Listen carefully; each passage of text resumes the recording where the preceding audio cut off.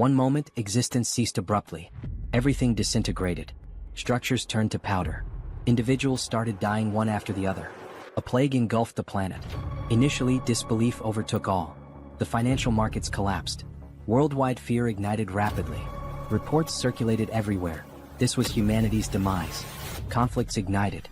Countries betrayed each other. Economies fell apart. Hunger devastated the masses.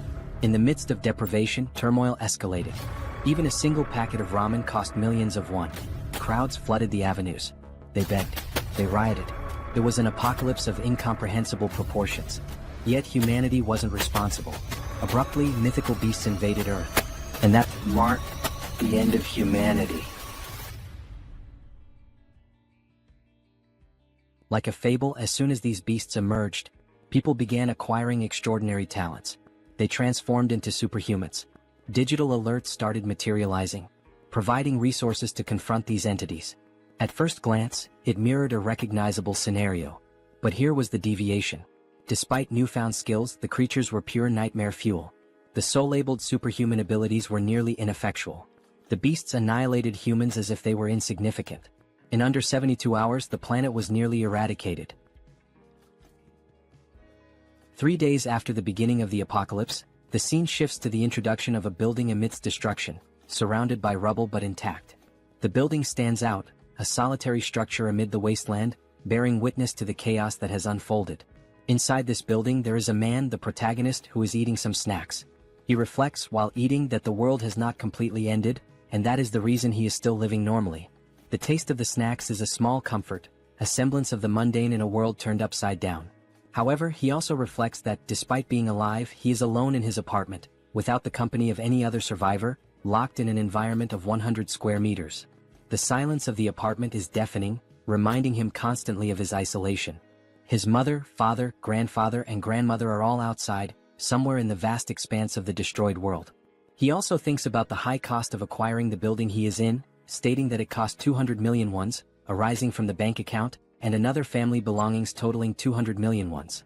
The memories of the sacrifices made to secure this refuge weigh heavily on his mind.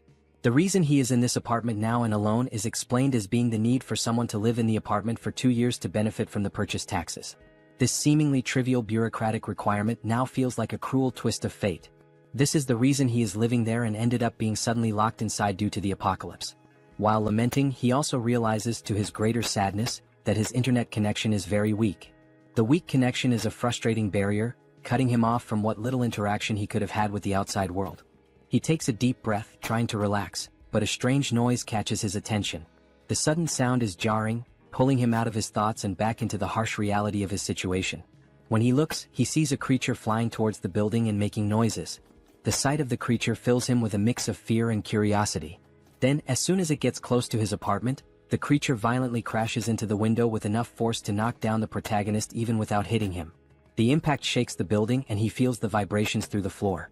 The creature soon attempts another strike against the structure, and the protagonist protects himself. He braces for impact, his heart pounding in his chest. While he tries to defend himself against a possible monster invasion, the system informs him that it has denied the entry of the creature trying to penetrate the demarcated area. The cold, mechanical sound of the system is a stark contrast to the chaos outside. Thus, the ultimate shut-in system is presented, showing the declaration of the house, stating that no one can enter without the permission of the owner and set perimeter rules. The protagonist, then relieved, remembers that this condition is not new to him. As he gets up, he recalls that this is the reason he is alive and safe. The ability protects him from any creature invasion. The sense of security, however, is fleeting. However, he also remembers, while trying to unlock the door, that not only is the entry blocked but also the exit of anyone within the perimeter of the apartment. The realization hits him like a ton of bricks. Enraged, he tries to open it with brute force, kicking the door. Each kick echoes in the empty apartment, a futile attempt to break free. On this third day, where the world succumbs to destruction, he is grateful for the ability protecting him but also laments being completely trapped inside the apartment. Some time later, sitting and watching the system window, he continues to reflect on this condition of being trapped. The cold glow of the screen is his only company. Irritated, he laments not having the power to do anything about it. The feeling of helplessness is overwhelming. As he looks to the side, he notices that all his supplies are running out and that his refrigerator has lost power since the previous day. The ticking clock of his survival is a constant reminder of his predicament. His only source of energy is some food cooked in pans, which will not last much longer. The realization sets in, deepening his sense of urgency. Suddenly, the system shows a new notification. The unexpected beep of the notification is a jarring interruption. He has hunted a Calican, level 23, and gained a significant amount of XP, and some new skills have been added. The notification is a glimmer of hope in the darkness. His attention is entirely focused on the system as he analyzes the reason for this unexpected notification. The details on the screen are a puzzle he needs to solve. Looking out the window, he sees the ground floor, where the bird that had hit his window is lying on the ground, lifeless and being attacked by goblins. This makes him realize that the death, even not caused by the animal's impact on the window, made him gain experience after the monster's life ended. The macabre scene outside is a grim reminder of the new rules of this world. The system continues to notify him, saying that a new skill has been unlocked, and resources have been acquired from the surroundings, and these resources are being calculated. The protagonist also notices a change in the goblin's behavior and wonders why. The shifting dynamics of the creatures are yet another uncertainty to navigate. Now, in desperation, the goblins face the monster's death, while they desperately try to scavenge something else. The system completes the resource calculation and informs him that 2,203 wands have been deposited in his wallet. The number on the screen seems surreal. This generates confusion about how this should work. The new reality of his resources is a puzzle he needs to piece together. Suddenly, the apartment's power returns, to the protagonist's surprise. The sudden return of power is a shock, a small miracle in a world gone mad.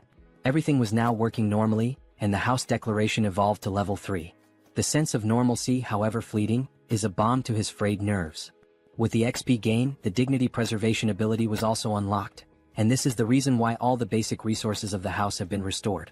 The acquired money is now in his wallet, and the protagonist reflects on the return of the house functions with joy. Running to the refrigerator, opening it with great happiness, and also going directly to the sink to check the water supply, finally going to the electric stove to test its functionality, the protagonist kneels and cries with much joy, saying that everything is normal, just as it was before the beginning of the end of the world.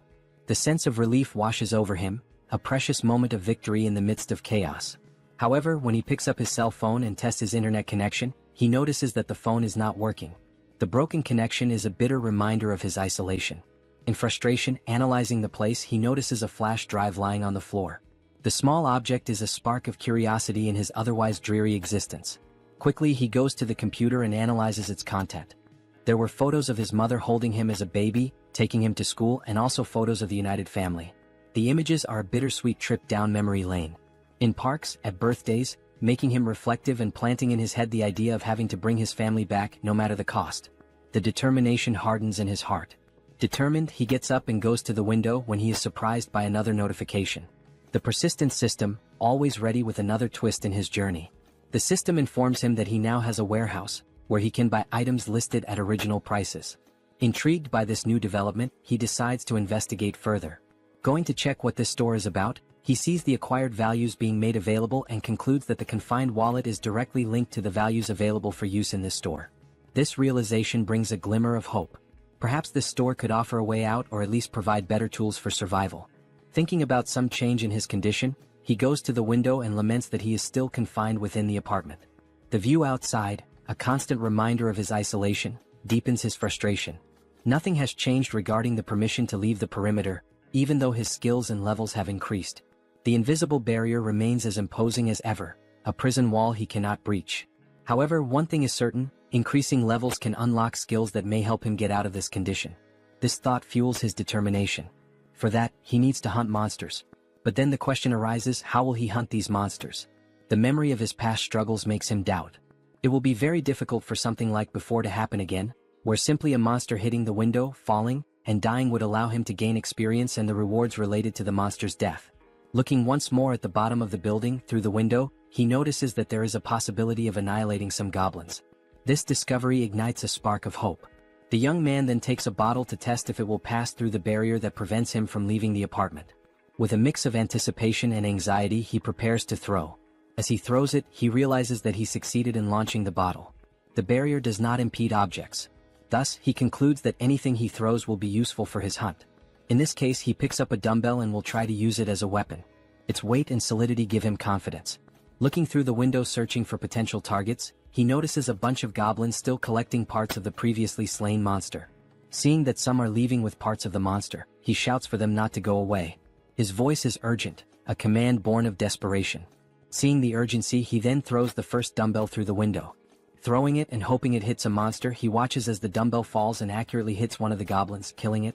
The other goblins around, surprised, cannot comprehend what just happened.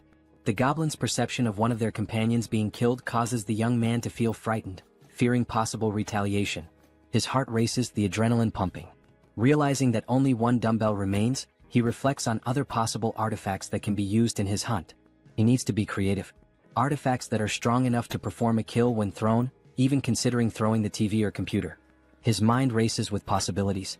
The goblin screams on the ground floor of the building catch the protagonist's attention, who becomes scared as they howl more and more with the intention of making some kind of counterattack. With the goblins advancing against the building, the protagonist realizes that this may be a good opportunity, as they are now closer, and he will be able to hit his targets more easily. The proximity could be an advantage.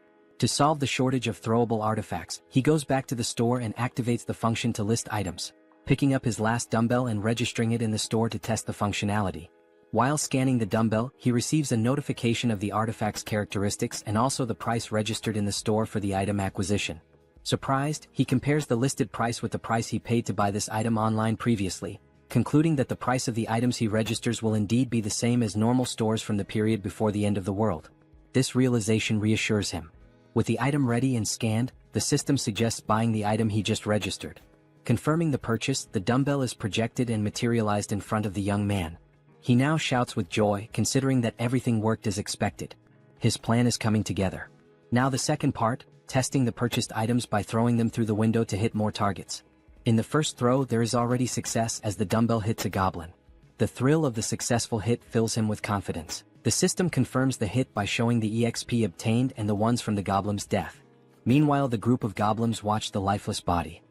Not having much time to lament, they are surprised by more dumbbells falling from the sky, literally, a rain of dumbbells. Some, now smart, try to run to avoid being hit, causing the protagonist to become irritated with the situation and decide to take other strategies. He cannot afford to waste any more time. Buying now 3 dumbbells at once, he quickly uses them, generating more hits and gaining more XP and more one. Now happy, the protagonist is surprised by another notification from the system. The messages keep coming. Now the store would also function as a warehouse, where he can store items for later use. While opening his warehouse, he activates the function to store one of his acquired dumbbells. The ability to store items opens new tactical options. Realizing the perfect functioning of the tool, he rejoices and then thinks of a new strategy to make kills in a more optimized way. His mind races with new ideas. He can now summon items from his warehouse and place them anywhere he wants. Soon, a brilliant idea comes to mind. He will summon the dumbbells outside to fall directly on the goblins. The precision and efficiency of this method are compelling.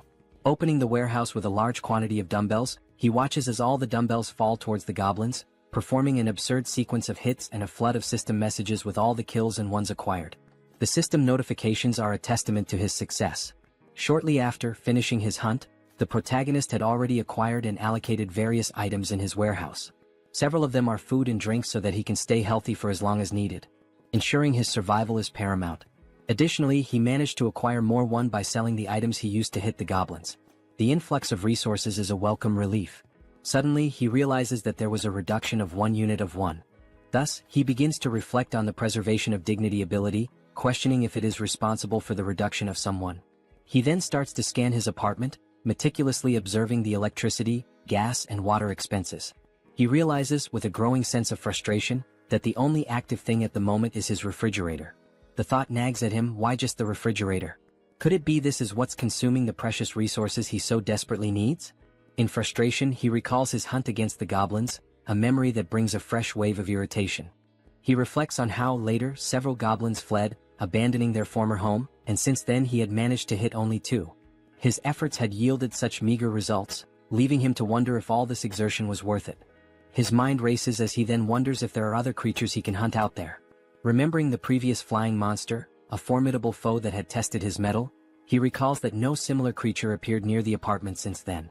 This reflection leads him to ponder seeking other methods for his hunt, different strategies that could yield better results. He also wishes to be lucky enough for another flying monster, whose name is Calican, to fly nearby. A beast that had once promised a bounty of rewards if only he could master the tactics to bring it down.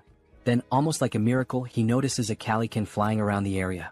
His heart races with a mixture of fear and excitement. This could be the opportunity he has been waiting for. Seeing the monster's presence, he then begins to act quickly, thanking God for not abandoning him in this dire time of need. With a metal structure and a mirror attached to it, he uses this makeshift tool he created to attract the Calican's attention. He focuses, aiming carefully, hitting the monster's vision with a precise beam of light. His strategy works, drawing the monster's attention, which advances toward him fiercely. The beast's sudden violent approach, hitting the barrier and knocking him down with a gust of wind, reminds him all too clearly of the previous attack. Happy with the success of his plan to attract the monster's attention, he contemplates the gain of another level with the Calican's kill. The monster, undeterred, then launches an attack with its powerful wings, hitting the protagonist with another gust of wind. With some effort, he manages to remain standing, his resolve unwavering. At the end of the attack, the protagonist looks to where the monster was and realizes with a sinking feeling that it is no longer there. Quickly, the monster reveals its position as if playing a cruel game of hide and seek. It was attacking the building's structure, seeking an opportunity to strike the protagonist once more. While the system alerts that an unauthorized entity is trying to enter the zone, the protagonist observes, his mind racing. He wonders if the creature will be strong enough to break the ability's barrier. Opening his storage, he knows the urgency of taking some action. Each second feels like an eternity as he methodically scans his list, reflecting on the calculation of the spoils. He understands that if the spoils are not close enough, they will not be counted. This critical understanding dawns on him, as he recalls how several of the spoils that would come from goblins were not counted.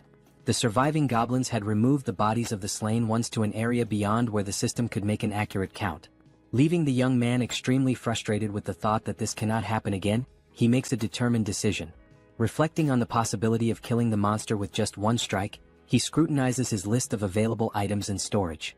His attention turns to the canola oil, an unconventional choice but one that sparks a cunning plan. He immediately acquires 10 bottles, thinking through each step meticulously. After the system delivers the bottles, he quickly grabs them and heads to the kitchen, his pace quickening with purpose. He picks up a pan and fills it with the liquid from the bottles, setting it to heat. His goal is to heat this oil sufficiently. While that happens, he ties a cloth to a stick, improvising a tool that will serve as part of his plan. Bathing the stick with the cloth in the boiling oil, he then stores the pan with enough heated liquid in the storage. He knows that timing and preparation are crucial. After pouring all the oil into the storage, the system confirms the listing of the item, and the protagonist goes in search of a lighter, which he uses on his stick to ignite it. His weapon is ready. Now at the window, observing the Calican, the protagonist waits for a good opportunity to invoke the canola oil on the bird. He watches, his pulse quickening as the bird starts flapping its wings against the hot oil. Once it begins to descend, the protagonist sets the monster on fire. The flames engulf the creature almost immediately, a sight that fills the protagonist with a sense of grim satisfaction. The protagonist is pleased with the success of his plan while observing the Calican in its final moments. As the flames do their work and the Calican is indeed dead, the system returns the results to the protagonist. It indicates a level increase in abilities and also the unlocking of a new skill while calculating the spoils. With the calculation complete, an additional 9,347,487 won is directed to the confined person's wallet. He, surprised by the large amount of won, did not expect to receive 10 million in a single kill. This unexpected fortune catches him off guard. Now turning his attention to the gain of the new skill called territory expansion, the protagonist suffers changes in his body, making him wonder what is happening. Now, with black eyes and everything around him being seen differently, almost like an X-ray, he tries to adapt to the change. He notices that his eyes scan the entire building's structure, revealing the hidden intricacies and finally leading him to 4 survivors in a room in the building. Clearly a surprise to him, as he did not imagine that there would be surviving neighbors so close. This revelation opens new possibilities and uncertainties, his mind racing with potential outcomes. Attempting to understand the situation, the young man, still with his eyes blackened, is overwhelmed by feelings of despair, confusion, and doubt. Suddenly, his eyes perceive the presence of people inside the building in a strange manner, leading him to a single question. What is happening? How is it possible that there are other survivors inside this building? And how does this ability work? As the effects of the ability fade, and while recovering from the changes it caused, the system emits several notifications. These inform that these individuals meet the requirements to become citizens and present a proposal for their acceptance within his jurisdiction. The individuals introduced are Choi Hyung-jun, referred to as Chubby, a 30-year-old husband, Park Hae-won, his wife, also 30, and their daughters Choi Na-yeon and Choi Seo-yeon, aged 3 and 6. Turning to the system, confused, the protagonist questions what would happen if they were not accepted as citizens. He quickly discovers the answer to the doubt. Those who are not accepted as citizens will be expelled from the residential zone. This would inevitably result in their certain death, as they would have no chance against the monstrous threats outside. With this realization, the young man makes the most obvious decision for someone with a good heart. He accepts these individuals as citizens of his zone. The system then confirms the addition of each inhabitant one by one, and the protagonist speculates about the possibility of unlocking new abilities related to managing these people. Consulting the system, more details are gathered, not only regarding these speculations but also about the ability that allowed the detection of the presence of these other beings. The ability is called Ultimate Eyes, and at level 1, it ensures that nothing within his home escapes detection. Learning about this ability, he explores skills related to citizens and finds an option within the system for citizen management. There, a list of all their names is displayed, alongside their current levels and trust scores. Below the list, a population counter shows 4 out of 600. The number is surprising. 600 people is a lot. Diving into the details about Chubby, information is found about awakened skills. Currently none, XP distribution at 0%, and money distribution also at 0%, with options to assign a mission to Chubby or remove him from the citizen list. Data such as XP and money distribution rates raise questions about the possibility of sharing gains with the host of the house, sparking curiosity about how much control there might be over these rates. Could this also be a way to grow stronger? Returning to the system, under the option to assign a mission to Chubby, the system presents a form requesting details such as description, time limit, mission rewards, and penalties for failure. This detail is surprising, especially the need to specify all these elements. In this case, the mission is described as Goblin Hunt, giving Chubby 168 hours to complete it. The reward is a small amount of XP with no penalties for failure. When confirming the mission, considerations are made to alter the form's details, balancing penalties for failure with the mission's complexity and its rewards, even contemplating imposing elimination as a failure penalty. However, back at the confirmation screen, the assignment is cancelled, deemed too dangerous and unfair to arbitrarily decide the lives of citizens. Reflective, the protagonist wonders what should be done with this ability. Then, an idea arises: use Ultimate Eyes again to check what is happening in the room where the citizens are. Observing everything, the family, sitting around a table, seemingly desolate, begins a dialogue with the wife questioning what they can do now. The reasoning behind her question soon becomes clear. Chubby intends to leave the safe zone to search for basic supplies such as water. Though he wishes to stay with his family and daughters, he knows the necessity of obtaining essentials for their survival. The wife shouts that he cannot do this, emphasizing the extreme danger involved. Chubby understands but, given their circumstances, fears they have no other choice. He wonders aloud if there might be any place with at least water. He answers that even if there isn't, it is necessary to try the nearby convenience stores, mentioning one particularly large store that will surely have something usable. Before much reflection, one of the daughters exclaims, "I'm thirsty." The mother, realizing this is not a good time to voice concerns, tries to hush the child, knowing such a statement would act as a trigger for Chubby's decision. Confident, Chubby takes his wife's hand, asking if she trusts him and assuring her he will definitely return safely with something for their family. Saddened, the wife finds no further arguments to stop him. Back in his room, the protagonist ends the ability and reflects on the family's situation. The decision is then made to open the store and check the list of items. It appears that the maximum item storage capacity is limited, and it is wished that this could be expanded. While navigating the skill window, information is noticed showing storage at level 1, dignity preservation also at level 1, and the store at level 1 as well.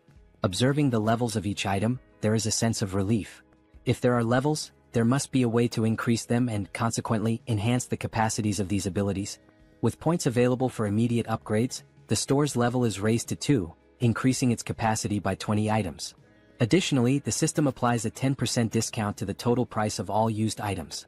The protagonist, with enthusiasm, evaluates the given data and wonders what to do with the 2 remaining points. He considers investing in the shop or in the preservation of dignity, recognizing that these skills might help him encounter more citizens in the future. His shop, now at level 3 with a maximum capacity of 40, also has a new function: item recovery. This function enables him to restore old items and turn them into new ones. This was undoubtedly an excellent choice. Without further ado, he visits his shop again to acquire water and some fruits.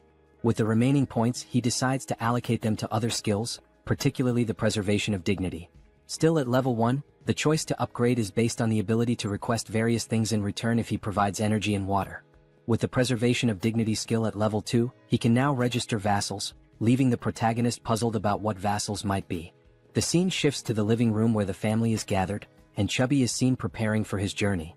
Looking back, his wife and daughters appear distressed, wishing he would reconsider before it's too late. However, Chubby responds with a display of affection and protection, promising that he will return and asking the children to protect the house while he is away.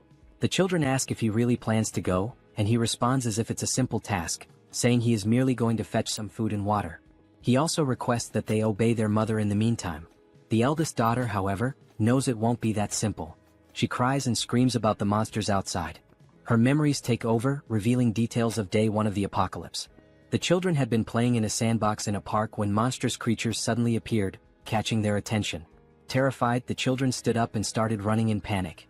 While running, their father grabbed the youngest in one arm, desperate to survive, while their mother carried the other child so they could all reach safety faster, pursued by goblins.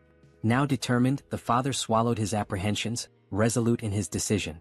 The mother tried to comfort the children to stop them from crying, making the father's decision even harder. He reflected on the possibility that this might be the last time he would see his daughters, trying to remain strong in front of his family. Suddenly, the doorbell rang, startling everyone and preparing them for a potential confrontation with monsters. Gathering his courage, the father cautiously checked the situation while hearing someone on the other side of the door asking to be let in. The voice from the other side caused surprise and doubt. Could it really be a person? Chubby wondered, but he didn't rule out the possibility of a cunning monster. As the voice continued from the other side, he prepared for a potential confrontation, noticing a sudden silence. Pondering whether the monster had left, he was startled when the door suddenly opened. Quickly, he turned to his family, holding them in hopes of protecting them from a possible threat. Everyone screamed, and the father begged for mercy for his wife and daughters. Amid the cries, a calm voice asked for permission, completely breaking the tension and prompting everyone to finally look at the one who had knocked. It was the protagonist, holding a bag of items, creating a pleasantly surprising moment for everyone. The question, "Who are you?" arose naturally. Then the protagonist's real name, Kim Jaehyeon, was revealed, although he would henceforth be known as June. After introducing himself, he explained that he lived nearby. Handing over the bag of items, he informed them it contained water and fruits, requesting a small conversation once everyone was settled. Both happy and apprehensive, the father looked at his family, seeing the worry in their eyes, and declared that there was no reason to refuse, given June's sincere demeanor. He then invited June into the house. Once everyone was seated, the children stared at the visitor with a mix of curiosity and suspicion. June wondered if the children were shocked by his arrival but quickly turned his attention to the dark curtains covering the windows. He considered this an intelligent choice, as it significantly reduced the risk of monster attacks. However, the darkness necessitated light. To address this, June activated his skill, restoring power to the room where they were conversing. While organizing items in his bag, the family, still in shock, was astonished by the return of power to their apartment. June then decided to interact with the family by offering water to everyone, starting with the children. Chubby expressed gratitude and distributed the water bottles to his daughters, who eagerly quenched their thirst.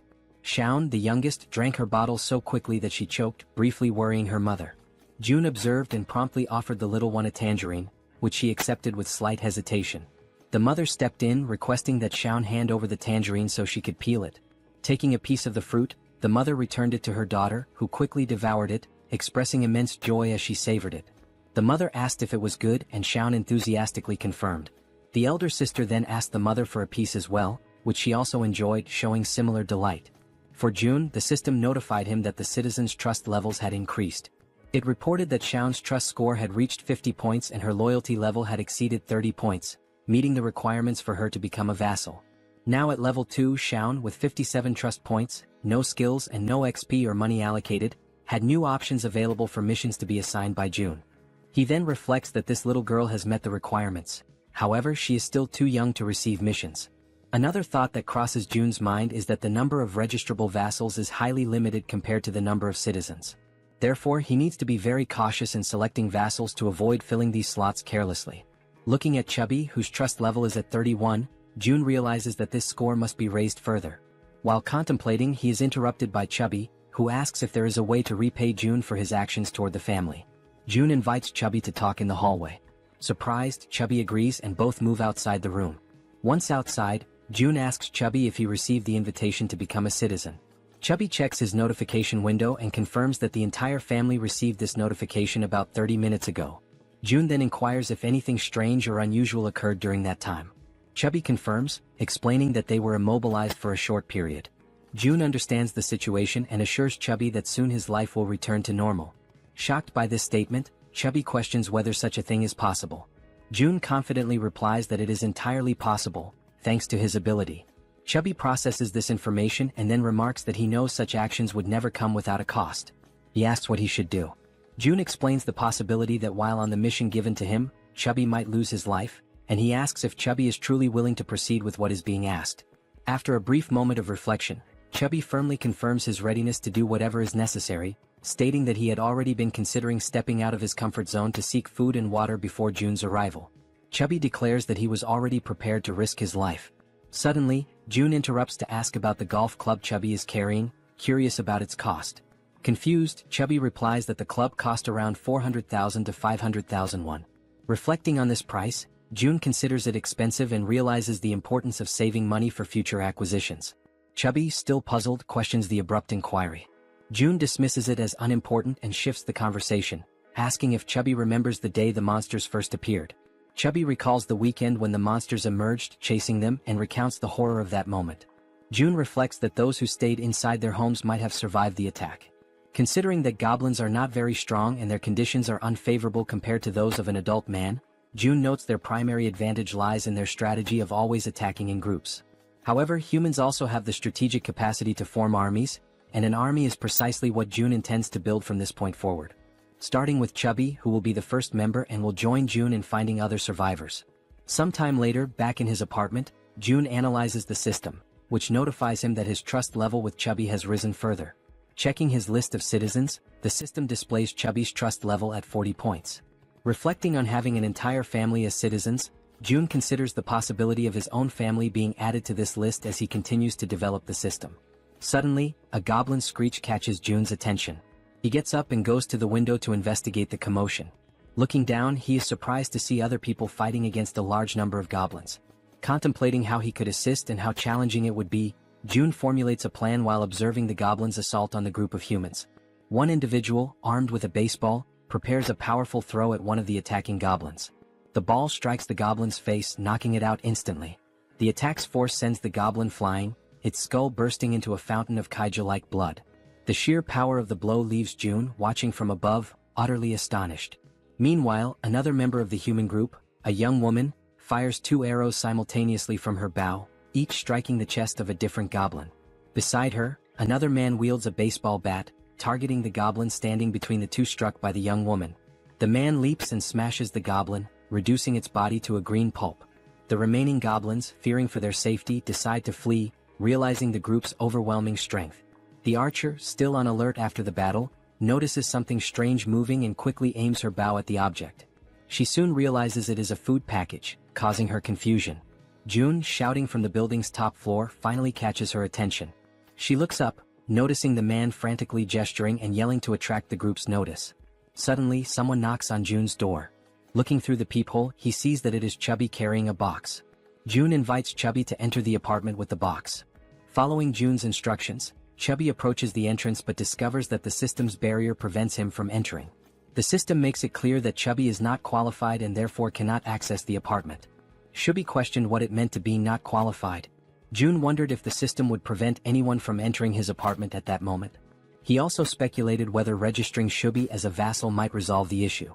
However, he decided to postpone addressing the matter of entry and instead focused on receiving the box, which contained items that could be used as weapons. Upon receiving the box, June placed it on the floor, opened it, and examined its contents.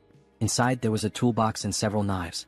June activated the system, accessed the store, and ordered 5 bottles of water and 5 packs of instant noodles. As the store projected June's order, Chubby watched in disbelief, amazed at how such a thing was even possible. Without dwelling too much on the situation, June packed all the requested items into the box and handed it back to Chubby, instructing him to take the box to the building's entrance on the first floor.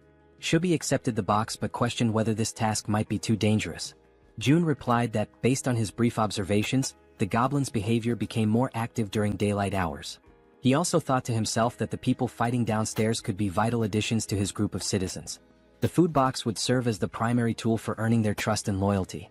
Speaking aloud to Chubby, June revealed that he had a plan and emphasized the importance of delivering the box to the first floor. Shubi questioned the simplicity of the plan, asking if it really was just about leaving the box on the first floor and returning. June confirmed that it was indeed that simple. Relieved, Shubi agreed to carry out the task, bidding June farewell as he left with the box. June thanked him as he departed. Opening the system's interface, June reflected on the need to reward Shubi's trust generously. The mission menu described the task: delivering the box containing water bottles and instant noodles to the first floor and returning within 24 hours. The mission offered a small amount of XP as a reward, with no penalties for failure. Shubi received the notification and realized he would gain experience upon completing the mission. He wondered aloud if this was somehow related to a leveling system like in a game. June confirmed this and revealed that Shubi's current level was 9. If Shubi leveled up, he would receive rewards. June assured Shubi that he was relying on him, and Shubi, understanding his task, promptly made his way toward the first floor. Armed with the box and a golf club for protection, he cautiously descended the stairs. Finally reaching the first floor, his mission was to place the box on the ground. However, before he could act, he noticed movement nearby. The sudden motion startled him. He suspected it was goblins and grew alarmed as darkness was beginning to set in. Panicked, he decided to flee. Yet, in his haste, he twisted his ankle and fell, causing the box of supplies to spill across the floor. Items scattered everywhere, and Shubi, now lying on the ground, desperately tried to regain his composure. As the creatures drew closer, Shubi instinctively shielded himself with his arms and shut his eyes tightly. Suddenly, a voice called out to him. Opening his eyes, he saw a group of humans approaching, asking if he was okay. While in June's apartment, the system issued an alert about an unauthorized attempt to enter. June began to wonder what it could be, speculating that it might involve an invasion by the group. Activating his ultimate eyes ability, he scanned the building and noticed Chubby with a group of people, leading them as they conversed among themselves. The group questioned how it was possible for someone in the building to throw a package of noodles. This raised their hopes, thinking the building might have an abundance of food while they were on the brink of exhaustion. Deactivating his observational ability, June recognized everyone in the group. The system then notified him that they met the requirements to become citizens and proposed adding them. However, June realized the risks of accepting outsiders as members of his group. He also considered the possibility that these people might reject his offer to join, which made him anxious and stressed. While contemplating the best course of action, June was interrupted by Chubby's voice calling out from nearby, trying to communicate with him. Responding to Chubby, June received a system notification indicating that this citizen had an ongoing mission. The system suggested editing the current mission, which June confirmed. The updated mission now included delivering meals to the newcomers. After confirming the changes, June and Chubby exchanged updates on the situation. June instructed Chubby to immediately gift the newcomers some food, as June had a plan in mind. Chubby agreed and followed the plan. When the group reached the barrier of June's safe zone, they had to wait while Chubby explained the situation. Reporting back to June, Chubby detailed the group's status, which June received positively. He then accessed the system and initiated invitations for the group to become citizens. The system sent invitations to Ha Donggan, Kang Deoksu, Kim Gaeong, Yu Hyerin, Kim Jeon, and Moon Byung-go. Once permission was granted, all new group members entered the safe zone.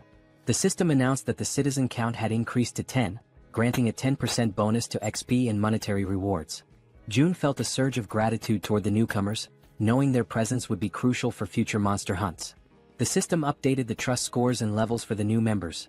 Dong with 19 trust and level 23, Kong with 28 trust and level 13, Young with 17 trust and level 17, Yu with 30 trust and level 10, Kim with 15 trust and level 15, and Moon with 11 trust and level 10. June noticed Dong's higher level and speculated that he might be stronger than Calican, a foe June had recently defeated. Examining Dong's stats further, the system highlighted a skill called Baseball Throw, ranked at D. This ability consumes stamina to triple the power of thrown objects like baseballs. June concluded that Dong was a metahuman capable of turning baseballs into lethal weapons. He recognized Dong's potential as an indispensable ally for monster hunting. To strengthen their bond, June planned to gradually build Dong's trust. June instructed the system to set the group's XP sharing to 70%, which the system confirmed. He then began assigning hunting missions to help the newcomers gain XP and resources. June likened his strategy to an auto-hunting system in games. Beyond logistics, June acknowledged the importance of establishing personal relationships with the group. He believed a good rapport was essential to eventually locating and reuniting with his family. Unexpectedly, the system notified him that the trust scores of Dong, Young, and Yu had increased, leaving June surprised and curious about the cause. The scene shifted to Chubby's apartment, where he invited the group inside. The archer, Gaeong, expressed her gratitude. Chubby's wife, confused by the situation, questioned what was happening. Chubby reassured her to stay calm and promised to explain soon. He also requested that she prepare food for everyone. Initially startled, Chubby's wife pointed out that there was no food ready and that everything would need to be made from scratch. Chubby urged her to proceed, explaining it was part of June's plan. After some hesitation, she agreed and began cooking. Han, previously referred to as Dong, expressed his gratitude and shifted his focus to Chubby, asking about June. Chubby admitted he didn't know much about June, except that he was their neighbor. Surprised, Han listened as Chubby described June as someone mysterious yet immensely resourceful, providing them with everything they needed. Han concluded that June must be a metahuman, possessing the extraordinary ability to solve everyone's problems with essentials like food and water. Determined to make a good impression on June, Han believed that June's abilities were almost miraculous. Chubby informed the group that they could take a shower while waiting for the food. The female members were stunned by the idea of taking a shower amidst the chaos. Han observed that, given the building's functional resources, such luxuries were indeed possible. Chubby elaborated, mentioning the availability of hot showers, leaving the women speechless. Chubby added that there were 2 showers available for simultaneous use. Another group member, who bore a resemblance to Toji, jokingly suggested challenging June to a fight. Han immediately dismissed the idea, calling it absurd and emphasizing the importance of impressing June instead. The group agreed on the need to prioritize securing food, recognizing this as a rare opportunity that couldn't be wasted. They turned their attention to Moon, who appeared lost in thought. Han gently touched Moon's shoulder, snapping him back to reality. When Han apologized for potentially upsetting him, Moon reassured him that nothing was wrong. Han began expressing regret over a past decision, but Moon interrupted, affirming that every choice had been consensual and there was no need for remorse. The group collectively strategized about obtaining supplies for Moon's grandmother. However, Moon internally lamented that it might already be too late for her. As Han discussed their plan further, the sound of the door opening startled everyone. Han readied a baseball in his hand, prepared for confrontation, but quickly realized it was June. June's presence radiated warmth and reassurance, instilling hope in the group. They felt certain that June was the key to lifting them out of their despair. A few minutes went by and they sat in silence around the table. The atmosphere was tense until Jaehyeon, a fatty's wife, feeling the strain, finally spoke. She apologized for how cramped the room was. Han, striving to be courteous, replied that it was fine. Since they had arrived unannounced, it didn't bother them. Just then, Fatty entered the room and announced that the food was ready. One by one, Fatty placed bowls of rice before them. They could hardly believe they were about to enjoy a real meal and began to wonder when they had last eaten something proper. Jaehyeon, feeling slightly awkward, hesitated before admitting she wasn't sure if the food she had prepared would match their tastes. What seemed like a simple meal to Jaehyeon left the group's archer stunned with admiration. As she stared at the dishes laid out before her, she couldn't contain her amazement. She told Jaehyeon that the food was incredible, confessing it had been a long time since she had eaten something so delicious. Jaehyeon, shyly brushing off the compliments, explained that it was all thanks to the ingredients Seo Jun had provided. She admitted that, without Seo Jun's help, she would have only been able to serve rice and tangerines. Meanwhile, Seo Jun noticed that Jaehyeon's trust level had reached 50. He smiled quietly to himself, reminded of his mother, who always beamed with joy when guests praised her cooking. But as the thought lingered, he realized with some surprise that Jaehyeon's trust had surpassed Jun's. Later on, they all started eating, expressing their gratitude to Jaehyeon for the meal. Jaehyeon and Fatty watched as their guests eagerly enjoyed the food, eating as though they hadn't had a proper meal in ages. The archer couldn't stop complimenting the egg roll, while another girl remarked to Jaehyeon that the style of the egg seemed Japanese. Jaehyeon smiled warmly, agreeing and politely encouraging her to enjoy the meal. At that moment, Jaehyeon's youngest daughter called out to her, capturing her attention. The little girl wanted to eat the egg rolls too, but Jaehyeon gently explained that she would make more for her after the guests left. This made her daughter a bit sad. Noticing this, the archer asked Jaehyeon's daughter if she'd like to share the egg rolls with her. The child's face lit up immediately, her excitement brightening the room. She quickly ran over and climbed onto the archer's lap, her happiness obvious. The archer smiled warmly, delighted by the little girl's enthusiasm. The child eagerly announced she was ready, and the archer picked up a piece of egg roll, softly asking Seoyeon to open her mouth. As the archer fed her, Seoyeon beamed with joy, her smile lighting up the moment. Seo Jun then suggested that Fatty and Jaehyeon join them, assuring them there was enough food for everyone. The two exchanged a hesitant glance, unsure at first, but eventually smiled and agreed, happy to join the gathering. As they all shared the meal together, the room filled with laughter and cheerful conversation. Seo Jun took a quiet moment to reflect on the warmth of the scene. The lively noise reminded him of how long it had been since he had experienced something like this. His thoughts drifted to memories of his mother and the care she had always shown. A soft smile spread across his face as he silently hoped his family was safe and well. Time passed and soon the food was gone, leaving behind only empty dishes. Haiwan's youngest daughter, now tired, mentioned she wanted to rest. Haiwan gently lifted her and asked her eldest daughter to follow her to their room for bedtime before leaving the table. Moments later, Seo-jun decided it was the right time to get back to business. He turned to the guests and suggested they continue their earlier conversation, questioning why they couldn't reach the grandmother's house despite its close proximity.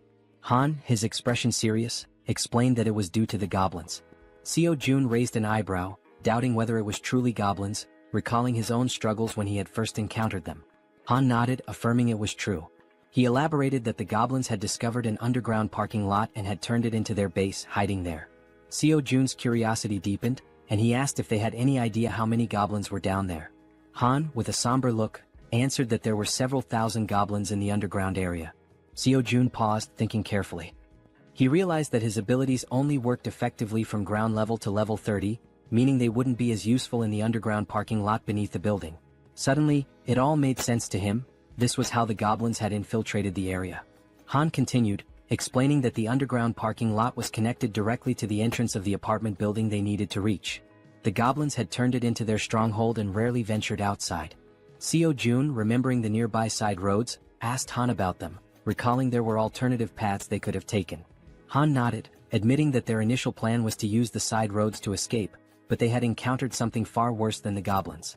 Intrigued, Seo-jun pressed Han to explain what could possibly be more dangerous than an army of goblins. Han recounted seeing a massive shadow, describing it as resembling a bear. He explained that they had managed to escape the apartment building because the bear had been fighting the goblins, providing a brief window for their escape. Seo-jun, considering how to deal with such a large creature, asked Han for more details. Han confessed that he wasn't entirely sure it was a bear, as the darkness had obscured his view. Seo-jun stated decisively that eventually, they would have to face both the goblins and the shadowy figure. Han agreed but looked down, acknowledging that their group had limitations and wasn't equipped to handle both threats simultaneously. Seo-jun, curious about these limitations, asked for clarification. The archer spoke up, explaining that both she and Han relied on items like arrows and baseballs for combat, but they were running low and couldn't replenish their supplies easily. Despite the challenges, Han remained composed and suggested he could find a solution. He asked to inspect their current weapons, the arrow and baseball. Without hesitation, the archer handed over her equipment. The system then prompted Seo-jun, asking if he wanted to list the new items. Seo-jun agreed and the system began scanning them. Moments later, it displayed the cost to replicate the items. When asked if he was certain, Seo-jun confirmed. Seo-jun glanced around the table and asked if everyone could use the archer's weapon. The group nodded silently, understanding there was only one available. Seo-jun took their silence as agreement. Turning back to the system, he requested 5 sets of the archer's weapon and arrows. The newly created items appeared on the table, and Seo-jun addressed the group, encouraging anyone unfamiliar with weapons to take this opportunity to learn. These will be your primary weapons from now on, he stated firmly. As the items materialized, the system notified Seo-jun that several members of Han's group had increased their trust in him. Meanwhile, Moon's gaze was fixed on the weapons. He couldn't help but marvel at Seo-jun's resourcefulness, realizing that with Seo-jun on their side, they might actually save his grandmother. The system confirmed that Moon's trust in Seo-jun had grown significantly. Han broke the silence, commenting that with Seo-jun's support, their hunting speed would improve dramatically. Another girl chimed in, noting that Seo-jun's assistance would make their tasks safer, as they wouldn't have to risk themselves to collect arrows anymore. Seo-jun then gathered everyone's attention and announced that before they could move forward, they needed to reduce the number of goblins in the area. Han agreed and asked when they would begin hunting. Seo-jun replied decisively, "Tomorrow?" Han seemed hesitant, questioning the urgency, but Seo-jun explained that the sooner they acted, the better their chances of success. Han eventually nodded, though he still appeared uncertain. Seo-jun turned to Moon and assured him, "Tomorrow we're going to rescue your grandmother." Moon's face lit up with hope and excitement at the thought of seeing his grandmother again. Han, still wary, voiced his concerns about how they would manage with so many obstacles in their way. Seo-jun smiled confidently and revealed his plan. "We'll use a bait strategy to lure the goblins out." After Seo-jun spoke, everyone at the table turned their attention to him, waiting for more details about his plan. Han and the archer girl remained pensive, wondering if the idea could truly work. The boy with glasses voiced his concern, saying the plan would only succeed if everything went exactly as planned. As they deliberated, the system notified Jaehyeon, revealing that the mission previously assigned to Fatty had been completed. Along with the notification came a reward of 30,000 won. Reading the message, Jaehyeon was surprised. He hadn't realized that payment was given for every completed mission. To be certain, he read the notification again and it was confirmed. Jaehyeon quickly realized that, with money, he could assign missions to his citizens, allowing them to level up. In other words, the more money he had, the more power he could accumulate. Closing his eyes, he thought about how, while this seemed like a strong long-term strategy, he hoped not to rely on it too heavily for now. The system also informed Jaehyeon that Jun's trust had increased to a total of 50 points, unlocking a new status, loyalty, which surpassed 30 points. Meeting the minimum requirements, Fatty transitioned from being a simple resident to becoming a vassal. The system displayed Jun's updated stats and attributes. He was now at level 9 with a trust level of 51 points and loyalty at 62. However, he had no awakened skills and 0% shared XP or money. After carefully analyzing the information, Jaehyeon decided to register Fatty as his first vassal. As a result, a blue aura began to emanate from Jun, who started feeling sudden changes in his body and broke into a sweat. The system notified that the first vassal registration was successful, unlocking a new skill for Jaehyeon called Summon Vassal. This skill allowed Jaehyeon to summon the vassal within his house, although it came with a cooldown of 2 hours after use.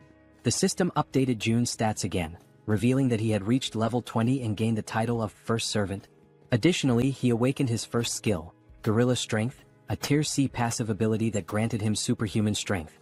The system further explained that, thanks to the First Servant title, all XP and gold earned by Fatty through hunting would be shared. Lastly, the system revealed that Jaehyeon could use the Ultimate Eyes skill to summon the vassal within a 5-meter radius of his house. Jaehyeon noticed a plus symbol beside Jun's level and wondered what it did. Upon pressing it, he discovered it was a feature to increase the vassal's level at the cost of 1 million won. Shocked by the exorbitant cost, Jaehyeon exclaimed that it was far too expensive for a single vassal skill. Seeing his expression, the woman at the table asked what was wrong. Jaehyeon brushed it off, saying it was nothing, and turned his attention back to Jun, asking how he was feeling. The focus shifted to Jun, who stated that his strength was overflowing, with his veins visibly pulsing. He asked if this transformation was Jaehyeon's doing. Jaehyeon confirmed with a nod.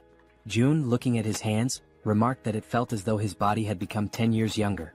Jaehyeon smiled proudly and suggested that Fatty join the rescue mission team, handing him a bow. Fatty looked confused by the gesture. Jaehyeon explained that the mission was assigned because vassals earned double the rewards of regular citizens. In a commanding tone, Jaehyeon instructed Fatty to defeat as many monsters as possible. Fatty nodded in agreement, prompting Jaehyeon to smile and express his trust in him. Outside the house, on the first floor, the rescue team began their search for survivors.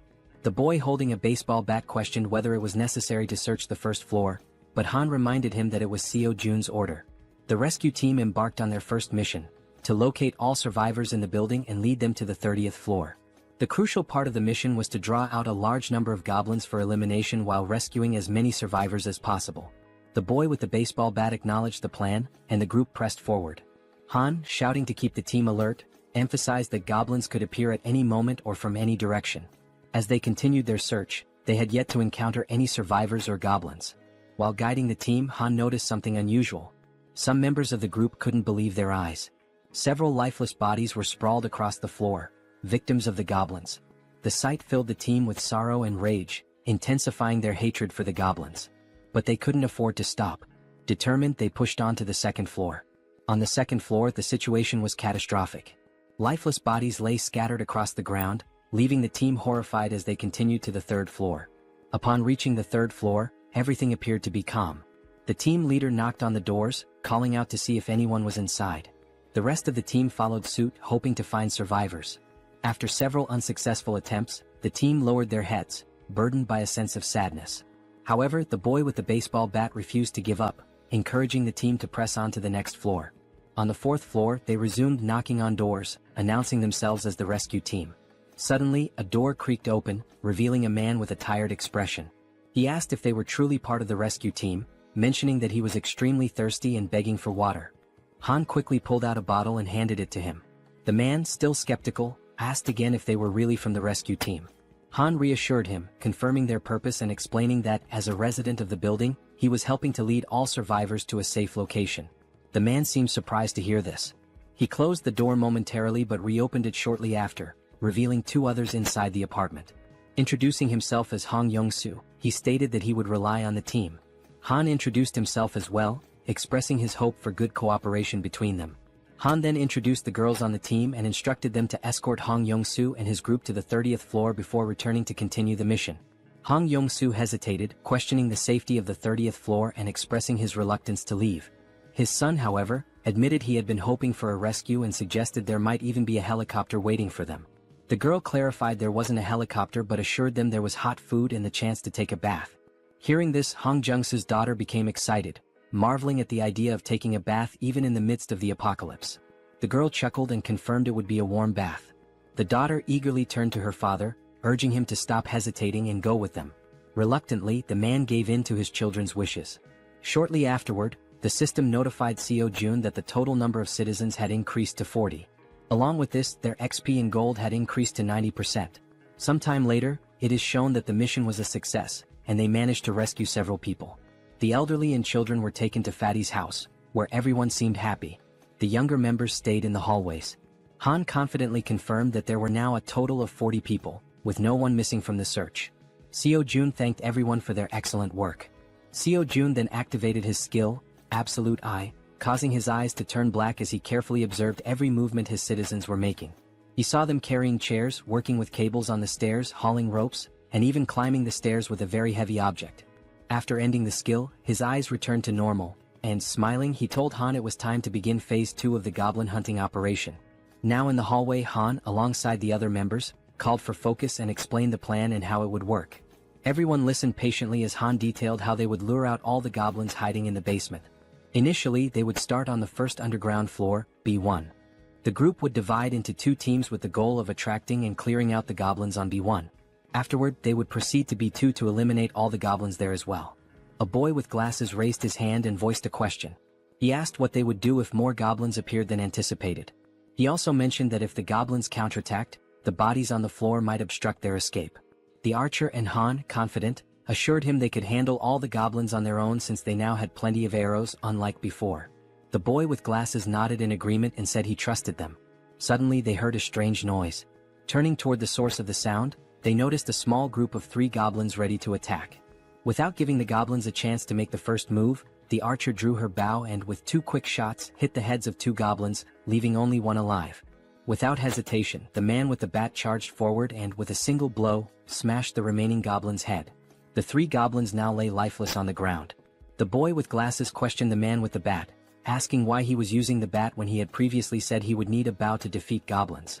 The senior admitted they were right. Meanwhile, the archer pointed to the goblin bodies, noting that they were disappearing shortly after being defeated.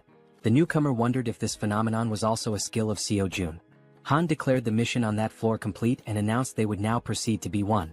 The newcomer, still lost in thought, remarked that he had expected Jaehyeon to have a solution for dealing with the goblin bodies.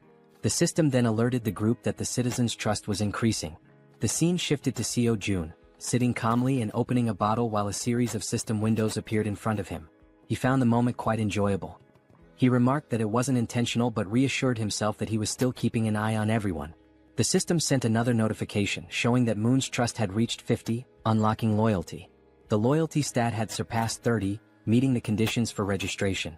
Jaehyeon was surprised by how quickly he had achieved these stats.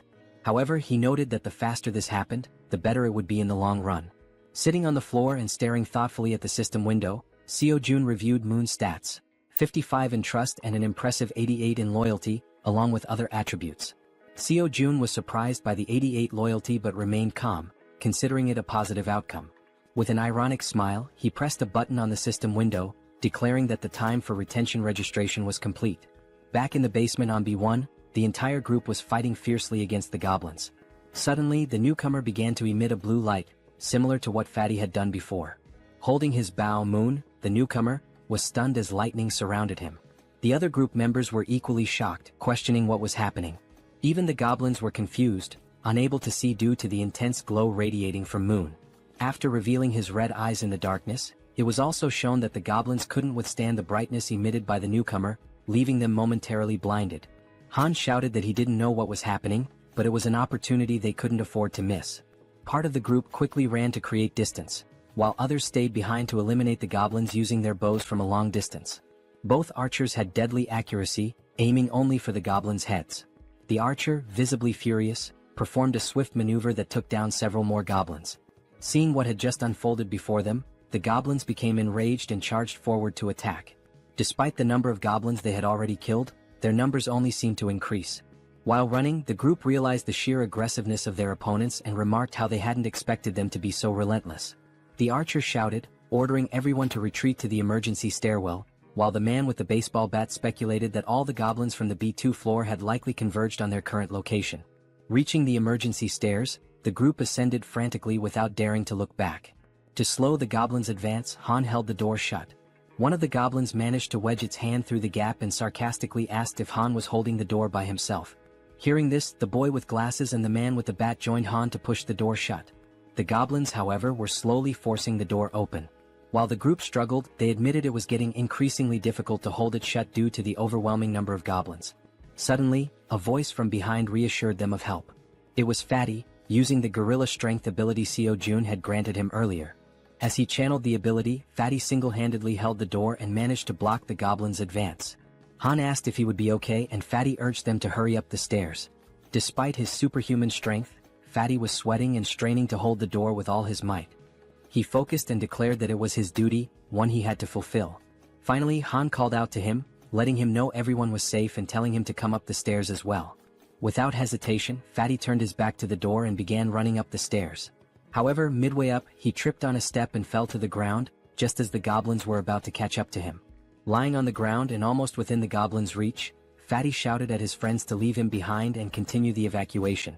While Han hesitated, trying to decide what to do, someone suddenly and without hesitation rushed down the stairs to help. It was the boy with the baseball bat who, with a single powerful swing, smashed the goblin threatening Fatty. He called out to June, urging him to hurry, and extended a hand to help. Still on the ground, Fatty tried to crawl closer to his rescuer, but one of the goblins managed to grab his leg. Before he could even react, Fatty vanished without a trace, leaving his savior stunned and speechless, unable to comprehend what had just happened. Looking ahead, however, the goblins continued advancing in an unrelenting horde. Suddenly, one of them leaped toward the boy with the bat, but he swung his weapon and struck it down mid-air.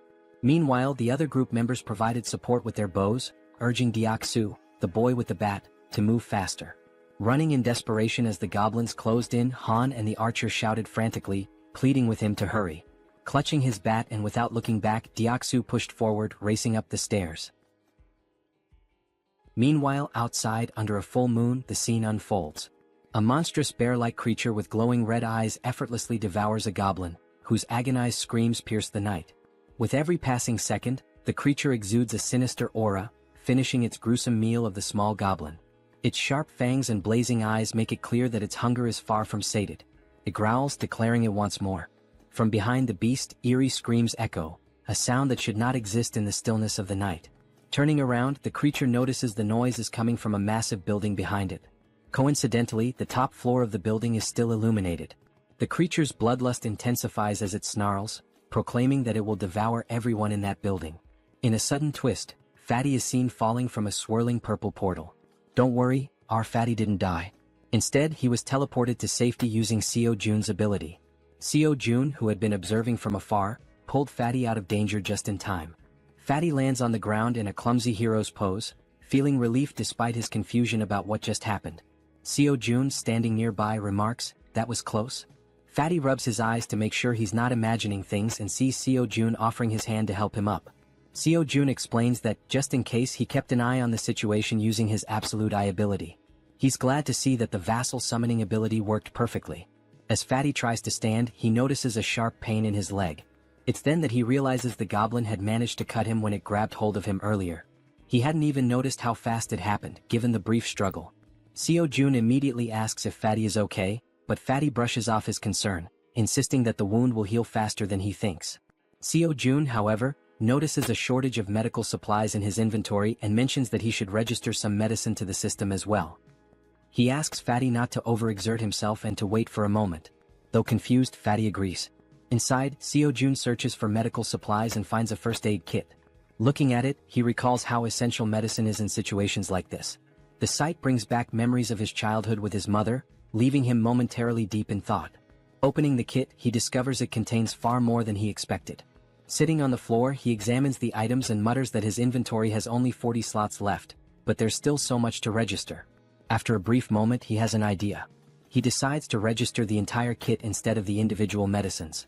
The system initiates the registration process, scanning the kit. A system notification pops up, confirming that it's a standard first aid kit valued at 77,331. Without hesitation, Seo-jun accepts. Back in the corridor, Seo-jun brings the first aid kit to Fatty, who notices Seo-jun's genuine concern for someone he barely knows. Kneeling down, Seo-jun asks to examine the goblin-inflicted wound. Fatty rolls up his pant leg, revealing a cut near his calf. With a pair of tweezers and a cotton ball in hand, Seo-jun warns that he's going to disinfect the wound first. Carefully dabbing the cotton onto the cut, Seo-jun works meticulously, though Fatty winces in pain. Despite this, Fatty reassures Seo-jun that he can endure it. The system promptly notifies Seo-jun that Choi Hyung-jun's, Fatty's, trust level has increased, along with his loyalty. After partially cleaning the wound, Fatty thanks Seo-jun for his care. Seo-jun, while packing the first aid supplies back into the kit, expresses his concern for the others. He stands and instructs Fatty to rest, explaining that he has something important to attend to. Fatty nods and agrees to follow his boss's orders. Seo-jun closes his eyes, focuses, and activates his ultimate eyes ability. His eyes darken as he scans the building, allowing him to see everything happening within. Back at the emergency stairs, Deoksu, also known as Toji the baseball bat wielder, is desperately fleeing from the relentless goblins. The archer, with her impeccable aim, provides support, taking out goblins with perfect headshots that would make anyone envious. Han and the guy with glasses try to help Deoksu create distance from the goblins but shout in frustration that they can only handle one goblin at a time, urging Deoksu to run faster. Toji sprints as fast as he can, but the goblins remain undeterred, chasing him with tireless persistence. From behind an improvised barricade, the support team fires arrows that was dangerously close to Deoksu, but every shot lands perfectly on the pursuing goblins. Deoksu finally reaches the end of the staircase and, with a leap, crosses the barricade. However, in a moment of carelessness, two goblins manage to jump and lunge at his back, catching him off guard. Instinctively, the rookie Moon charges forward with a shout, determined to protect his comrade. With a single, powerful blow from his bow at close range, he takes down the two goblins that had pounced. Moon stands with a serious expression, his eyes glowing blue and filled with determination. Without hesitation, he leaps back into the stairwell, plunging straight into the swarm of goblins. Han is left speechless. Delivering rapid, precise strikes, Moon significantly thins the goblin horde as Han and Toji watch in awe. The rest of the group, witnessing the scene, asks in disbelief if Byung-go Moon had always been this skilled in combat, remarking that his actions are utterly insane. From afar, Seo-jun observes everything and comments that the rookie is doing exceptionally well. The system screen appears, displaying Moon's status. For reference, his full name is Moon Byung-go, and he holds the title of second vassal. His confidence level is 55, and his loyalty is 88. He possesses a teleportation ability that consumes mental energy to move within his line of sight. The mental energy cost increases with the number of companions and the distance traveled. With a sly smile and darkened eyes, Seo-jun remarks that registering Moon as a vassal was a brilliant decision. Back at the stairwell, goblins are being decimated by Moon, each of his blows striking their heads with deadly accuracy. Han asks Jaehyeon, the guy with glasses, if the extension cord is ready. Jaehyeon, holding it firmly, replies that it is. Han then checks if the water tank is prepared. The archer and the baseball bat wielder confirm its readiness. Moon, realizing he has to retreat, sprints toward the barricade as Han yells at him to hurry up. With a swift jump, Moon lands safely behind the barricade. For a brief moment, the goblins believe the group has simply fled. But moments later, a massive water tank appears above the barricade. The tank is tipped over, drenching the goblins and flooding the emergency stairwell with water. The goblins, initially confused, think it's merely a stalling tactic. Han shouts that this is the perfect opportunity, and Jaehyeon flips the switch.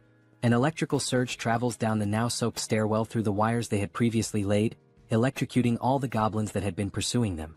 Seo-jun's system screen notifies him that he has hunted numerous goblins of varying levels, including some at levels 6 and 7. Another notification pops up, showing that Seo-jun has gained significant XP and earned a total of 334,464 won, which has been deposited into his account. Additionally, his skill level has increased, and a new ability has been unlocked. While using his ultimate eyes ability, Seo-jun suddenly feels a strange pressure. A sharp pain begins to spread through his body, causing him to writhe in agony. Upon closer inspection, a purple wave expands outward from him, covering an increasingly large area. The purple energy travels through the building, the stairwell, the parking lot, and even the goblins chasing his friends. The purple wave appears to function as a scanning mechanism because Seo Jun's ability screen indicates that hostile entities have been detected. After the scan, the system declares that the hostiles will be eliminated. As the energy wave dissipates, the goblins begin to deform, screaming in agony. In an instant, their bodies explode, vanishing in the blink of an eye. The system notifies Seo Jun once again, confirming that he has defeated numerous goblins, including several at levels 6 and 7. Not long ago, some goblins still hadn't given up chasing the group and continued climbing the emergency staircase. One of the goblins sensed something was amiss. A chill ran down its spine as it realized something was following them as well. Turning around slowly, it was greeted by an enormous shadow, its reaction one of pure shock. As it focused, it saw the silhouette of a massive bear approaching from behind. Before the goblin could even think, the bear, with sharp fangs and glowing red eyes, let out a deafening roar. In the blink of an eye, before the goblin could react, the bear attacked, biting near its neck. The goblin screamed in pain, drawing the attention of all the other goblins, who stopped and turned to see what was happening to their comrade. By then, the bear had already eliminated the first goblin and had begun attacking the others with its enormous claws. The first goblin was struck down, followed by another and then 2 more. The bear was making effective use of both its claws and teeth. Despite the bear's massive size, the goblins noticed they outnumbered it and decided to fight back. They surrounded the bear and launched their attack. Some jumped onto its back while others distracted it from the front. Quickly, the bear used its claws to knock off the goblins clinging to its back, but this left it vulnerable to more attacks. The goblins lunged at the bear, biting it with their sharp teeth. One managed to grip near its eyes while another bit into its back. The enormous beast tried to resist, striking nearby goblins with heavy blows, but their sheer numbers overwhelmed it, allowing them to attack from all sides. Using their sharp claws, they aimed for the bear's eyes, and just as they were about to blind it, all the goblins' heads suddenly exploded in an instant, likely due to Seo Jun's domain expansion. Now terrified and confused, the bear realized it was safe. At the same time, a system notification appeared, indicating citizenship had been granted. Exhausted from the grueling battle, the bear seemed to shrink in size. It began twisting its neck in an unnatural way, its body contorting strangely. Then it started to transform, revealing a human face emerging from its furry body. Finally, the bear's true form was revealed, a stunning woman with brown hair and eyes. Weakened from the intense fight, she collapsed in the parking lot, surrounded by the bodies of the goblins. Meanwhile, as Seo Jun writhed in pain while using his ultimate eyes ability, like a surveillance camera, he noticed the woman's unconscious body on the ground. He wondered who she was. A system notification identified her as Yeonju, level 33, with 9 trust points and an awakened A-rank ability called Werbear. This ability allowed her to transform into a beast, enhancing all her physical capabilities and granting powerful regenerative properties. Seo Jun's eyes widened as he realized this woman possessed an A-rank ability. Additionally, the system revealed that both Dongin and Hyerin had reached 50 trust points, unlocking their loyalty. The notification also stated that Deoksu's loyalty had reached 30, meeting the requirement to be registered as a vassal. Seo Jun quickly decided to register Deoksu as a vassal. Deoksu, now at level 25 and holding the title of third vassal, had 52 trust points and 31 ability points. Upon awakening, he gained a B-tier ability called Iron Knight, which allowed him to summon full steel armor and a halberd. Seo Jun, deep in thought, deduced that a vassal's level is determined by the rank of their awakened ability. He recalled that Fatty had awakened the strength of the gorilla, a C-rank ability, and was at level 20. Deoksu's Iron Knight was a B-rank ability, placing him at level 25. Moon's A-rank teleportation ability had placed him at level 30. Seo Jun concluded that when a vassal is registered, their level corresponds to the rank of their awakened ability. Yet, one question lingered: is the ability selection random like a roll of the dice? He wonders if Moon received an A-rank ability due to his loyalty. If that's the case, then Fatty, who has higher loyalty, should have awakened a B-rank ability instead of a C-rank one. This thought becomes even more puzzling considering that Deoksu, the baseball bat wielder, has only 31 loyalty yet already possesses a B-tier ability. Still deep in thought, Seo Jun remarks that understanding the conditions for obtaining higher-ranked abilities is crucial. It's an important question to answer. Since the number of vassals is limited to just 10, it's advantageous to select individuals with the highest potential rankings.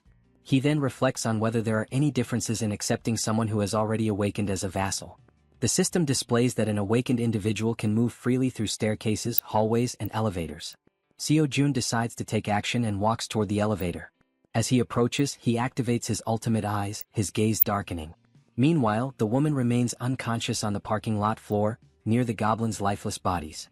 Seo-jun calls Fatty, who arrives quickly, and instructs him to head to the parking lot. He asks Fatty to bring the woman from the second level of the parking structure back to their floor. While this unfolds, the team on the emergency staircase is dismantling and recovering the materials used for the electric trap. Deoksu, feeling relieved by the goblin's sudden defeat, asks his friends if they know why the goblins exploded so suddenly. The bespectacled man speculates that it was likely someone's doing. Han, sweating nervously, realizes that such a powerful skill could only belong to one person. The way the goblins were dealt with so effortlessly leaves no doubt in his mind. It must have been Seo-jun. He recalls that when he first met Fatty mentioned that Seo-jun was a bit of an enigma. Han also remembers Fatty talking about hot baths, which amazed the girls, and how the ingredients for their meals had also been thanks to Seo-jun's ability. Reflecting on all this, Han grows more unsettled by Seo-jun's overwhelming power, convinced that the mysterious skill must be his. As Han coils the wires around his arm, he glances at Moon and recalls how he used to be an introvert, someone who changed drastically after meeting Seo-jun. Realizing the terrifying scope of Seo-jun's abilities, Han thinks to himself that being saved by Seo-jun means being chosen by him. Back in the parking lot, as the elevator reaches the ground floor, Fatty dashes toward the unconscious woman. He quickly picks her up and heads to the 30th floor as instructed. All of this is observed by Seo-jun through the surveillance-like view of his ultimate eyes, while Han silently contemplates how being saved in this world seems to hinge on being favored by Seo-jun. A flashback is revealed showing a small toy car. A child was playing with it in a park while being watched. The boy was filled with joy, calling out to his mother to watch what he could do. The woman from the parking lot, Yeonju, was his mother. She smiled at him genuinely, encouraging him. As the child stood up and waved to his mother, something appeared behind him. The genuine smile on the mother's face turned into an expression of horror. She froze, overcome with terror. A group of 3 vile goblins surrounded the poor boy, who was innocently waving at his mother. She tried to act, summoning all her strength, but she wasn't fast enough. The goblins attacked the boy, leaving her helpless to stop them. All she could do was weep as the sight of her son's final moments was burned into her memory. All that remained was the toy car the boy had been playing with. Trapped in a nightmare, Yeonju suddenly woke up, startled by the painful memories. She looked to her side and saw Seo-jun, who called her by name. He watched her lying down and she sat up on the bed, her head throbbing. Seo-jun extended his hand and introduced himself, saying it was a pleasure to meet her. Ignoring his introduction, she asked him if he was the one who did it. Surprised, Seo-jun hesitated, unsure what she was referring to. Quickly she clarified, saying he knew exactly what she meant, the thing that made the goblins' heads explode. Seo-jun froze in a moment of hesitation, and his hand began to tremble. Gripping his hand to steady himself, he admitted that, yes, he was the one who had done it. Yeonju started thinking, realizing how immensely powerful he must be. Someone with such a neutral expression could wipe out an entire horde of goblins in an instant. Fearful but hopeful, she thought that if he could do something so incredible, then maybe. She began trembling, her thoughts racing. Finally, she begged him, pleading for him to save her child. Through her tears, she cried out, asking him for just one day to bring her son back. As she finished her plea, Seo-jun looked at her, seeing her face soaked with tears, an expression of unbearable pain. It was the face of someone who had their child ripped away. Still crying, she said she missed her beloved son terribly. Seo-jun clenched his teeth, anger boiling within him as he realized she had lost her son to those wretched goblins. Yeonju sobbed so hard, trembling and unable to speak coherently through her hiccups. Seo-jun stood there, frozen, wondering if there was truly nothing he could do. He decided to try issuing a mission through the system. Hunt down 1,000 goblins with no time limit and no penalty for failure. The reward would be the resurrection of her child. Lost in thought, he wondered if such a thing was even possible. The idea filled him with apprehension. But then the system notified him that the mission couldn't be issued. Frustration surged through him as he realized resurrection was beyond his current capabilities, even with his powers. The system explained further, stating that a resurrection required a tremendous amount of power and resources. Then another notification appeared.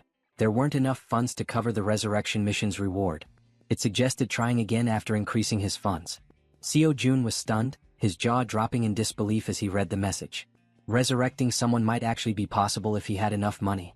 Overwhelmed with excitement, Seo-jun shouted at the system, demanding confirmation. Could he truly bring someone back to life if he had the funds? Returning to the room, he saw Yeonju still crying.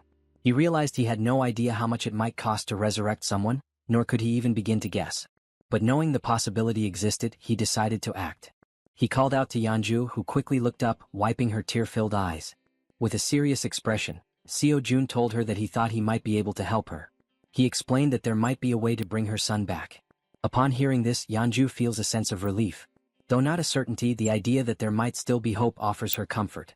Still crying, she grips the bedsheet tightly and asks if what he said is truly real or just a cruel joke. Seo-jun reassures her that he would never joke about something so serious. However, he explains that while it is possible, it cannot happen just yet, and she nods in understanding. He adds that he doesn't know exactly how long it will take, but there is definitely a way. Yeonju turns to him, saying she'll do whatever it takes, and asks what she should do to make it possible. Seo-jun considers the situation. With Han's group, which now includes Moon, Toji, and Fatty with their awakened abilities, they already have a strong team. Adding Yeonju, a level 33 fighter, would make them capable of handling most monsters. He thinks the best course of action is to transform all 7 of his minions. Changing his expression to a smile, he asks Yeonju to get up, saying he'll introduce her to some people. Shortly after, Han introduces himself, and Yeonju politely returns the greeting. She then asks if he's the one who was throwing baseballs to hunt goblins, which startles Han that she knows about that. Yeonju also turns to the archer, saying she recognizes her too since she was shooting arrows at the goblins, leaving the archer equally surprised. Nervous, the archer asks how Yeonju knows her. Yeonju, growling and mimicking claws with her hands and sharp teeth, asks if they really don't recognize her, saying they've met before. Toji, the archer, and Han look confused about her growling while cute bears appear in the background. Deciding to clarify, Yeonju begins transforming. Gradually, fur starts appearing on her body as she focuses. Her bear form becomes evident, complete with a snout and brown fur. The archer, shocked, points at her and asks if this is actually happening. Now a massive bear stands in the room before the group. Still pointing, the archer exclaims that it's the beast they saw in the alley earlier. Yeonju, laughing awkwardly, corrects her, saying it's actually a bear, not a beast, leaving the archer dumbfounded. The bear woman explains that she had helped them deal with the goblins a few times before, though they hadn't realized it until now. Looking at the giant bear in front of him, Han remarks that their meeting wasn't a coincidence after all. The bear woman confirms this, saying that anyone who opposes the goblins is a friend of hers. At that moment, Seo-jun arrives and interrupts their conversation, stating that it's good they're already acquainted. With a serious expression, he says he has something important to announce. Seo-jun explains that after thinking it through, they'll execute the plan to rescue Moon's grandmother tomorrow. The group listens intently as he informs them that the number of goblins has drastically decreased, making this the perfect opportunity for the mission. He adds that Fatty will sit out this mission due to his injuries and mentions that he borrowed Fatty's room, as Fatty lost his bed to the bear woman. Seo-jun then announces that Yeonju, the bear woman, will join them on the mission. She nervously thanks him for the opportunity and says it's a pleasure to meet everyone. Concluding the meeting, Seo-jun tells them to prepare for tomorrow morning. The group, filled with determination, agrees to the mission without question. Afterward, Seo-jun calls Toji and Moon aside for a private conversation in the hallway, leaving them feeling uneasy. He reassures them not to worry, saying it'll only take a moment. Under the full moon in the hallway, Seo-jun asks if they know why he called them there. Both Toji and Moon look startled, unsure of what he's referring to, though deep down they might have an idea. The two were caught off guard by the sudden question and visibly startled. Toji hesitated and admitted he wasn't sure, while Moon spoke up, asking if it had something to do with the powers they had recently acquired. Jun smirked sarcastically and replied, "Yes, it's about your powers." He went on to explain that both of them had awakened abilities this time, leaving them shocked at how perceptive their leader was. Seo-jun explained further, revealing that Moon's newly obtained ability was teleportation. This excited Moon, who was eager to learn how to use it. As for Toji, his ability was named Knight of Steel, which left him curious about what it could do. Jun's expression shifted to one of seriousness as he considered the situation. He realized he needed to understand how both their abilities worked before they embarked on the mission the next day. Deep in thought, he opened the system screen to analyze their progress. He issued a mission to both of them: demonstrate their newly awakened abilities within 1 hour. The reward for success was increased strength, while the penalty for failure was having to sleep in the corridor. The system confirmed the mission parameters, and Jun found himself intrigued by these team-oriented challenges. As Jun mulled over the situation, Toji, unable to contain his enthusiasm, called out, asking if it was true that he had awakened a new ability. Jun confirmed with a nod. Toji's excitement was palpable. Snorting with exhilaration, he exclaimed how great it was, but then asked about the Knight of Steel ability, curious about its specific capabilities. Jun explained that it allowed Toji to summon a steel suit of armor and a halberd. Before Toji could ask further questions, since he was used to wielding a baseball bat, a blue light suddenly materialized beside him. The light was Moon's teleportation ability activating. In an instant, Moon vanished, leaving Toji stunned by how quickly he had picked up the skill. For a few seconds, Jun and Toji exchanged wide-eyed, speechless glances, both trying to process what had just happened. Moments later, Moon reappeared in the corridor, slightly wobbly as he landed. Looking down at his hands, Moon's face lit up with excitement as he marveled at the functionality of his power. Clenching his fist, he declared, "With this power, rescuing my grandmother will be a breeze." The system notified Seo Jun that Moon's confidence had increased, along with a rise in his loyalty. Overcome with gratitude, Moon bowed deeply to Jun, thanking him for everything he was doing. The gesture took Jun by surprise. After a moment, Jun urged Moon to pause and carefully assess the situation.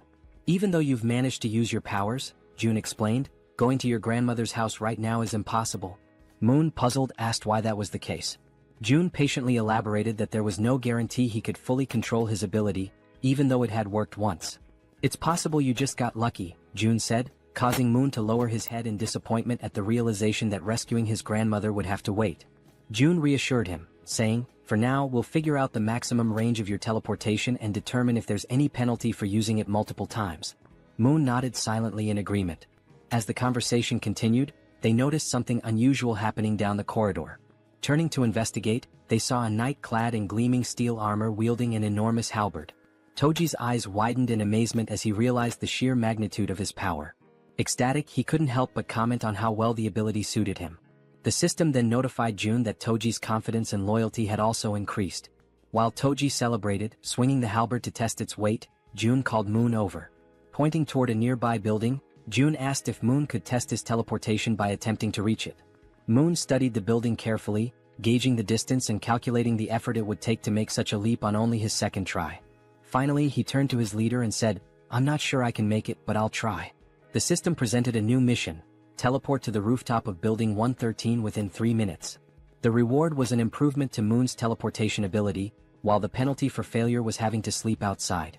While focusing intensely, Moon positioned his hands in a stance resembling a Kamehameha to channel his energy for teleportation. In the background, Toji cheered him on enthusiastically, offering words of encouragement and telling him he could do it.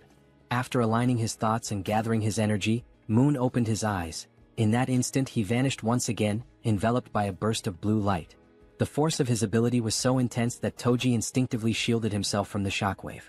Moon reappeared on the rooftop of the other building, landing in a dramatic superhero pose. However, his face contorted in pain, and his eyes turned completely white. From his new vantage point, Moon felt a wave of relief knowing the teleportation had worked. Looking across at his friends, he waved to ensure they saw him and shouted that everything went as planned. The system notified Jun, confirming that Moon had successfully completed the mission. Seo Jun let out a sigh of relief and smiled, praising Moon for his impressive and quick mastery of the ability.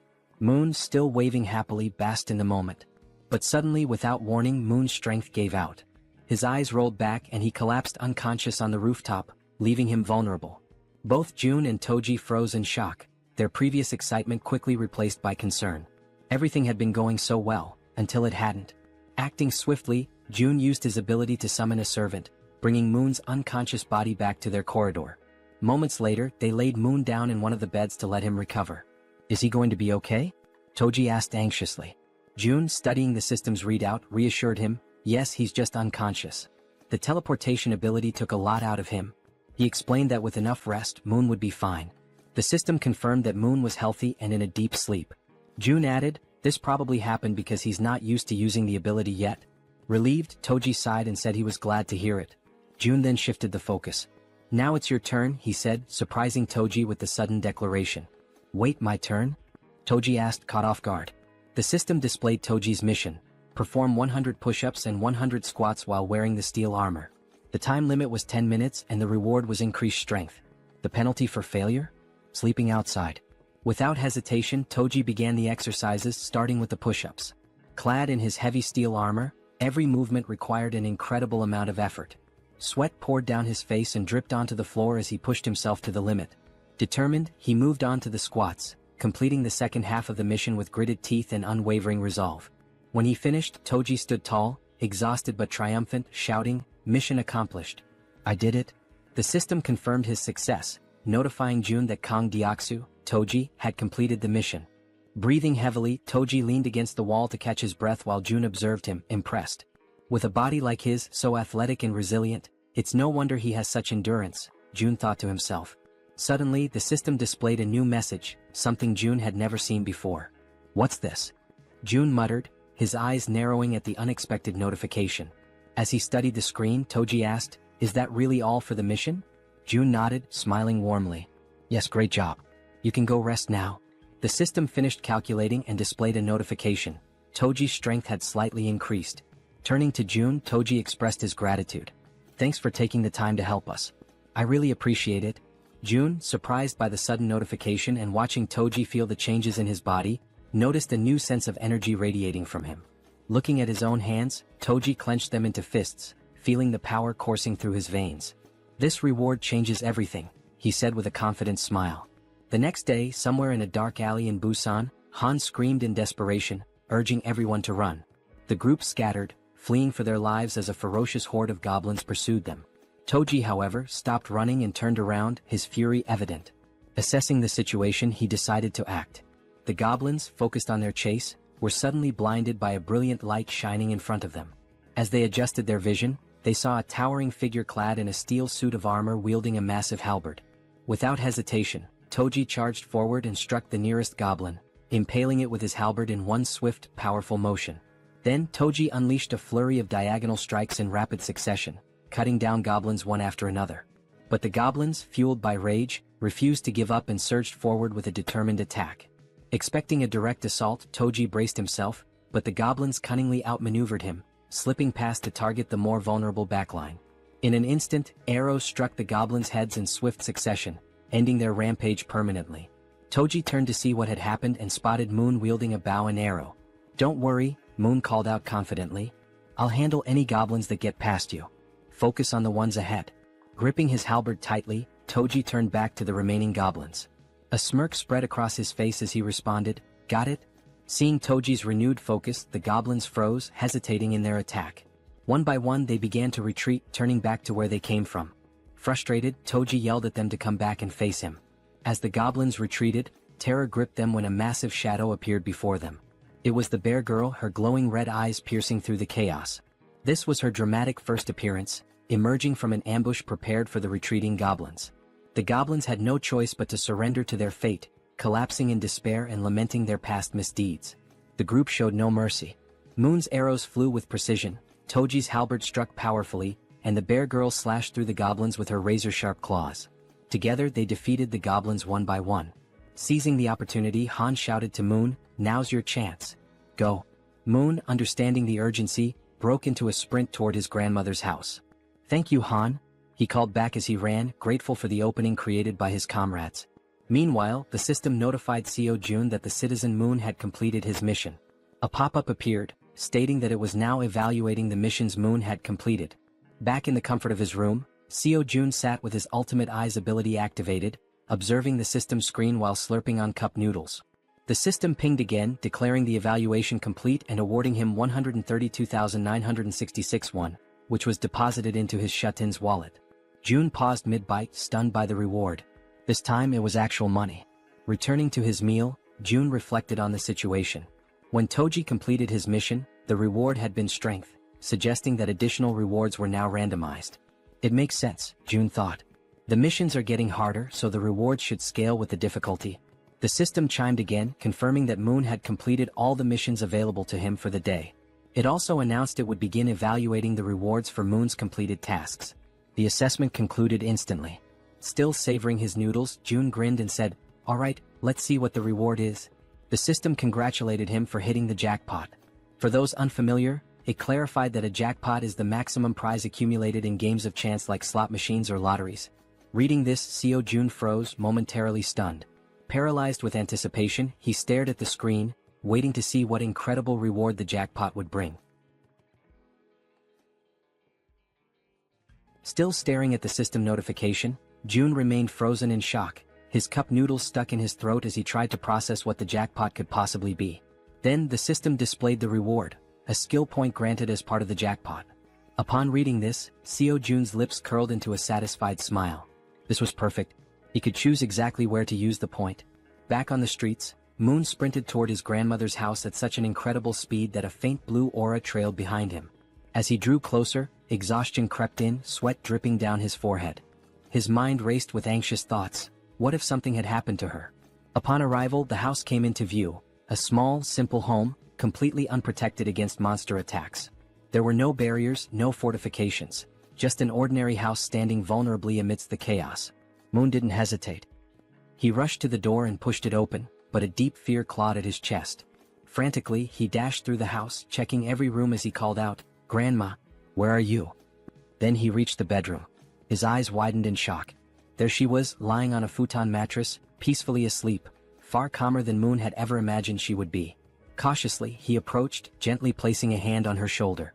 "Grandma," he whispered, shaking her lightly, hoping for any sign of response. Slowly, her eyelids fluttered open. Her voice was faint and drowsy as she murmured, "Who is there?" She reached out, her frail fingers brushing against his hand. "Moon, is that you?" And at that moment, ninjas cutting onions must have passed through the room, because Moon's vision blurred as he choked up, his chest tightening with overwhelming relief. Tears streamed down his face. His body trembled as he sobbed uncontrollably, overwhelmed by the sheer relief that she was still alive. Unable to hold back, he threw his arms around her in a warm, desperate embrace, whispering apologies between his sobs.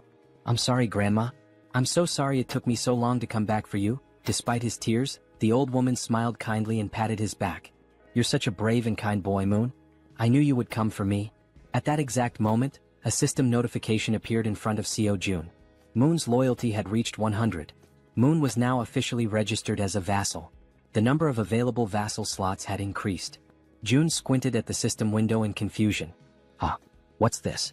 Apparently, reaching a certain level of trust unlocked an additional vassal slot. The system then displayed his current vassals. Choi Hyungjin aka Fatty, level 20, Moon level 30, and Kang Deoksu aka Toji level 25. Scratching his chin, Jun was taken aback. "Wait, so I can level them up too?" Curious, he decided to check how much it would cost to upgrade Moon's level. He tapped the plus symbol next to Moon's name. A new notification popped up. Insufficient funds to level up. Then another window appeared, showing the required amount. 100 million won is needed to upgrade Vassal Moon to the next level. Jun's jaw nearly hit the floor. His hands clenched into fists. 100 million won? His face twisted in frustration as he rubbed his temples. That's insane. Just for one vassal? With a sigh, he ran a hand through his hair and lightly punched the table. "I'm sorry, Moon," he muttered under his breath. "I'll make it up to you by assigning you missions every single day." At that moment, a noise snapped Jun out of his thoughts, his senses going on high alert. The elevator was moving. His brow furrowed. Who the hell could that be? His comrades were still out in the streets, fighting goblins. Narrowing his eyes, he activated Ultimate Eyes. His pupils darkened as his vision extended, scanning the entire building. Two people stood outside one of the apartment doors. A man and a woman. The man carried a box on his shoulder, while the woman knocked on the door, asking if anyone was inside. Something felt off. Their expressions weren't exactly friendly, and their dark under-eye circles hinted at exhaustion or something more sinister. Jun immediately recognized the apartment. Inside was Fatty's wife. From the other side of the door, she hesitated. Hearing the knocking and voices, she called out cautiously, "Who is it?" Assuming it was urgent, she made a quick decision and opened the door. Standing there was the young woman, who greeted her with a bright smile. "Hello," she said cheerfully. "I'm Kim Dabin." Then she gestured toward the man beside her. "And this is my younger brother, Kim Miho." She continues, mentioning that they live in unit number 1701. Intrigued, Fatty's wife asks what brings them there. The girl sighs, explaining that she only came because she desperately needed help, leaving Fatty's wife wondering what kind of help she could possibly need.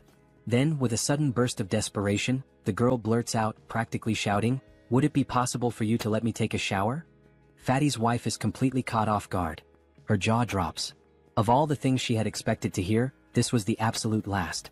Still trying to process it, she blinks in disbelief and asks if she heard correctly. "Did you really just ask to take a shower? And that's all you need?" The girl nods eagerly. "Yes, that's all. I just want a shower." Relieved that the request wasn't anything too complicated, Fatty's wife lets out a small chuckle and waves them inside. Well, that's easy enough. Come in. The two enter, expressing their gratitude. The man, still carrying the box on his shoulder, also thanks her before asking where he should put it. Curious, Fatty's wife asks what's inside. As he places it down on the floor, the girl, still grateful, explains that it's just canned food and some miscellaneous supplies.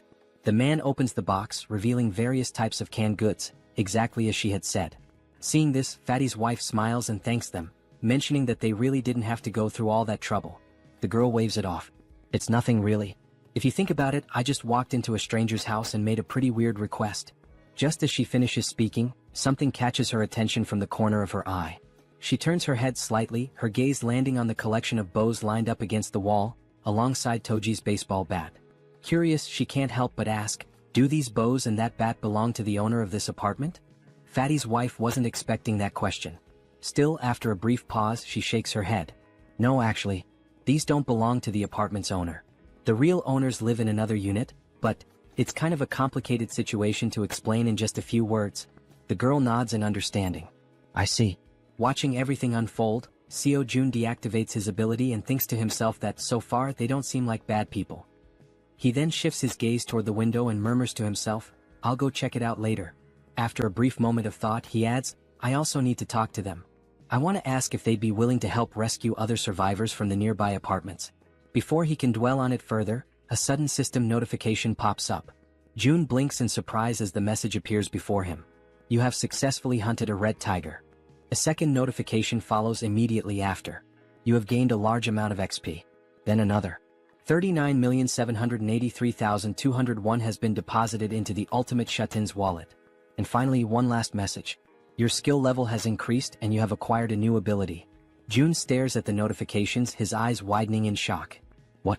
What just happened out there? He hadn't even been paying attention for that long. How could so much have changed in such a short time? Without hesitation, he forces himself to reactivate Ultimate Eyes, pushing his abilities to their limit despite the strain. Outside, the battlefield is far from calm. Han, the archer, and the guy with glasses are both lightly wounded. In front of them, the corpse of a massive red tiger lies motionless on the ground, and next to it, the werbear is also severely injured, struggling to move. The rest of the group stands frozen, unsure of what to do next. Jun observes everything, but a strange feeling creeps up on him.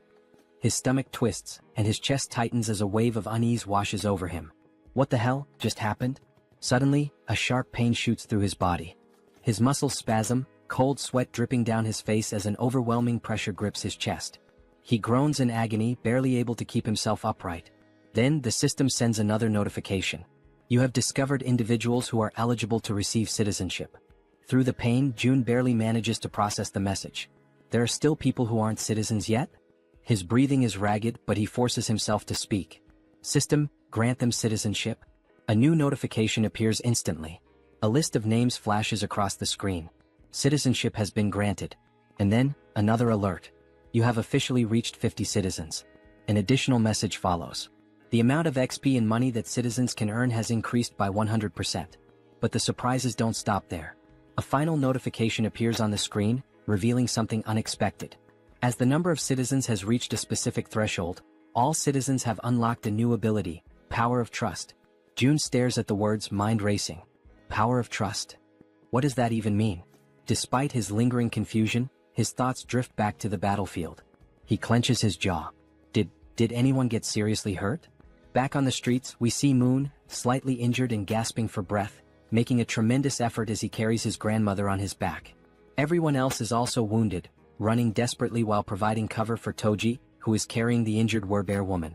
Observing this, Jun quickly realizes that the situation outside is far worse than he had imagined. And of all people to be seriously hurt, it had to be the werbear. As the group races to escape, a horde of goblins suddenly appears right in front of the two carrying the wounded. The team members covering them from behind immediately let loose a volley of arrows, striking down goblins to clear a path. The archer, watching closely, is startled by the precision of the man with glasses. How the hell did you pull that off with a single shot? She asks, eyes wide. The man looks just as confused. I honestly have no idea. As they continue running, the archer suddenly realizes something. For some reason, my body feels lighter. Han, running beside her, nods in agreement. Yeah. And I just noticed, I'm not even out of breath anymore. Meanwhile, back with Jun, the system finally provides an explanation. The ability Power of Trust is a passive skill that increases all stats by X%, where X equals the trust level of each citizen. Seo Jun stares at the message in disbelief. This skill didn't even exist before. How the hell is it so strong? Then, another realization hits him: every single member of his group has at least 50 trust points or more. This means that all their stats, including stamina, strength, reflexes, and more, have naturally increased by 50%. At that very moment, Moon's expression shifts as if something suddenly clicks in his mind. He has a hunch: this must be another one of Jun's new abilities. The system then notifies Jun of something else. Both of the girls have now surpassed 30 loyalty points.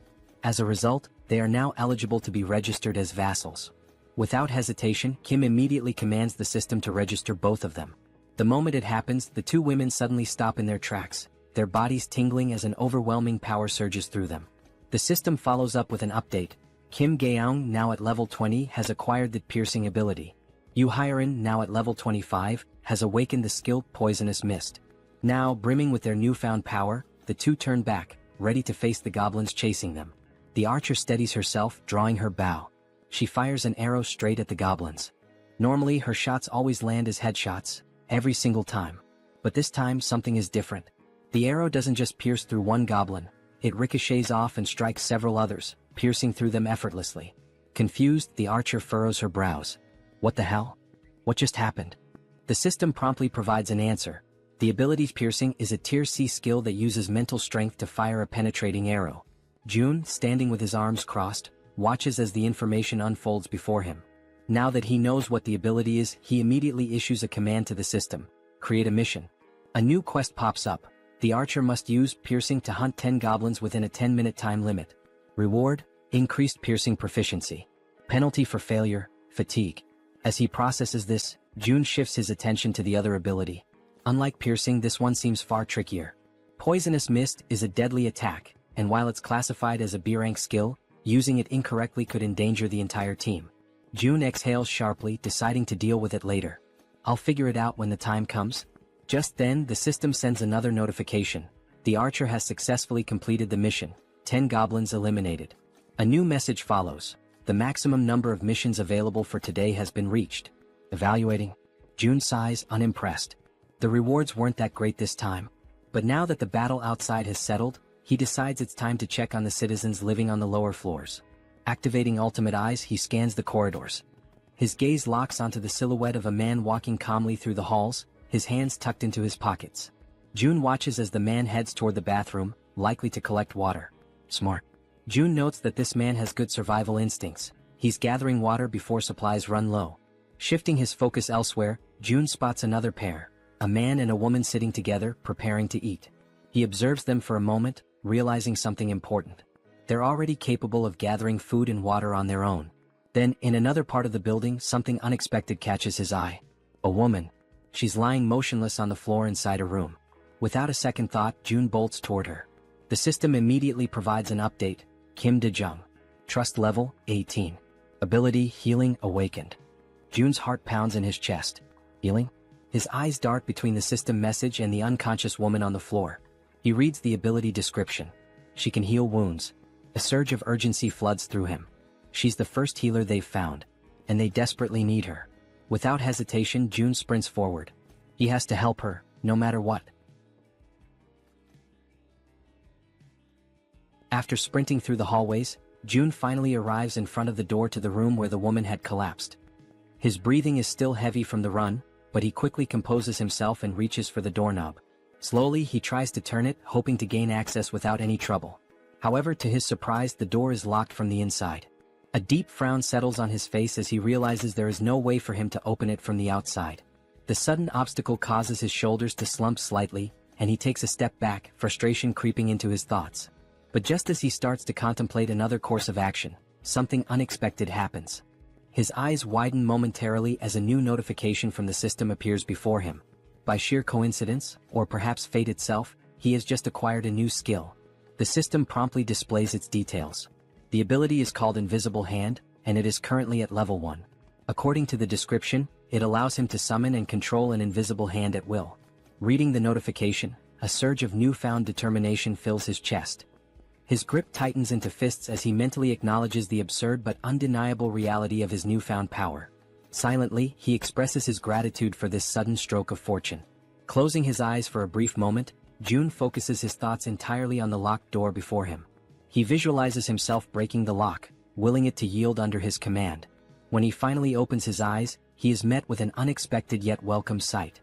Right before him, materialized out of shut-in energy, is a lock-breaking tool, a sturdy bolt cutter formed entirely of the same strange energy he has come to rely on. Without hesitation, he reaches forward, taking hold of the newly formed tool. The cold sensation of the manifested object in his grip confirms its existence. Without wasting another second, he positions it against the lock and applies pressure. A sharp snap echoes through the quiet hallway as the lock gives way effortlessly. With a swift motion, he pushes the door open and rushes inside. The moment he steps into the dimly lit room, his gaze immediately lands on the unmoving woman lying on the floor. Now that he is seeing her up close, the eerie stillness of her body makes the entire scene feel unsettling. Jun quickly kneels beside her, concern evident in his expression.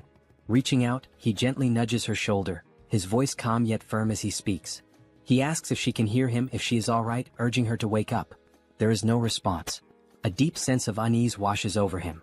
He carefully observes her condition, scanning for any visible injuries. But what he notices instead sends a wave of worry through him. Her face is unnaturally pale, her lips dry and cracked. Severe dehydration. His mind races. Dehydration this extreme could be dangerous. She needs help, immediately.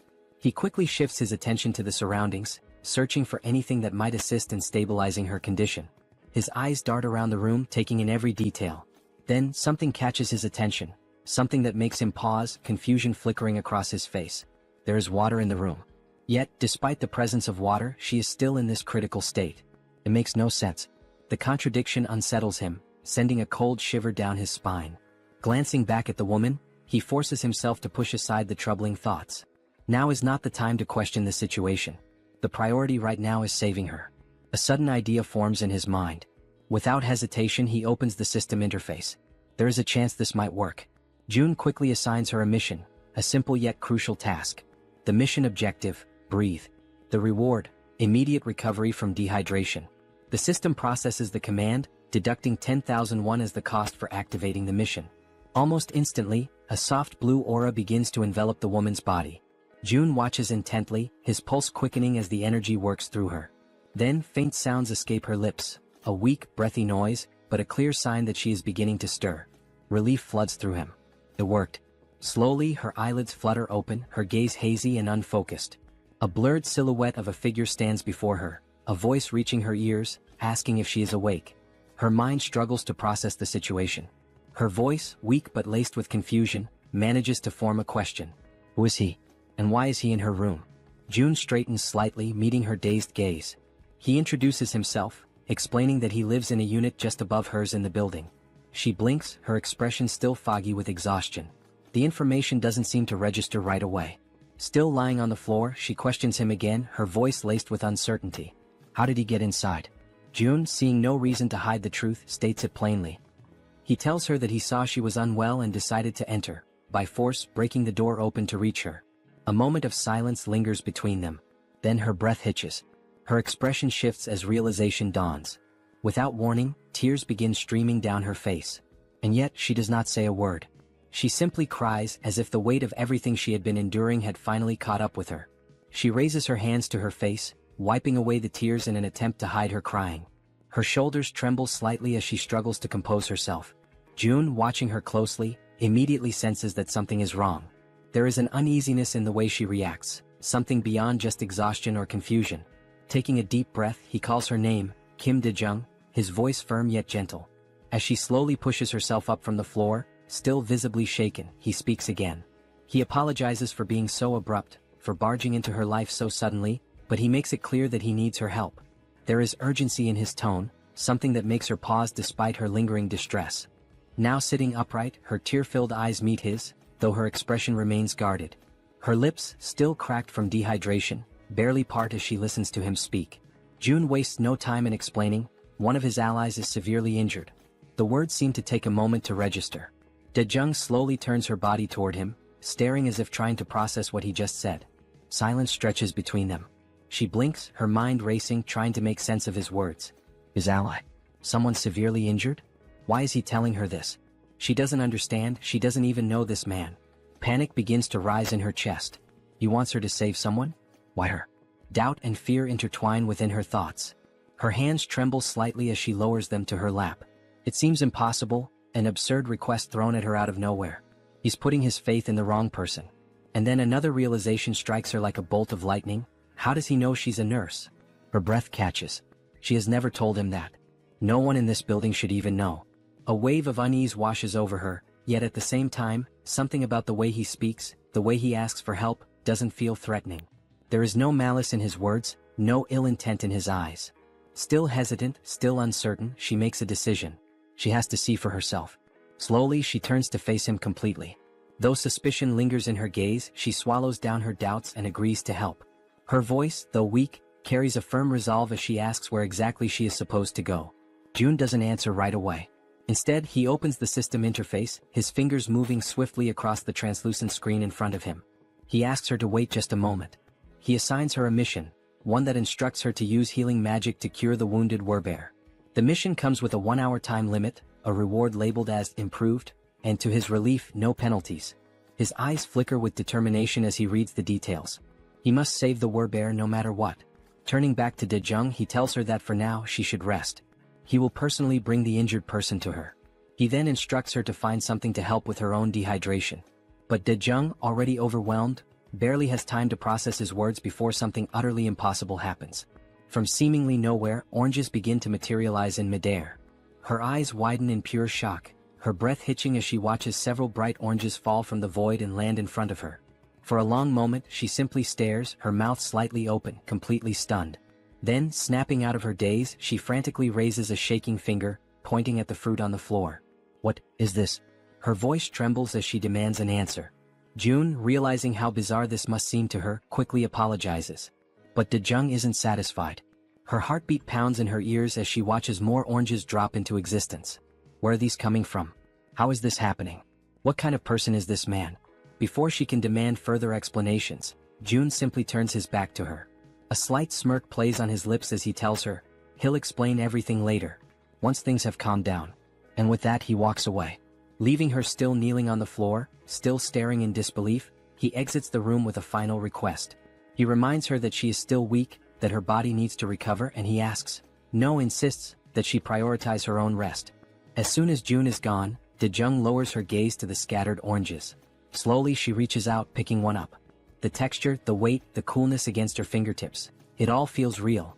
She squeezes the fruit gently, expecting it to vanish like an illusion, but it remains solid in her grasp. A shiver runs down her spine. What is this? Still overwhelmed, she hesitantly mutters to herself, wondering if she's dreaming. Because never, in her life has she seen anything like this before. Meanwhile, June wastes no time. He rushes back to his shut-in apartment, moving with quick, determined strides. His mind is already focused on helping his allies outside as fast as possible. The system chimes with a notification. The healer's trust level has increased. He stops for a brief moment, narrowing his eyes at the message.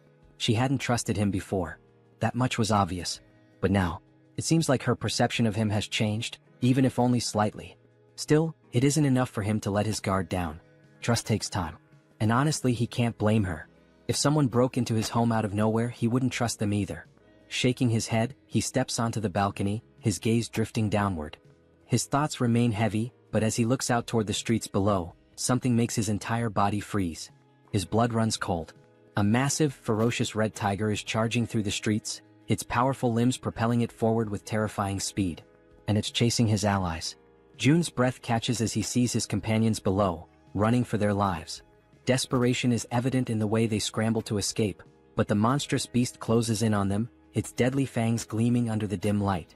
Then, as if things couldn't get any worse, its piercing eyes fixed on its targets, its muscular body moving in perfect synchrony as it hunts his team. A wave of panic washes over June. This isn't just a dangerous situation. This is a massacre waiting to happen. June stood frozen in shock as he took in the sight before him. There wasn't just one red tiger. Another had appeared, a second ferocious beast, separate from the one that had already fought the werbear woman and left her gravely wounded. Down below, chaos continued to unfold. The massive red tiger prowled menacingly, striking fear into the hearts of the remaining group members, who were now running desperately, not daring to look back. Fear gripped them entirely, their survival instincts pushing them forward. Amidst the frantic escape, Jaehyeon, the girl who had received the power of poison, misstepped. Her foot twisted unnaturally, and pain exploded through her leg as she collapsed onto the hard ground. A sharp, involuntary cry of agony tore from her throat. Both the archer woman and Han immediately stopped in their tracks, their faces contorted with panic. Their eyes darted back to her, calling out her name with pure desperation. Gritting her teeth, Jaehyeon struggled to push herself up, trying to fight through the pain. But her body was already beyond exhaustion, her limbs heavy, refusing to obey her will. No matter how much she willed herself to move, she couldn't. The archer's voice rang out through the air, a raw scream of distress. Because the enormous red tiger was already preparing to strike. Its muscles coiled, eyes locked onto Jaehyeon like a predator savoring its helpless prey. It was ready to devour her, its powerful body lunging forward just as she finally managed to stagger back onto her feet. But she had yet to realize how dangerously close the beast truly was. Her mind was occupied by something else, perhaps a last-ditch plan or sheer disbelief at her predicament. Then at last she turned her head. And in that instant she understood. The beast was right there. The realization hit her like a tidal wave, crashing down and swallowing her whole. A cruel truth settled into her bones: there was no escape. For a brief, soul-crushing moment she stopped resisting. The fight drained from her eyes and she surrendered to the inevitable. She stood still, bracing for the end, waiting for the red tiger's jaws to clamp down and rip her apart. And then, in a sudden flash of light and violet smoke, she was gone. The tiger's gaping maw snapped shut on empty air. A growl rumbled deep in its throat, confusion flickering through its burning eyes. It didn't understand what had just happened. A heartbeat ago, its prey had been right there. And now, vanished. The frustration of the failed kill sent the beast into a deeper fury. At the same moment, Jaehyeon reappeared, disoriented, drenched in sweat, her breath ragged and uneven. Her mind reeled as she tried to comprehend what had just occurred. Had she died? Was this the afterlife? Pain surged through her limbs, sharp and unrelenting, reminding her that she was still very much alive. That was when she saw him. Jaehyeon. He was standing there watching her closely. It had been too close. A fraction of a second later and she wouldn't have survived. The weight of that realization pressed down on him. Jaehyeon, still trembling, looked up at him, but no words came. She was too exhausted, too overwhelmed to speak. Meanwhile, outside, the others were still running for their lives. June took a deep breath, his mind racing. At the very least, he had bought them some time. One less person in immediate danger meant the group below had a slightly better chance of escaping. Then, his system screen flashed with a new notification. He had discovered individuals who met the criteria to be granted citizenship. The system prompted him, did he wish to approve their citizenship? Before he could process this, another sudden movement caught his eye. Moon appeared, using his teleportation ability to warp into the apartment, carrying his grandmother in his arms. As soon as he landed, he turned to June, his expression frantic. His breathing was unsteady, but his grip on the elderly woman remained firm as he pleaded for June to take care of her. June glanced at Moon, then at the frail woman in his arms.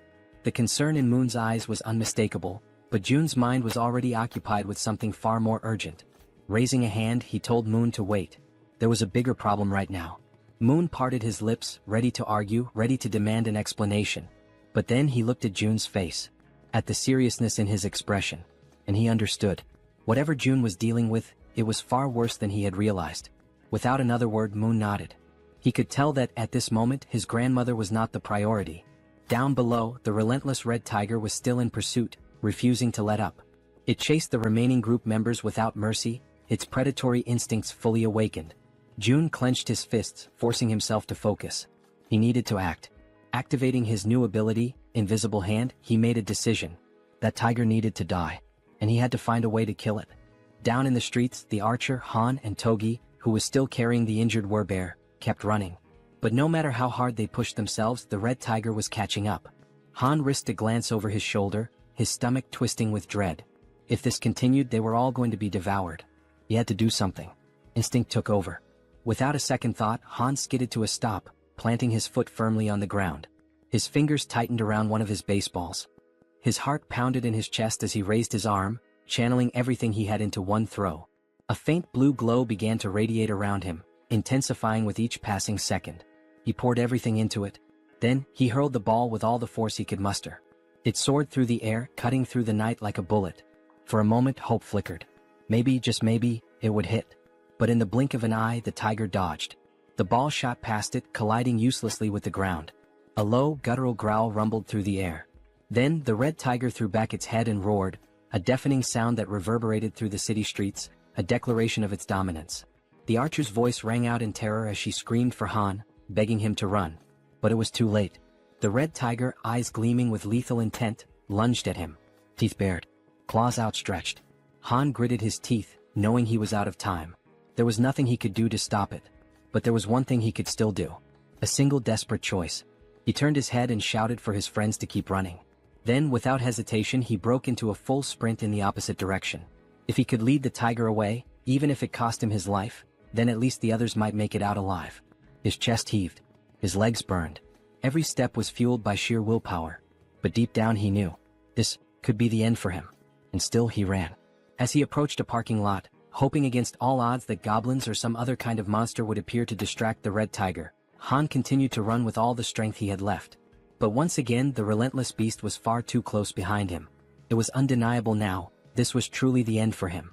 While sprinting, he risked a glance over his shoulder, his breath catching in his throat as he took in the sight of the enormous glistening fangs of the red tiger. They were massive, sharp, and deadly, a testament to the inevitable doom that awaited him. At that moment, his gaze locked with the tiger's, and an unspoken understanding passed between them. This was it. There was no escape. His fate was sealed. Just when all hope seemed lost, when every fiber of his being prepared to accept his tragic demise, something unexpected happened. A strange, pulsating purple force suddenly materialized and coiled tightly around the red tiger's neck. It appeared out of nowhere, wrapping around the beast with a speed and intensity that defied comprehension. In an instant, the force pulled downward with such overwhelming strength that the tiger's head was violently slammed into the ground. The impact was so powerful that the very pavement beneath them cracked and shattered, sending debris flying in every direction.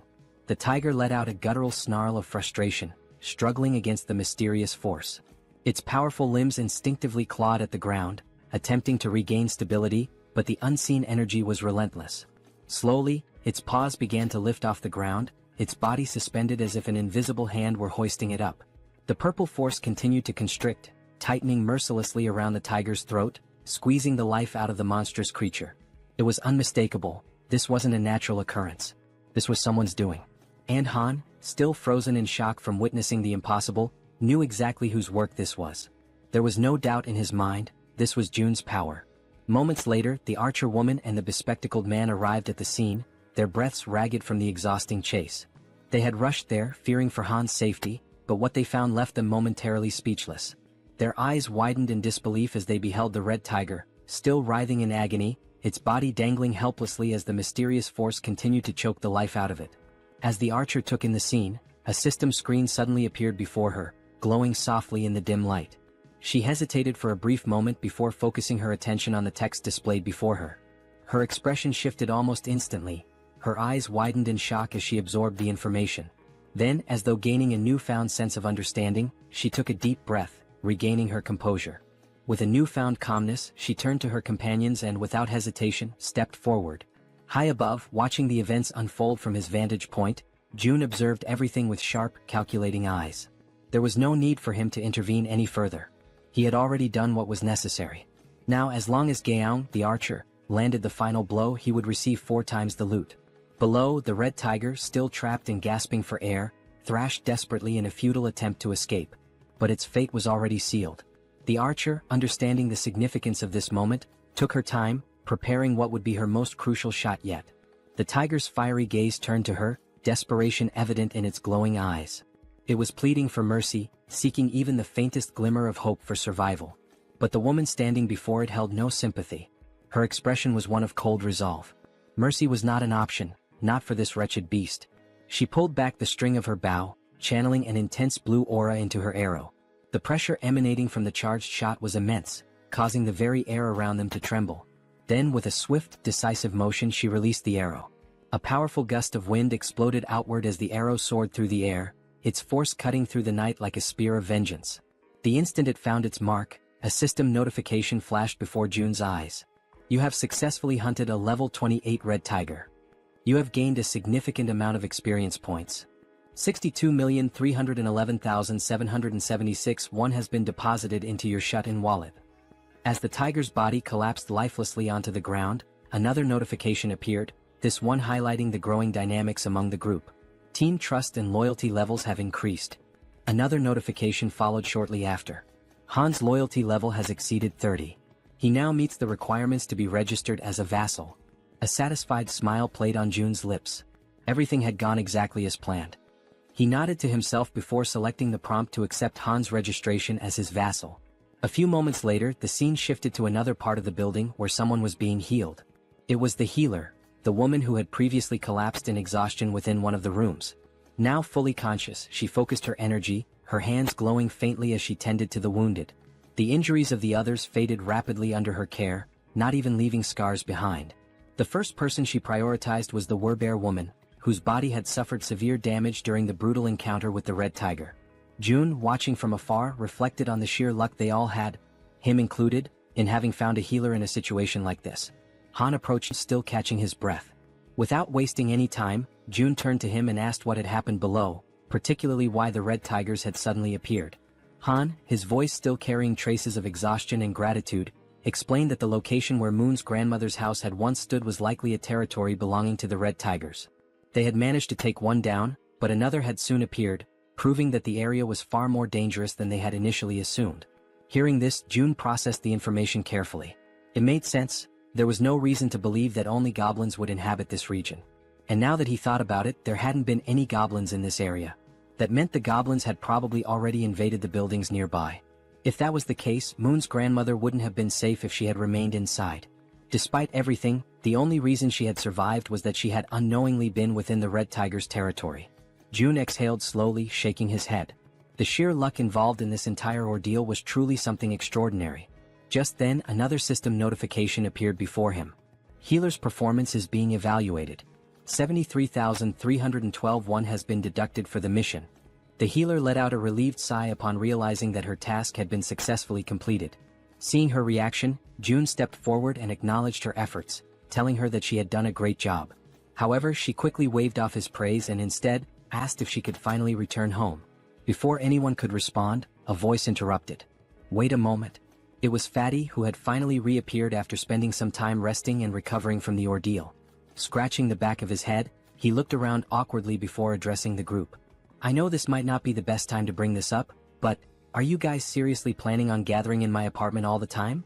Jun turned his attention to Fatty and, for the first time, truly took in the number of people currently occupying the space. The realization dawned on him, and at that moment, everyone around them wore equally amused and sheepish expressions.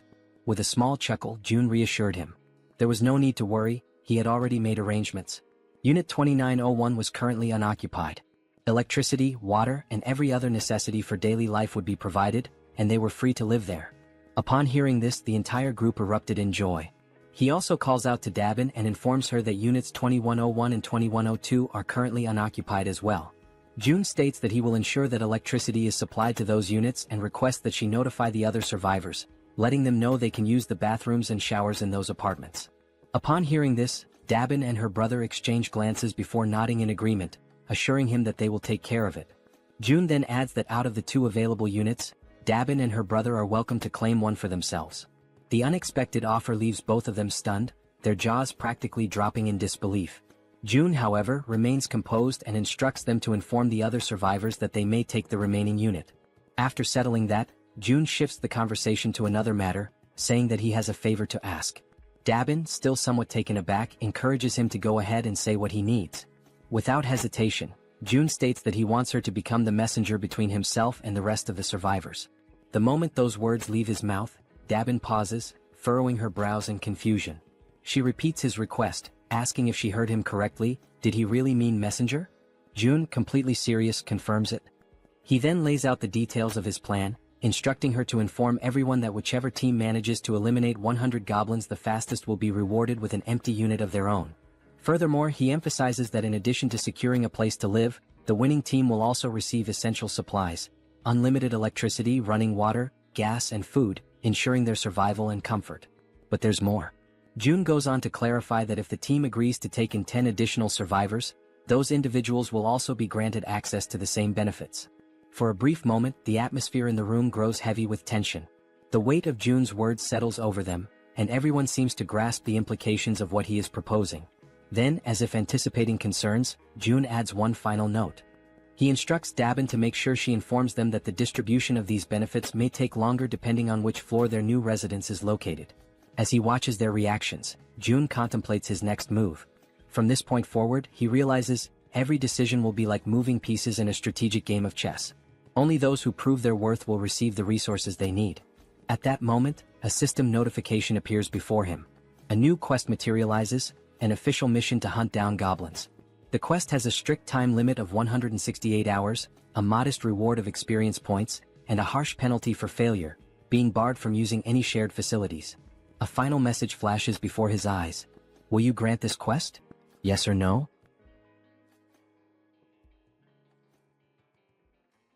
After that, all the residents that June had helped began hunting the goblins. Outside, one of them was desperately running for his life, being chased by an enormous horde of goblins. His breath was ragged and his legs burned with exhaustion, but he had no choice but to keep moving forward. The goblins were enraged, shrieking as they pursued him, their eyes glowing with a savage hunger. The young man in the red jacket was already drained from all the running, and regret started creeping in. He cursed himself for getting into this situation but kept repeating in his mind that he just needed to endure a little longer. As he continued sprinting, his eyes locked onto a door ahead, leading into the parking lot.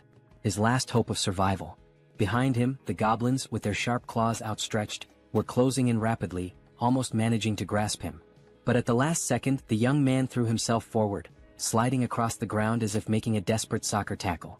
His body barely squeezed through the doorway just before the goblins could reach him.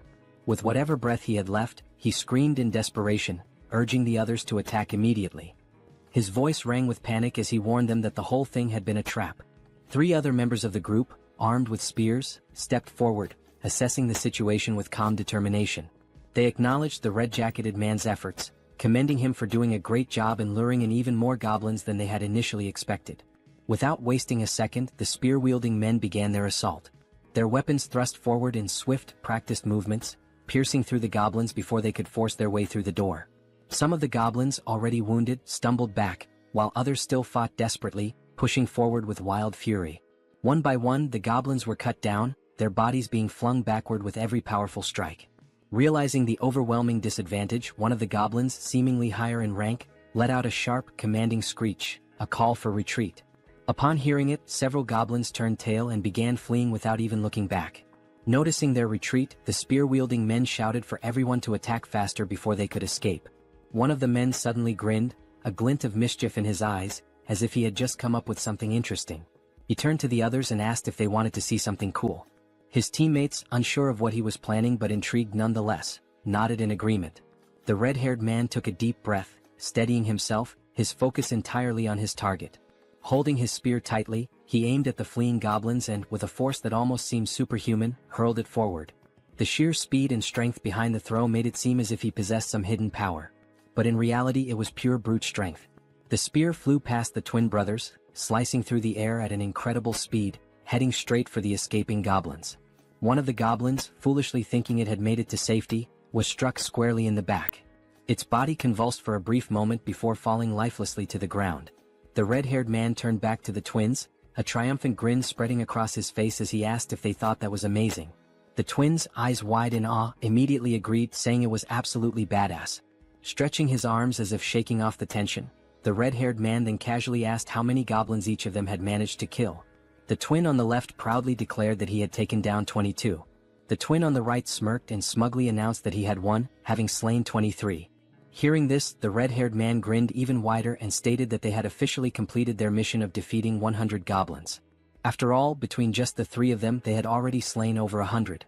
The twins exchanged glances, surprised at how quickly they had achieved their goal. They had initially thought it would take an eternity to eliminate that many goblins. Just then Min, the man in the red jacket, stormed up to them, clearly irritated. He wasted no time in complaining, reminding the red-haired man that he had said there would be only about 10 goblins. Yet Min had barely escaped with his life. The red-haired man immediately bristled, veins bulging on his forehead in frustration. He snapped back, demanding to know what Min was whining about this time. Min, still seething, shot back that there was no way anyone could have mistaken that many goblins for just 10, and he had nearly died because of it. Rolling his eyes, the red-haired man brushed off his complaints, saying that the results had turned out well. thanks to their success, they were about to get a brand new place to live, so Min should quit complaining. Irritated, he then told Min to pay attention and called him bro, which suggested they might actually be siblings. Then, with the veins on his face bulging even more, he reminded Min that he had come up with this hunting strategy himself, so there was never any chance of failure. He also pointed out that it was his idea to use the spears, which had been crafted by the twins. All Min had to do was run, something he was already confident in doing. With an exasperated sigh, the red-haired man then offered Min a way out. If he was that dissatisfied, he could simply leave the team. At this point, his presence wasn't even making much of a difference anymore. Sensing the tension between the two brothers, the twins quickly intervened to prevent the argument from escalating into an actual fight. One of the twins calmly asked the red-haired man to relax, reminding him that Min had put in effort as well. The other twin turned to Min and, with a playful grin, told him that he had done an excellent job acting as bait, pointing out that he had been running incredibly fast. The red-haired man clicked his tongue in irritation, saying that Min always managed to find a way to get on his nerves. He then demanded to know how Min dared to talk back to him like that. One of the twins, still grinning, urged Min to just apologize and get it over with. Realizing that arguing would get him nowhere, Min let out a sigh and begrudgingly muttered an apology. The red-haired man huffed in response, then turned his back on him. Dismissing the whole ordeal, he stated that it was time to move on, as they needed to head to the 21st floor to claim their new home. However, upon arriving at the 21st floor, ready to receive their reward, they were met with unexpected news. Dabin, looking somewhat apologetic, informed them that another team had already beaten them to it and claimed the reward first. The entire group froze in disbelief, their excitement immediately turning into shock. In their minds, they had been incredibly fast. There was no way another team had completed the mission before them. The red-haired man's face darkened, his irritation flaring up again. He demanded to know if there was really another team that had managed to slay 100 goblins faster than them. Dabin nodded, confirming it. Still unable to believe what he was hearing, the red-haired man furrowed his brows and told Dabin to stop joking around. In a protesting tone, he once again asked Dabin to stop joking around and to just hand over their house already. Dabin, maintaining a serious expression, insisted that it was no joke, she was telling the truth. Then she revealed that the group who had finished the hunt even faster had just arrived. The group that had killed the goblins first. Seeing who they were made the red-haired man even more irritated. The group consisted of Dabin's brother and an elderly couple, both of whom were smiling cheerfully as if nothing had happened. Dabin turned to her brother and asked how things went with June. In response, her brother explained that they had made a deal. In exchange for giving up the new house, his own home and the elderly couple's home would now have electricity, food, and other necessities. On top of that, their daughters would no longer have to take part in missions. Upon hearing this, Dabin immediately pointed out that the elderly couple's daughters were minors, meaning they should have already been exempt from missions in the first place. The elderly couple continued smiling, unfazed, and corrected her by saying that their daughters were actually adults. Despite their youthful appearance, they were older than they seemed. The elderly woman then added that their daughters were probably quite skilled with bows and arrows, though her husband always worried too much about them. Dabin's brother also mentioned that part of the agreement included providing bows and arrows for their daughters. Dabin frowned, questioning the need for bows and arrows. Were they planning to continue hunting goblins? Her brother nodded, confirming that they were, but specified that June had only requested the goblins in the surrounding areas. Since the goblins were relentless and kept coming no matter how many were killed, it was necessary to keep them under control. Hearing all of this, the red-haired man grew even more irritated and told them to stop with all the useless chatter. Then, in a firm voice, he questioned whether they were giving themselves special privileges simply because they were the ones in charge. Wasn't that unfair? To some extent, Dabin's brother agreed. That's why, to balance things out, he explained that June had ordered the second and third groups to kill 100 goblins and head to the 30th floor to receive their rewards. Upon hearing that, a genuine smile appeared on Dabin's face. She reassured them that everything had worked out and instructed them to head up to the 30th floor. Dabin then added that Seo Jun would be waiting for them there, while the red-haired man, still visibly irritated, remained bitter about not being the first group. As they ascended in the elevator, the red-haired man suddenly asked if the guy's name was really Jun, since he looked younger than all of them. Then, laughing with clear sarcasm, he commented on how ridiculous it had been to hear Dabin speak so respectfully about this June. One of the twins joined in on the sarcasm, joking that maybe Dabin saw June as some kind of god or something. The other twin laughed as well and scoffed, saying, "God my ass. At most, he's just the leader of some cult." Then, as if pondering the idea, he questioned whether this Seo Jun guy was even sane in the first place. Min, who had been listening to all of this quietly, murmured under his breath that all of them were being protected thanks to Jun's abilities. Therefore, he suggested that maybe they didn't have the right to speak about him like that. The moment those words left his mouth, the atmosphere inside the elevator changed. Everyone else became visibly irritated. The red-haired man, looking more annoyed than ever, questioned if all of them were just trying to get on Jun's good side. That single remark filled the elevator with a tense silence. Everyone was now staring at Min. As expected, the red-haired man, frustrated beyond belief, cursed at Min under his breath. Then, glancing over his shoulder with a menacing expression, he warned Min that they would have a little talk later. At that moment, the twins noticed something strange. Jun was approaching, walking at a calm and leisurely pace, one hand tucked casually into his pocket. As he neared them, he gave them a small, relaxed smile and simply said, "Hello." That simple greeting, combined with the way Jun carried himself, sent a wave of shock through all four members of the group. Feeling a sudden nervousness creeping over him, the red-haired man extended his hand hesitantly, introducing himself as Baek Sunjiob. Jun shook his hand in a firm yet casual manner, acknowledging him before commenting that he had observed how Sunjiob and his team had hunted.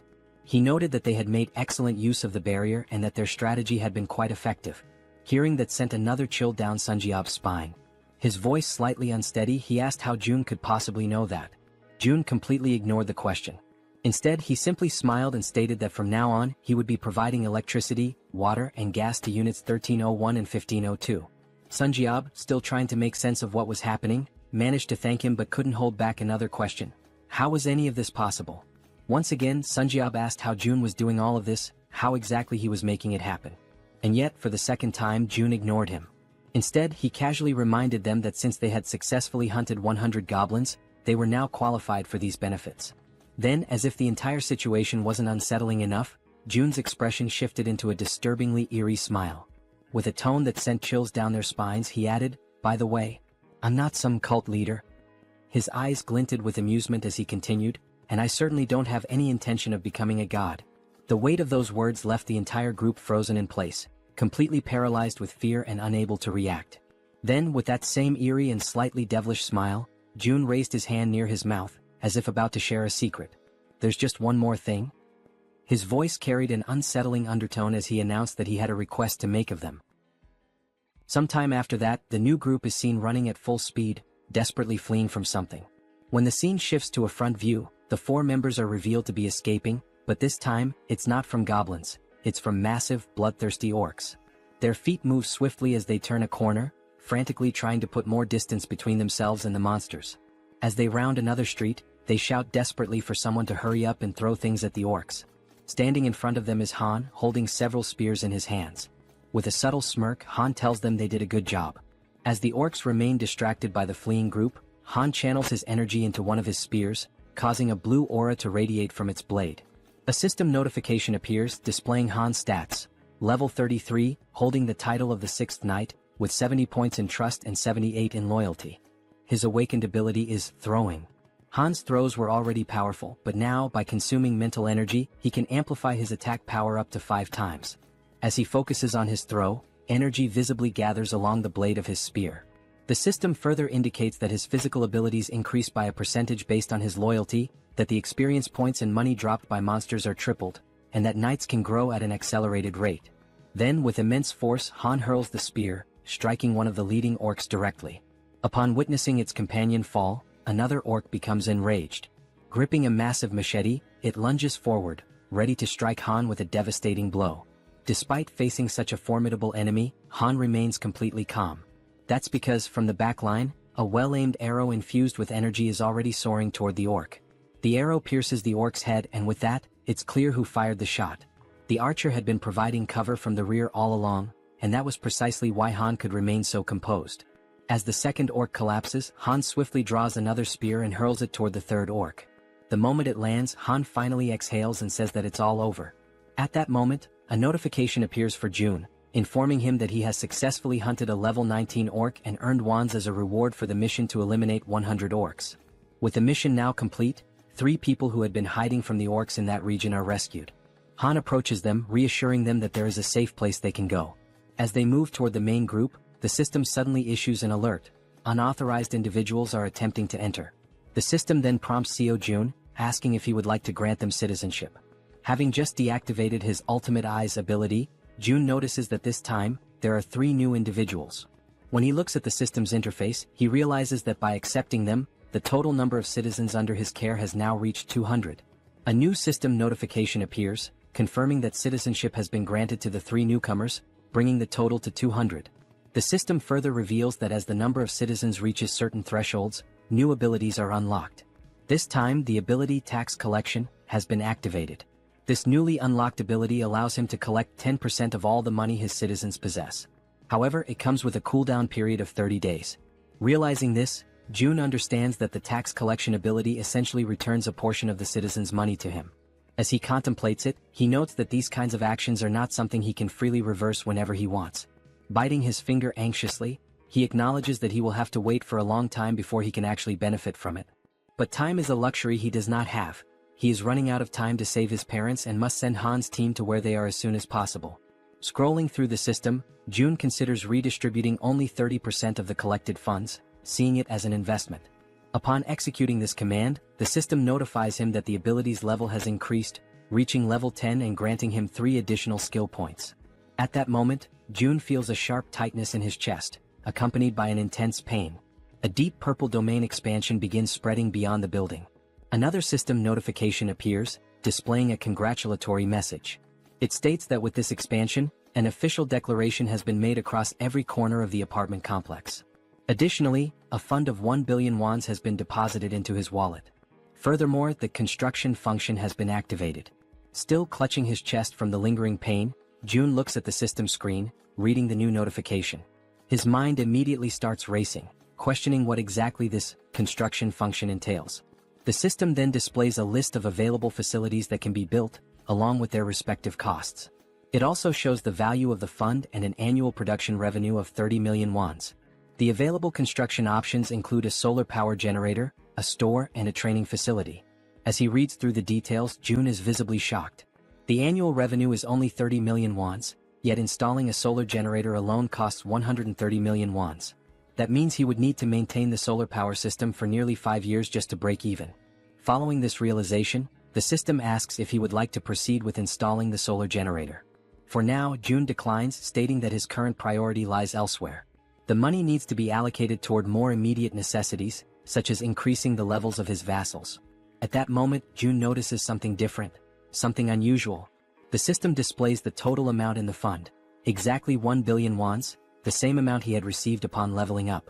After investigating further, the system clarifies that this amount is exclusively available for construction purposes. Trying to process what he was reading, it takes June a moment for everything to click. But when it finally does, he smiles, realizing just how significant this is. This money is entirely separate from the funds in his personal wallet. Seeing this as an extremely positive thing, June quickly understands that there's no reason to hold back from using it all. Without hesitation, he accepts the installation of the solar power system. The system then informs him that the process will take 24 hours to complete and updates his remaining balance, which now stands at 867 million won. Looking at the cost, June realizes that it was surprisingly cheap. This leads him to ask whether the system is capable of installing an additional solar generator. The system responds that only 1 solar generator can be installed per apartment building. With that in mind, June shifts his attention to the store option. As he selects it, he is met with an unexpected but pleasant surprise. The feature is far more impressive than he had initially thought. This store is directly linked to the one he already owns, allowing him to sell registered items to his citizens. However, what truly makes this ability unique is that it is not a physical store. Instead, the system produces items in real time, and as long as there are funds available, the system itself will handle the transactions. Up until recently, managing and distributing supplies had been a tedious and time-consuming task, with Dabin having to handle most of the distribution. But now, with a system-operated store in place, the citizens will be able to purchase what they need on their own. As he reflects on this, June realizes that he can personally set the prices, increasing overall liquidation rates even further. Without hesitation, he issues the command to install the store immediately. The system prompts him to select a location for the store's installation. He carefully considers the available locations before deciding to place it on the 101st floor. The system then displays the remaining construction time, 48 hours until completion. Finally, the third option, the training facility. The system notifies him that this training facility will allow citizens to improve their strength and endurance through basic training exercises, with a 200% efficiency boost. Additionally, for those below level 15, an extra 300% efficiency bonus will apply. Reading this, June feels a surge of excitement. He already knew that leveling up through training was possible, but with these additional boosts, progress would be significantly faster, making it even easier to reap mission rewards.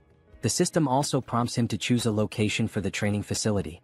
June decides to install it across the entire second floor, converting the entire level into a dedicated training center.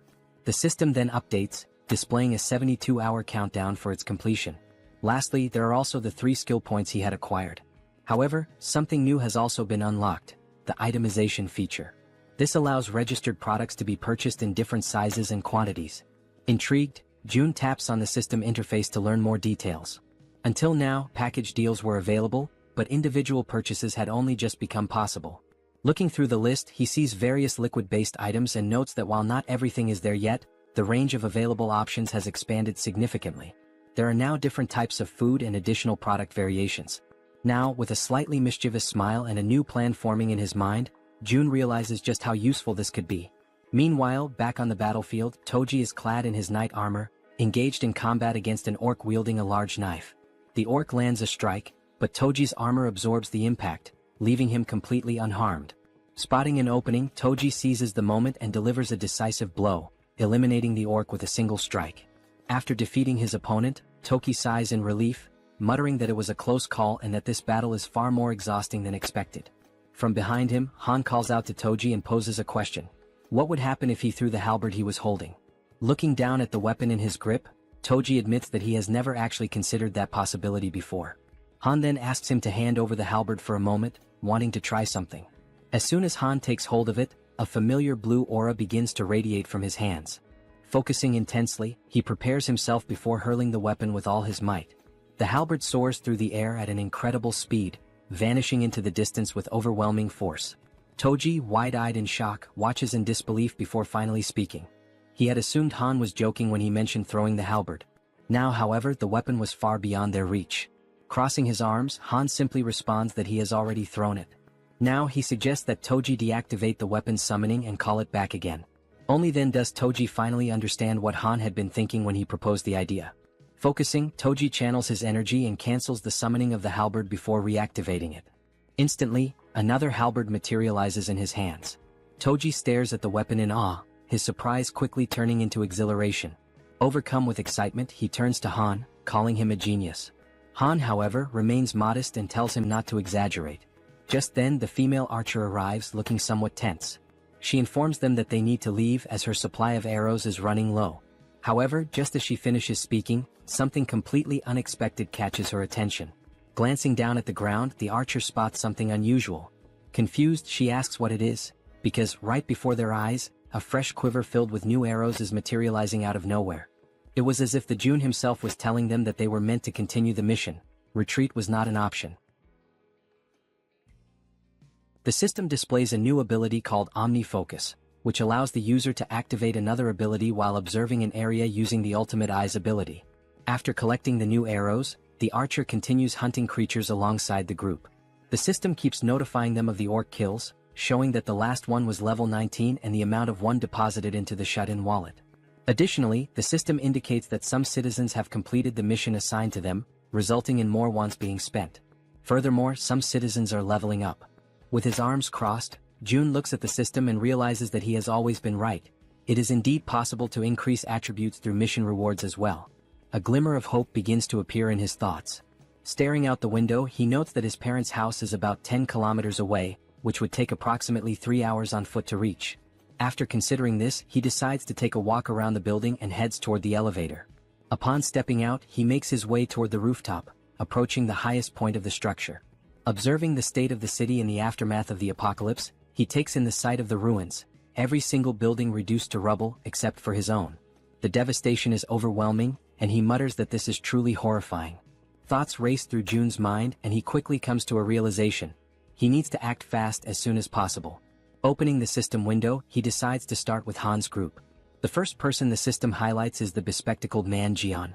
He holds the title of 7th Servant, with a trust level of 59 and a loyalty level of 33, and his awakened ability is the Raven Pact. Seeing this, June realizes that as long as Jaehyeon's ability is being effectively utilized for reconnaissance, it would be best for him to team up with the Warbear and the healer. The Warbear, Yeonju, is at level 33 and has awakened the Warrior Bear ability, but her loyalty remains low at only 12. Meanwhile, the healer, Kim De-jung, is at level 30 and has the awakened abilities of healing, blessing, and magic armor. Examining the details, June notes that unlike the healer, who is already registered as a vassal, the werebear does not yet possess the necessary trust to qualify for vassal status. Beyond her healing ability, the healer also possesses an A-tier blessing, which enhances physical abilities by 70%. Additionally, she has a B-tier magic armor, which generates a magical barrier that protects a chosen target. Kim recognizes that those who had an awakened ability from the beginning hold a tremendous advantage and begins to wonder how he could gain the werebear woman's trust. Recalling her desperate goal of resurrecting her son, June questions whether that might be the only way. He opens the system's resurrection tab and immediately, the system informs him that he does not have enough money to grant the reward, instructing him to acquire more funds. Kim clenches his fists in frustration, irritated that he still lacks the necessary amount. An idea sparks in his mind, to drastically increase the difficulty of the missions to the highest level possible. He then declares that he will set up a mission to hunt a level 40 monster, knowing that such a monster must be incredibly powerful, which in turn would yield a far greater reward. With a serious expression, he sets the time limit to 24 hours. The penalty? Death. Yet, once again, the system notifies him that he does not have enough money to provide the resurrection reward. Despite the harsh penalty of death upon failure, June is infuriated that the system still deems it insufficient. Then, another notification appears, momentarily catching him off guard. The system announces that he has slain a level 18 orc. An idea suddenly takes root in his mind, perhaps a group mission might work. Without hesitation, he reopens the system and attempts to issue a mission to hunt a level 40 or higher monster, with the same 24-hour time limit and the same penalty of death upon failure. However, this time the reward is modified. The werebear's son will be resurrected, but only for 1 day. June accepts the mission, determining that for now, he must ensure the werebear woman fully commits to his cause. Back in his room, Seo Jun hears desperate knocking at his door. A frantic voice from the other side pleads for him to open it. Seo Jun moves toward the door, and as he cracks it open, he barely has time to react. The werebear woman barges in without waiting for him to open it fully. She had already been informed of the mission's reward and the possibility of resurrecting her son, which explained why she looked completely exhausted. Her eyes brim with tears as she declares, with a trembling voice, that she will do anything, anything at all, and she is willing to start immediately. June tells her that it is indeed possible, but there is a strict time limit, 24 hours to complete the mission and 24 hours for the resurrection itself. Upon hearing this, the werebear woman collapses into uncontrollable sobs, overwhelmed by the mere possibility of something she had long believed to be impossible. Tears stream down her face as she expresses her heartfelt gratitude to June, telling him that she is truly happy, ecstatic, to have even just 1 day with her son. With unwavering determination, she promises that she will do whatever it takes to make it happen. After that, the system notifies that she has surpassed 30 loyalty points and can now be registered as a vassal. Sometime later, June is seen lying in his room, staring at the ceiling. And with nothing but the power of his mind, he manages to turn on the light. Realizing that he succeeded, he shifts his focus to the faucet and attempts to do the same. He concentrates, directing his thoughts toward opening the faucet until water begins to flow. At first, only a few droplets trickle out, barely noticeable. He concentrates a little harder, and this time he manages to fully open the faucet, allowing water to gush out at maximum flow. Feeling somewhat relieved, June comments that this is pretty cool, but at the same time he has already grown somewhat accustomed to it. Now he feels as if he has become a mage, like something straight out of Harry Potter, wielding a wand and controlling electricity, water, and gas with precise mastery. The system then displays an update, indicating that the store's earnings are being calculated. A total of 320,981 wons has been deposited into the shut-in wallet. Glancing at the system, June does some quick calculations and realizes that a profit of 320,000 wons suggests that today's total sales have exceeded 1.5 million won. He activates the ultimate eye's ability to check on the people within the building, observing what they are doing on the different floors. On another floor, a man asks how much they need to save. Another man, holding a bow, responds that the bow itself cost 150,000 won, and today they only earn 10,000 won, meaning it will take roughly 15 days. The first man calls the other an idiot, pointing out that he didn't even factor in the cost of water and food for the next 15 days. Frustrated, the man with the bow turns his back and says that since the other is so smart, he should calculate everything on his own. Observing the interactions and dynamics between the people, June notes how much the atmosphere has shifted ever since he started distributing the reward money.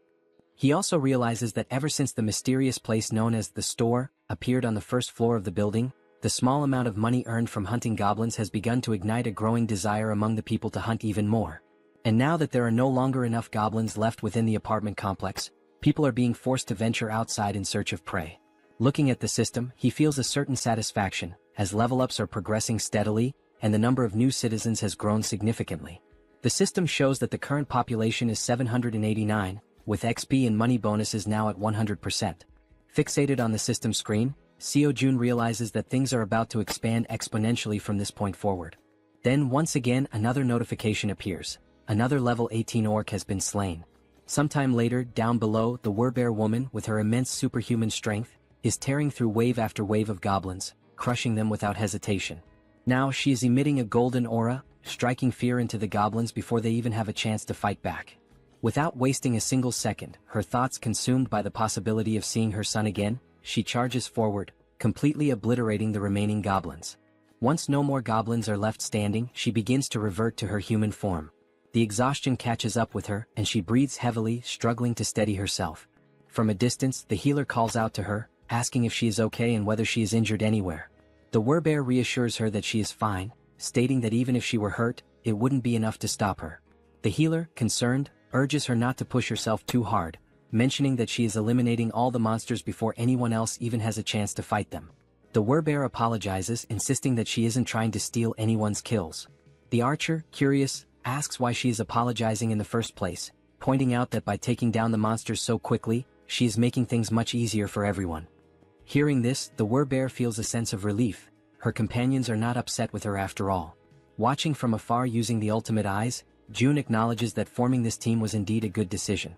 The system then updates, displaying the Werbear woman's status. Her name is Yun, and she has now reached level 40, with her trust and loyalty both rising to 66. She has also acquired new abilities beyond just her Werbear transformation. The newly awakened abilities are Ancestral Vital Blood and Primal Frenzy. These new abilities grant her a 50% boost to melee attack damage. Additionally, whenever she sustains wounds, Vital Blood drastically increases her regeneration. Furthermore, her eyes turn crimson upon witnessing blood, triggering an effect that amplifies her physical abilities by an astonishing 300%. Before she has a chance to process these new developments, the women suddenly hear a terrifying, unfamiliar roar echoing through the air, immediately putting them on high alert. The growls grow louder and closer, signaling that whatever is coming is approaching fast. Then, out of the shadows, a monstrous figure appears, stopping just a short distance in front of them. Without hesitation, the archer swiftly pulls back her bowstring, while the Werbear instructs the healer to fall back slightly. Standing before them is an orc, its presence alone exuding an overwhelming aura of menace. Its crimson eyes gleam ominously, and its body is riddled with deep scars, evidence of countless battles. In its massive hands, it grips a weapon resembling a giant club, and it begins to speak in a language that none of them can understand. Faced with the imminent threat before her, the Werbear woman does not hesitate for a single second and immediately begins her transformation. In an instant, she completes the shift into her full beastly form, her massive figure standing in a battle stance directly in front of the orc. Now, enveloped by her golden aura, she lunges forward to attack the enemy, while in the background both the archer and the healer call out, urging her to be careful. As she charges, she lets out a deafening roar in an attempt to intimidate the orc, but he remains unfazed, standing his ground and locking eyes with her. With his club firmly in hand, the orc also assumes a battle-ready posture, prepared to engage the Werbear head-on. At that very moment, the Werbear woman unleashes her first strike. However, the orc reacts swiftly, managing to block the attack with his weapon. Without hesitation, she delivers another blow, but the orc remains solely on the defensive, skillfully withstanding the onslaught of her relentless attacks. Noticing an opening, she quickly shifts her angle, launching a strike from a different direction in an effort to land a clean hit on her opponent. Meanwhile, as the fierce exchange of attacks continues, the archer readies her bow. With unwavering determination in her eyes, she focuses intensely on her target, and a brilliant blue aura begins to radiate from the arrow. Observing the battle closely, she notices a brief moment when the orc becomes slightly distracted while fending off the Werbear's strikes. Seizing the opportunity, she releases her powerful shot with impeccable precision. Catching sight of the incoming arrow, the Werbear woman swiftly retreats a few steps to avoid being hit. The orc, displaying impressive reflexes, swiftly swings his club to deflect the projectile, narrowly avoiding the attack. However, this movement momentarily exposes a weakness, and without wasting a second, the Werbear, fueled by raw fury, surges forward with overwhelming force. With the full weight of her massive body behind her charge, she manages to slam into the orc, sending him crashing to the ground. Not allowing him even a moment to recover, she bares her enormous, razor-sharp fangs. The orc's eyes widen in terror as he realizes that this could very well be his end. And with a single devastating bite, she finishes him off, bringing an abrupt end to his life. At that precise moment, the system notifies June that he has successfully hunted a level 28 orc captain, and as a result, a larger sum of wands has been deposited into the shut-in wallet. Additionally, a certain condition has been fulfilled, one that allows for the construction of a new forward outpost. This forward outpost resembles a defense tower, and according to the system, it serves as a safe zone located outside of the main home. When activated, it temporarily exerts the same protective influence as the house itself. There are two conditions for its activation. The first is that it will only be operational if a citizen holding the rank of knight or higher resides there. The second condition states that if an unauthorized individual remains inside for more than a day, the outpost will automatically be destroyed. Reading this information, June is caught off guard, surprised by the realization that he now has the ability to construct something entirely new. A grin spreads across his face as he remarks that, despite the staggering cost of 1.3 billion wands, his bank account has more than enough funds now that all the orcs have been dealt with. He decides that this forward outpost is well worth the investment. The system also displays additional details, revealing that the construction process will take 7 full days and will require 3 citizens of knight rank or higher to be stationed there. With that in mind, June realizes that his only option is to wait for those 7 days while the 3 necessary members return to occupy the outpost. As various thoughts race through his mind, the one that troubles him most is the sheer amount of time that will be lost, an entire week spent waiting. Deep in thought, he acknowledges that he cannot afford to waste too much time.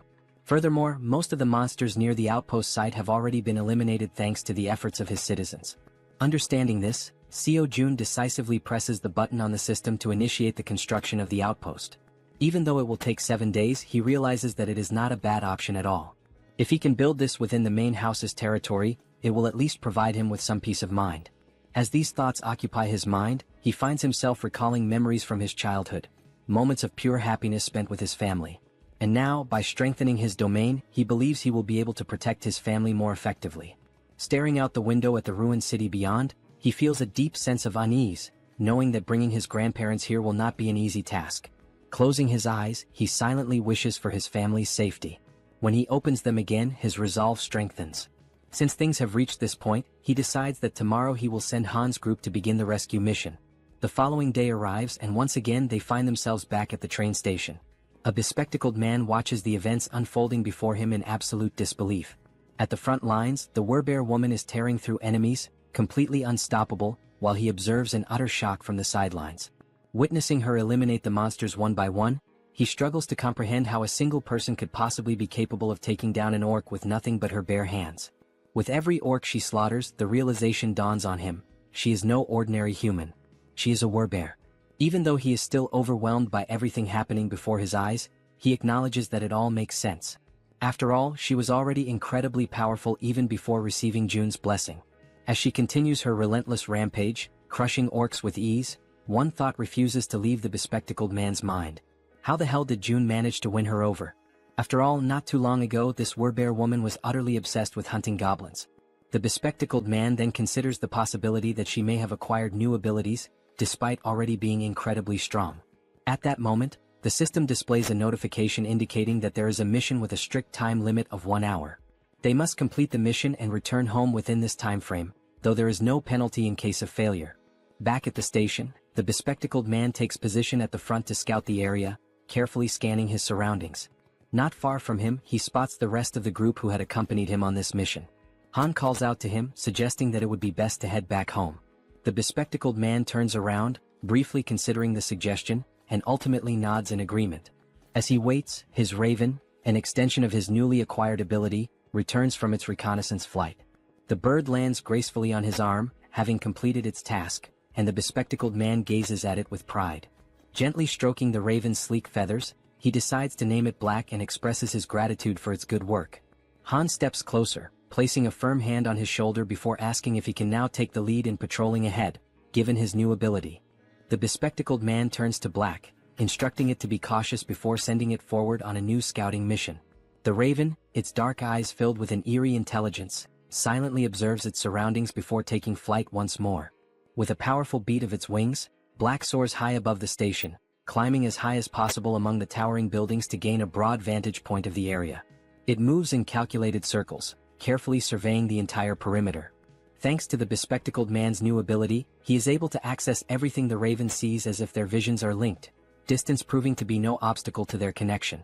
Once he fully processes the information relayed by Black, the bespectacled man turns to Han and reports that the area outside appears to be clear, confirming that it is safe to proceed.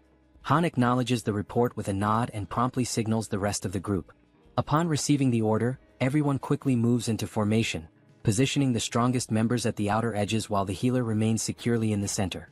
As they march forward, the bespectacled man suddenly senses an unusual presence near his back. His instincts kick in and without hesitation he whirls around to check for any threats. A faint rustling sound reaches his ears and after a brief moment he identifies the source, a small rat scurrying along the path. Since he is positioned at the back line, the bespectacled man swiftly climbs onto the platform, stepping away from the train tracks to avoid obstructing the others. His companions continue moving ahead, yet an uneasy feeling lingers. Unable to shake it off, he turns once more to scan the area behind them, double-checking to ensure that they are not being followed. In the dimly lit tunnel, just beyond the tracks, something catches his attention, a pair of gleaming eyes watching from the shadows. The eyes belong to a rat. Without hesitation, the small creature leaps forward, mirroring the group's path with uncanny precision. Relentlessly, despite its diminutive size, the rat pursues them, its glowing eyes locked onto their trail. Carefully and persistently, it follows their every move, all the way to the station's exit.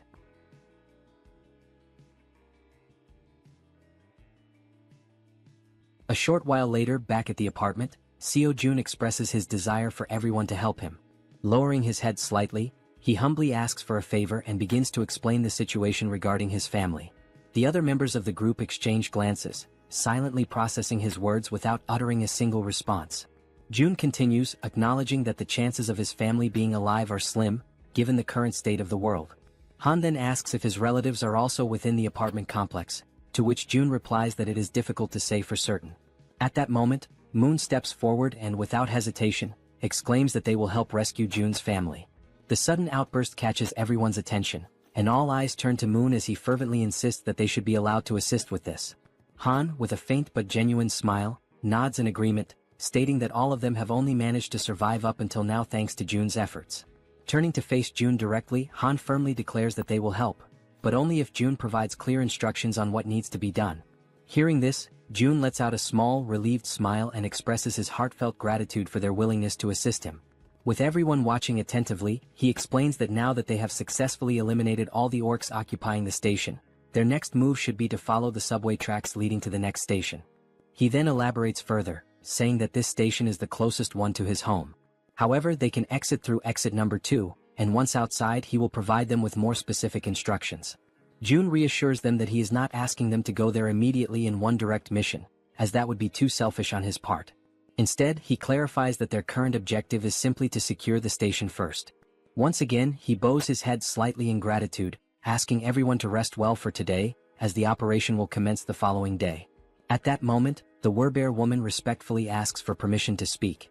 She then poses a question, wondering why Jun cannot simply use the abilities he has displayed so far to bring his family to him. A flicker of frustration crosses Jun's face as he admits that he has already tried. He has attempted teleporting a target as a mission reward. Furthermore, he had been excited when Moon awakened his teleportation ability, thinking it might allow them to bring his family back instantly. However, the system immediately indicated that such a reward was impossible, leading to a complete failure. Jun speculates that the reason his abilities do not work might be due to his family being outside of their effective range. Scratching his head in contemplation, he adds that if this truly is the reason, then even if his parents were to die, there would be absolutely nothing he could do to save them, as they remain beyond his reach. As the group listens, Jun acknowledges that, despite his powers, he is not capable of everything. Even with the abilities he has gained, there are still things beyond his control. Turning his gaze toward the Werbear woman, he reassures her not to worry, affirming that the promise he made to her before is one he can still fulfill. At that moment, the system displays a notification indicating that her trust in him has increased even further. She smiles warmly and thanks him for his honesty, appreciating that he has been straightforward from the very beginning.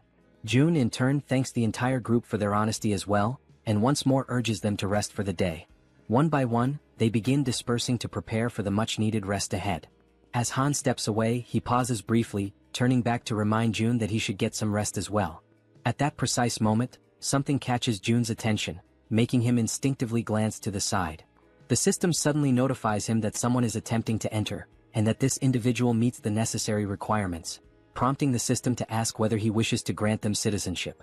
Without hesitation, Jun activates his ultimate eyes ability and commands the system to approve the citizenship request. The system displays the name of the individual as Yi Jin, a level 31 being with an awakened ability titled Queen of Rats. Upon using his ability to verify the identity of the applicant, Jun's eyes widen in shock, a wave of disbelief washing over him as he realizes that the one he had just granted citizenship to was, in fact, a rat.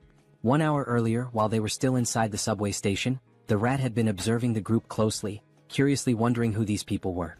These individuals were so powerful that they had managed to eliminate the orcs with remarkable ease. As the group ascended the stairs, the rat pondered whether their strength was due to the fact that they all had awakened abilities. But at the same time, it questioned if such a thing was even possible. Hiding in the corner of the wall, the rat considered the best course of action. Perhaps it would be wise to simply follow them for now and attempt to make contact later. The thought lingered in its mind that such an endeavor might be challenging, but with its abilities, it should be much easier. Determined, the rat took off in pursuit of the group. Now outside the station, amidst the city's ruined streets, the rat continued tailing them, convincing itself that it was only taking a quick look around. Upon arriving at their destination, the rat's ears twitched as it picked up the sound of human voices, children's laughter and other noises that were incredibly unusual in this world. Looking ahead, it saw children playing carefree, as if untouched by the devastation that plagued the rest of the world. The sight left the rat in complete shock. In a post-apocalyptic world, such a scene was simply unnatural. Turning its gaze to the other side, the rat found itself questioning why so many people were gathered inside that particular building. Fixating on the only structure that remained completely intact, it wondered what in the world that place was. With a deep sense of curiosity, it decided to take a closer look. However, as it attempted to leap up the steps and enter, it slammed its head into something invisible. A dull ache surged through its skull, and a large lump immediately began forming on its tiny head. The sudden pain caused the little rat to let out a pitiful cry. It had collided with a system-generated window that displayed a message stating that entry was prohibited. While rubbing its sore head and trying to make sense of what had just happened, another system window appeared before it, asking whether it wished to acquire citizenship. Still slightly irritated from the unexpected collision, the rat, without much thought, accepted the citizenship offer. Yet, despite agreeing, the system window stubbornly remained in front of it. A flicker of frustration crossed the rat's face as it muttered that such a thing was probably impossible for a mere rat. But in the very next instant, the system confirmed that citizenship had indeed been granted. Overwhelmed with excitement, the rat raised its tiny fist triumphantly, as if celebrating a great victory. A part of it still wondered if this had actually worked. Stepping forward, it entered the building, reassuring itself that everything was fine now. However, the moment it crossed the threshold, panic erupted. The sight of a rat inside sent the people into a frenzy. Instantly, several individuals reacted, attempting to stomp on the small creature to eliminate it. The rat, realizing the danger, frantically dodged their feet, twisting and leaping in desperate evasive maneuvers. It barely managed to escape the chaotic scene, but in the process, it lost its balance, tumbled forward, and ended up rolling into another area entirely. The new location was a training facility, where the group's members were actively working out. Han and Togi were lifting dumbbells, training their biceps. Moon and the glasses-wearing man were performing bench presses. The archer and the poison-wielding woman were working out on the other side of the room. Meanwhile, the healer and the werbear woman were taking turns using the lat pull-down machine. Observing the sheer intensity of the training, the little rat found itself in awe, its tiny mind racing as it marveled at the sight. What kind of place was this? At that very moment, elsewhere, a new figure appeared. A woman, clutching her head, muttered that she was experiencing pain. She had been inside that very subway station earlier, and now she was suffering from a splitting headache. Perhaps this pain was a lingering effect of when the rat had collided headfirst into the system's invisible barrier. Bringing her hand to her mouth, she let out a smile, one that gradually morphed into something filled with twisted excitement. She spoke softly to herself, claiming that now, at long last, an opportunity had presented itself. A low chuckle escaped her lips, and soon she was grinning almost maniacally.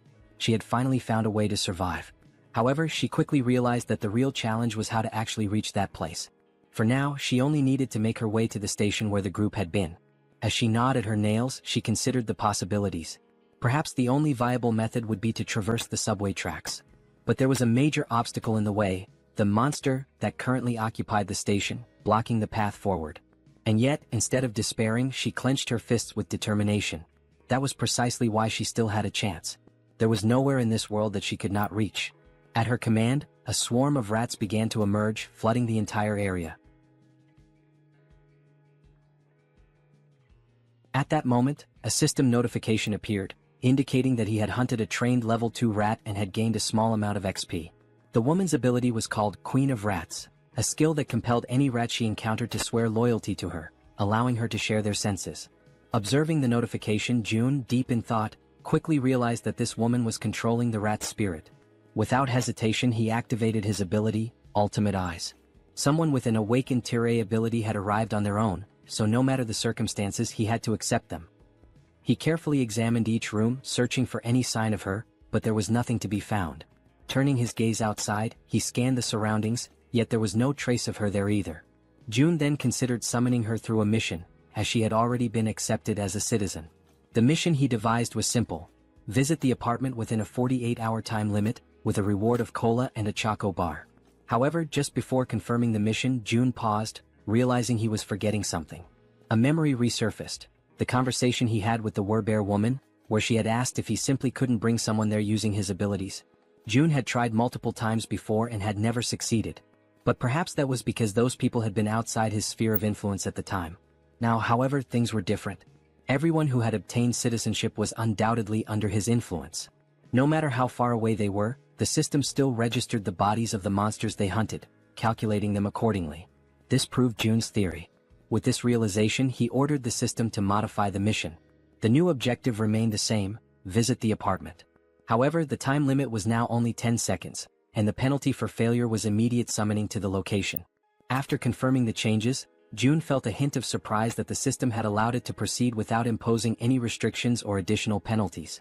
Deep in thought, he considered that this was a worthwhile attempt. If he could successfully summon a citizen from the outside just once, then he could safely bring his own family there in the future. Once the forward base was activated, he would temporarily gain the same authority as his original territory. Only then would Han's group be dispatched. The forward base would be constructed, citizenship would be granted to his entire family, and using the mission system he would finally be able to summon them there. June realized that this plan had a real chance of working. However, the real issue was how much it would cost. But ultimately, the cost didn't matter as long as he could save his family. With unwavering determination, he declared that he would begin, pressing the button to start the mission. The countdown started, 10 seconds. The only thing on June's mind at that moment was that he hoped this wouldn't cost $1 billion. When the 10 seconds elapsed, the system notification appeared. Mission failed. However, to June's relief, the cost was nowhere near what he had feared. Feeling the weight lift off his chest, he placed a hand over his heart, relieved that it had only cost 30 million won. But now, standing at the entrance of the apartment, was Jaehyeon, the Queen of Rats. She was on her knees, trembling, her face filled with terror as she frantically questioned where she was. June immediately deactivated Ultimate Eyes, confirming that the penalty had indeed worked as intended. Slowly, he began walking toward the woman. The sight of him approaching sent her into full panic mode, her entire body trembling with fear. The monarch of isolation finally spoke, calling her by name. Hearing her name from his lips only deepened her confusion. Without wasting a second, she hastily demanded to know who he was and how he knew her. June's response was simple: he was the one who had granted her citizenship. Jaehyeon took a moment to process this information, trying to make sense of the situation. Still in shock, she questioned whether this place was the same location where her little rat had been. June, retrieving a can of soda from the system, confirmed that yes, this was the top floor of the apartment she had previously seen through the rat's eyes. As he offered her a chocolate bar and a soda, he apologized for summoning her so suddenly, fully aware that she was overwhelmed and terrified. Then, in a calm and composed manner, June introduced himself, stating his name and expressing that it was a pleasure to meet her. Still wary, Jaehyeon hesitated for a moment before extending her hand to accept the chocolate and soda. She took a deep breath, gathering herself, before asking if he was the one who had summoned her here and if he was also the one responsible for that strange search at the subway station earlier. June confirmed both. Without warning, her expression shifted completely, excitement flashing across her face. Her sudden change in demeanor left June puzzled. Then, as if she had just remembered something urgent, Jaehyeon began to speak. She knew it was asking for a lot, but there were people under her care and she wanted to know if he could bring them here as well. Continuing, she explained that she had tried to do it herself, but it had been extremely difficult to bring everyone here. She had been so close to taking a huge gamble to make it happen. June, maintaining his composure, asked her how many people she needed him to bring. Without hesitation, Eugene answered. 35 people. Realizing the high number of people involved, June hadn't expected that there would be so many others with her. He sighed and apologized, explaining that this would be difficult to accomplish. Eugene, clearly distressed, immediately questioned why. Without hesitation, he stated plainly that with his current power, he simply couldn't bring that many people there. Hearing this, the girl panicked. She grabbed onto his clothes, her fingers trembling as she desperately pleaded with him. Her mother and younger sister were among those people, and she swore she would do anything to save them. June observed her carefully, realizing that she needed help too. After a moment of silence, he asked her to give him some time to think. As his mind raced for a solution, he recalled something. Eugene hadn't needed to interact with him directly to receive citizenship. That meant the system had recognized her rat as an extension of herself. If that was the case, perhaps something similar could work again. A system window appeared before June, displaying Eugene's current stats. Her trust level was at 37, and she was at level 31. Seeing this, he noted that her trust had already increased, and given her situation and everything she had just said, it was only natural for her to trust him even more. Still kneeling in front of him, her eyes full of desperation, she listened as he called her name. She immediately asked if she really could do anything. Without hesitation, Eugene confirmed that she would do absolutely anything. June took a deep breath before finally speaking. There was a way to make what she wanted possible. But first, she had to trust him completely, 100%. He asked her if she understood. Then, speaking in a calm and steady voice, he told her that if she placed her absolute trust in him, he would undoubtedly save them. Hearing those words, the girl's eyes lit up with hope. She clasped her hands together, almost as if in prayer, and shouted that she truly trusted him. With unwavering determination, she declared once more that she would do anything if it meant saving her family. At that moment, the system notification appeared. Yi-jin's trust level had reached 50, and her loyalty had surpassed 30. This fulfilled the conditions for her to be registered as a vassal. June grinned. This was good, very good. And what came next would be even better. Without hesitation, he pressed the system window, selecting the option to register her as his vassal. At that exact moment, a blue aura surged forth, enveloping Yi-jin's entire body. For a brief instant, the unexpected sensation startled her. Then another system window appeared. Yi-jin was now officially recognized as 10th Seed, Knight and Tamer. Her awakened abilities were listed as Queen of Rats, Evolution. June read through the details carefully. The Tamer title granted her the ability to enhance the stats of her tamed creatures based on their loyalty. Additionally, their growth speed would accelerate according to her trust level. On top of that, the evolution ability was classified as Tier A+. It allowed her tamed creatures to continuously grow, and once they reached a certain threshold, they would evolve. As he watched the glowing energy flow through her body, June asked her a critical question. Were there tamed rats near where her family was located? Yi-jin, still feeling the power coursing through her, nodded quickly. June immediately issued an order. She was to send those rats to where her family was right now. Without hesitation, the Rat Queen confirmed she would do it. She sat down cross-legged, closing her eyes in deep concentration. She needed to direct her consciousness to her rats, guiding them to her family's location. June seized the moment and activated Ultimate Eyes. As soon as he did, his vision expanded and he was able to see through the eyes of the rat. The system recognized it as an extension of Yi-jin herself. A system window popped up, identifying the creature. Tame Mouse, Level 2. The small rat scurried forward, stopping in front of a group of people. They watched it carefully, recognizing it almost immediately. Whispers spread among them. Was this one of Yi-jin's rats? Then, to their surprise, a system window appeared above the rat. The unexpected sight made the people uneasy. And then, something even more shocking happened. One after another, various supplies began to materialize from the system. Food, water, necessities, all appearing out of thin air. The people stared in disbelief, struggling to comprehend what they were witnessing. Someone muttered a question. Was this Yi-jin's doing? With this, the system updated once more. Yi-jin's trust level skyrocketed, increasing several times over. From a distance, June observed it all. This was exactly what he had anticipated. He continued watching as the rats moved. A realization struck him. Yi-jin's ability and his absolute eyes were a perfect combination. From this moment on, the tens of thousands of rats crawling through the sewers would now serve as his eyes. June couldn't help but smile. This was insane. And now he had acquired the ultimate scout. The Rat Queen politely asks for permission to speak, her voice calm but firm.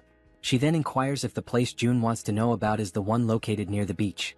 June nods in confirmation, stating that yes, that is indeed the place he is referring to. A realization dawns upon him. Coincidentally, Yi-jin had gone to Namgyumindong, which happens to be where his family's house is located. Naturally, this puts her in a far better position than Han's team, who are still unfamiliar with the area. On top of that, all she needs to do is send a single rat. Even just one rat alone makes it possible to confirm his family's survival, and now with her abilities, it will also be much easier to send supplies. After June explains the plan to her, Yi-jin smiles, confidence shining in her expression, and assures him that he can leave everything to her. Right at that moment, the system notifies that both her loyalty and trust have increased. Not wanting to waste any more time, June immediately asks if she can go right now. Yi-jin, still smiling playfully as she absent-mindedly plays with one of her rats, confirms without hesitation that she can. June then gives her a specific request. He asks if she could follow the subway tracks on her way. Her expression shifts slightly, and she asks if he is seriously suggesting that. June confirms without hesitation. His plan is to use that route for the rescue mission later. However, Yi-jin's expression changes drastically. A look of sheer panic washes over her face as she quickly exclaims that this will not work. June is momentarily taken aback by her sudden reaction and questions why his plan would fail. Yi-jin, still visibly shaken, explains that a monster lives inside Jaehyeon Station. June freezes for a moment, completely caught off guard by the unexpected information. In disbelief, he asks her if she is serious. Yi-jin simply nods, her expression grim. June raises a hand to his chin, deep in thought. After several seconds of contemplation, an idea forms in his mind. He then asks Yi-jin if she can send just one rat to where the monster is. Though she is visibly hesitant, no doubt because of her traumatic experiences, she steadies herself, takes a deep breath, and focuses. As the blue aura flows through her body, she confirms that she can do it. The perspective shifts, and now it is through the eyes of a rat inside the subway. The tiny creature scurries forward, navigating the abandoned station. Then it suddenly stops, completely frozen in place. Something up ahead catches its attention. As its gaze slowly rises, it sees a massive figure lifting the lifeless body of an orc as if it were nothing but a ragdoll. The rat's vision continues to rise, revealing the true form of the creature. It is a gigantic snake. The monstrous serpent effortlessly takes the life of the orc, devouring it with frightening ease. Despite being small and trying to remain hidden, the rat's subtle movements attract the snake's attention. The giant serpent's head snaps in its direction, instantly recognizing something unusual in the surroundings. It swiftly swallows the orc, and without wasting a second, it shifts its focus entirely to the rat.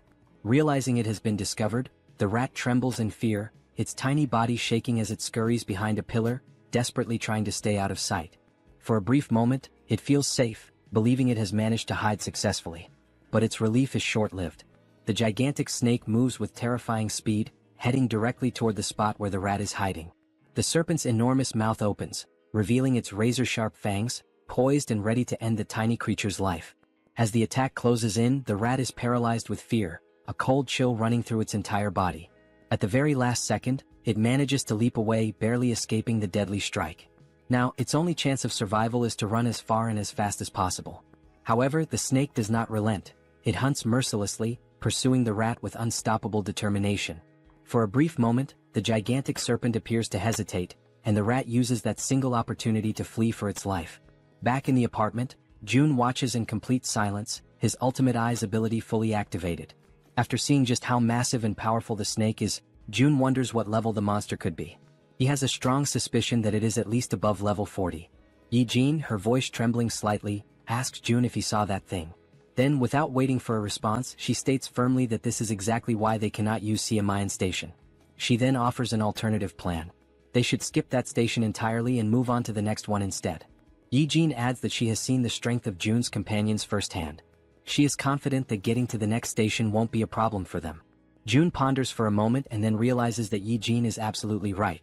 He nods in agreement, thanks her, and states that her idea sounds like a good plan. With a grin, he then tells her that she can head to Unit 2701, which is the next station. From today onward, that will be her base. However, she will need to do some cleaning up first. Yi-jin nods in understanding, then stands up and expresses her gratitude. She asks for permission to leave and informs him that she is heading out now. June reminds her to be careful. As Yi-jin walks away, June finds himself lost in thought. Had it been before he met her, this would have likely been his exact plan. A small smile plays on his lips as he acknowledges this fact. With that, he opens the system interface and gives the command to install solar power generators. The system confirms that the installation process will take 24 hours to complete. Outside, numerous photovoltaic panels begin automatically installing themselves on the rooftops, as the system efficiently carries out the task. Gazing out the window, June watches the progress. This system is impressively efficient, that much is clear. However, even with its current capabilities, it is still not enough to sustain the nearly 800 people under his care. And if they want to raise funds to install more facilities, they will need more people working. At the very least, they must establish a 3-shift system. The same applies to the new common facilities, which include solar energy, the store system, and the training center. Still standing and looking at the system, June says that now is when it truly begins. More hunts. The scene shifts to Han's group, who are running in fear from something chasing them. As they sprint forward, Han quickly glances back and realizes that their pursuers are closing in. Knowing they won't be able to outrun them forever, they decide to stop and prepare for battle. The creatures chasing them are massive bats, flying at incredibly high speeds. The entire group launches their attacks at once, unleashing powerful projectiles. Arrows soar through the air, and as everyone knows, they are infused with a brilliant blue mana. They pierce the bats in multiple places, causing the creatures to screech in agony. After a relentless barrage of attacks, they finally defeat all the bats that had been pursuing them. Once the battlefield falls silent, and none of the bats show any signs of movement, the archer turns to the group and asks if anyone is injured. The group reassures her that they are all unharmed. The poison-wielding woman then shifts the topic, asking the archer about the giant serpent that June mentioned residing in Siamayan Station. She questions whether they truly believe they can take it down on their own. The archer responds confidently, saying that everything should be fine since, if things go south, June can summon them back to the apartment at any moment. The poison-wielding woman nods in agreement, realizing that she is worrying too much. Listening to their conversation, Han grins and reassures her, saying that she doesn't need to overthink things since June is monitoring everything from afar. He then issues the order to move forward. After walking for some time, they finally arrive at the station where the giant serpent is lurking. The first sight before them fills them with horror and an overwhelming sense of dread. Scattered across the ground are the lifeless bodies of goblins and orcs, torn apart in a gruesome display. Among the carnage, a train car has been derailed, lying on its side off the tracks. The grotesque sight is enough to make the poison-wielding girl gag, barely able to hold back her nausea. Han orders the rest of the group to proceed while she takes a moment to recover. As they advance slowly, exercising extreme caution, Han suddenly senses something off, an eerie, unsettling feeling, accompanied by the distinct sound of a snake hissing. His instincts scream at him, and he immediately shouts for everyone to stop and be on high alert. The group tenses up, readying themselves for whatever might come next. Being at the front, Han is the first to see it, and his body freezes in terror. Emerging before them is the giant serpent. Its scales shimmer with a deep purple hue, and its golden eyes gleam with an insatiable thirst for blood. Faced with such an overwhelming presence, the entire group trembles in fear, unable to utter a single word as adrenaline surges through their veins. Toji is the first to break the silence, shouting in desperation, asking how they are supposed to fight a monster like this. At that moment, each of them frantically tries to think of a way to survive. Despite his own fear, Han instinctively pulls the archer into his arms as she, too, is frozen in place. With a firm voice, he yells for everyone to drop to the ground immediately. Without hesitation, the group obeys, crouching low as a series of devastatingly fast strikes slice through the air above them. The attacks are so rapid that they can only hear the sharp sound of the wind being cut, followed by the impact of the strikes smashing into the metro walls. At that moment, a system notification appears, revealing a new party quest. The objective: eliminate the giant serpent. Time limit: 10 minutes. The reward: a massive amount of XP. There is no penalty for failure, but everyone knows the truth. Failing this battle will cost them their lives.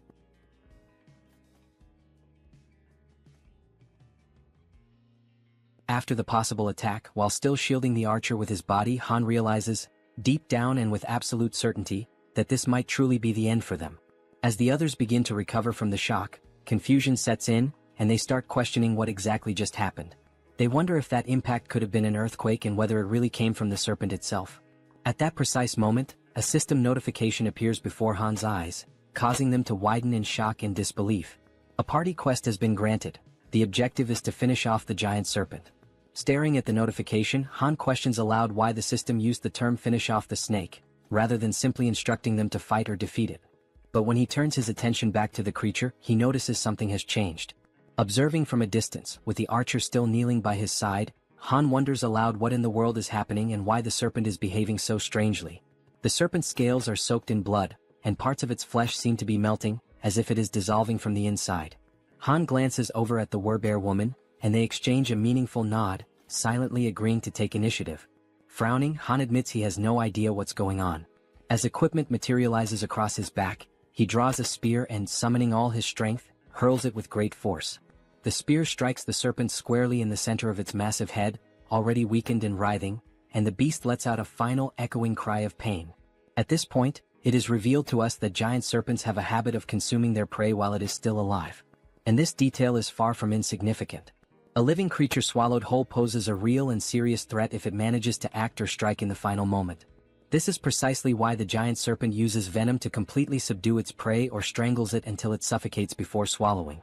However, this rule only applies to prey of a certain size. Something as small as a mouse in comparison to its enormous body is not a concern. Then we see a flashback, how the mouse deliberately and with striking precision leapt directly into the serpent's mouth, allowing itself to be swallowed in less than a second. And this small, calculated move would bring about consequences no one could have ever imagined. However, Jun had been clever enough to come up with such a plan, and now he lets out a quiet laugh while giving the command to open the warehouse. Watching the little mouse with his ultimate eyes ability, he notices two skills that are now available: warehouse and shop. With the mouse already inside the serpent's body, Jun issues the command to summon gas, causing the serpent's belly to bloat and swell. On top of that, he also summons burning papers, already ignited. The combination of gas and fire results in a massive internal implosion. In other words, the serpent explodes from the inside out, unable to withstand the pain and pressure building within. After the blast, the Queen of Rats experiences a sharp discomfort, as if she is directly connected to the pain the little mouse suffered. Jun walks over to her, noticing her unease, and asks if she's alright. She responds that she is. It just startled her a bit. Jun acknowledges her efforts, saying she did a good job, and she exhales in relief, finally relaxing a little. With ultimate eyes still active, he shifts his attention back to the metro and reflects on the fact that he wasn't the one who delivered the final blow to the serpent. Rather, he wants this creature to be slain by his vassals who have earned the title of knight, Han and the Werbear woman. By doing this, he knows he will receive 6 times the amount of experience points and profit. We are brought back to the same scene from earlier, just after Han threw the spear at the serpent's head. The Werbear woman, wasting no time, charges forward while her transformation nears completion.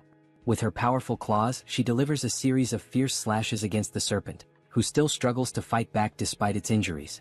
Finally, the Werbear focuses her strength, leaps into the air, and strikes down with tremendous force, landing a blow directly to the serpent's head. The impact creates a large crater, and once she lands back on the ground, now almost fully transformed, she turns to look over her shoulder, just to confirm that the giant serpent has truly been defeated. Right then, the system notifies them that the king snake has been vanquished, and a substantial amount of experience has been granted.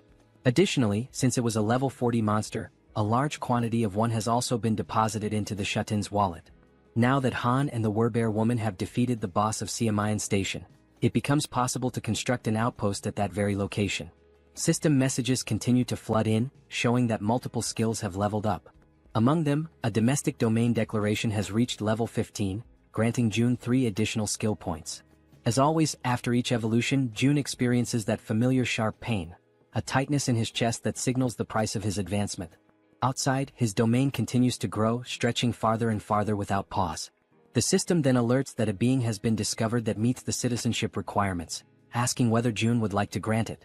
Still clutching his chest in pain, Jun gives the command to grant citizenship to the candidate. The system reports that the total number of citizens has now reached 1,000, and as the citizen count reaches that milestone, every citizen unlocks a new passive ability called Base Salary. This Base Salary skill is a passive ability that grants every citizen an additional 100% XP and profit bonus. Reading the message, Jun's eyes widen in astonishment, hardly able to believe what he's seeing. He opens the status window of one of the citizens and confirms it with his own eyes. A 100% bonus to both experience gain and profit share is now in effect. Then Jun becomes thoughtful, allowing himself a moment to process everything. He realizes that this is actually quite a fascinating feature. He now fully understands what the Base Salary ability truly means.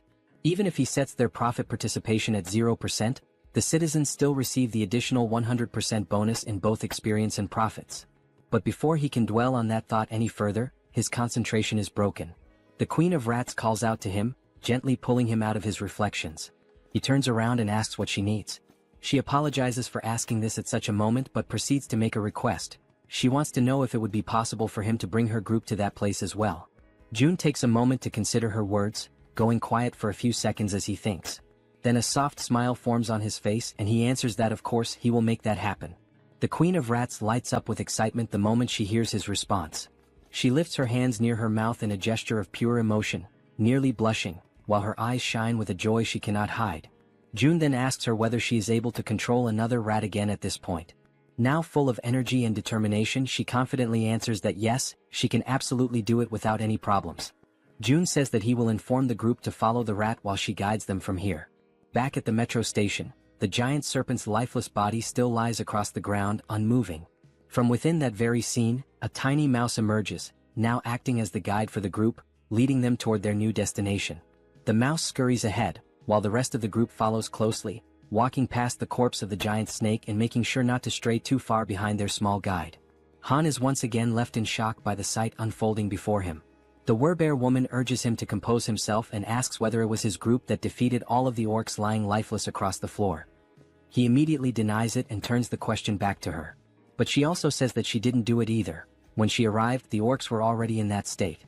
That leads them to conclude that this must be an orc territory, and whoever defeated them must be far more powerful than they are.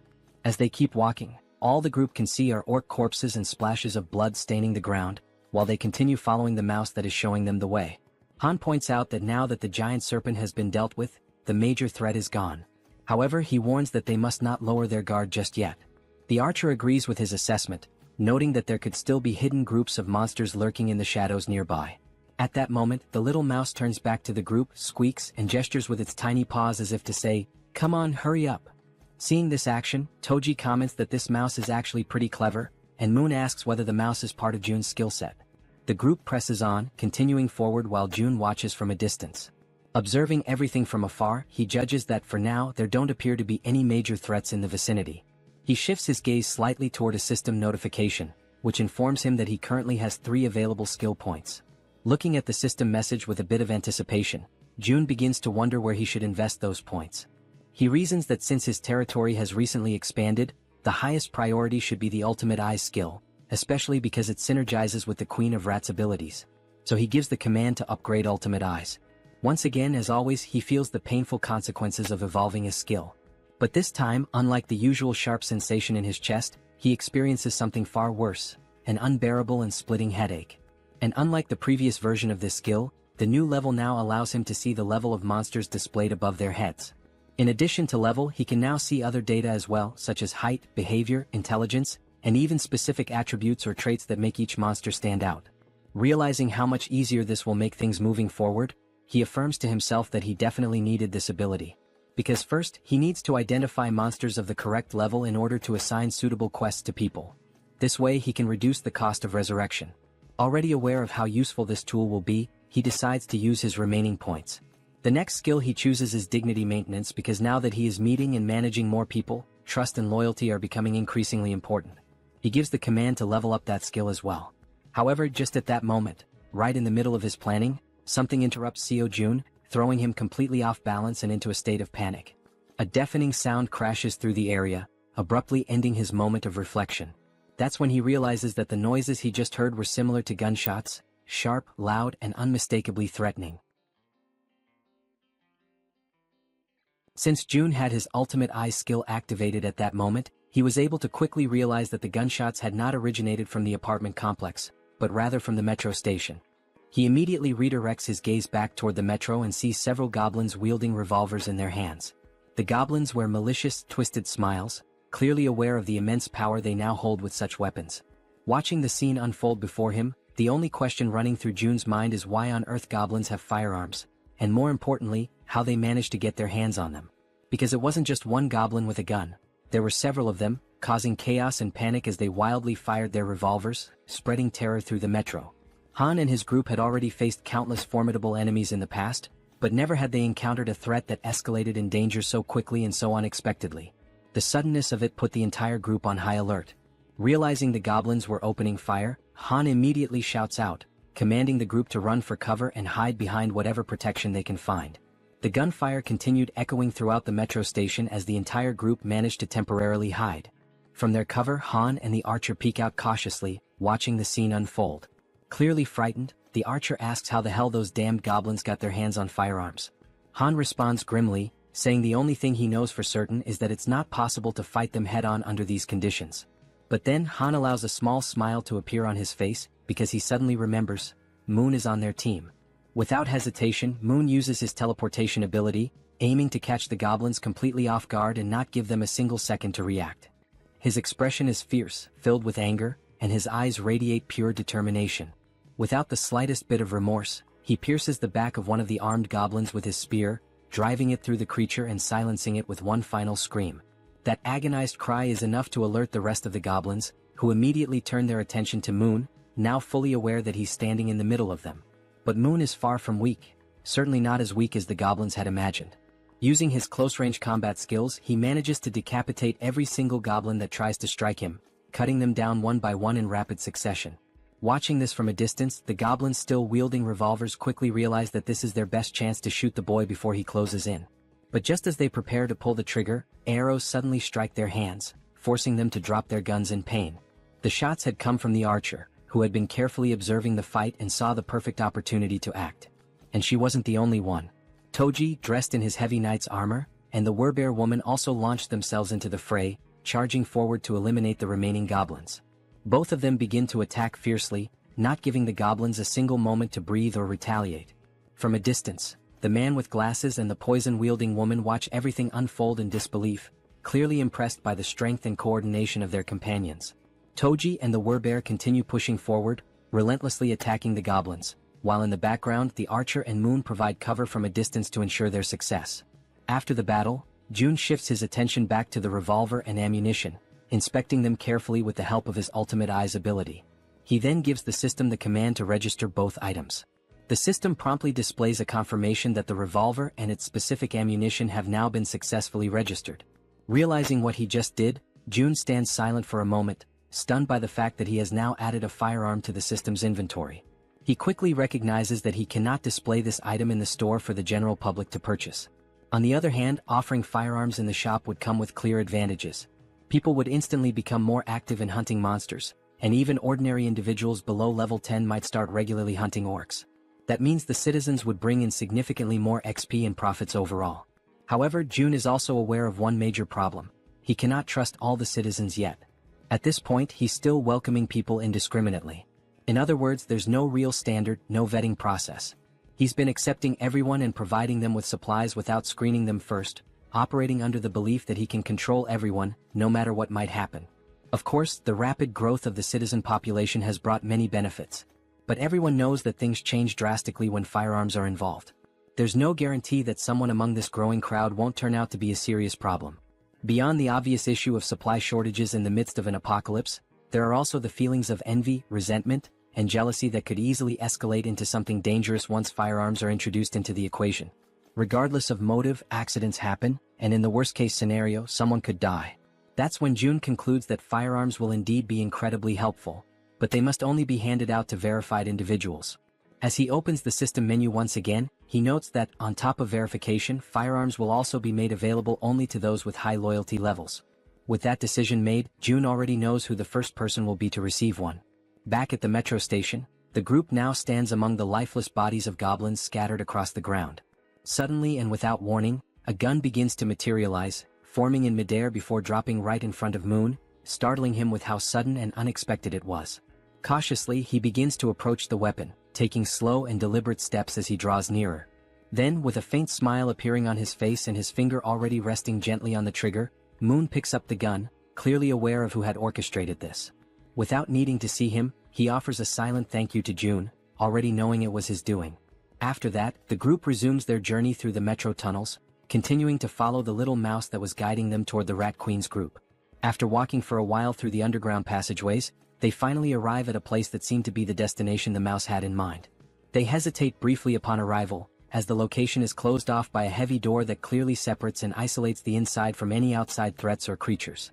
Then, as the leader of the group, Han steps forward without hesitation and makes the decision to open the door himself. As the door slowly creaks open, they immediately spot several people inside. The first ones to lay eyes on the newly arrived group begin trembling in fear, uncertain of who these newcomers are. For all they knew, it could easily be goblins or another kind of terrifying monster. Sometime later, the day turns out to be perfect for a walk. Apparently, June notices this and decides to get some fresh air. As he strolls along the sidewalks, he reflects on how nice it is that the territory now includes the walking trail just outside the apartment complex. He thinks to himself that it's been quite a while since he's gone out for a proper walk, and he quietly expresses his gratitude to Jaehyeon for coming along with him. While enjoying the peaceful moment, the system suddenly notifies him that an unauthorized entity is attempting to enter. Upon seeing that notification, June smiles and casually remarks that it seems they have arrived. Jaehyeon, intrigued, becomes curious to know who they are. The system then shows that a being who meets the requirements for citizenship is approaching the shelter, and it asks June whether he would like to grant citizenship. Without hesitation, he accepts. Moments later, Jaehyeon hears someone calling out her name and is met with a heartwarming surprise. In the distance, her mother and her sister Yeojin are excitedly calling out to her, waving with joy. In a moment of pure euphoria, the three of them run into each other's arms, embracing in a tight, emotional group hug. Their mother, overwhelmed with emotion, asks where she had gone without saying a word and tells her how worried she had been all this time. Jaehyeon sincerely apologizes for everything. After the hug, Yeojin's eyes sparkle with joy as she exclaims how good her sister smells and asks if she had taken a bath. Jaehyeon replies with a smile, saying yes, and not only that, they even have hot water here, and now her mother and sister will also be able to enjoy a warm bath. From a short distance away, June watches the heartfelt scene unfold, happy to hear them chatting about how the place has beds and hot meals as well. Then June calls out to the Rat Queen, and she quickly turns around, asking if something has happened. June informs her that Unit 2701 has now been assigned to her, and she is completely free to use it however she wishes. However, he warns that it might feel a bit cramped for 30 people. Upon hearing this, the girl turns back toward her mother and sister again. But they were not alone. All 30 individuals who had been trapped in the metro were rescued and brought safely to the shelter. Jaehyeon lowers her head for a moment, visibly deep in thought as she tries to come up with a solution to accommodate everyone. Interrupting her train of thought, June steps in and says that he'll provide 3 extra rooms for her, because she is more than worth it and truly deserves it. Hearing this makes her feel a little flustered, and she offers a heartfelt thank you. June adds that she can also use units 2402, 2301, and 1902, all within the same building. Hearing that causes her eyes to fill with tears, and in the background her mother and sister smile with happiness and relief. Jaehyeon expresses her gratitude and says she will always do her best. After this emotional moment, the system displays a notification showing that the loyalty and trust levels of many citizens have significantly increased in an instant. Seeing this on the interface, June feels a small spark of excitement, pleased with the outcome. However, something soon catches his attention. He remembers a system feature that was unlocked when he leveled up, but he had never taken the time to check it. The feature is called Guardian Beast Management, and it has a usage limit of 10 times. Just from the name alone, June gets a vague idea of what this skill might involve. But when he finally checks the cost of activating it, he is completely stunned. The cost is 1 billion, and the number leaves his jaw hanging in disbelief. Still trying to process this, someone suddenly calls his name and asks if he has a moment to talk in private. They head toward a nearby room and June opens the door, motioning for the person to come in. The person in question is none other than Jaehyeon, the girl known for using poisons, and she appears hesitant, clearly uncomfortable about what she's about to say. June gently asks her what she would like to talk about. With an anxious expression and a hint of fear in her voice, she says that there's something she needs to confess to him. Noticing her fear, June smiles softly and tells her to take a deep breath and feel free to speak comfortably, assuring her there's no pressure. Seeing his kind and calm reaction, Jaehyeon gathers the courage to finally speak her mind. She bows slightly and thanks him before saying, with visible difficulty, that she's truly sorry, but she wants to leave the team. Hearing that shocks June to the core. He had never experienced anything like this before. So, with disbelief, he asks if she really just said what he thinks she said. With an expression filled with guilt, the poison girl once again says she is very sorry, but insists that she needs to leave the party. June hears her words, but remains silent for a moment, as it was all so sudden that he is still struggling to fully process the situation. The girl then begins to explain herself, saying that her ability is one of the reasons she feels so useless within the team. She confesses that she often thinks that her presence doesn't make any real difference. Whether she is there or not, things would likely remain the same. June gently tells her to stay calm and to speak freely, reassuring her that she can always be honest with him about anything. The girl then clenches her teeth tightly, as if she is bracing herself with fear and hesitation. Gathering her courage, she finally admits that she is afraid. The way she says it, the trembling in her voice, leaves June momentarily speechless. She goes on, repeating that she really is scared, truly terrified. The goblins were terrifying, the orcs were just as frightening, and the giant snake they faced had been utterly horrifying. She even recalls the terrifying moment when they were being chased by that red tiger. There were so many instances when she could have lost her life, that just thinking about it brings tears to her eyes and she starts to cry. Once again she apologizes to June, saying she knows he saved her many times, while she could only watch helplessly, remaining silent. Wiping the tears from her face with trembling hands, she continues, saying that she is nothing but a useless person, someone who has failed to live up to June's expectations. June, quietly listening, reflects that deep down, he had already started to notice this before. He remembers the time when they went to rescue Moon's grandmother. She had been clearly afraid then. He also recalls how fearful she was when they were hunting orcs, and especially during the confrontation with the giant snake. And he remembers vividly that during the chase involving the red tiger, she had nearly lost her life. June knows that, in truth, she hadn't had much impact on the group's overall efforts. But even so, he also understands that none of this is something she should be blamed for. After all, her ability, Poison Mist, is extremely risky to use. If handled incorrectly, it could harm her own teammates, making it difficult for her to use it effectively in battle. And despite not being able to use her ability to its full potential, she had still risked her life countless times alongside everyone else. When results turn out poorly, of course, disappointment can arise, but it doesn't diminish her bravery. Watching Hyran crying and sobbing in front of him, June decides to speak up, telling her that this is actually perfect, because he has something he needs help with. Hearing that, the girl wipes her tears and looks at him, asking what he means. June then asks her if she knows Dabin, who is currently living on the 21st floor of the shared facility. He explains that Dabin has been struggling to handle everything alone, burdened with an overwhelming amount of responsibilities. June further mentions that he plans to create and manage shared facilities on every floor, not just the 21st, and that he's looking for someone trustworthy to help manage them. Stepping closer, he asks if he can entrust this task to her, assuring her that she would be a huge help if she agrees to accept it. When he notices that no immediate answer comes from her, he simply scratches his cheek awkwardly. He then continues, saying that if someone is willing to move and help even in small ways, he could never see them as useless. Seeing that Hyran is still looking downcast, June reflects internally on how powerful her ability actually is. And because it is a control-type poison ability, June feels certain that someday her true value will shine brightly. He tells her that if stepping outside the apartment complex is too overwhelming for her right now, there is absolutely no problem with her working indoors for a while.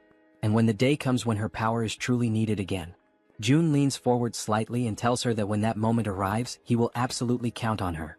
This sudden show of trust and reassurance causes her to momentarily stop crying. Then she gives a small, timid smile. At that very moment, the system sends a notification showing that her loyalty has increased to 100. It also notes that she has now been officially registered as a retainer, and the retainer limit has been expanded as well. As Hyran wipes her face once more, she apologizes again, her voice trembling.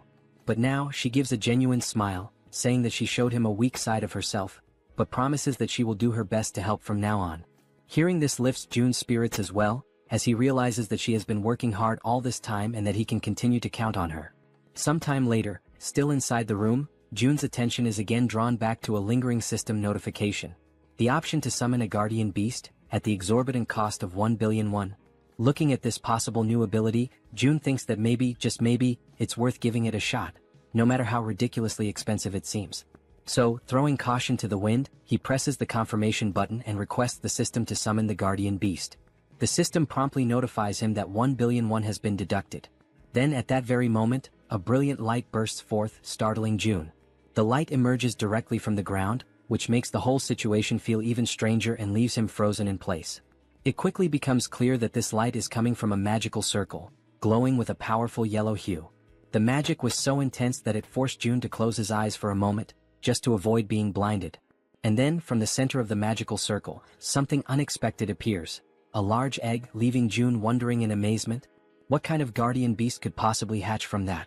Even after the magical circle stops radiating light, the magical egg continues to emit a strong and vivid glow.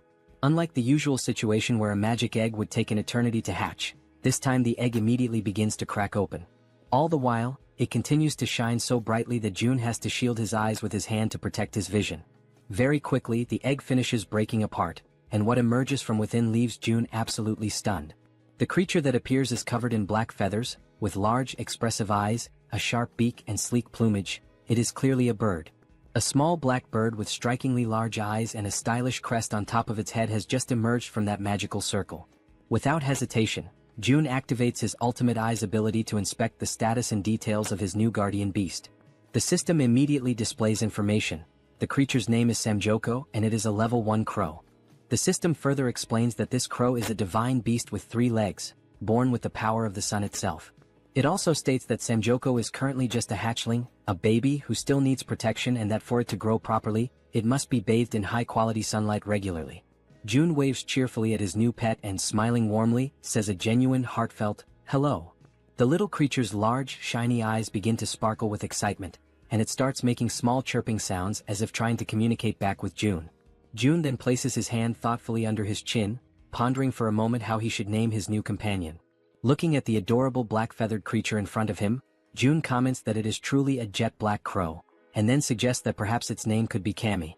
Upon hearing the name, the crow's eyes light up even brighter, practically gleaming with happiness. The tiny bird immediately celebrates, chirping excitedly as if shouting out its new name in pure joy. June leans closer and asks the bird if it really likes the name. The 3-legged crow, Cammy, responds with even more enthusiastic chirping sounds, almost as if it were trying to say yes, which makes June feel a wave of relief and happiness. However, after some time passes, June notices that Cammy just won't stop chirping incessantly. He starts to assume that the little creature must be hungry. A little while later, June offers some snacks to Cammy, and the bird seems to enjoy them very much, happily munching away. After devouring the entire packet of snacks, Cammy lets out a loud burp, indicating that he has completely filled his belly.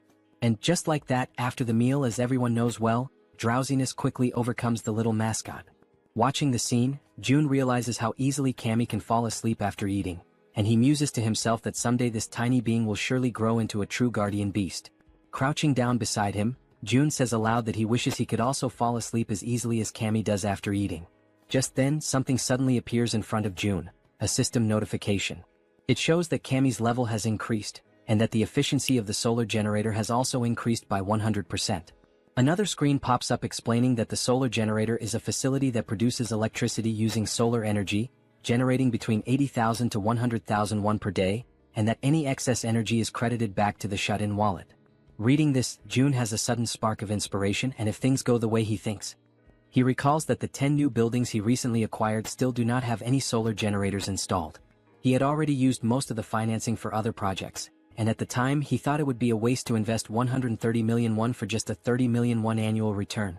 But now he chuckles quietly to himself, realizing that with this new change the situation is completely different. As more time passes, the system continues to notify him that Cammy's level keeps increasing, and along with it, the efficiency of the solar generator continues to rise. Reading the latest notification, June realizes that the generator's efficiency has tripled almost instantly, going from a 30 million won annual return to 90 million won per year. With a broad smile spreading across his face, June understands that there is no reason to hesitate any longer. Without wasting a second, he gives the command to the system to install solar generators in all 10 of the new buildings. The system promptly displays that the installation will be completed within 24 hours. Sometime later in room 3001, someone rings the doorbell of that room. It is June. From inside, the occupant asks who it is, and June calmly replies that it's him. The door swings open quickly and Fatty appears, asking if something is wrong. June replies with a serious expression that he needs to ask a favor. Still looking surprised, Fatty asks what kind of favor June could possibly need. With a stern, resolute face, June explains that he needs Fatty to safeguard his money. They exchange a few words that the narration doesn't reveal to us, and shortly after that, Fatty is left standing there, completely in shock by what he has just heard. Before all of that, the conclusion that June came to while thinking carefully about the tax collection ability was as follows. If he entrusts a sum of money to a trustworthy citizen and simply lets it sit idle, it will generate profit for him over time. There is an initial 10% tax fee when he donates the money for the first time, but after that, the money starts to produce a 10% profit every month. So, June began to consider carefully whom he could trust enough to handle that money. He went through the status screens of various citizens and then stopped when he reached Choi, also known as Fatty, and noticed the 89 points in trust and 98 points in loyalty. It became absolutely clear to June that it had to be Fatty. His level of trust and loyalty were on an entirely different scale, significantly higher than that of any other citizen. Immediately, the system notified June that he had successfully donated 1 billion won to Fatty, with a 10% fee deducted from the total amount. Right after the donation, the system also showed that Fatty's loyalty and trust had increased even further. Still visibly nervous but wanting to confirm, Fatty asked if he really was only supposed to hold on to the money, or if he could maybe use just a little bit of it. That had actually been Jun's original plan all along, but he had not expected Fatty's loyalty to reach 100, so in the end he replied that yes, Fatty has permission to use a small portion of the money. Still in shock over what he had just heard, Fatty bowed deeply in gratitude, offering a sincere thank you. Jun in turn told him to stop bowing and said that he trusted him completely. With that matter taken care of, it was now time to move on to the next thing he needed to handle. Jun went to talk with Dabin, and she asked if she was allowed to choose whoever she wanted. He replied that yes, it was fine, she could choose freely. Then he introduced her to Hyerin, the so-called poison girl, and said she could include her in the team. He added that now that Dabin would be the team leader, he would be paying her double the regular weekly salary.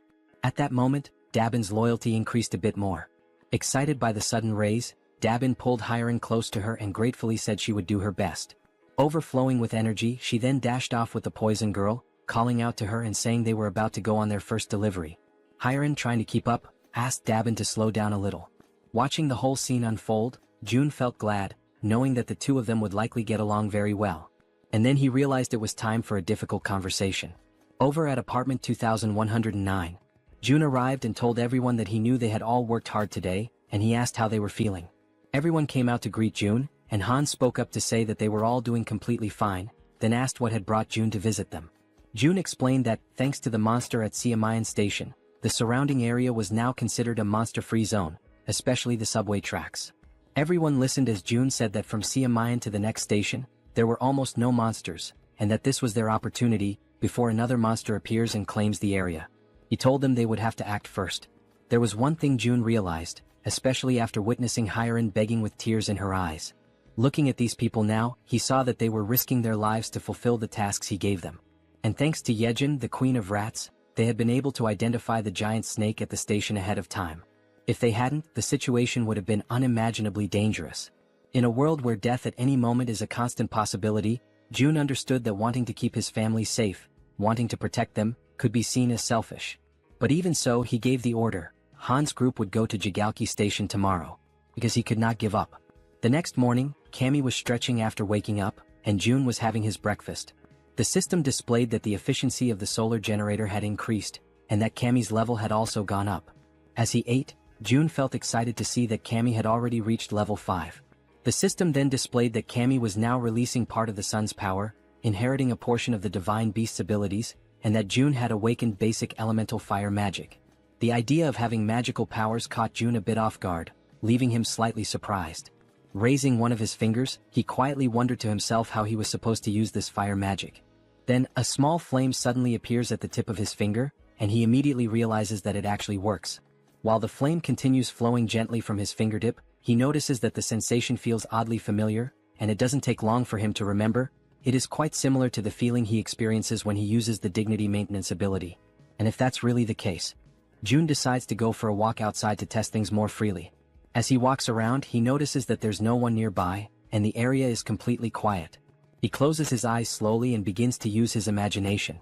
He starts to picture a massive flame, one so powerful that it could engulf and burn the entire area around him. Soon, a flame begins to form and grow in the palm of his hand. The flame starts expanding and he can feel the power coursing through his body, spreading from his hand to the rest of him. Then, with a determined movement, he throws the fireball forward. However, this action leaves him disappointed, to the point that all of Jun's earlier enthusiasm seems to vanish in an instant. He stares at the tiny, underwhelming fireball floating in the air, and still feeling let down, he questions to himself whether this small result is really his current limit. It becomes clear to him that this is not a particularly powerful ability, at least not at this stage. But even so, he acknowledges that some things can already be done with it. He summons his gas and then it hits him. If he combines this fire ability with the gas produced by the dignity maintenance skill, it could become a truly threatening force. For now, that is the current level of what he can do, but the potential is absolutely limitless. With this, he can now fuel everything he needs, still have electricity left over, and eventually this surplus can be converted into money, which will then be deposited directly into his shut-in wallet. At that moment, someone arrives singing some kind of tune, and catches the attention of our secluded monarch. It's Jaehyeon, the queen of rats, and she's expressing her gratitude for the rest period he allowed her. She says that thanks to him she was able to rest well. Jun replies that he simply gave her the treatment her ability deserved. And besides that, thanks to her help, The range of his own abilities had expanded significantly. Of course he should support her. Smiling, he says that he'll be counting on her again today. He informs her that Han's group is currently waiting at Jaehyeon station, and that she should go guide them as soon as possible. Jaehyeon responds that she has already sent rats along the subway tracks, since the rats are capable of reaching Koryang station without any trouble. Hearing that, Jun's eyes widen as he asks her if something happened beyond Koryang station. She confirms that yes, something did happen, specifically at Busan station. She says she thinks it would be better if he saw it for himself. She sits down on the ground and begins to concentrate deeply, activating her ability to control one of her rats over there. Through the rat's vision, they can see that the station is completely destroyed, with debris and rubble possibly blocking access. And on top of that, the area appears to be flooded with water. Seeing this through his ultimate eyes, Jun quickly realizes that there's no way to get through that place in its current condition. Jaehyeon comments that now that he has seen how the tracks are, that's precisely why she sent rats ahead. But then, she saw something far more alarming, a scene of chaos and total destruction. Using his own abilities, Jun sees the same thing. Not a single building remains standing over there. Everything is destroyed. He asks himself, stunned, what on earth happened in that place. One of the rats moves closer to a hole in the ground, which turns out to be some kind of crater. Jun wonders what that thing could possibly be. Then the rat adjusts its position, and only at that moment does it become clear. That crater is actually a footprint, likely left behind by some kind of giant. Only then does Jun understand that the problem in that area is far more serious than he had imagined. That explains why there are no intact buildings and why even the roads are completely destroyed. Then suddenly, Jun feels a tremor at that exact moment, something that resembles an earthquake. Both he and Jaehyeon are startled and immediately on alert as everything begins to shake violently, just like during a real earthquake. The Queen of Rats drops to the ground, crouching in fear and screaming from terror. Jun quickly moves closer, trying to reach her in order to calm her down. But at that moment he begins to feel deep discomfort, realizing that if this continues with the tremors growing stronger, all the buildings will eventually collapse. The earthquake continues to grow stronger, shaking the buildings more violently with each passing moment. Still visibly shaken, Jun turns to Jaehyeon and asks if she is alright. Jaehyeon reassures him that she is, but then with a worried expression, she asks what is really happening. Jun starts to explain that it is a tremor, but before he can finish, he is interrupted by a loud, booming voice shouting his name. Both Jun and Jaehyeon, still caught in a state of panic, hear that they need to go check what is going on. After a moment, Jaehyeon glances at her companion, and he gestures for her to follow him outside. Meanwhile, Fatty, visibly shaken and fearful, mutters in disbelief, questioning what all this chaos could be about. He adds that Jun needs to head to his house first. Without a second thought, both of them dash towards Fatty's house, despite the obvious danger all around. As they run, Fatty explains that from his place in Jaehyeon, they can get a clear view of the station area and assess the situation better. As they move swiftly through the quaking streets, Jun can't help but recall the loud crash from earlier, wondering why Fatty is dragging him to his place with such urgency. After some time they finally reach the destination. Upon opening the door, Jun is met with the sight of Fatty and his wife, both overwhelmed with fear and anxiety. Fatty quickly points towards the balcony, urging Jun to take a look. As Jun steps out onto the balcony and takes in the view, he becomes utterly shocked and paralyzed, his mind racing as he wonders why it always has to be some kind of madness. Outside, a gigantic, fearsome cyclops looms over the city, with sharp fangs and imposing horns, mercilessly destroying everything in its path. As the monstrous creature continues to demolish buildings with sheer brute force, Jun, still in a state of disbelief, summons everyone back to regroup.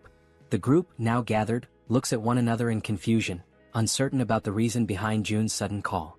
When they reach Fatty's house, Han and Moon speculate about whether the earthquake from earlier might be linked to what's happening now. But suddenly when they glance ahead, they are all left frozen in terror as they spot the terrifying Cyclops approaching. While they helplessly watch the giant creature crush and topple massive buildings, the group can only question in disbelief what that monstrous being in front of them could possibly be. The Cyclops, consumed by unbridled rage, continues to smash and pulverize everything in its vicinity with its powerful fists. Then Han shouts out, desperately wondering what on earth is going on, while Fatty points out that the Cyclops is moving closer to their location, urging Jun to take a look. Feeling overwhelmed, Jun, in a state of panic, acknowledges that they have to do something, but he has no idea where to even begin. From the balcony, Jun glances down at his hands, unsure whether his abilities would be enough to withstand the Cyclops' attack. Nervous and trembling, Jun clenches his teeth, trying to keep his composure despite the dread creeping in. Suddenly, Jun hears someone calling his name and he freezes. Turning around, he sees the Werbear woman, her expression resolute and unwavering. With fierce determination, she requests a chance to take on the Cyclops. Hearing her words, June is initially taken aback and a bit fearful, unsure of what to think. However, the Werbear woman remains focused, her fiery resolve to battle the gigantic beast evident in her eyes. June, still anxious, manages to muster a faint smile after hearing her confident plea. Then he turns to her and asks if she is truly willing to confront the Cyclops. With unwavering courage, the Werbear woman firmly declares that she will make it happen right away. Just then, the system interface pops up, displaying that a mission has been granted. The objective is to hunt the Cyclops within a 24-hour time limit. If the mission succeeds, the reward will be 1 day of resurrection for the sun. However, if they fail, the penalty will be a full day of excruciating pain. June immediately calls for the group to assemble, stating that he will give a quick rundown of the plan. Standing before them, June asks everyone to pay close attention. To begin, he divides the group into 3 teams. The first team consists of Han, the Werbear woman, the healer, and Toji. The second team includes Moon, the archer woman, and Jaehyeon, the guy with glasses. The third team consists of June himself and Jaehyeon.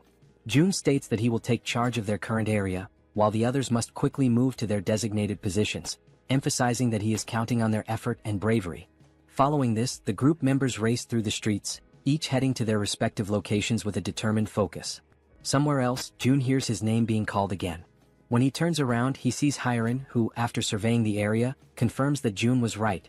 The individuals with military experience are positioned at the main gate, while the other residents are gathered in the underground parking lot. Smiling in relief, June thanks her for the efficient work and suggests that she move to the underground parking lot as well to continue assisting the others.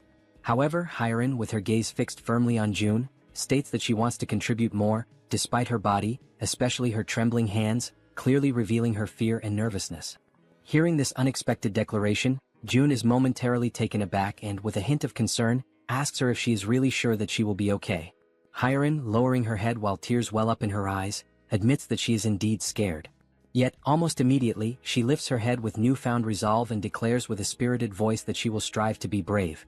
Feeling a sense of relief and admiration, June allows a faint smile to appear on his face.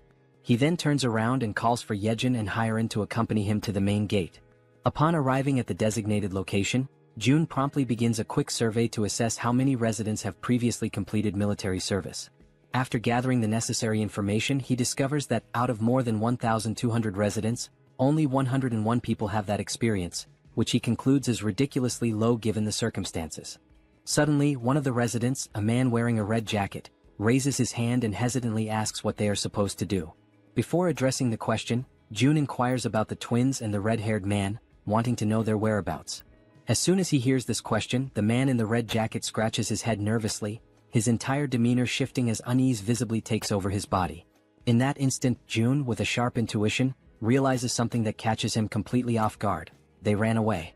He quickly notices that not only did the twins and the red-haired man escape, but they were also accompanied by hundreds of other people who fled to the underground parking lot. Anger immediately surges through June's veins, and he clenches his teeth, feeling utterly furious at their cowardice. Without hesitation, he calls them cowards, his voice filled with a mix of disappointment and frustration. With every pair of eyes now focused intently on him, June raises his voice to address everyone present.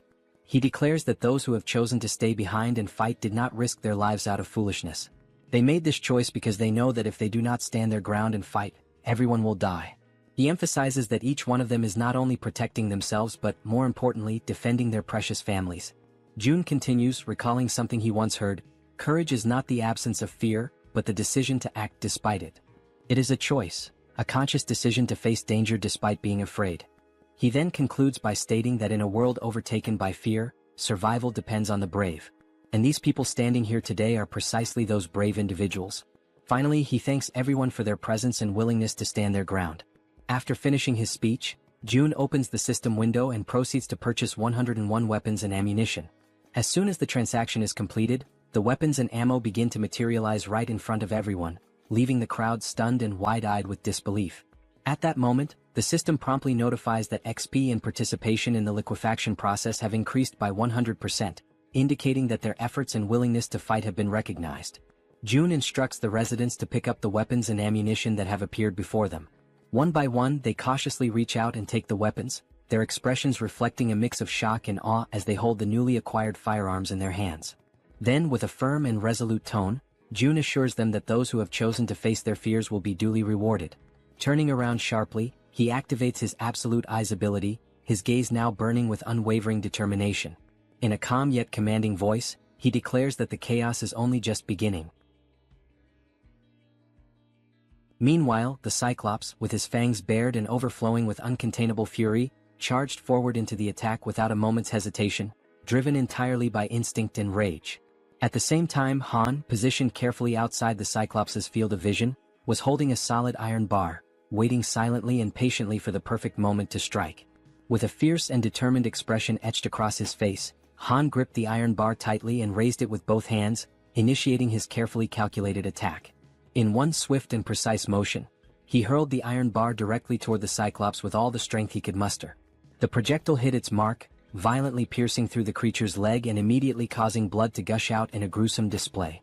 Caught off guard by the unexpected assault, the Cyclops turned around sharply, his monstrous body twisting as he directed his gaze toward the source of the attack.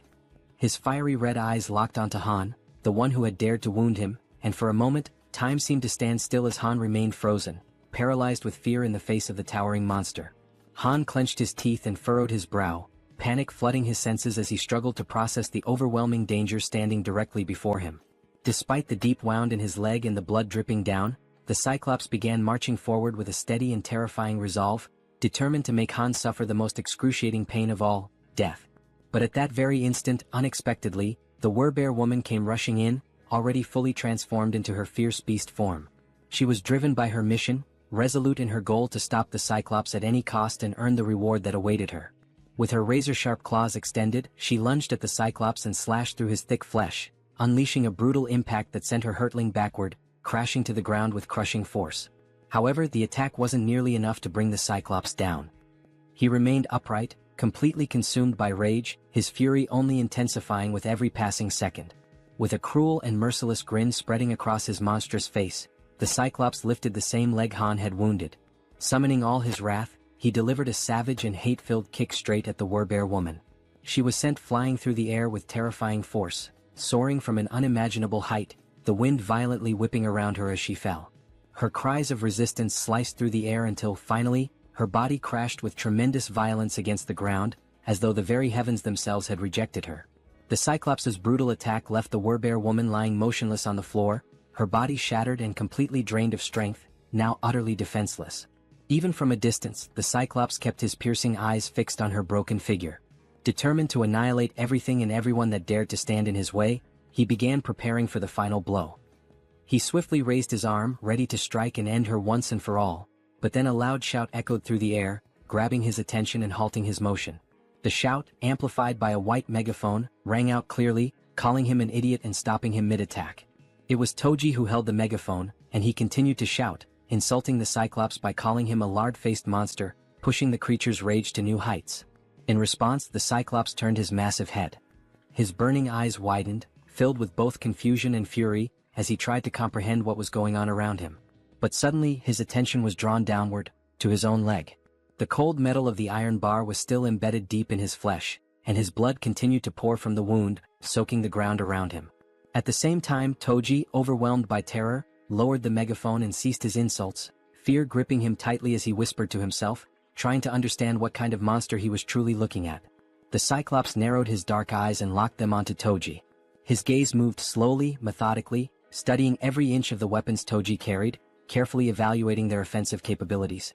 He looked like a wounded beast, still bleeding, still in pain, but mentally calculating the perfect moment to strike back with devastating precision. Suddenly, Toji found himself standing still, completely frozen, and tried to plead for a moment of time, but it was already too late. Without a second of hesitation, the Cyclops lunged toward him, driven by a single overwhelming purpose: to obliterate everything in his path. Toji screamed in desperation, his voice trembling uncontrollably.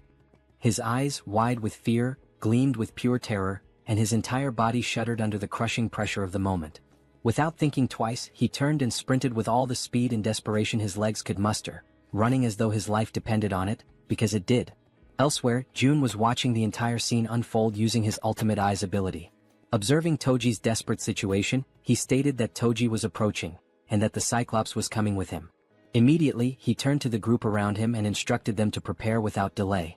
Once more, June activated ultimate eyes, clenched his teeth tightly, and warned that the moment was near. Toji was almost at their location, and behind him was the largest creature any of them had ever seen.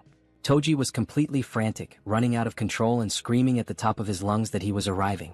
After a few tense seconds, he stumbled past the edge of the barrier, where everyone was already waiting for him, alert and filled with tension. Outside the protective barrier, the Cyclops loomed, his eyes watching everything. And then, without warning, Black, the crow belonging to the man with glasses, appeared in the sky and began flying straight toward the Cyclops. The bird flapped erratically in the Cyclops' line of sight, pecking and disrupting his vision non-stop, refusing to let up for even a moment. Eventually, overwhelmed and disoriented, the Cyclops shut his eyes tightly in frustration. Without wasting a second, the archer woman was already in position, her body firm, unwavering, and fully prepared for the perfect moment to strike. Then, with unwavering focus, she aimed her bow with precise calculation, her eyes locked on the monstrous figure ahead, while Black, the intelligent crow, gracefully landed on the arm of his master, perching with familiarity and calm. Without a single trace of hesitation, the exact moment had finally arrived. The archer woman pulled back the bowstring with strength and confidence and released her arrow in one swift and fluid motion. The arrow shot forth with incredible speed and force. The Cyclops, in a desperate attempt to defend himself, raised his massive hand to shield his face, but it was in vain. The arrow not only pierced straight through his outstretched hand but also struck directly and with perfect accuracy into the very center of his head. Immediately after, Moon appeared, soaring high above the Cyclops with steady flight. Without wasting any time, he reached into his clothes and retrieved 4 rats, each one alive and squirming. Then, with firm resolve and no hesitation, he hurled all 4 rats directly toward the Cyclops' mouth, which was wide open as the creature roared in agony from the arrow embedded in his face.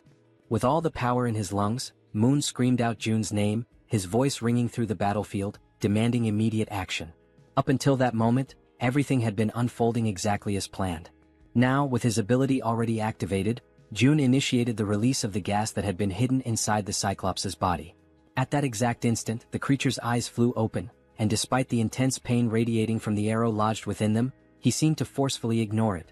The Cyclops slowly lowered his massive head and looked down at his abdomen with a focused and steady gaze, as if noticing something unfamiliar. He took in a long breath, bracing himself for whatever was about to come next. Soon after, June raised his arm firmly and pointed it straight at the Cyclops. His face remained calm, composed, entirely devoid of fear. In his mind, there was an unshakable conviction. When the opportunity to end that terrible battle finally came, there would be no room for doubt, only the resolve to bring everything to a close decisively and completely.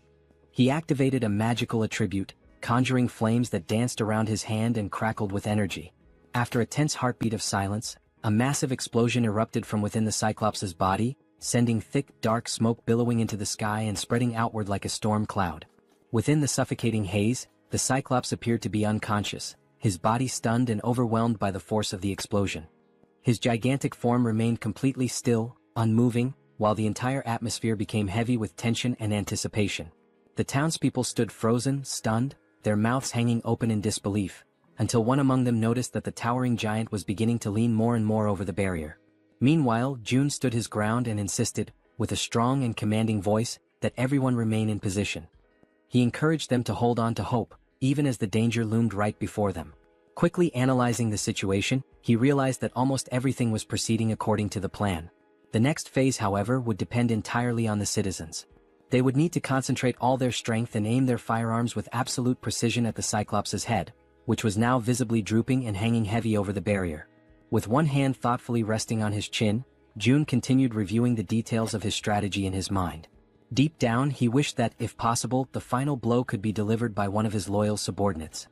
His train of thought, however, was abruptly interrupted when Fatty approached, visibly nervous and trembling all over. Unable to speak a single word, Fatty simply pointed frantically behind June, urging him with urgency to look. Trying to calm him down, June replied that the Cyclops was going to fall onto the barrier no matter what. But when June turned fully around and saw for himself, his entire expression changed in an instant. To his shock and horror, the explosion had not been powerful enough to bring the Cyclops down. The massive creature was still standing, firm and steady, his terrifying eyes locked directly onto June. Paralyzed by fear, June struggled to comprehend the horrifying reality unfolding before him. His wide eyes were filled with pure panic, unable to believe what he was seeing. Beyond the safety of the protective barrier, the Cyclops remained upright and unshaken, exuding an aura of dominance as if daring anyone to try and stop him. Without a moment's pause, the Cyclops lifted his arm with merciless strength and brutal determination. His fists clenched tightly, as if they bore the weight of a final decision that could not be reversed. And then, in one explosive movement, he brought his massive arm crashing down with devastating force. The very air around him trembled from the impact. The collision reverberated like thunder against the protective wall, shaking everything around it and sending a shockwave through the surroundings that echoed with raw power.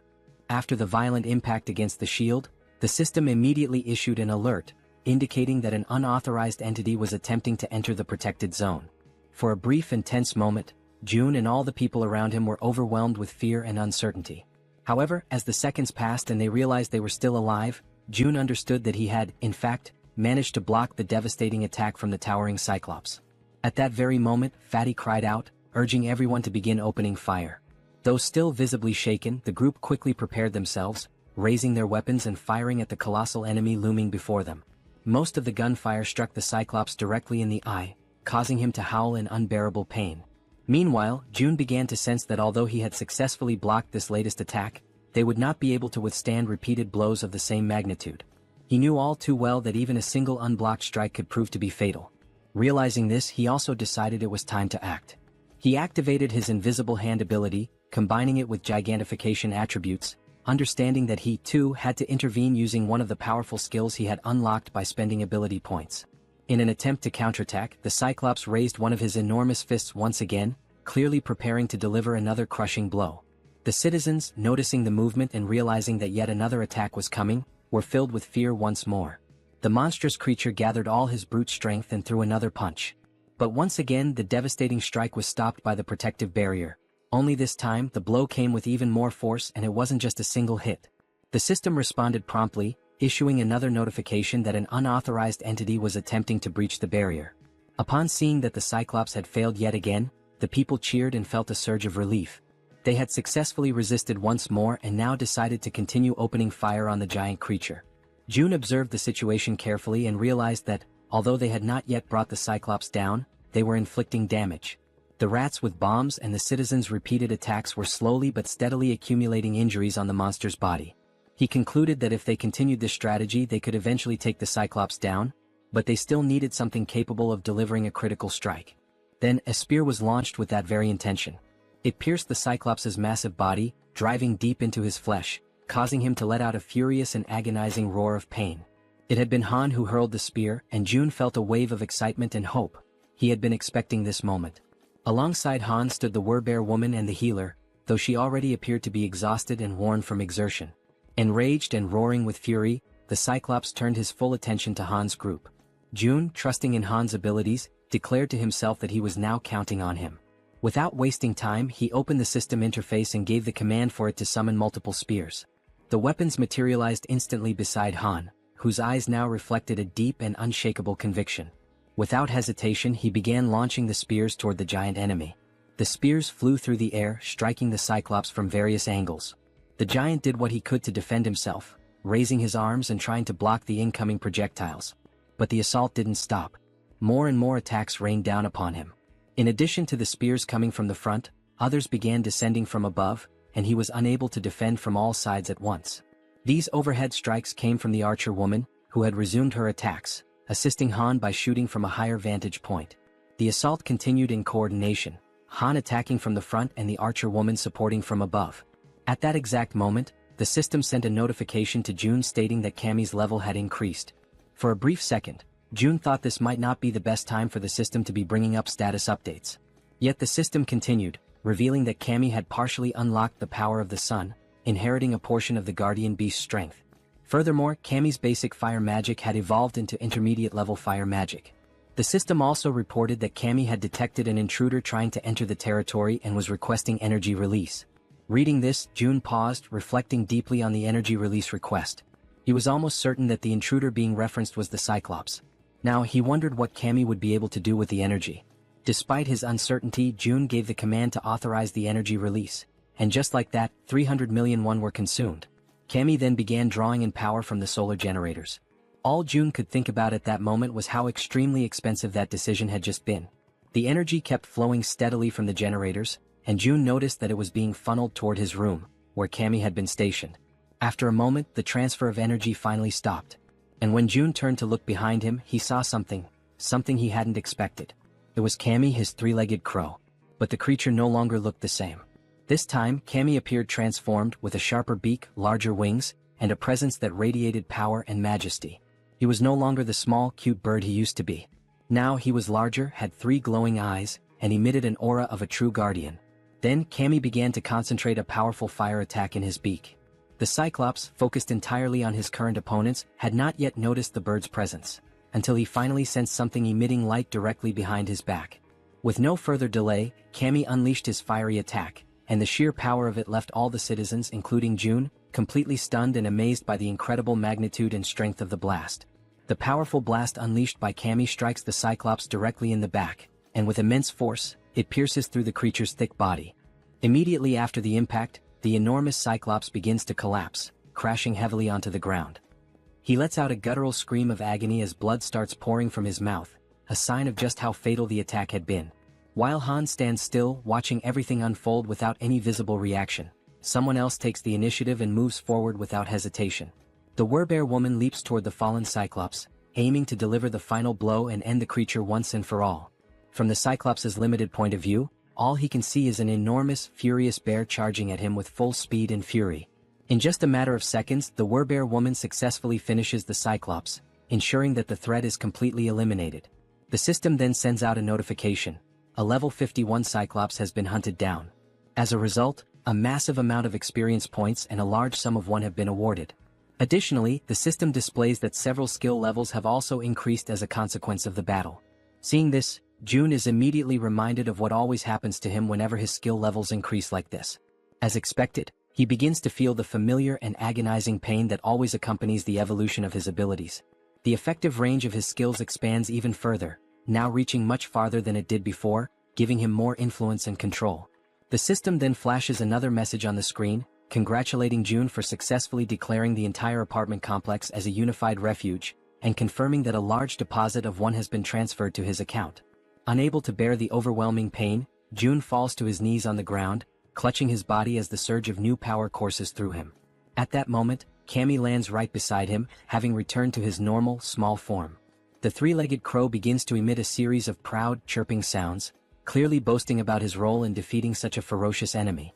June, still kneeling and catching his breath, mentions that it cost him 300 million won for that outcome, prompting Cammy to fall silent, now visibly embarrassed that the price for his attack had been so high. Despite the expense, June feels genuinely happy and grateful that Cammy's strike was so decisive.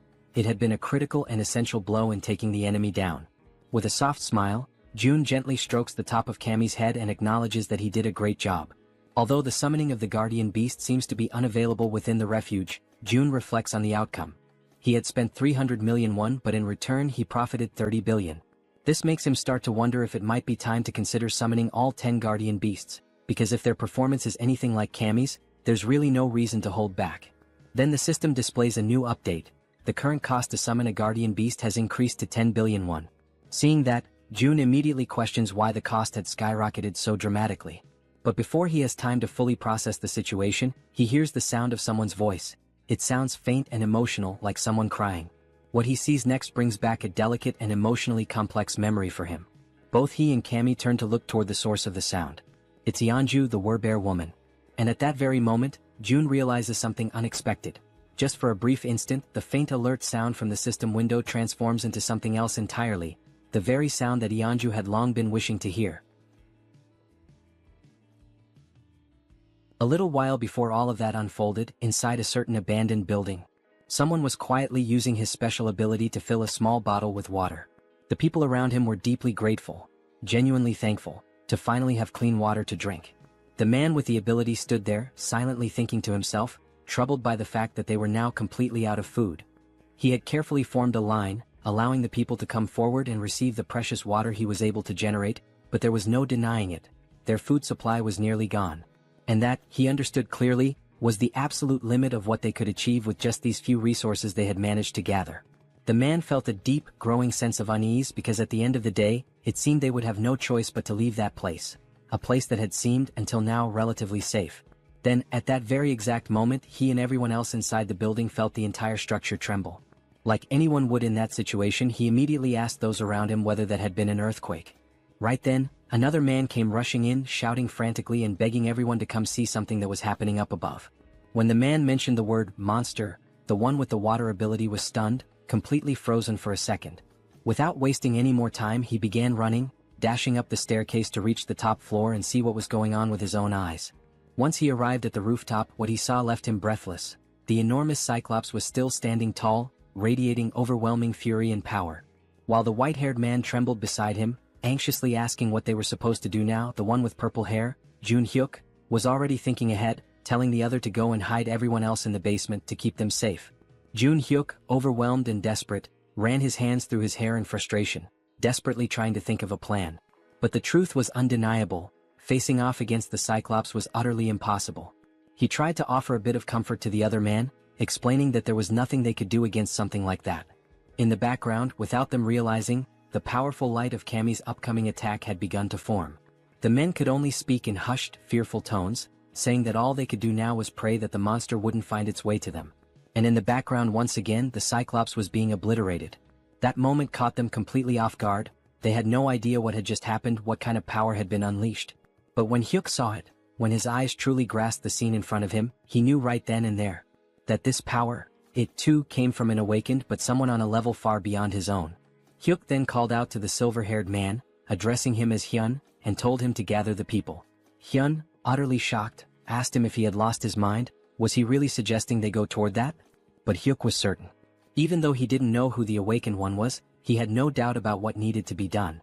If they truly wanted to survive in this wretched, merciless world, they had to stand beside the person who possessed the kind of power capable of bringing down a creature like that Cyclops.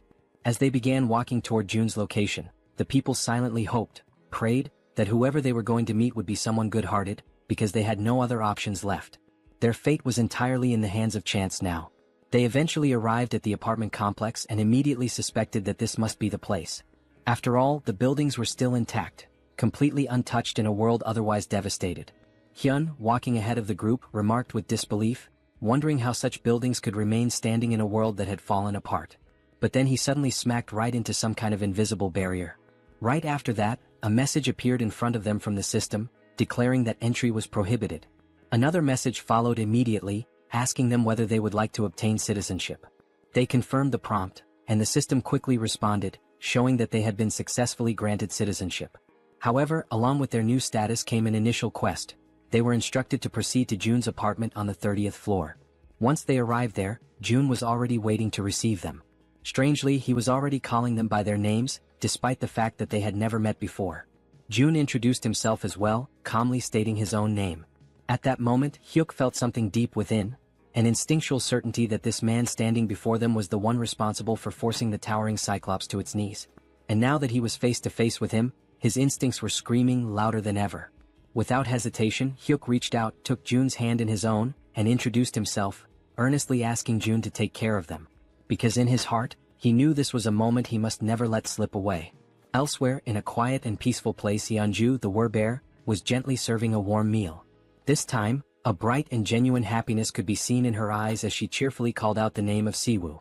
Siwoo was her little boy, her beloved child, who was happily eating, and she lovingly asked him if the food tasted good. With a big smile, he replied that it was absolutely delicious.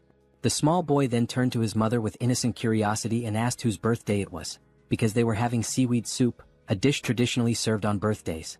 She responded with a warm and affectionate embrace, hugging him tightly while he told her how much he loved that particular food.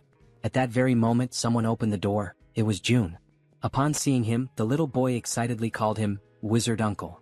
Yeonju asked June whether everything went smoothly with the new residents, and he confirmed that it did. He had already provided them with food and a place to stay. Then June apologized for something, and Yeonju, curious, asked why he was suddenly saying sorry. He explained that the newcomers wouldn't be able to leave the house, and that he hadn't expected that restriction to be in place. However, Yeonju didn't seem the least bit concerned about that detail. She calmly replied that just being there, together like that with her little boy, was more than enough for her. Holding her son even more tightly in her arms, she said with sincerity that she was truly content now. Right after that, the system displayed a message stating that her loyalty had increased significantly, officially registering her as a retainer. But even if the system had said nothing, June could already tell, through her expression, her voice, and her gentle actions, that her heart was full. He could feel Yeonju's emotions clearly, without any need for confirmation. More time passed in peace. Mother and son continued enjoying their time together, now watching television side by side, smiling and sharing laughter. And during that simple tranquil moment, June found himself reflecting deeply on his own family, on how long it had been since he had last seen them. He wondered how they were doing, if they were eating well or if they were possibly sick. He closed his eyes and imagined the worst, thinking that something terrible might have happened to them in this chaotic world. Right then, Cammy appeared, making a bit of noise. The small creature began playing and having fun alongside the werbear and her son. Watching them all together like that, June felt a quiet realization settle in. There was no need to rush. It was just one day. One peaceful, ordinary day. And he understood how hard Yeonju had worked for this day to finally come. At the same time, he also thought about how Yeejin's rats were, at that very moment, heading toward the main house. When the rat reached the house, he would be able to deliver whatever his family needed. So today, looking at mother and child, smiling and content, June made a choice. He would focus only on taking care of them. Because this was the moment when Yeonju's one and only dream was finally shining brightly. Then June suggested that they sleep in the master bedroom. However, with her child still wrapped around her body in a loving embrace, Yeonju gently declined, saying that they could settle down in another room instead. Even so, June insisted that they stay in the master bedroom, emphasizing that it was the coziest and most comfortable place for them to rest. With a warm and reassuring smile on his face, he added that it was an order. Without hesitation, Yeonju lovingly stroked her son's hair, and together, they expressed their gratitude to June for his kindness and thoughtfulness. Soon after, they headed toward the room, wished him a good night, and the little boy waved sweetly at June before going in. June, watching them go with a deep sense of fulfillment in his heart, allowed a faint, content smile to appear on his face. The lights in the house slowly dimmed, and a gentle lullaby began to softly echo through the home, drifting from the bedroom as the child, still awake, listened in silence. Meanwhile, in the living room, June lay on the sofa, quietly listening to the sweet lullaby that continued for a long while, tenderly sung by Yeonju's voice. It had been a very long time since he had heard a melody like that.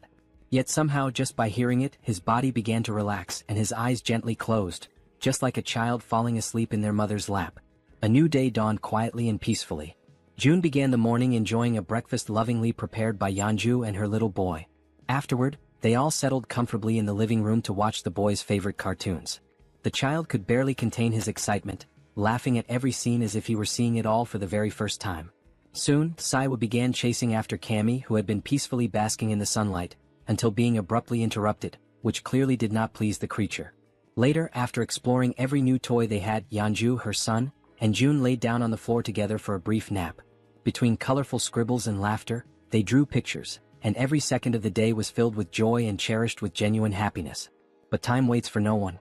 With Cammy perched on his shoulder, June quietly wept, consumed by the silent grief of having only been able to offer a single day of life to Yeonju's beloved son. Soon after, Yeonju knelt down on the floor, saying her final goodbyes while holding her son tightly, pouring all her love and strength into that embrace. Still too young to fully understand the intensity of that moment, the boy asked innocently if she was crying. With tears already streaming down her face, she struggled to keep her voice steady and calmly whispered that she wasn't crying. But with his tiny hand resting gently against her cheek, he could feel the tears slipping down her face. So softly, Saiwa began wiping away her tears, doing his best to comfort her and asking her, ever so kindly, not to cry. Yeonju held him tightly again, and in a trembling voice she finally admitted that she was afraid of the world, because a world without him was far too terrifying. Then, filled with the innocence of a child, the boy simply called her Mom, and assured her, with unwavering confidence, that he was right there beside her. Those words, so pure, so genuine, caused Yeonju to break down even more, tears overflowing from the sheer weight of her sorrow and desperation. Even as Saiwoo continued trying to reassure her, Yeonju remained in tears. Yet still he took a step back, slowly pulling away from her arms. Looking her directly in the eyes, he firmly promised that he would always be by her side. Gripped by despair, she called his name with a choked voice. But without hesitating, he continued to walk toward the setting sun, while behind him, she shakily called out that she still had so much left to do for him. Then suddenly he stopped. He turned around slowly, and with a gentle smile full of warmth and joy, he said that he loved her, just as his body began to dissolve into the light. At that exact moment, upon hearing those words, she froze. Still kneeling on the ground, her body began to tremble, and the overwhelming pain made it almost impossible for her to respond. But as all mothers do, even in the midst of unimaginable pain, she smiled through the tears and managed to whisper back a quiet, "I love you." And with those final words, Saiwa said goodbye with a peaceful smile on his face. In the blink of an eye, his body vanished completely, and Yeonju's hand, overtaken by the unbearable pain of saying farewell, collapsed limply to the floor, while June watched her silently, deeply concerned and heartbroken by her side. Soon after, she tried to stand, but the pain she felt was so overwhelming, so crushing, that her body simply wouldn't allow her the strength to rise. Moved by the scene unfolding before him, June could only think that hope is like a delicate flower that chooses to bloom right in the middle of despair. With his eyes closed tightly, he came to a painful conclusion. Those who cling to hope must be prepared to face the darkest depths of despair, no matter how cruel. Then he extended his hand to her and gently urged Yeonju not to lose herself in grief, reassuring her that this moment was not the end. At that, Yeonju lifted her head, turned toward June, and in a hesitant, trembling voice, she asked if that was really true, if this wasn't truly the end. With unwavering conviction, June answered that if there was even the slightest chance, he would bring her son back, again and again, as many times as it took. His words ignited a new spark of hope, and Yeonju received them with a renewed sense of determination and strength. At that exact moment, the system displayed a notification. Yeonju's trust level had reached 100%, and she had obtained primordial vitality. The scene then shifted to the red-haired man, who was screaming with uncontrollable rage and fury. The twins, who had been silently listening to everything that was being said, became visibly frustrated when they realized that the standard spear, the orc spear, and all the money the red-haired man had painstakingly saved had vanished completely without a trace, leaving him utterly disoriented and at a loss for what to do. The red-haired man, clearly agitated, asked about his brother's belongings. His brother then explained that, when he had woken up, every single one of his possessions had disappeared without warning or explanation. Following this, the other twin chimed in and explained that many other people had experienced the same mysterious loss of their items. He pointed out that there was a specific pattern among these incidents. All of those who lost their belongings had not been present when the summoning occurred for those who had previously completed military service. Then one of the twins turned and stated that they should have returned to that place earlier. Suddenly, and completely without warning, he was violently grabbed by the collar of his shirt and pulled with force. The red-haired man, overtaken by a wave of anger, demanded to know if the twin was trying to place all the blame for what had happened squarely on his shoulders. Quickly, the twin clarified that he had misunderstood his words. Even so, the red-haired man remained furious, raising his voice even more as he shouted with escalating rage, insisting that they had all agreed from the very beginning that it was a foolish decision to follow June's orders. Faced with the rising tension, the brother, already clearly anxious and losing his patience, admitted that, indeed, June's plan had been a foolish one from the start. Hearing this, the red-haired man finally released his grip on his brother's shirt. It was only then that it dawned on him. He might have been expelled because of his own actions. Now tense and nervous, he remembered that there had been only one similar case in the past. He began to recall the story of a man who had tried to get involved with an underage girl. That man had been caught in the act and was immediately expelled, only to be found dead in the middle of the street shortly afterward. As he continued reflecting on the situation, he came to the unsettling conclusion that even now, with the appearance of that giant and all the surrounding chaos, the survivors still gathered in abandoned apartments. So, it was highly likely that there were enough people who would be more than willing to make sure he became the next one to be expelled. He was completely consumed by the hatred he felt for the situation he had ended up in. The image of the man in the red jacket reappeared vividly in his mind, calling him a bastard, and he imagined just how satisfied that bastard must have felt when he managed to get his hands on a weapon. Soon after, the red-haired man scratched his head, restless and agitated, trying to understand how everything had spiraled so far out of control. Elsewhere, June observed everything, the tension surrounding the red-haired man, and remarked to himself that this was only the beginning of the punishment he had meticulously prepared for him. Back with the red-haired man, a system window suddenly appeared behind him, displaying a new mission, catching him completely off guard. Startled and disbelieving, he immediately turned around to see the notification for himself. The system window revealed a new mission: hunt 20 goblins within 24 hours. If successful, the reward would be a small amount of experience. However, if they failed, they would suffer 1 minute of extreme, unbearable pain. Returning now to Yeonju's most recent and impressive achievement, the dreaded primordial vitality. A rare and highly coveted ability which June now also possesses, it is known for amplifying regeneration to absurd levels, always in direct proportion to the severity of the injuries sustained. June could barely process what he had just witnessed. Not even for a moment had he imagined that, upon reaching 100 trust points, Yeonju would awaken precisely that ability. Still deep in thought, June soon realized that, at least for now, this ability wouldn't have much practical use. With his gaze locked on the system window, he continued following his own line of reasoning. After all, he wouldn't be the one doing the fighting. Even if he were to leave the building, the chances of sustaining any real injuries were practically non-existent. Even so, the fact that such a powerful skill had been granted as a reward for reaching 100 trust points was undeniably noteworthy. His thoughts then began to drift toward Moon, who was also dangerously close to reaching that same 100-point threshold. The idea of what might happen next began to take shape in his mind.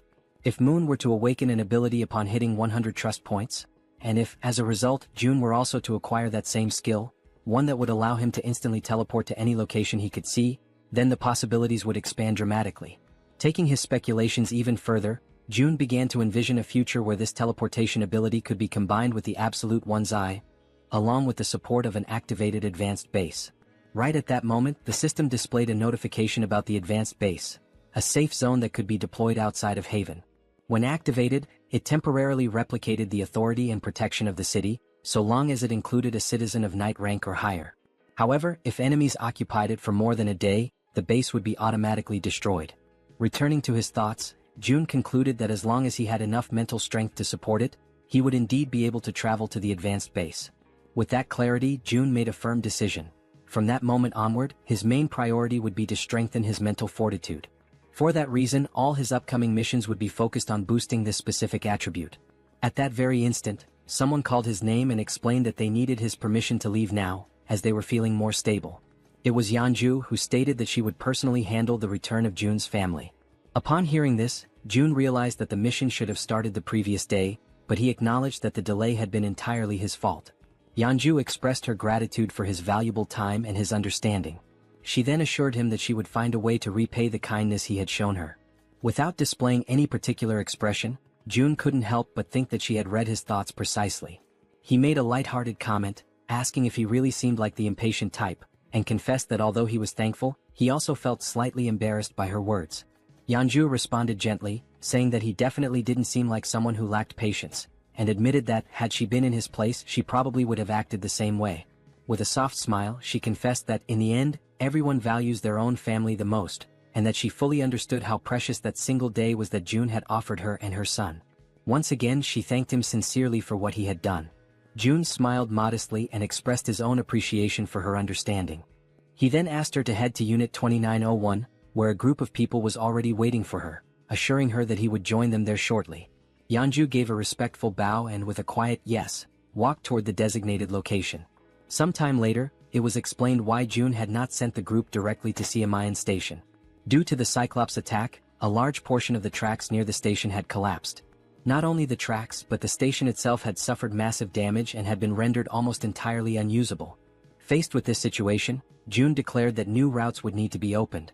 To that end, it had already been 24 hours since Jaehyeon had begun sending her rats to search for a viable path.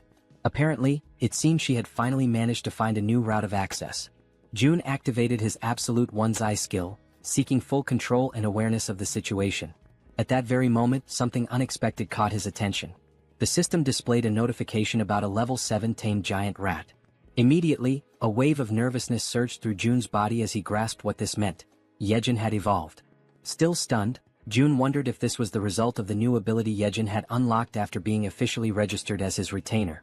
In addition to this, June noticed that something was following the rat, but no matter how hard he tried, he couldn't identify exactly what it was. Suddenly, his vision picked up something even more alarming: a swarm of zombies of varying levels, level 9, level 11, and level 13, emerging right behind. A jolt of dread ran through June's entire body as, through the lens of his powerful ability, he watched this disturbing scene begin to unfold before his eyes. Faced with that situation, the rat dashed forward at high speed, desperately trying to escape the relentless pursuit of the zombies that were chasing after it with unwavering determination. However, in a completely unexpected turn of events, the rat suddenly stopped in its tracks. It turned to face the incoming enemies and, without showing even the slightest hint of fear, growled aggressively at them, baring its teeth with a ferocity that contradicted its size. The zombies quickly surrounded the rat from every possible angle, closing off any potential route of escape. Yet, even in the face of overwhelming danger, the rat stood its ground, refusing to retreat even a single step. From a distance, June watched the scene unfold. Realizing that the rat would likely die a meaningless death if it stayed there, he considered triggering a gas explosion to take the zombies down with it. Nevertheless, even with the threat closing in, the rat remained unwavering, assuming an even more aggressive posture. In a sudden burst of explosive speed, it charged forward. Despite being completely surrounded, the rat managed to dodge every single attack from the zombies, weaving skillfully between them with surprising agility. Still observing from afar, June was thoroughly impressed by what he was witnessing. After evading the zombies, the rat leapt forward and continued its mission. Remarkably, it emerged from the encounter without a single scratch and resumed its rapid sprint toward the designated exit. With only a short distance remaining, the rat took one final leap and burst through the opening toward the outside. However, something was already waiting for it on the other side, silently, watchfully observing its approach. Its eyes locked on the rat and its sharp fangs exposed, the creature let out a low, menacing growl. It was fully prepared to pounce at any moment. Instantly, the rat froze in place, completely paralyzed by an overwhelming fear in the face of the predator's threatening presence.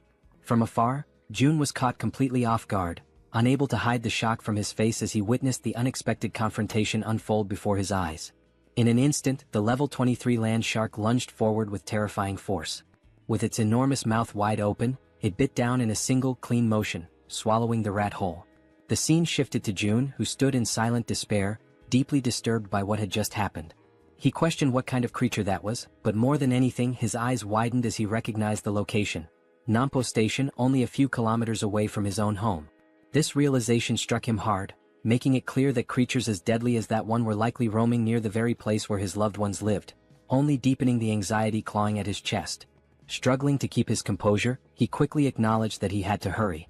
Time was no longer a luxury he could afford to waste. The scene shifted again, this time to Dabin, who was crouched down, sorting through a few boxes. She was clearly exhausted but also visibly relieved to have finally finished her task. Suddenly, someone called out to her, the person in charge of that task. She turned her head and saw that it was June who had arrived, thanking her for the effort she had put in. Wearing a small smile, Dabin responded that she didn't consider it hard work at all, especially since she was being paid for it. She then asked what the new problem was this time.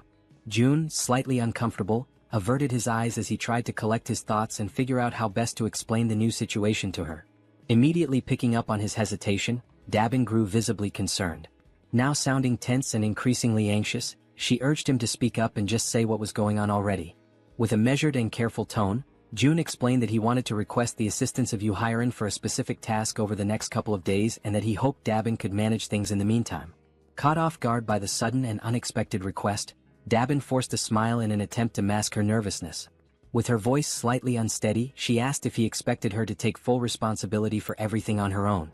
June then replied that he would be leaving it in her hands for just 2 days. She already knew that this meant a significant amount of work and responsibility. With a skeptical look, she asked if she would be paid extra for the overtime hours she would inevitably have to put in during those 2 days as the acting lead. Upon hearing her question, June offered a subtle smile. Then, with an enthusiastic tone, he confirmed that he would pay her double for the overtime. The moment he gave his answer, Dabin's face lit up with joy. She could barely contain her excitement, now completely energized and ready to handle whatever came next. Elsewhere, a wave of thick green mist, released directly by the system, completely envelopes Hyren's body.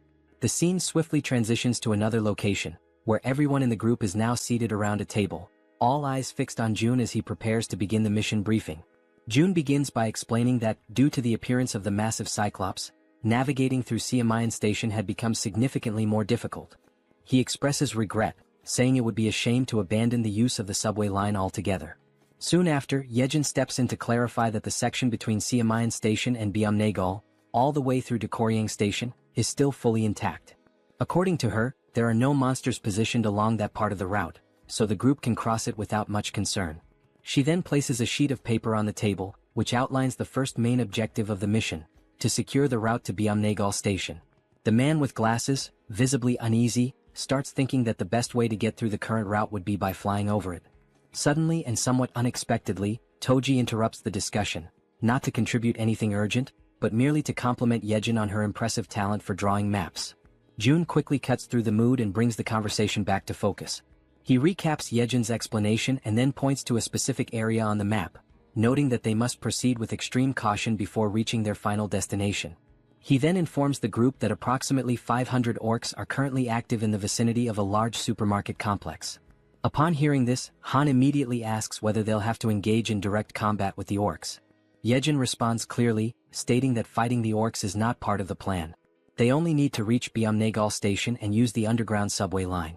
She assures them that she has identified a route completely free of orcs, with only a few lower-level monsters needing to be cleared along the way. Silently, June recalls just how much he had invested prior to the mission to ensure that nearly everyone in the group reached at least level 30, with only Fatty and Hyran falling short. Against goblins, he believed that would be more than enough. June continues by explaining that they should reach Koryang station without any significant trouble. However, he then immediately points out the real obstacle that lies ahead: Busan station. The moment he mentions Busan, Toji panics, fearing there might be another giant creature stationed there. But Jaehyeon quickly denies it. Her concern isn't about another giant, she says, but rather the condition of the railway tracks between Koryang and Busan. She then reveals that this particular area is swarming with an enormous horde of zombies. And unless someone in the group possesses an ability capable of wiping out monsters in extremely tight spaces, using that route would pose a serious and dangerous challenge. Everyone is left stunned by the revelation, especially Hyran. Trying to remain composed, Hyran focuses and slowly gathers the courage to speak. Still nervous, she calls Jaehyeon by name and, with trembling hands, says that she believes her ability might be able to help in this situation. Sometime later, the system displays a notification stating that the 100,000 weight limit of her poisonous mist had just been exceeded. Seeing this notification, Hyran feels a deep frustration that her contribution has already reached its limit. She opens a nearby door where June and Jaehyeon are waiting. Both immediately begin praising her efforts, telling her that she did exceptionally well. June asks if she's feeling okay. Hyran confirms that she is. Although she had felt completely drained at the beginning, something powerful seemed to push her through the process, and now she felt fine. What she didn't know was that the strength she had felt came from June, who had secretly upgraded his retainer management level. June reflected on the cost of the upgrade. It had been expensive, but ultimately worth it since he ended up earning billions in return. Still unsure, Hyran then asks June if he's truly certain that it's okay for her not to go in person. June calmly reassures her, explaining that just staying in place and continuing to produce poisonous mist is more than enough for the mission's needs. With all preparations now complete, June activates his Ultimate Eyes ability and officially declares the beginning of the operation. Immediately, through his ability, he sees an enormous swarm of zombies located exactly where they had anticipated. Suddenly, something catches the attention of the zombies, and they all turn simultaneously to face whatever is approaching them. It's a level 3 rat charging rapidly toward them at full speed. The zombies are momentarily stunned the instant they realize what, or rather who, is approaching them. Following the plan with careful precision, June opens his inventory within the system. A dense and toxic green mist is released, spreading swiftly over the horde of undead. In perfect coordination, the rat dashes forward at high speed, weaving through the crowd of bodies and leaving the zombies behind in its wake. Hyran's poisonous mist, upon being inhaled, induces paralysis by targeting muscles such as the diaphragm, ultimately causing suffocation.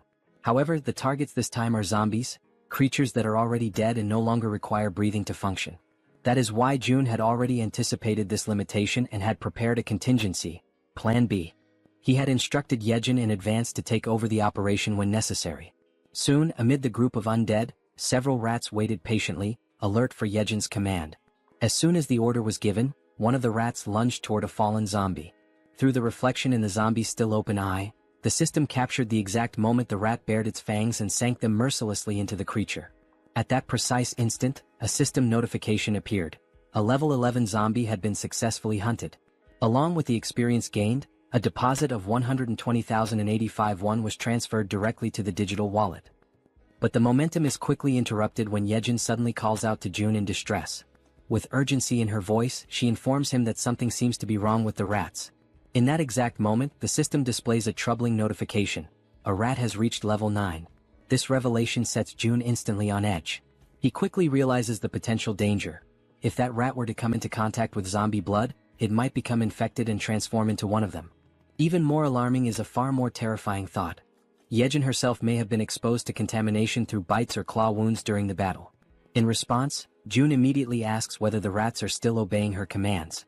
Jaehyeon confirms that they are, although she notes they have become noticeably more aggressive. Relieved, June lets out a soft breath and remarks that everything seems to be going well, at least for now.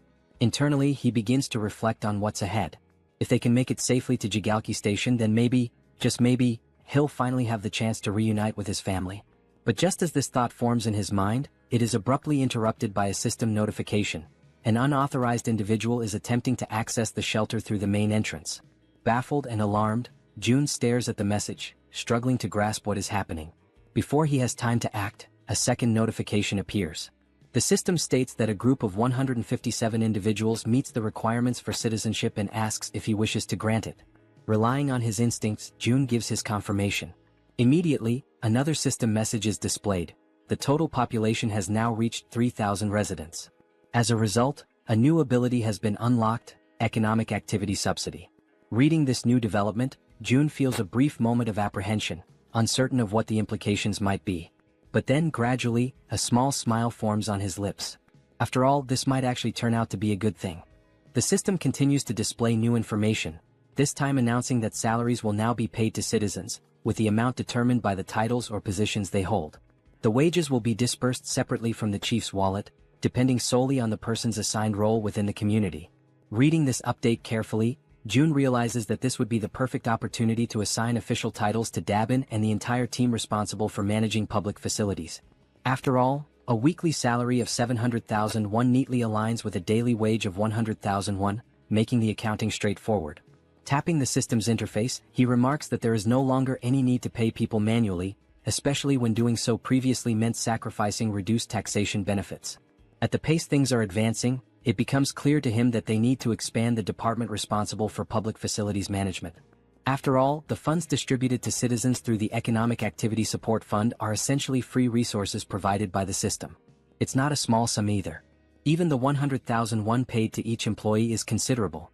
Doing a quick calculation in his head, if 300 workers are on the payroll, that's already 30 million won per day. And if all positions, ranging from basic workers to general managers, are filled, the total amount paid daily could easily reach 50 million won. Thinking ahead, June envisions that as this money circulates, the total income he receives from his tax collection ability will continue to grow. On the other hand, the citizens will inevitably spend that money in his store, effectively funneling it right back to him. This leads him to the realization that assigning titles to as many citizens as possible is likely the most profitable long-term strategy.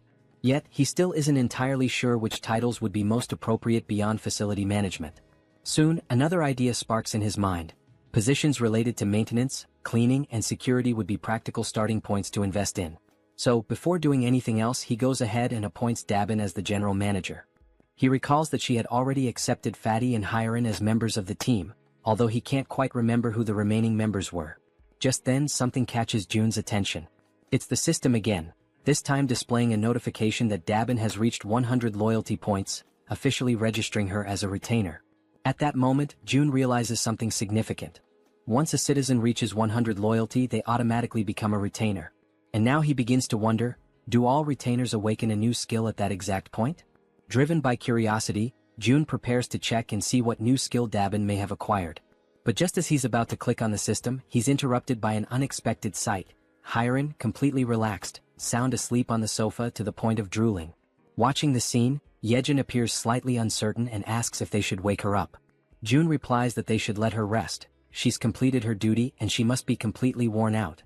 Smiling faintly, he acknowledges to himself that although she tried to appear fine, she likely went through something difficult and pushed herself right up to the edge of collapse. If anyone deserved a break, it was her. June activates his invisible hand ability and gently picks her up, carrying her carefully to a bed in one of the rooms so she can sleep more comfortably. Returning to the living room, the two of them talk quietly, agreeing that Hyran may indeed be going through a rough time. June then turns to Jaehyeon and asks how she herself is doing. Jaehyeon responds calmly that nothing is difficult for her, that she's doing perfectly fine, especially now that they've reached the tracks near the station. June nods in understanding and encourages her to keep up the good work. She smiles and tells him to leave it to her. However, at that exact moment, her expression shifts subtly. Something makes her hesitate. June, immediately picking up on the change, asks her if something's wrong. She stammers slightly and replies that all of a sudden the link isn't connecting anymore. June, caught off guard, asks what she means by that and she tells him to give her a moment. Closing her eyes, she tries to reconnect with the link. But apparently it's no use. She then explains that it's probably the distance. It seems to be just too far this time. June asks whether the link had been working properly before. She responds that it's possible to go a little beyond the maximum range if the link was already established beforehand. However, the reach of the link currently only extends as far as the central station. She then turns to him and asks what they're supposed to do now. Without an immediate answer, June falls into thought. He realizes that something always seems to go wrong at a critical moment, and just beyond the station lies the house where his family is supposed to be. He had been counting on using one of Yejeon's rats to check the house before making a move. Clenching his fist tightly, June mutters that this is a complication.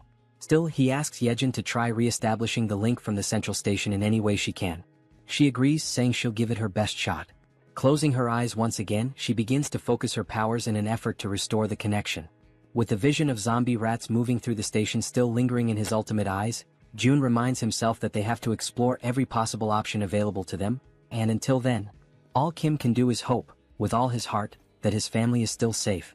The system now displays the current locations of everyone participating in the mission. Yejeon's rats are moving ahead to scout the path, while Han's group remains further back, following at a safer distance. The scene then shifts to the station where Han's group has just arrived. Everyone stands frozen, completely overwhelmed by what they see before them. The entire area is a scene of utter devastation. All the surrounding buildings have been reduced to rubble, and massive footprints, far larger than anything human, are deeply embedded in the ground, scattered across the terrain. Jaehyeon, the bespectacled man, stares at the destruction in disbelief and finally mutters that the sight is incredible. The archer, noticing that he's distracted and not focused on their task, prompts him to begin scouting the area immediately. Obeying her prompt, Jaehyeon commands his raven, named Black, to begin aerial reconnaissance of the area. After some time observing through the raven's vision as it flies overhead, he reports that there appear to be no monsters nearby. Toji then speaks up, saying that the station itself also seems to be clear of any goblins, and that thanks to the massive avalanche that occurred earlier, they should be able to move through the area with little resistance. Jaehyeon agrees and comments that it's likely the case because no sane person, or creature, would dare approach a place marked by such overwhelming destruction. With a hint of concern in her voice, the healer mentions that night is falling fast and that they should find somewhere safe to stay until morning. The archer quickly reassures her, explaining that, based on known goblin behavior patterns, nighttime is actually the safest period, since goblins tend to hide away or go dormant once darkness sets in. At this point, Han appears deep in thought. After a moment of silence, he speaks, saying that they should keep moving. If anything truly dangerous happens, there's a high chance June will summon them back right away. Suddenly, one of Yejeon's small rats appears, making faint gestures as if trying to communicate something important. The entire team comes to a halt, recognizing it immediately as one of Yejeon's specially trained rats. They take this as a sign to follow it without question. Quietly and cautiously, they begin to trail the rat as it scurries ahead, guiding them through the eerily silent night in the ruined city. As they move along the path, someone comments that the station up ahead looks like it's been turned into a shallow lake. Jaehyeon asks aloud if that might be a result of the giant's rampage. The archer responds that it's quite likely. The terrain had shifted significantly when the buildings collapsed, which could have easily led to the formation of sunken, water-filled areas. While they continue walking near the edge of the water, something begins to stir beneath the surface of the lake. Slowly, almost imperceptibly at first, something large begins to rise, emerging completely from the water before their eyes. Both Jaehyeon and Toji immediately sense that something is wrong. They notice strange movements in the ripples, something that doesn't match the natural motion of water. The others ask them what's going on, and Jaehyeon replies that he just heard something that didn't sound like it belonged there. He narrows his eyes and looks carefully ahead, straining to make out details through the dim light. Suddenly, he points toward a distant figure and says that there's someone up ahead. As they all focus their gaze, they try to make sense of what they're seeing. The silhouette appears humanoid at first, and they question whether it might be a woman. But as their eyes adjust and they examine the figure more closely, they notice something strange, something moving behind her. It's a tail. The creature stares directly at them with an unnatural intensity, and then it opens its mouth wide and releases a deafening, high-pitched scream that pierces the still night air. In immediate panic, the healer shouts out a warning to everyone, urging them to cover their ears as fast as they can. The creature, despite her appearance resembling that of a woman, is no ordinary monster. What stands before them, shrieking in a voice that seems capable of tearing through their very minds, is, in truth, a siren. In a sudden, desperate reaction, everyone in the group instinctively raises their hands to tightly cover their ears, trying to block out the piercing, bone-shaking scream of the siren. Toji quickly begins to show visible signs of exhaustion, struggling to keep his hands pressed firmly against his head, his arms trembling under the strain. Meanwhile, Yeonju looks around in shock, unable to comprehend what's happening, her voice filled with disbelief as she questions the situation unfolding around her. Toji, even more bewildered, realizes with growing horror that his body is starting to move involuntarily, his limbs betraying him as if something else is controlling them. Moments later, as if pulled by some unseen force, both he and Yeonju begin to slide helplessly toward the edge of the lake. The pull is strong and unrelenting, and they're dragged across the ground without being able to resist. When Yeonju hits the ground and feels the cold touch of water, she immediately understands the danger. Watching Toji move toward the depths at such a rapid pace, she senses that if he continues like that, he'll be in serious danger. Suddenly, at that very moment, sharp fangs emerge from the water and lunge toward her feet, forcing her instincts into high alert. Reacting instantly, she tries to swim upward toward the surface, but the monstrous creatures grasp her legs with vicious strength, pulling her back down into the water with raw, furious force. Meanwhile, back above the surface, Han and the others are still locked in a battle of endurance, struggling to withstand the siren's excruciating scream. Their faces contorted with pain, their bodies weakened, they try to hold out just a little longer. Amid the chaos and panic, the healer closes her eyes and focuses, summoning all her remaining strength. With a surge of energy, she casts a protective magical armor over the group, enveloping them in a glowing, defensive aura. Now shielded by the magical barrier, Han feels a noticeable difference. He comments that he feels much stronger, more capable of resisting the siren's debilitating scream. The man with glasses then asks, almost breathless, what exactly the young healer's power is. Exhausted and barely able to stay on her feet, she pleads with them to hurry and save Toji and Yeonju before it's too late. But just as she finishes speaking, something in the water catches her eye. A dreadful blue creature, barely visible beneath the surface, begins to emerge from the depths of the lake. From a distance, the rest of the group watches the movement and begins to question, what are those bastards? Before anyone can respond, the creatures launch a sudden, brutal assault, moving with terrifying speed and aggression. Sensing the incoming clash, Han immediately calls out to everyone, urging them to prepare themselves for battle. He warns them that the creatures are closing in fast. Without a moment of hesitation, the monsters leap through the air, aiming directly at the group. Han quickly raises a steel rod in both hands, bracing for impact, ready to counterattack. With powerful force, his weapon collides with the creature's strike, sending shockwaves through the air. Just as the creature begins to recover, it's struck by a well-aimed arrow, finally going down. However, only one of the monsters is defeated, while several others continue to emerge from the shadows. The female archer, clearly frustrated, mutters under her breath about the relentless, never-ending wave of creatures. Without delay, the monsters reach the surface, surrounding the group from all sides with terrifying speed. In growing distress, Han insists that they can't afford to waste time, they have to save Toji and Yeonju now. Meanwhile, from the opposite side of the lake, something begins to draw the creature's attention. It's the werbear woman returning from the depths, carrying Toji in her strong arms. As she surfaces, Toji gasps and coughs, expelling the water from his lungs. He mutters that he genuinely believed he was going to die. Overcome with relief, the group's faces light up with joy at the sight of their safe return. Toji then turns to Yeonju and, with deep sincerity, thanks her for saving him. But their moment of reunion is abruptly interrupted. The bastards resume their relentless assault without giving the group a second to breathe. The team quickly realizes the creatures aren't going to let up, not even for a moment. Toji immediately activates his magical armor, his body lighting up with protective energy.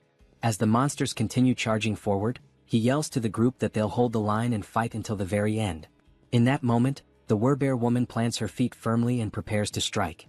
As one of the creatures lunges forward, she throws a heavy punch that lands squarely on its face, sending it flying backward through the air.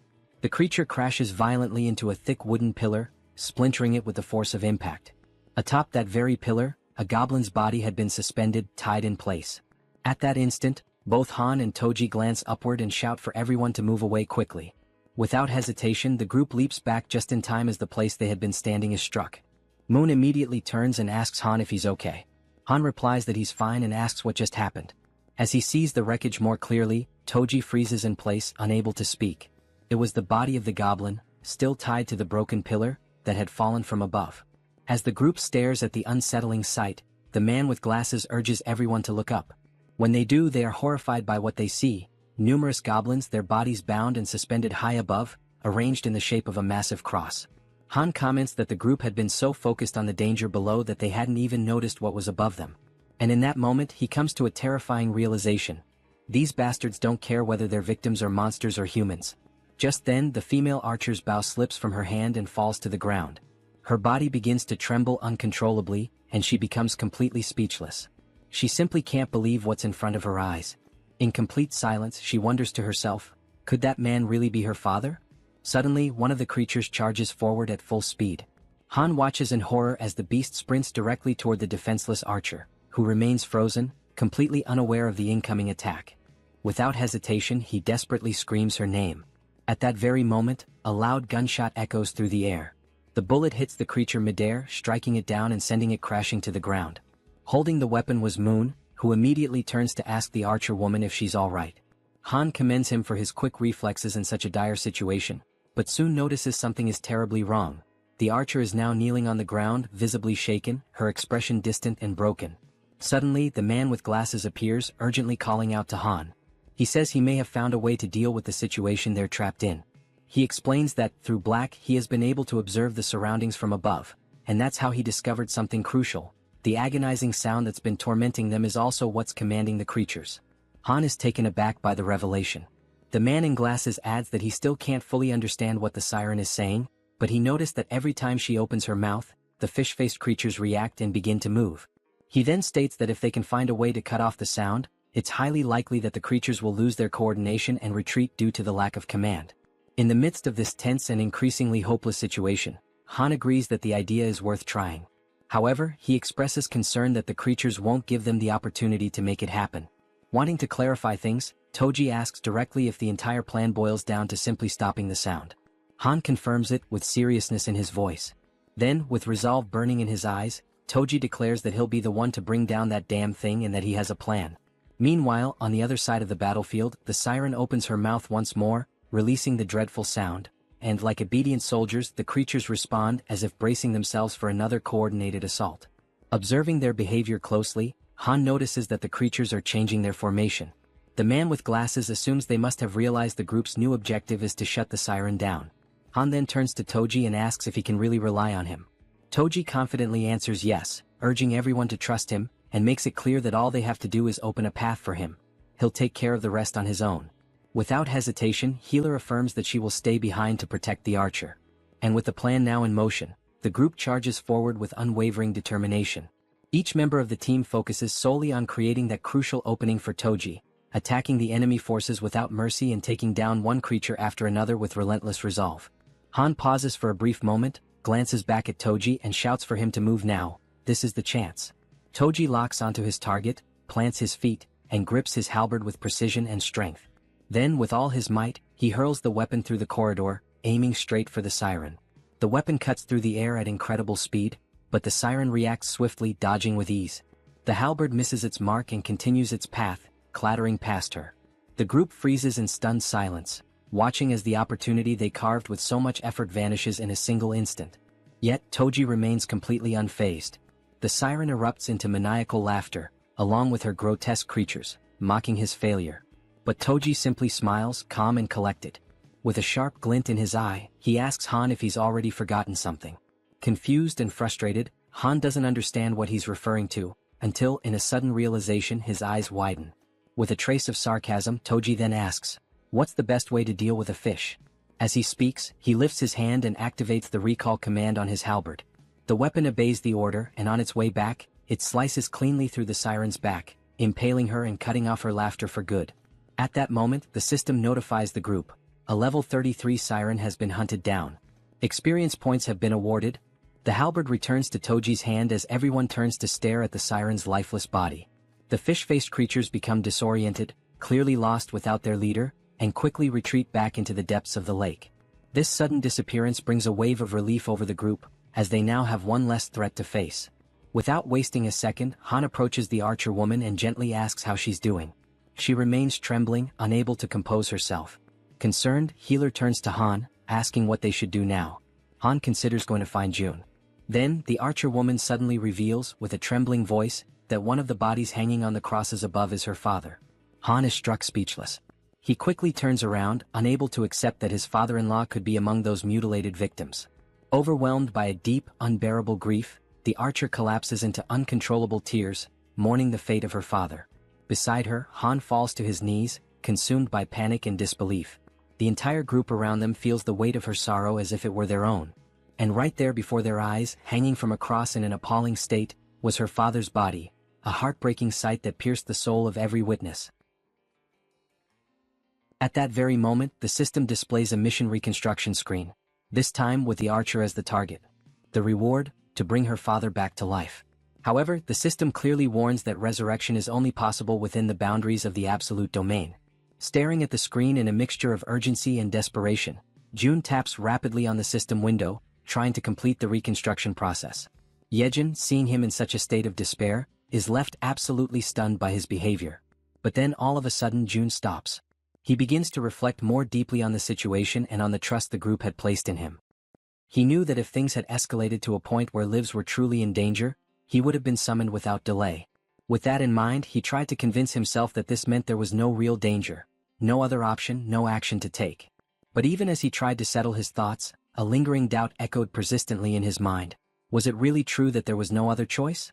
Being dragged underwater, surrounded by a group of armed fishmen, didn't feel like something that could be brushed off or ignored. It was clearly a serious threat. June couldn't help but worry about his own family, filled with a desire to see them again as soon as possible. But he also recognized that this longing wasn't his alone. The others had their loved ones and personal stakes too. Even so, he tried to suppress that reality, convincing himself that saving his own family had to come first, above everything and everyone else. His hands trembling, he finally selects an option from the system window. A new mission is created for the group. The goal is to build a tomb within a 1-hour limit. The reward is a small amount of experience and the mission comes with no penalties. When the archer reads the notification, she becomes even more shaken. A sense of hopelessness and deep grief takes over her body, weighing down her spirit. Meanwhile, from afar, June watches silently, filled with regret, observing the entire painful scene through the lens of his ultimate eyes ability. Eventually, the tomb is completed. The entire group now stands in front of it, solemn and silent. Han turns to the archer and gently asks if she's truly okay with all of this. She replies firmly that her father would have wanted it this way. She explains that he was obsessed with his job, constantly speaking of how he wanted to be buried near the railway tracks when he died. Then, holding a metal plate with her father's name engraved on it, she remembers how, as a child, she thought that wish was ridiculous. But now she's fulfilled it. He is resting exactly where he always said he wanted to be. And the metal plate bearing his name marks the place. From a distance, June finds himself struck by a sudden, unsettling thought. Maybe one day this same pain might become his own. He can only hope that their sorrow never becomes his. It's precisely because of that fear that he makes a decision, to protect them no matter what. Looking back at the system screen, he realizes something. To do that, he's going to need stronger people by his side. And so, in that moment he makes up his mind, the person who matters most now is... But the scene shifts before the thought is completed. Somewhere else, a goblin is struck by a man who possesses the power of water. At that instant, the system displays a notification. The loyalty of citizen Jun Hyuk has surpassed 30, and he now qualifies for registration as a vassal. Immediately afterward, another notification confirms his successful registration. A woman appears behind him, catching his attention and informing him that his body is glowing. He quickly glances down at his hands and is astonished by what he sees. He becomes completely intrigued, wondering what on earth it all could mean. At that moment, the system notifies that he has reached level 40 and obtained the titles of 12th Bell, Knight, and Mage. He now has 59 trust and 51 loyalty points, and his awakened skills are related to water manipulation. Shortly after that, a new mission appears. The power of mage abilities has been increased by 100%. One of his new skills, Water Bomb A rank, allows him to summon high-temperature compressed water that explodes with force proportional to the amount of mana used. The other skill, Water Control S rank, grants him the ability to freely manipulate water using mental energy. The system then sets the objective. Use these skills within 10 minutes. The reward is an increase in mental power. The penalty for failure is mental fatigue. Standing at the location, Jun Hyuk is stunned by what he sees before him. The mission notification appears once again. As he reads it, someone nearby asks if he's okay, but he responds by asking for a moment. A smile slowly spreads across his face as he begins to understand the nature of the mission. He quickly realizes there are more than enough enemies nearby to use his powers on. Without delay, water begins to materialize around him, initiating the execution of his challenge. A massive sphere of water forms before everyone's eyes, leaving the goblins completely shocked and unprepared. Then, with confidence, Jun Hyuk utters the command, Water Bomb. He hurls it forward, striking the group of goblins mercilessly. The resulting explosion creates a crater in the ground, leaving every single one of them dead, as Jun Hyuk stands watching in silence. He extends his hand again, activating the water control ability. With unwavering concentration, he begins to lift the droplets of water into the air. What happens next surprises two men who are silently watching everything unfold. The man wearing a black coat asks in complete disbelief if it is truly Jun Hyuk who is doing all of that. The other man confirms it, emphasizing that what they are witnessing is indeed Jun Hyuk's power. With a smile on his face, Jaehyeon lets the tiny droplets fall slowly, like gentle rain, still under his full control. Immediately after, he falls to his knees on the ground, lifts his arms upward, and begins to give thanks for the kindness he just experienced. The two men, now even more confused, begin to wonder aloud whether he might be losing control of himself. At that exact moment, the system displays a notification stating that both his trust and loyalty have increased, that the mission has been successfully completed, and that 70,251 won have been consumed. Witnessing all of this, Jun is completely taken aback. He truly didn't expect a skill of rank S to be awakened in that way. With this event, Jaehyeon becomes the second person to hold a rank S skill, following after Yeonju. Jun begins to reflect, considering how surprising it is, especially given that Jaehyeon's original ability was merely rank B, a skill that used mental energy to produce water. He hadn't imagined it would develop so impressively. Now, he wonders if this significant growth is because of Jaehyeon's high level. Standing in front of the system window, he admits to himself that this outcome was unexpected, but he feels content with the result he has achieved. Internally, he recalls that, back when the ability was still at rank B, he would use mental energy to generate water in any form. Now, he questions how this type of use fits into the overall strategy, the metaphorical board of pieces. He notes that in Han's group, there's no need to add a new piece, since the team is already well balanced. As he considers what his next move should be, Jun continues to stare at the system window. The screen now displays a notification about a goblin hunt. Level 6 goblins are being eliminated one by one, and both experience points and one are being accumulated into the account. Reading this message leaves Jun in shock. It's already late, yet there are still people out there hunting. Suddenly, the system shows another notification. The skill level has increased, and the declaration of return to home has now reached level 20. With this, 3 additional skill points have been gained, along with the acquisition of a brand new ability. Jun goes into a state of panic as he reads the latest update. The system further informs him that the territory is expanding, and with that expansion comes an intense, unbearable pain that spreads through his entire body. He screams out, overwhelmed by the agony, while Jaehyeon watches in terror, completely uncertain of what she should do. The pain becomes excruciating, but despite it, the territory continues to expand further and further without stopping. With his vision blurred, Jun barely manages to see Jaehyeon as she urgently asks if he is okay. Jun is overwhelmed by a pain far greater than any he has ever felt before. It feels as though enormous needles are tearing through his entire body, ripping him apart from the inside out. Jaehyeon persists, her voice filled with desperation, commanding him to breathe. Frantically, she asks what she can do to help him in that critical moment, visibly shaken and desperate to ease his suffering. Jun forces his eyes open, his mind clouded and dazed. Through his blurry sight, he catches a glimpse of her face, partially obscured by the haze of confusion and the relentless agony. Startled, he realizes she is getting dangerously close to his face, inching towards him with clear intent. With a strained voice, he asks her what exactly she thinks she is doing. Embarrassed and flustered, Jaehyeon immediately backs away in a hurry, apologizing profusely. She quickly explains that for a moment she feared he had stopped breathing and was about to perform CPR on him. But before she can continue, Jun cuts her off, assuring her firmly that he is fine. Behind him, Cammy is crying, visibly distressed and filled with concern. Jun reaches out, gently stroking Cammy to calm him down, softly repeating that everything is going to be alright. Still in the process of recovering his composure, Jun activates his ability, Ultimate Eyes. Through the lens of his awakened power, he observes the expansion taking place, and is immediately taken aback by the sheer magnitude of its scale. The zone has spread both to the west and to the north, engulfing streets within a full kilometer radius surrounding the complex. Lying on the ground, he finally understands the true cause behind the overwhelming pain he just endured. The territory has expanded to its largest size yet. Turning his attention to the system screen, Jun reflects that no matter how exhausted and drained he feels, now is certainly not the time to rest. The system displays a message indicating he has earned 3 skill points for reaching level 20. Jun has already decided which ability he will upgrade next. He chooses to enhance the skill he considers the most vital for the current operation, Ultimate Eyes. Immediately after making his selection, the system notifies him that Ultimate Eyes has reached level 4. Soon after, a new message appears on the screen, informing him that a multivision function has been unlocked and added to the ability. With this newly acquired attribute, Jun feels his field of vision expand dramatically, as though he is now surrounded by countless CCTV monitors, each displaying different angles. However, he quickly notices that maintaining this expanded vision places a significant strain on his focus.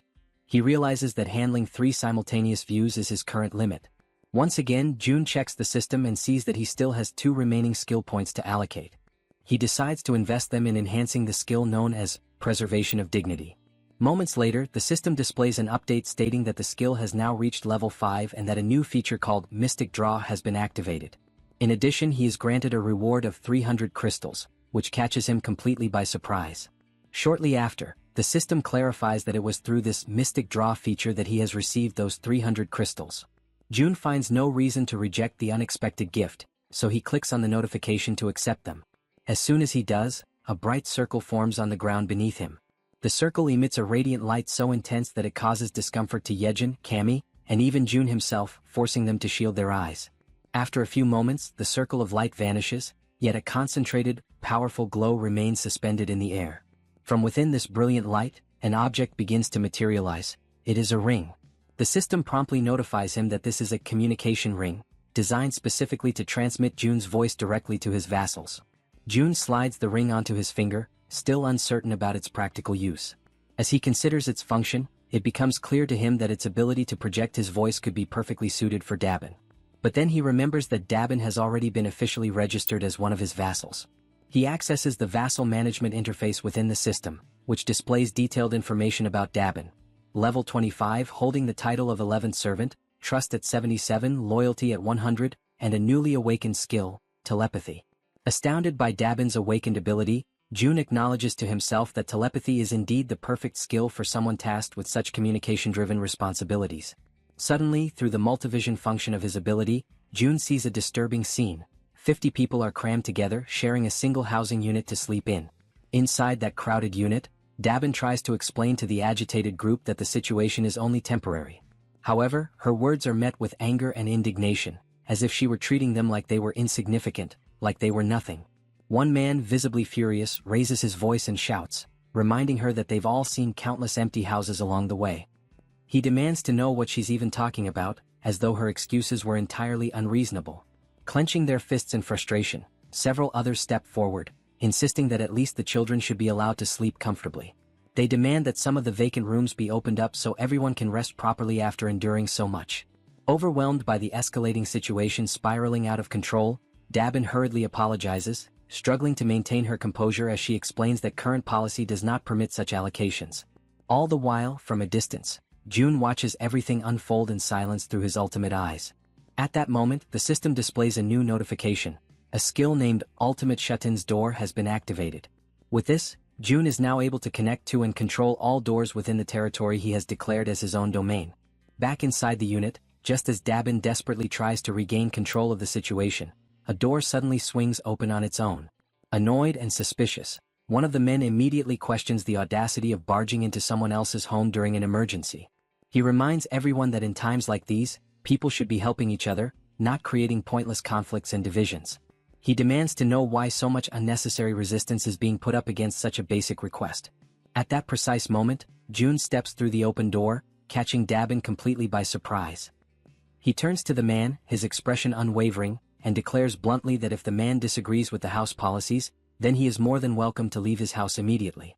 The man, stunned by Jun's words, demands that he repeat what he just said. But Jun, without the slightest hesitation, simply proceeds to evict him on the spot. Witnessing this abrupt and firm action, the rest of the group begins murmuring among themselves, remarking how things have suddenly calmed down. Jun then turns to face them all and poses a sharp question, asking if anyone else has complaints they wish to bring up. With a cold and resolute tone, he announces that from that moment onward the electricity, water, and gas supply to that entire unit will be cut off. Hearing this, a young woman, visibly alarmed, questions whether he is being serious about such an extreme measure. Jun locks eyes with her and responds curtly that, in fact, that's exactly the question he wanted to ask them. With an unwavering gaze, he states that it's no coincidence they appeared right after the fall of the giant. He then asks if they came because they judged this place as being capable, just like so many others who arrive every single day with the exact same mindset and expectations. His words strike the group like a bolt of harsh reality, leaving them momentarily speechless. But Jun doesn't stop there. He continues, explaining that giving in to such demands would lead to 3 major problems. First, all the empty rooms would eventually be exhausted, making it impossible to accommodate new arrivals who genuinely need shelter. Second, the residents who have been living there, those who are already settled and abiding by the system, would begin to feel disrespected and marginalized. And third, once they give in to one demand, the cycle of requests and entitlements would never come to an end. With absolute ruthlessness, June raises his voice and declares that the basic rights and welfare they expect to find here simply do not exist in this place. He emphasizes that the South Korean government has already collapsed, and that he, standing before them, is not the representative of anyone's ideals or dreams. He acknowledges that some might perceive him as a tyrant, abusing the power he holds. But he warns them that the world has become far too brutal, far too unforgiving, for naive ideals like rights and welfare to survive without being fought for and earned. He points out that if they wish to enjoy such privileges, they must first prove themselves worthy of them. He goes on to explain that the other survivors, those who arrived before them, are enduring extremely harsh conditions, organizing rotating shifts just to catch some rest. And despite all the discomfort and hardship, these people are still making sure to care for the children and the weakest among them, choosing to fight for survival as a community. Finally, June delivers a firm and non-negotiable order. They are to return immediately to the accommodations that have been designated for them. He warns them that if they refuse to comply, they will be paving their own path to lose even more than what has already been taken from them. Upon hearing those words, the group immediately stepped back. Dabin, feeling a wave of relief, let out a soft sigh and expressed her gratitude to June for helping her in that situation. However, he replied that there was no need for thanks. In fact, he insisted that he was the one who should be grateful to her. His unexpected response left Dabin momentarily taken aback, trying to understand what he truly meant by that remark. It was then that June pointed out that perhaps she, too, might be capable of doing something similar to what he had just done. He asked if she was familiar with the concept of telepathy, and then instructed her to think of a person with whom she would like to communicate, picturing herself speaking to them mentally, as though having a conversation inside her own mind. Dabin closed her eyes, focusing all her concentration. A short while later, a faint aura began to surround her body. Pleased with the result, June emphasized that she would need to learn the exact conditions and limitations of this ability, and the best way to do so was through frequent practice. At that moment, someone with trembling hands gave a small wave and called out for June. Both he and Dabin turned to see a figure who appeared nervous, standing with his head lowered. June asked if the man still had something he wished to say. The man, clearly frustrated yet determined, admitted that he knew he was being bold, but he needed to ask if June might consider forgiving the friend who had been expelled earlier. June questioned why he would do such a thing. The man explained that Yoon-sik, the one who had been expelled, was the only person who dared to speak aloud what everyone else was already thinking, and he didn't think it was fair for Yoon-sik to be the only one punished. He then leaned forward respectfully and stated that he would accept any punishment himself, but begged June to show mercy toward Yoon-sik. June silently considered whether it was time to bring Sung Yoon-sik back, knowing deep down that it was not right to take someone's life simply to serve as an example to others. Resolute in his decision, he opened the system and noticed that the man was still standing in front of the door, having gone nowhere at all. Looking directly at him, June asked for his name. The man answered that he was called Kyung-hoon. June then informed him that he would grant Yoon-sik his citizenship back. Kyung-hoon was taken aback when June went on to say that he would also restore electricity and water service, though not the gas supply. Before Kyung-hoon could respond, June added that he was doing this out of respect for the man's sincerity, but warned that there would be no second chances, and everyone needed to understand that clearly. Right after, the system issued a notification that Yoon-sik's citizenship had been officially restored. Kyung-hoon, visibly relieved, hurried back to his quarters. Soon afterward, another notification appeared, informing June that Kyung-hoon's trust in him had increased.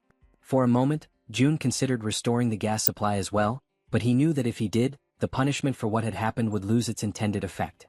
His thoughts were interrupted when Dabin remarked that he seemed to be a warm-hearted person. June asked if she was truly giving him a compliment, to which she confirmed with a smile. He thanked her, but she playfully teased that he seemed to be getting embarrassed. Changing the subject, June asked her to inspect the facilities in 3 buildings, adding that he intended to have one in each of the 25 buildings. The idea left Dabin utterly surprised. Without hesitation, she asked how many members he currently had. June explained that if it became possible to expand to 100 people, he could assign 4 to manage each building. Dabin's eyes lit up with interest, and she declared that she would be willing to pay 100,000 won per day for each person, assuring him that with such a scale, everything would run smoothly. As they spoke, someone approached from behind. June and Dabin turned and asked if the newcomer was new to the area. The man confirmed and asked if June might need a medical team on site. He then introduced himself as Sung Min, an associate professor of nephrology at Busan Park Hospital. After hearing his introduction, June commented that he had dismissed the medical team for the time being, as he believed high-ranking individuals required proper treatment. He then turned to Dabin and asked what she thought about offering a room for the team and converting it into a hospital. She responded that it seemed like a good idea. Seizing the moment, June noted that if they looked around carefully, they could probably find a fair number of nurses. He also said that assembling the medical team and managing it would be her responsibility. Dabin, clearly enthusiastic, assured him that he could count on her for that. Afterward, June opened the door and returned to where Jaehyeon was waiting. She asked if he had managed to solve the problem, and with a smile he confirmed that he had. Without wasting any time, he activated his Eyes of the Absolute ability. When Jaehyeon saw the Han group, she asked if they had already left. June quickly realized they were on their way to Jaehyeon Station and that there were no issues there.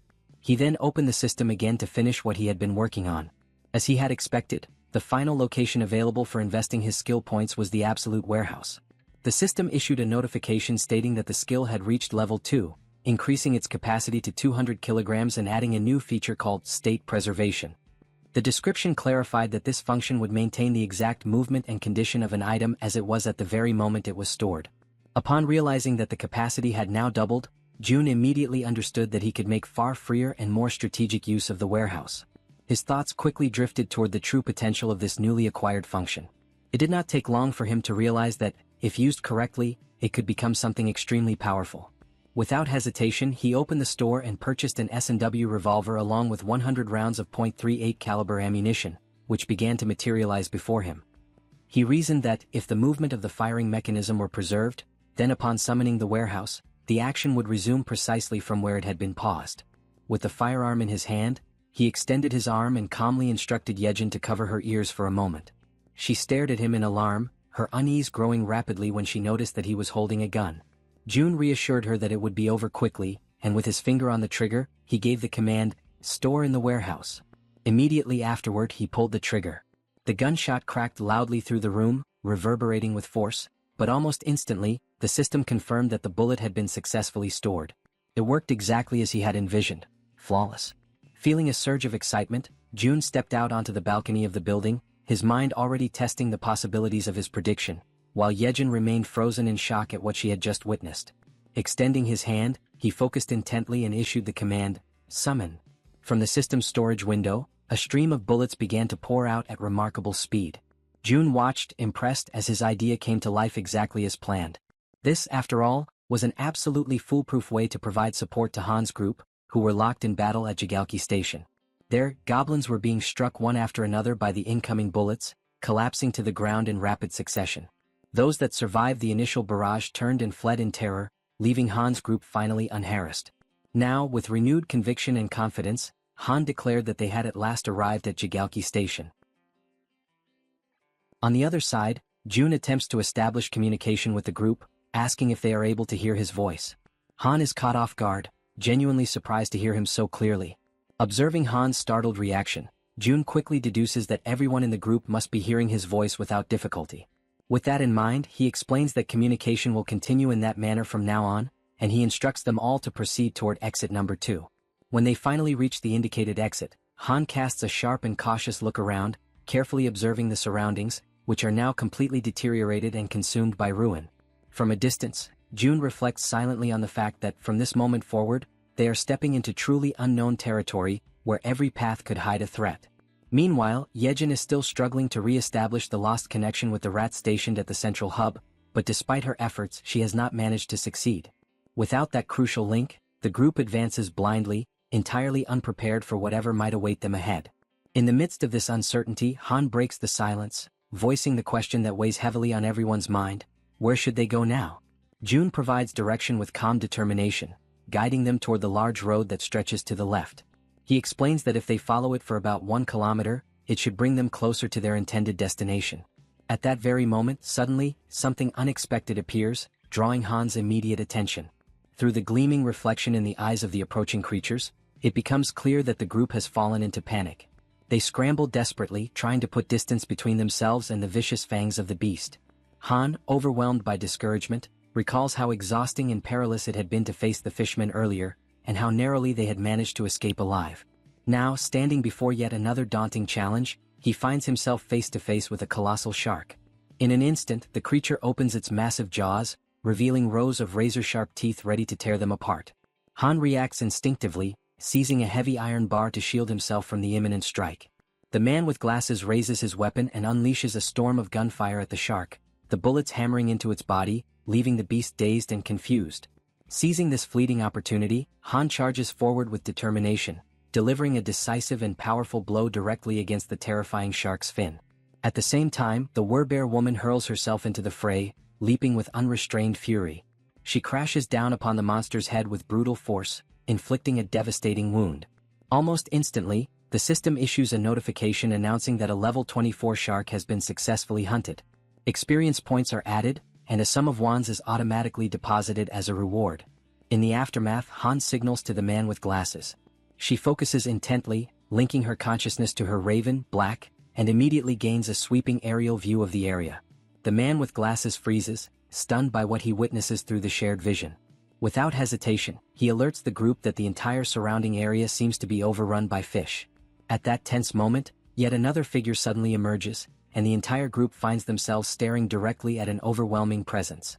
Almost simultaneously as Toji looks upward, he notices movement above them. It is not a single creature, but countless blue figures resembling swordfish swiftly closing in from the sky. The group steels themselves for yet another imminent clash. As the creatures approach dangerously close, Han calls upon Toji. He raises his halberd high, focusing his energy, and his armor activates with a flash of power. In the precise instant Toji strikes with deadly accuracy, his blow landing true. The system immediately notifies the successful hunt of a sky blue marlin, rewarding them with additional experience points and wands. Without a moment's pause, the archer woman unleashes a flurry of arrows, her shots rapid and unrelenting, cutting down the creatures that stubbornly linger in the air. Her voice rings out with unwavering conviction, declaring that the group will not move an inch until every last one of these enemies is eliminated. But suddenly something unexpected catches her attention. It is the healer. Despite firing directly at one of the sky blue marlins, the massive creature continues advancing steadily and unshaken, heading straight toward her. Her ammunition eventually runs out, and she realizes with growing dread that the creature continues to approach, drawing nearer with every passing second. At that precise moment, the system issues a notification announcing the summoning of storage. Immediately, bullets materialize and strike the creature with sharp precision. The system then reports that a level 17 sky blue marlin has been successfully hunted, awarding experience points and depositing the amount of 231,733 won into the account. Upon reading the notification, Jun notices with frustration that whenever he personally fires the weapon, the payment turns out to be lower than expected. With determination he calls out to Jaehyeon. He demands that she stop trying to connect with the rats and instead focus her efforts on shooting in his place. Without hesitation, he places the weapon firmly into her hands, though she instantly feels insecure and uncertain, nervously questioning where exactly she should aim. Rising to her feet, she hesitates, but Jun calmly remarks that anywhere she points will be good enough. Gathering her courage, Jaehyeon fires her very first shot, and immediately the system notifies the deposit into storage. Seizing the moment, Jun concentrates intensely and commands that the bullets fired by her be redirected into the ongoing battle. Right after his command, countless system windows open before them, acting as gateways through which the bullets travel, passing directly into the battlefield and striking their intended targets. The system then notifies that another level 17 sky blue marlin has been hunted, granting additional experience points and depositing more wands. Amid the unfolding situation, Jaehyeon urgently warns Jun to step aside and reload quickly so that the assault can continue without delay. Absorbing the urgency of the moment, Jun reflects silently that the overall efficiency of the operation has now increased for the 6th time. Even though he feels genuine pity for Jaehyeon, who is clearly overwhelmed, he knows deep down that this approach is absolutely necessary. At that instant the door swings open. Hyerin, known as the Poison Girl, enters the scene, her expression filled with intrigue as she takes in the chaotic sight before her. Upon noticing Jaehyeon firing repeatedly, she questions the reason behind the gunfire, trying to discern whether what she is witnessing is reality or merely some kind of dreamlike illusion. In the middle of the chaos, a massive creature suddenly attempts to strike at them. However, both Han and the werbear react swiftly, dodging the violent attack just in time. The creature reveals itself to be red in color, with the enormous and terrifying form of a monstrous crab. Distressed and exasperated, Han asks aloud whether this is some kind of twisted joke and desperately questions if they are truly expected to try and defeat such a horrifying monstrosity. The giant crab prepares to attack, raising its massive limbs with a menacing weight. It strikes down with such force that the surface itself trembles violently, but Han and the werbear woman manage to dodge in time, narrowly escaping the devastating blow. Her eyes remain fixed firmly on the target, burning with determination. The werbear woman lets out a powerful cry, calling for the healer. He immediately understands the signal, raises his hand and envelopes her in a radiant aura. Wrapped in that energy, her body surges forward with explosive speed. With ferocity, she grabs hold of part of the creature's massive structure, opens her mouth wide, and seized by fury, sinks her fangs deep into its flesh. At the same time, Han charges toward the monstrous adversary, gripping a long iron rod with both hands. At just the right moment, he halts his sprint and hurls the weapon with precise strength, sending it flying straight into the target and piercing the very center of its head. From behind the crab, the Werbear woman emerges once again, moving relentlessly, her determination unshaken and fixed entirely on her goal. She unleashes a decisive strike upon the creature and quickly withdraws. To her shock, however, she realizes that the beast remains completely unharmed, its thick shell impervious to her attack. Then Moon shouts for everyone to fall back. From above, he lifts his weapon, holds it firmly, and focuses his entire attention on the monstrous crab. Without pause, he begins firing, unleashing a relentless storm of bullets that rain down upon the creature's dreadful body. Amid that chaos, Han comments on the insane durability of the enemy, his voice heavy with frustration, and he questions aloud what they should possibly do now. His eyes remain locked on the beast, and for a fleeting moment, doubt takes hold of him as he wonders if there truly is no chance of victory. At a certain distance, carefully observing everything, June notices something crucial. He realizes that this creature is not like the ordinary projectiles they have faced before. What they need is not just sharp strikes but a blow of overwhelming impact, something heavy and crushing like a hammer. Accepting this realization, he begins to search frantically for an object capable of delivering that kind of force. His gaze scans every corner until, finally, he discovers a gem. A satisfied smile spreads across his face, for he has found exactly what he was searching for. The system promptly notifies him of an item being stored in the deposit. Through his ability of communication, June instructs the Werbear woman that when he gives the signal, she must leap onto the crab's shell, because he has found something that can break through it. Soon after, June raises his hand and summons a heavy barbell, which begins to materialize right before him. Inwardly, he apologizes to the boy who used to own it, silently promising that he will buy a new one for him later. His plan is clear. First, he allows the heavy bar to fall freely, letting gravity build up its full kinetic energy, and only then does he store it in the deposit. Immediately afterward, June invokes the bar again. It shoots forth through the system's window and hurtles toward the center of the crab's head. At that exact moment, he uses his communication skill and gives the long-awaited signal to the Werbear woman. The bar pierces the target with brutal force, splitting open its head and sending streams of blood spurting outward. Without hesitation, the Werbear woman launches herself straight at the point of impact. Her claws are ready, sharpened and gleaming, her body fueled entirely by determination and fury. She closes the distance with fierce speed and strikes with lethal precision, delivering the finishing blow that successfully ends the beast. The system immediately registers the successful hunt of the giant crab, level 35, granting experience points and depositing one into their account. Yet even after their victory, the path home resembles nothing less than a chaotic marketplace of sea monsters. Every kind of fish and crustacean-like abomination continues to attack mercilessly, without pause or mercy. June understands that without his support, the group would have faced countless situations that could have ended in tragedy. He accepts, with heavy resignation, that this place is simply too much to handle, even for Han's group. He reflects on how, despite everyone being awakened and armed, they still struggle just to advance a single kilometer. Now, he must finally admit to himself that the chances of his family being alive are almost non-existent. The closer he gets to his home, the stronger the fear grows inside him. Still, even if there is just a 1% chance, he knows he cannot allow himself to lose faith. Using his ability, he surveys the surroundings and notices a ruined but familiar street. He reflects that just beyond the narrow alley lies his home. But suddenly, something unusual captures his attention: a tree. Through his communication skill, he commands the group to stop immediately.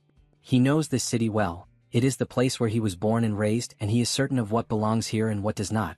Observing carefully, he realizes that there has never been a tree like that on the main road, and even if there had been, the city would never have left it standing there. This means that the tree appeared only after the world had fallen apart. Calling upon his ability once more, June draws everyone's attention to the anomaly. He asks if they too can see the massive tree ahead. The group confirms that they can. June then declares firmly that the tree is not what it seems, it is a monster. He directs them to prepare for an attack. At that very moment, something strange happens. A single, enormous eye opens upon the trunk of the tree. Before the group, the figure awakens and everything around them begins to tremble as if the world itself recoils from its presence. The archer remained firm, her gaze fixed upward. A shot was released, flying toward the monster and piercing part of its trunk. Yet that was not enough to stop it. With each passing instant, It rose higher, lifting itself from the ground as though abandoning the very surface that once held it.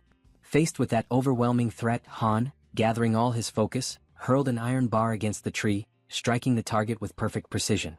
But even then, the colossal creature endured, resisting the blows and continuing to advance, drawing ever closer. Its extraordinary resilience astonished Han, who could hardly believe what he was witnessing. Meanwhile, Moon teleported behind the tree and swiftly raised his weapon, unleashing a barrage of shots that struck the monster in rapid succession.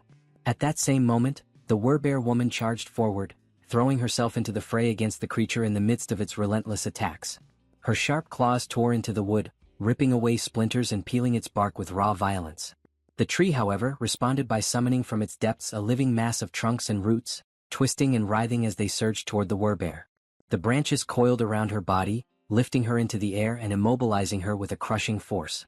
Han and the others, horrified by the dreadful sight, cried out to her. But the tree held her fast, suspended high above them all, like a living trophy captured within its dominion.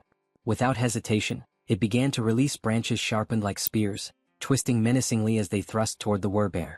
Overcome with despair, she let out a cry, her voice laden with anguish. At that instant, Moon appeared before her, placing himself as a shield in her defense. The Werbear woman begged him to step back, pleading for him not to endanger himself. Yet he stood his ground, unwavering, prepared to face the piercing tip of the branch that drew ever nearer. But to his surprise, the monster stopped. Its branches retracted, pulling back into the surface. On the other side, June too was taken aback by the tree's sudden withdrawal. The unexpected pause forced him to reflect on what could have provoked such a change.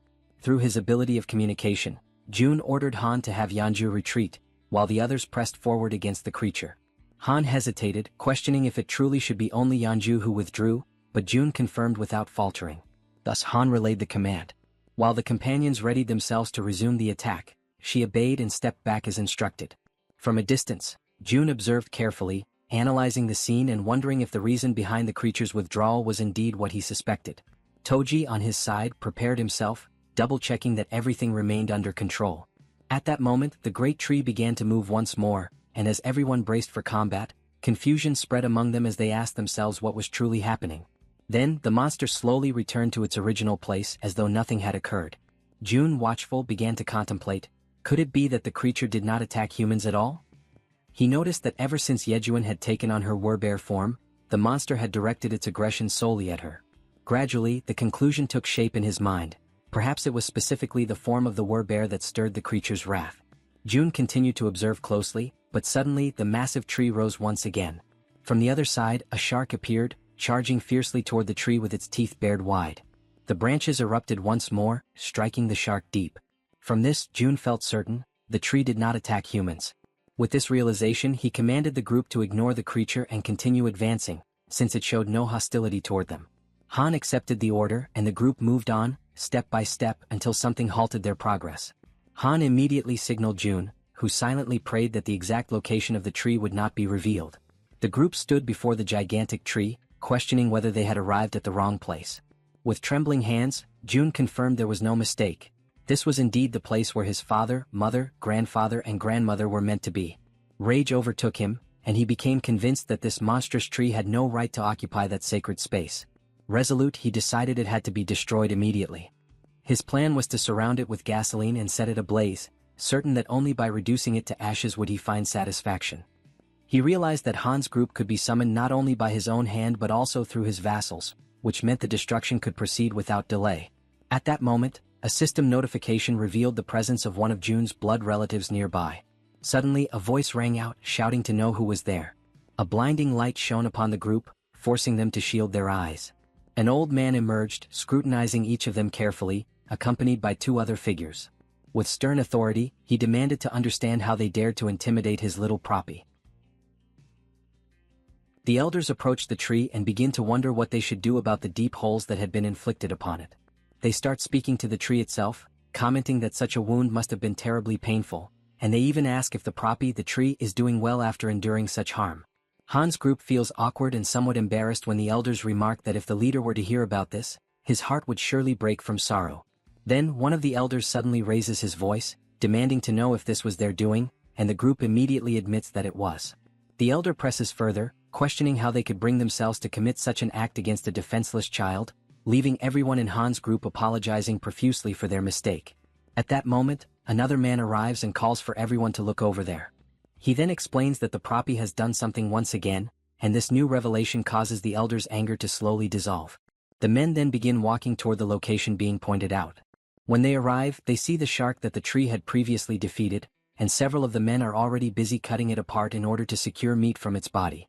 Astonished by the sight, one of the elders remarks that the flesh of the shark has grown plump, although he admits that the taste of shark meat is not particularly delicious. Immediately, another elder retorts that this is no time to be picky about food, stating bluntly that if someone does not like it, then they simply should not eat it. This pragmatic reaction surprises Han's group even more, leaving them somewhat speechless. From a distance, June quietly observes everything, and he feels as though his perception is sharpening, as if a veil has been lifted and everything suddenly makes sense. The existence of a monstrous tree that does not attack humans, combined with the enormous tree that continued to grow right where their home once stood, begins to form a clear picture in his mind. June recalls that ever since he was very young, their house had always been filled with plants.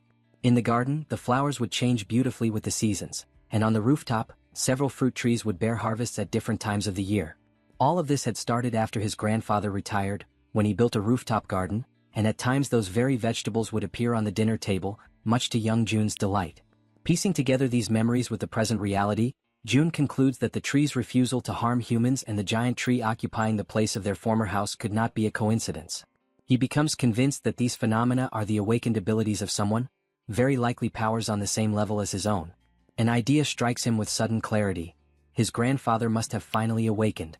In that moment, June feels an immense sense of relief, one he had not experienced in a long time, because under normal circumstances, everyone should already have been dead. After all, monsters roam freely through the streets, and in the skies above, other monsters move in organized groups, threatening humans from every direction. He cannot help but wonder how ordinary people have managed to survive in such an environment. Overwhelmed by this sudden realization, he begins to laugh, not with mockery but with pure relief. Jaehyeon approaches him, concerned by his unexpected reaction, and asks if something is wrong. June turns to her, still smiling, and reassures her that nothing is wrong at all, emphasizing instead that everyone is safe. Yet even as he says this, he realizes that he still needs to confirm a few things. Back at the location of the tree, pieces of shark meat are scattered about while one of the men comments on how wonderful youth truly is. Han, who is in the process of cutting up sections of the shark, asks if the amount they have gathered will be enough. A mustached elder replies affirmatively and expresses gratitude for their efforts. At that point, June sends a telepathic message to Han, instructing him to ask the elders for the name of the village chief. Han turns to the mustached elder, politely asks for permission, and inquires about the chief's name. The elder immediately responds by asking if Han is an acquaintance of their leader, before revealing that their chief's name is Lee Bangja. Upon hearing this, June affirms with certainty that he already knew, and explains that, indeed, Lee Bangja is his grandfather. After some time, the group follows the mustached elder, who informs them that before they go to meet the chief, they should stop at a certain place. It is an area where everyone works together to prepare meals and distribute the meat from the fish.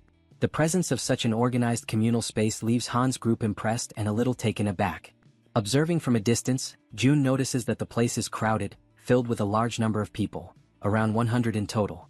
Giving the impression that the entire marketplace of the city had relocated to that place, the mustached man called over a bald-headed fellow who was busy slicing the meat from Old Park's catch. The bald man stopped cutting for a moment and remarked that he had heard a rumor saying that Poppy had pulled off something once again. The mustached man confirmed with a nod, replying that this was exactly what had happened, and that the shark had been so enormous that the young ones had been forced to step in and lend their strength to help. The mustached man then urged the bald fellow to cut quickly, explaining that he wanted to serve several plates of sashimi to the youngsters. Without wasting a moment, the bald man set to work with practiced efficiency, his hands moving with remarkable speed as he sliced and prepared the fish. Soon enough, he presented an exquisite platter of sashimi for Han's group, the glistening cuts of fresh fish arranged so beautifully that it immediately left everyone in awe, their mouths watering and their stomachs growling with anticipation. The archer, unable to hold back her curiosity, asked the bald man if they had chopsticks available. He replied that they had no need for chopsticks and could simply use their hands. Yet in that very instant, a set of chopsticks materialized in front of them, manifesting out of thin air. The bald man blinked in astonishment and, realizing what had just happened, offered his gratitude to June for this miraculous gesture. Every elder who witnessed the sudden appearance of the utensils was left with their jaws hanging, utterly dumbfounded, for none of them had ever laid eyes on anything remotely similar in their entire lives. The archer then began eating, and the moment the sashimi touched her tongue, her eyes widened in amazement. The taste was so exquisite, so overwhelmingly delicious, that she quickly realized she could not stop herself from eating more. Soon, everyone joined in, devouring the sashimi until their bellies were completely full, all the while remarking that it had been centuries since they had last tasted a dish as fine as sashimi. Watching from a distance, Jun observed this moment of peace and contentment shared by the group, and an idea suddenly struck him. With a thought, he caused bottles of soda to appear, neatly arranged to complement the meal. Once again, both the bald man and the mustached man were caught completely off guard, their expressions filled with disbelief at the sight. Han, noticing their surprise, asked kindly if they would like to have some as well. Almost at that same moment, several packages of food and provisions began to materialize one after another, stacking neatly in the area as though delivered by invisible hands. The elders, unable to contain their amazement, asked if all of that was truly meant for them. Han confirmed with a smile that it was, explaining that Jun must have taken a liking to them and was offering these gifts as a gesture of goodwill. From above, someone who had been silently observing all along finally spoke, wondering aloud whether this Jun, whom they kept mentioning, was something akin to a god.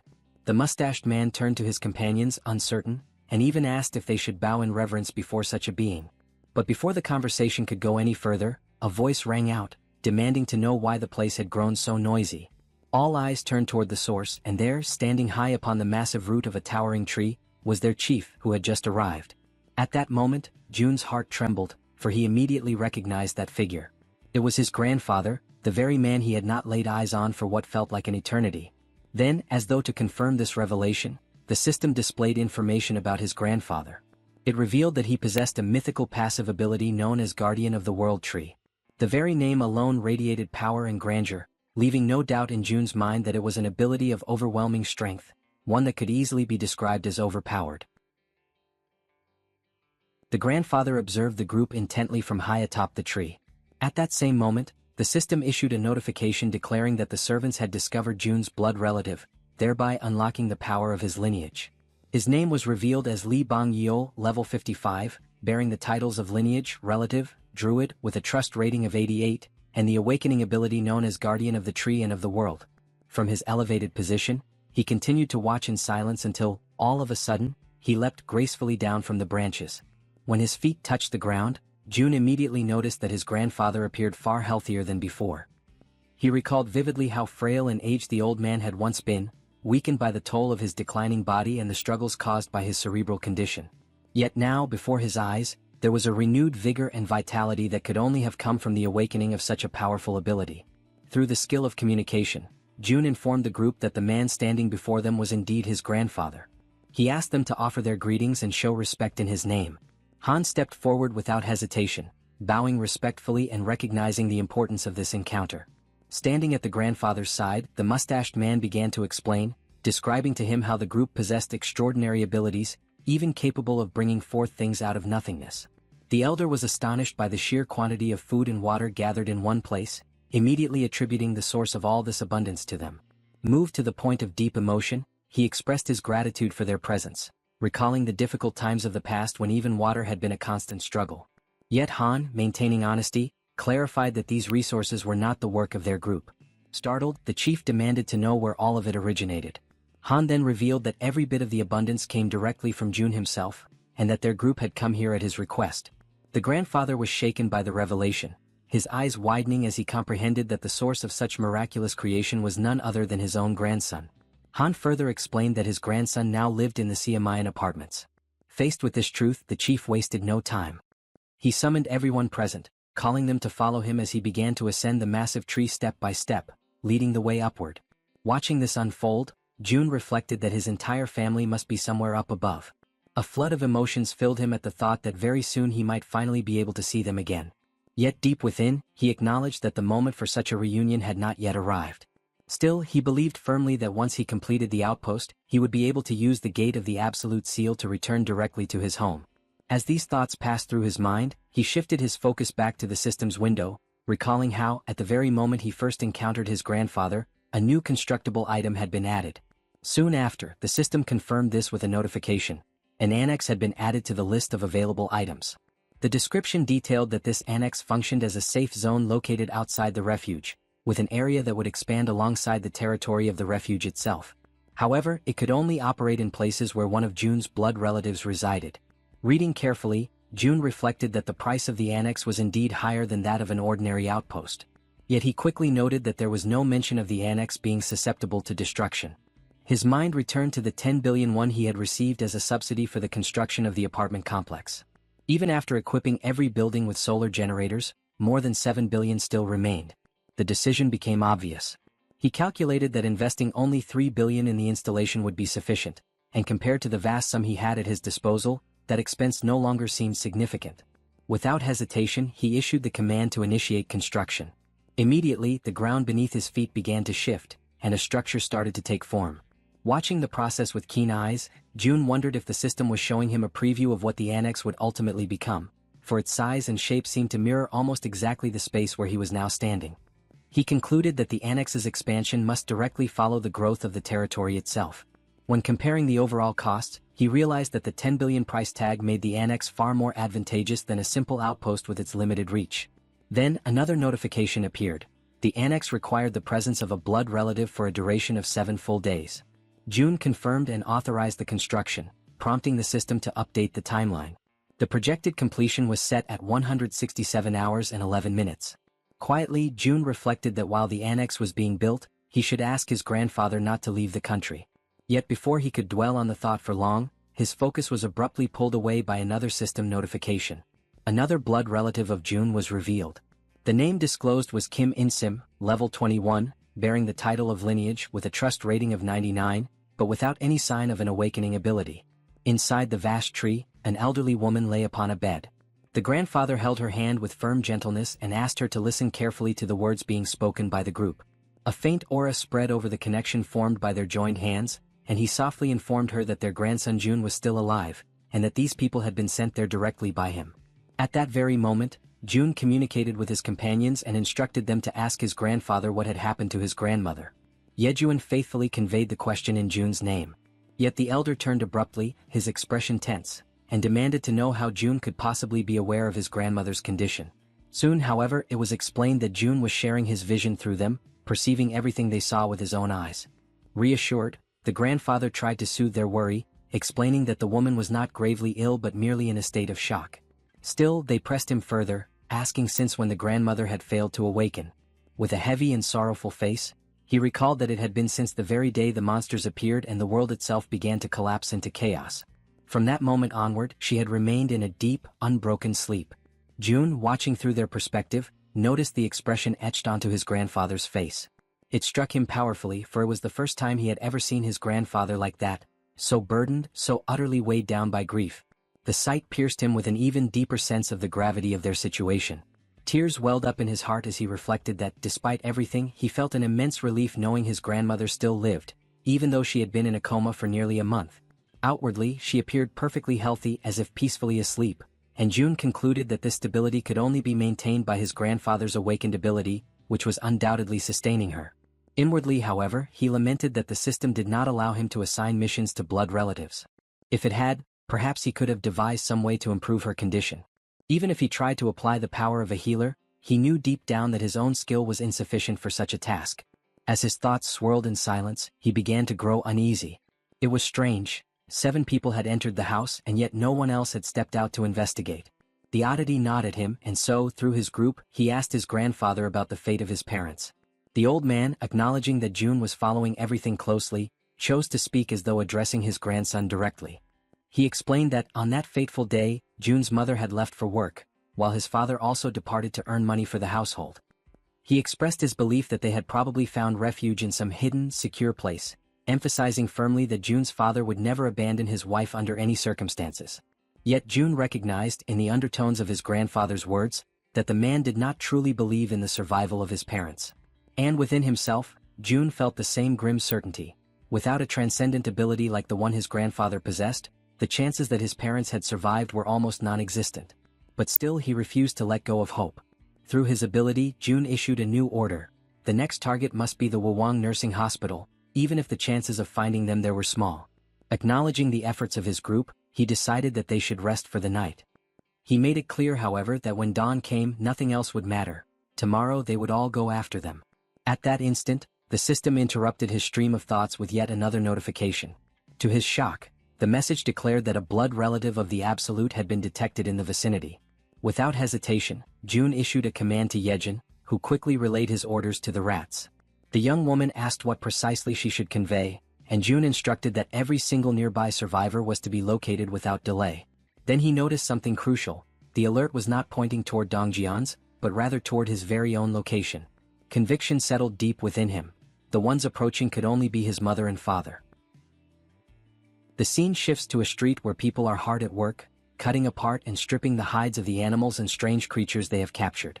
One man comments that the work is still far from over, even at such a late hour, while another replies that this only means there will be an abundance of food for everyone. Suddenly, something unusual catches the attention of one of them, and immediately all turn their eyes upward. High above in the sky, countless dreadful creatures are flying, each with a terrifying and distinct appearance, none resembling the other. Without warning, a bell begins to ring frantically, its rapid toll echoing like an urgent alarm across the area. From the top of a watchtower, a man spots the approaching swarm and shouts to announce the arrival of monsters. Chaos quickly spreads. People begin running in every direction, rushing to move everything into the seafood storage house and to close the shutters with haste. The order is unmistakably clear. Everyone must move as fast as possible. The panic intensifies when one of the men shouts for the village chief to come out immediately. The group accompanying June's grandfather turns toward him for guidance, and he promptly informs them that a massive horde of monsters is approaching. From a distance, the grandfather and the group gaze upon the advancing scene, watching in silence as the creatures flood across the horizon. Han, overwhelmed by the sight, questions aloud whether all those beings can truly be considered monsters. The grandfather raises his hand and confirms, his voice grave, while simultaneously giving the command for the trees to move. The command is obeyed without hesitation, the forest itself responding to his will. Meanwhile, Han recognizes the gravity of the situation and volunteers to join the fight. However, the grandfather firmly instructs them to stay back, explaining that the monsters are not targeting humans. He adds, with a grim tone, that everything suggests these creatures are actually fleeing from something far greater and far more dangerous than themselves. Yet he warns that even so, they will not pass without leaving destruction in their wake. A radiant green aura begins to envelop his body, spreading outward in waves of power. At that moment he connects with the surrounding forest, and numerous trees shift together, intertwining and forming a massive living barrier meant to shield them from harm. Inside the protective wall of trees, the group watches in astonishment as the winged creatures soar above them, passing over without striking. It becomes clear that the group was never their intended target. Still, those advancing by land charge relentlessly toward the barrier, forced to confront the trees that now stand as their obstacle. The pressure mounts, and once again Han offers his assistance, but the elder sternly refuses, demanding that they remain within the safety of the barrier. At that instant, the old man lifts his leg and at his command, countless trees surge forward, their sharp branches piercing through the creatures on the ground. The entire group is shaken, overwhelmed with shock, as they witness the overwhelming display of the grandfather's power. The creatures, impaled by the trees, are lifted mercilessly into the air, suspended and displayed like gruesome trophies of the living forest. Yet more monsters appear, hurling themselves at the barrier, biting and tearing savagely at the trunks. But the grandfather remains steadfast, his control unyielding, forcing the trees to strike again and again, driving their sharpened limbs into the new enemies without pause. The system begins to flood with notifications, marking each victory. A message appears, declaring that a level 24 land shark has been hunted. Shortly after, another states that a level 23 saw ray has been slain. Then comes a level 29 blue crab. The list continues endlessly, with each notification announcing new experience points and rewards. Another message informs that all attributes of the group increase in trust. Their gained experience is multiplied tenfold and evenly shared, although the ascent rewards remain monopolized by the hunter himself. Inside the building, June observes the entire scene with his mouth agape, stunned by the cascade of notifications piling up before his eyes. He realizes that the level of power displayed is comparable to someone at level 55. His grandfather, too, receives the notifications, though he does not fully comprehend their meaning. June reflects that, in the beginning, he believed his grandfather was merely being reckless, acting without thought for the danger. Yet with a single strike, hundreds of monsters are wiped out in an instant. Faced with such overwhelming power, he concludes that the best thing they can possibly do is to stay out of the way and avoid becoming a hindrance. In June's eyes, his grandfather transforms into a monster in his own right, a being so powerful that he could no longer be compared to ordinary humans. The notifications continue to flood in without pause. The system announces the successful hunt of a level 31 giant crab, followed shortly by a level 29 giant lobster, and then a level 30 sawtooth crab. Each message also confirms increases in skills and abilities. Suddenly, June realizes that he himself has just leveled up, but before he can process it, an intense and suffocating pain overwhelms his body. The agony spreads through every nerve, as though each part of him were being broken apart and reduced to dust, all while the school in the city continues to grow in influence and power. Amid this torment, a new notification appears before his eyes. The system announces that beings capable of receiving citizenship have been discovered, and the question is posed: grant it or not? June's mind clings desperately to a single crucial thought: whether among those names his parents might be included. He scrolls through the long list, painfully aware that the sheer number of new inhabitants is so vast it would be impossible to check each one individually. Yet even as he does, he reasons that if his parents were truly among them, the message would not have been one of citizenship. Instead, it would have been a notification of alignment. This realization strikes him like a heavy weight. It means that his parents are outside the reach of those people now registered by the system. He also notices Jaehyeon focusing with all her strength, pushing herself to the limit as she attempts to track down the location of his parents. And June convinces himself that the moment they are found, he will know instantly. Despite feeling his body torn apart from the inside, he affirms to himself that there is no time to rest, no room to pause. His mind then turns to the other side of the battlefield, questioning what is happening with his grandfather. Observing carefully, he senses that something is wrong, a subtle strangeness in the situation. He shares this unease with Han's group, who quickly question the old man. The grandfather realizes the difference. Before, the monsters would leave remains scattered across the ground, but now they vanish completely, not even bones left behind. Han explains that this change is due to June's influence. Ever since the system manifested, the corpses no longer remain after death.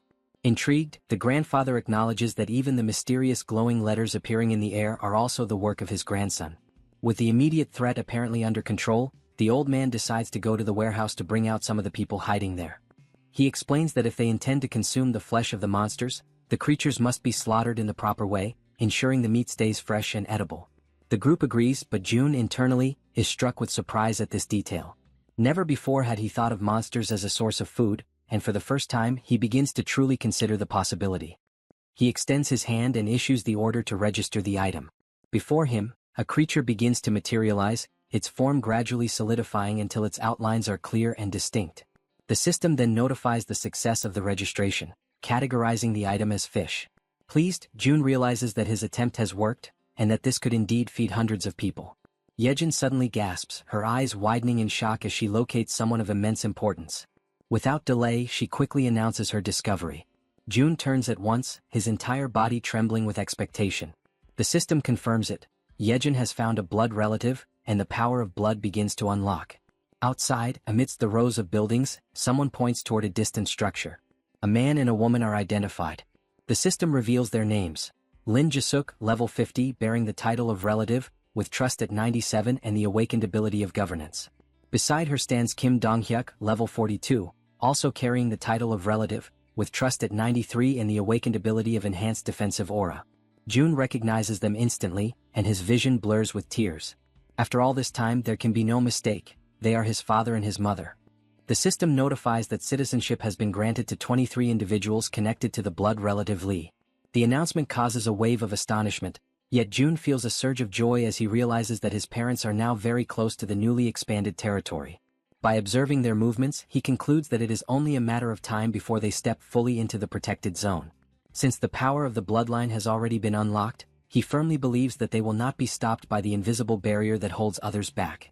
After such a long and painful wait, his eyes finally fall upon his parents once again. The long-awaited reunion radiates through his smile, overflowing into every part of his being. At that very moment, his parents catch sight of him, and shock flashes across their faces as they recognize him. From the other side, June raises his hand in greeting, his heart pounding. The mother and father rush toward him without hesitation, embracing him tightly as though afraid to ever let him go again. His mother clings to him, checking desperately to make sure it is truly him, asking if he is well, while June responds with quiet firmness that nothing has happened to him. The joy of reunion is quickly mixed with surprise as he notices that all 23 who arrived with his parents possess awakened abilities of their own. These are people connected to the hospital where his mother once worked. At that moment, however, something else catches June's attention: dogs gathered at the barrier, unable to cross. Internally, June reflects that they cannot pass through because animals cannot receive citizenship. Almost immediately, the system issues a new notification, revealing that there exists an option for a subordination contract capable of awakening abilities in up to 100 individuals. June ponders the implications of such a condition, recognizing that his mother's awakened ability is astonishingly powerful, and that through her, even his father has had his own power awakened. The system then reveals the ability granted to his father, Protective Aura, classified as S rank. This ability consumes mental energy to generate a complete defense around the body, and while active, it triples all physical abilities. June quickly grasps the magnitude of this revelation. Multipliers that once stacked linearly now increase exponentially. The result is devastating. His father reaches an efficiency so overwhelming that he could easily overcome level differences that would normally be insurmountable.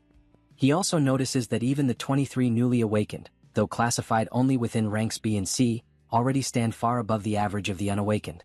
Yet, in June's mind, what matters most at this moment is not their classifications, but that everyone can finally rest. He raises his hand and allocates 5 units of resources to the group, ensuring they have food and everything else they may need.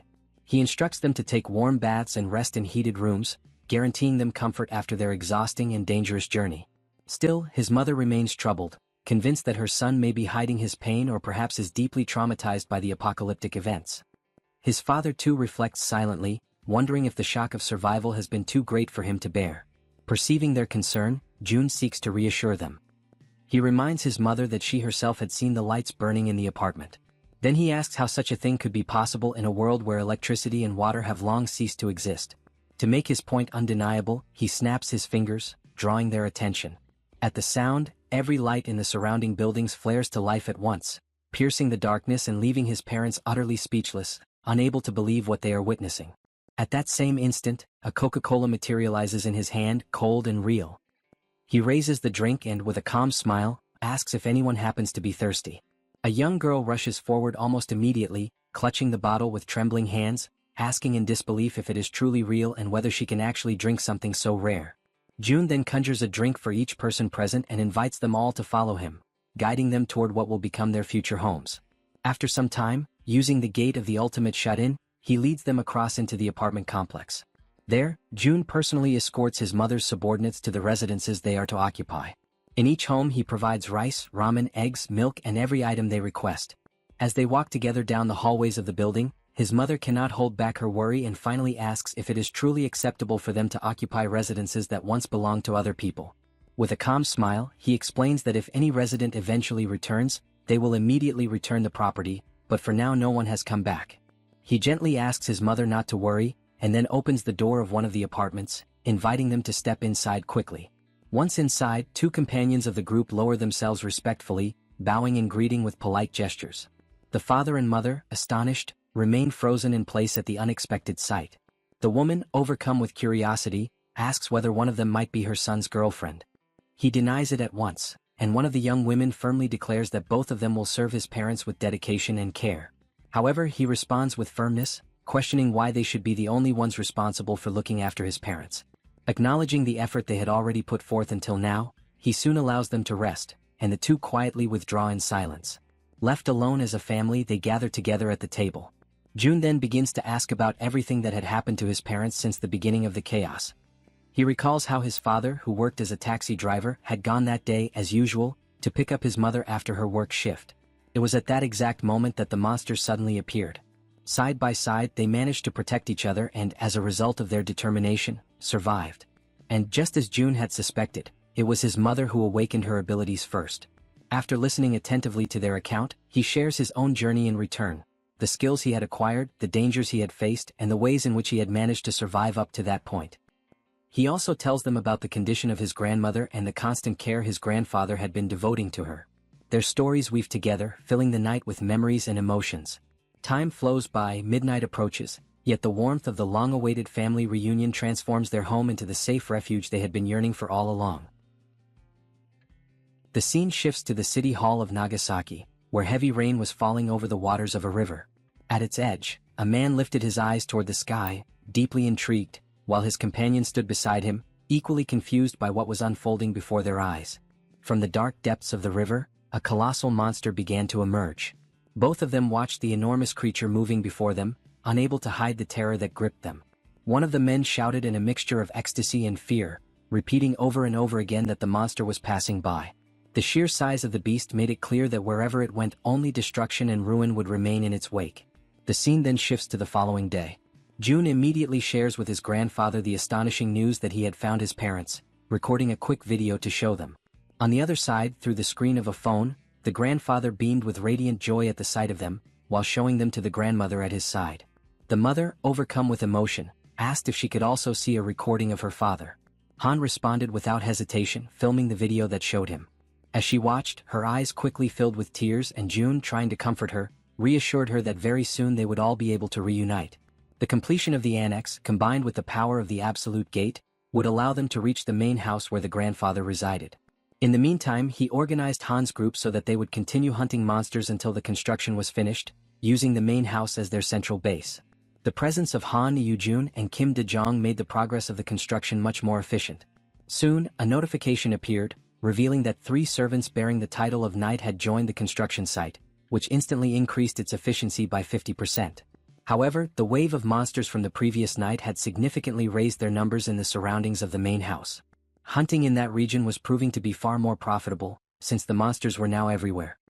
He reflected that with the expansion of Haven, hunting within its borders had lessened, and many creatures continued to wander without realizing they had already entered the sanctuary's territory. All the goblins in that area had already been exterminated during the leveling up of the day before. Making a firm decision, June summoned his ability and called upon Dabin, instructing her to deliver a message. Focused and attentive, she stood silently, waiting for his words. He ordered her to inform everyone that with the new expansion, they were only allowed to hunt beyond Siamayan Station.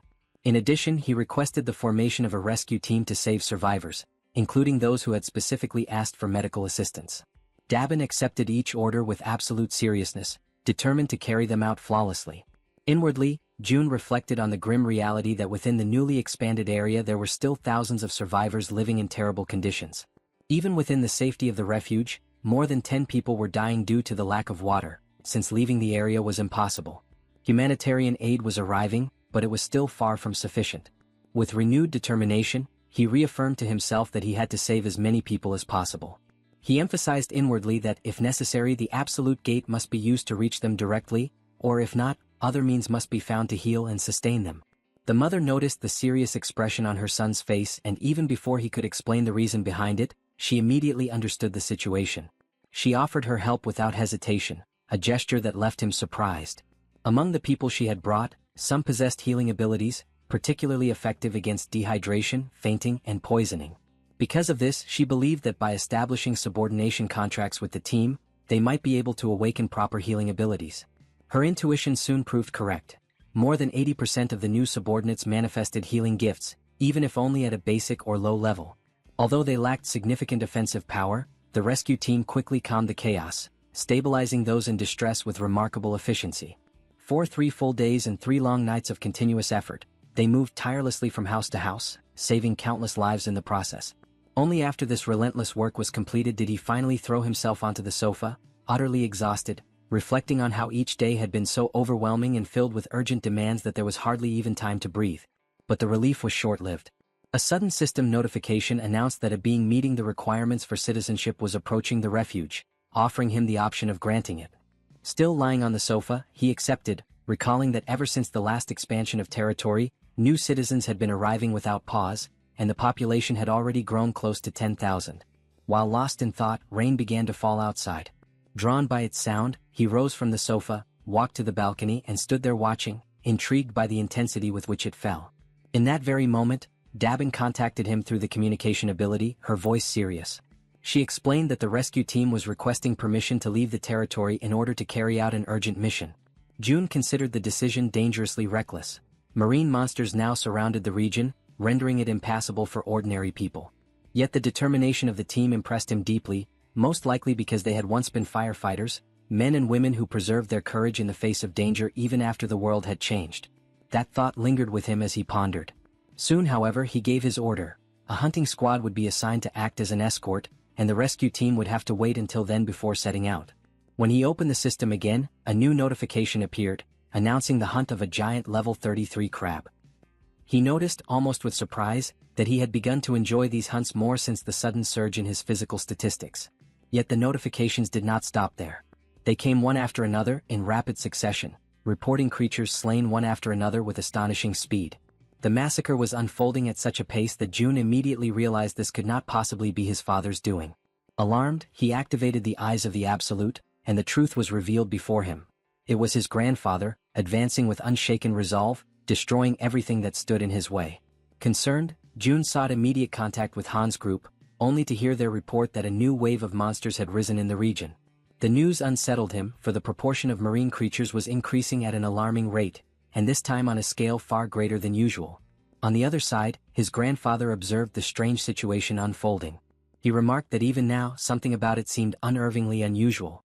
What troubled him most was the way the creatures were fleeing in desperation, driven not by instinct but seemingly guided by a deeper fear, as if trying to escape from something far worse.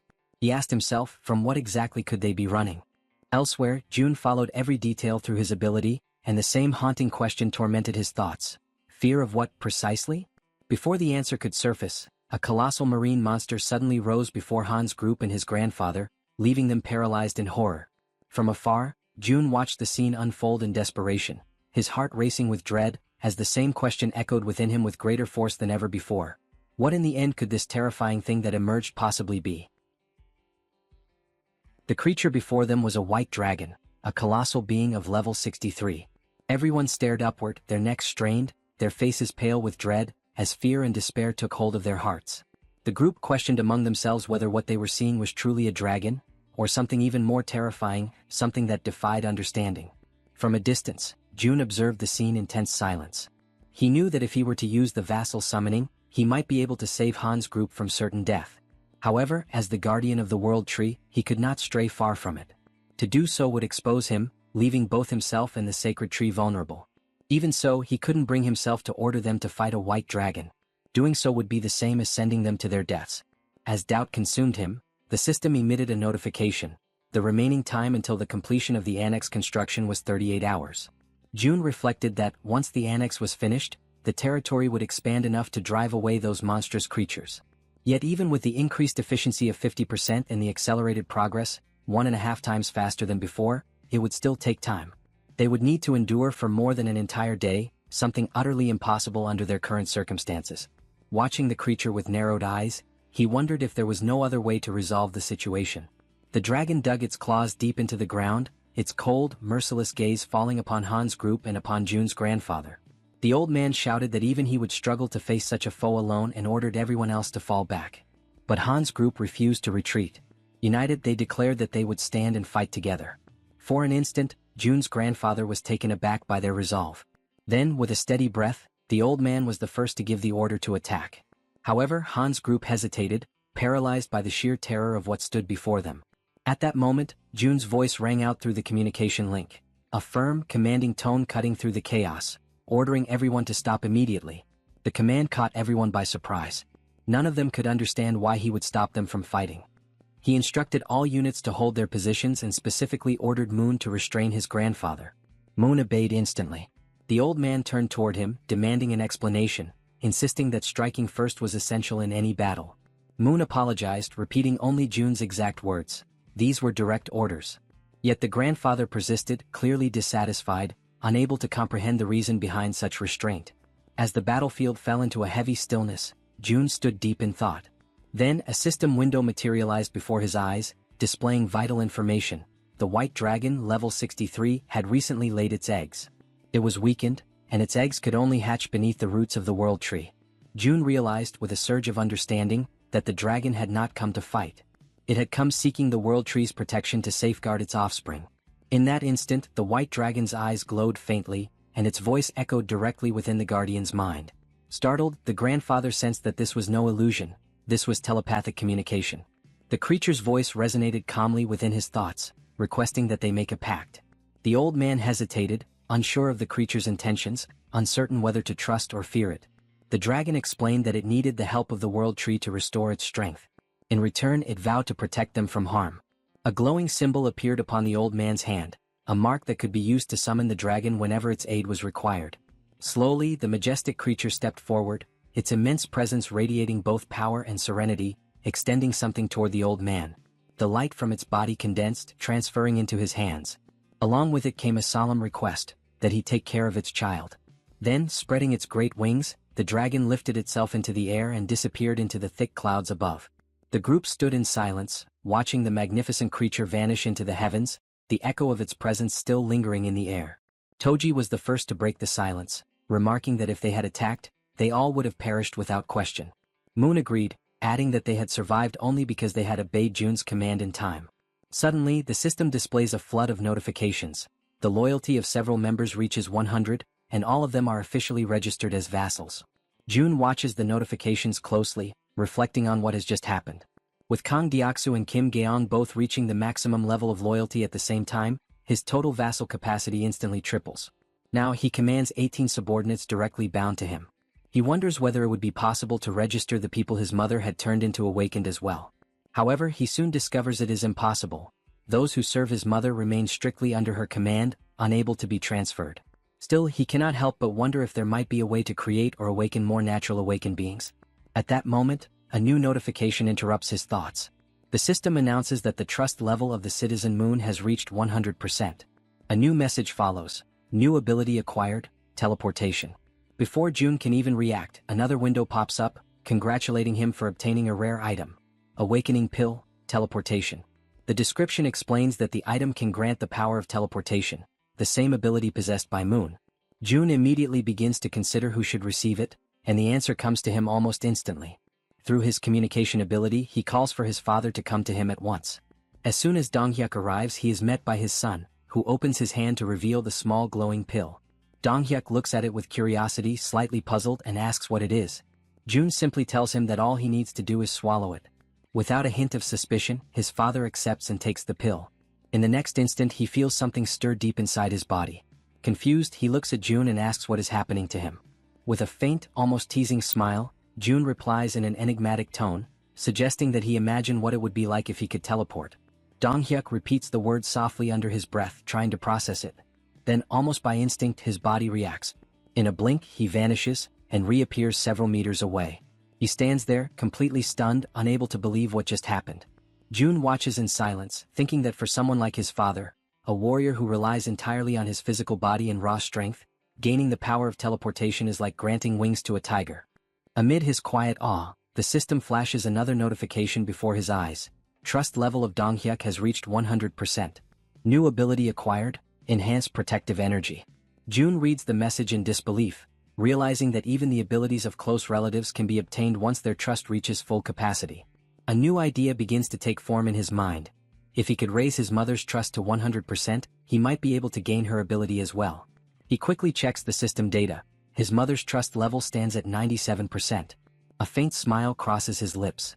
He decides there's no need to rush. After all, he still has a secret method to raise trust much faster when the time comes. The next morning, the construction of the annex is finally completed. Shortly after, the system emits a notification, alerting Jun to the detection of hostile entities in the surrounding area. It then reports that several sea creatures, including sharks and swordfish, have been successfully hunted down. With this increase in activity, the territory begins to expand once more, and a sharp, excruciating pain surges through Jun's entire body as the process unfolds. Completely exhausted, he realizes that even though he now gains less experience for victories achieved under his leadership, the total accumulated value remains immense. At that exact moment, something unexpected catches his attention. The system notifies him that an entity compatible with the requirements for citizenship has been detected.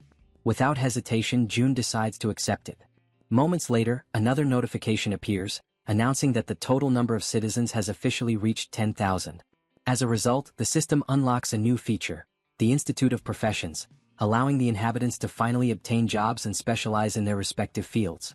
Although every one of these messages holds great importance, Jun feels that something even more urgent requires his attention. He opens the door to his room and calls for his mother. Concerned, she immediately appears and asks what happened, wondering if her son has something important to tell her.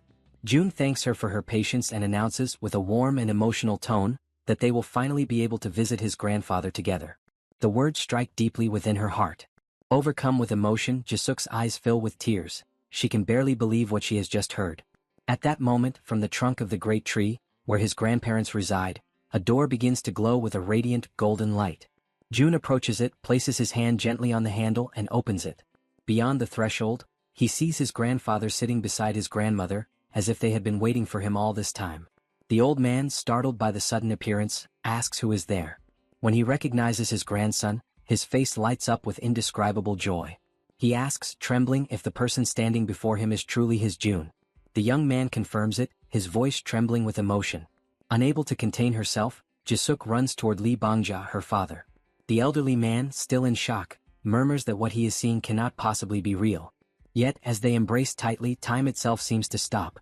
Their tears blend together, tears of loss, relief, and reunion. Amid sobs, Jae-suk apologizes for taking so long to return, for not having come back sooner. Lee Bangja holds her close, comforting her with gentle words, telling her that she has worked hard, just as her husband has. He thanks them both for surviving, for carrying on with their lives, and for a fleeting moment the air fills with peace and quiet warmth. Then a new notification appears before June's eyes. Trust level of Lee Jae-suk has reached maximum. Lineage contract obtained. He takes a silent breath, realizing that his father is currently out rescuing people alongside the relief team, which is why he couldn't bring him along this time. But that's fine, he thinks. The priority was to bring his mother first. For now that was enough. The scene shifts. Lee Bangja is watering the plants, moving with slow and careful motions. His grandson approaches him, curious, and asks whether the world tree had grown around the house naturally. The old man nods, saying that even he had been astonished when he first saw it. June then asks about the water and electricity, wondering how they managed to live since the massive tree has altered the entire structure. The grandfather explains that they have been surviving using the generator's power and water from the tank. However, he adds with a weary sigh that their resources are running out, and the gas in particular had already been depleted not long ago. June, filled with quiet confidence, replies that he can fix that.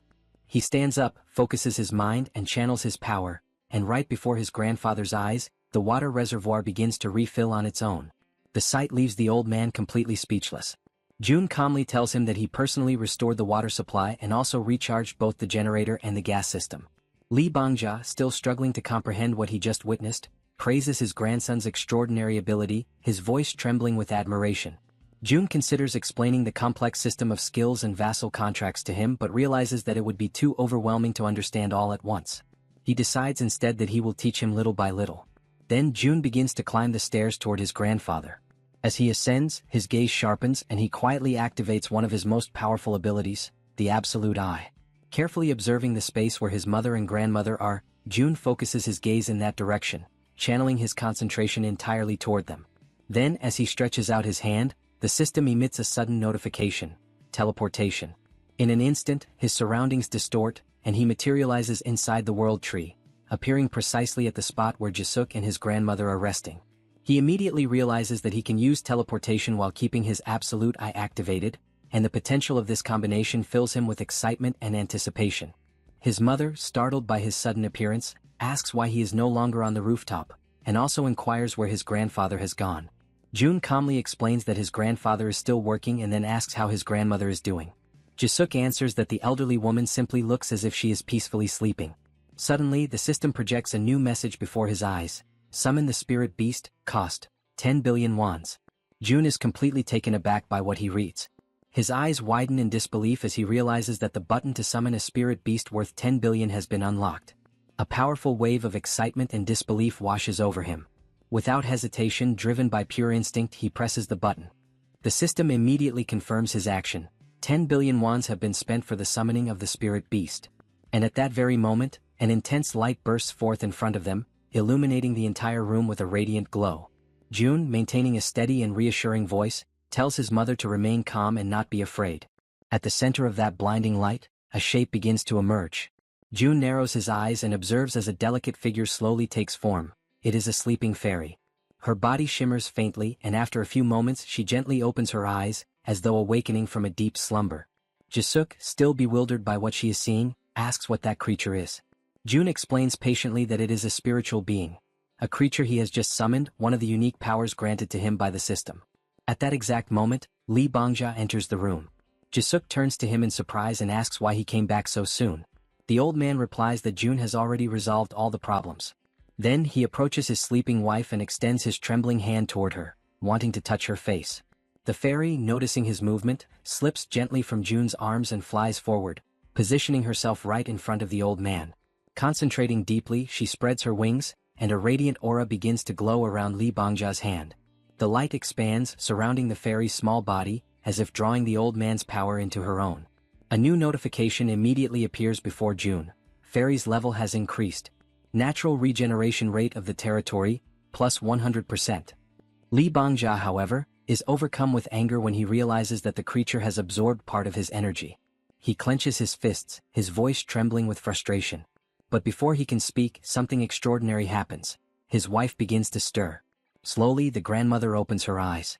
The old man freezes completely, his anger dissolving into sheer disbelief. He stands motionless, unable to comprehend what he is witnessing. Yet, the elderly woman gazes at him with calmness and warmth. With a faint, gentle smile, she asks why he is looking at her as if he has just seen a ghost. The grandmother raises a trembling hand to her mouth, utterly confused and unable to comprehend what is happening around her. Exhaustion quickly overtakes her frail body, and she lies back down upon the bed, her eyes fluttering as her strength fades once more. The grandfather, overwhelmed by panic and despair, cries out her name in disbelief, his voice breaking as he pleads for her to regain consciousness. Convinced that the little fairy is somehow responsible for what has just happened, he turns his gaze toward the small creature and demands that she try again, that she use her power to reverse whatever she has done. The tiny fairy, however, closes her eyes in silence, unmoving, her glowing wings dimming slightly. Her quiet refusal only deepens his desperation, and he shouts once more, ordering her to attempt it again. At that moment, June steps forward and intervenes, speaking in a calm but firm tone as he asks his grandfather to steady himself. The old man takes a deep breath, lowers his head, and after a brief pause, admits that he lost control of his emotions. With a trembling voice, he apologizes. June approaches him slowly and explains that the fairy's energy level is still very low. He advises his grandfather to provide her with vitality regularly so that, as she continues to absorb energy, she will gradually evolve and her power will increase over time. The stronger she becomes, the longer his grandmother will be able to remain awake and conscious. The old man listens attentively, his face softening as relief slowly replaces his anguish. As June observes the scene, his thoughts drift. He begins to reflect that the summoning of magical creatures might not be entirely random. After all, the fairy seems deeply connected to the world tree. If that connection truly exists, then each summoning must serve a specific purpose and follow its own hidden conditions. Even though he cannot yet discern what those conditions are, he finds comfort in knowing that for now the important thing is that his grandmother can awaken again, even if only for short periods. Soon after, he grows restless and tells his grandfather that he is going to rest for a while in his room. The old man simply nods in understanding, asking him to call if he needs anything. June walks away quietly, and once inside his room, he sits down and opens the system interface. A new notification materializes before his eyes. Citizen Shim Take Jaehyeon has died. June's expression darkens. He immediately assumes that the message refers to one of the citizens recently relocated to the new annex built near the apartment complexes. Despite the relentless efforts of the rescue teams, hundreds of people have already perished, and many more will soon follow. Inwardly, June reflects that he wishes he could move all those people to a safer place, but everyone is exhausted, stretched to their absolute limit, without a single moment of rest. People are dying everywhere, some torn apart by monsters, others trapped inside their own homes, fighting desperately for survival. A few manage to endure thanks to rare and powerful abilities awakened by chance, while countless others perish without ever receiving a single gift from fate. He wonders if the old saying is true, that great power truly does come with great responsibility. June doesn't know why the monsters appeared, nor why only his family was granted such immense strength. The world has never offered him any explanations, so he resolves to find them himself. In that moment of solitude, he reaches his own conclusion. Responsibility belongs to those who possess power. And he decides to embrace it fully. He silently vows that he will save his country, at least as much of it as he possibly can. As he reviews the system data, he notices that the total number of people to whom he can grant citizenship reaches 220,000, yet only 10 have been officially registered so far. Sitting cross-legged on the floor, June makes a quiet but determined decision. He will continue to expand his reach until that number is filled to its very limit. And while he contemplates all of this, he recalls that the negotiations had been halted once the number of citizens reached 10,000. The inhabitants are allowed to acquire professions, yet nothing has changed in the administration window. With this realization, he concludes that the first step must be the construction of a professional training institute. The system indicates that the Institute of Professions costs 2.5 billion wons and grants citizens the ability to develop commercial skills after researching their chosen occupations. He notices, however, that the structure requires a vast and isolated plot of land, and he plans to build it on the very ground the giants had leveled earlier.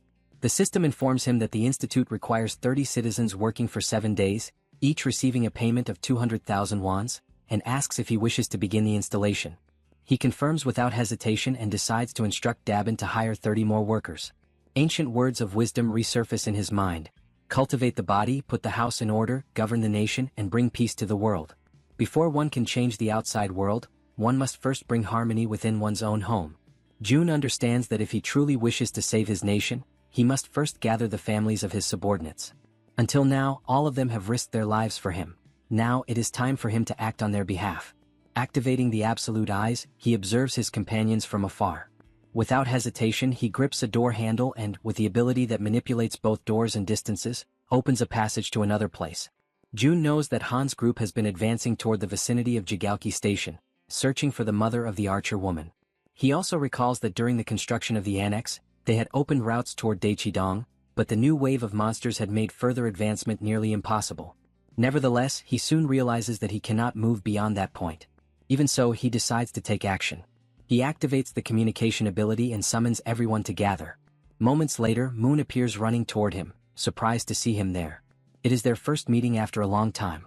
Jun smiles, and Moon immediately understands that the power which annihilated the monsters had indeed been his.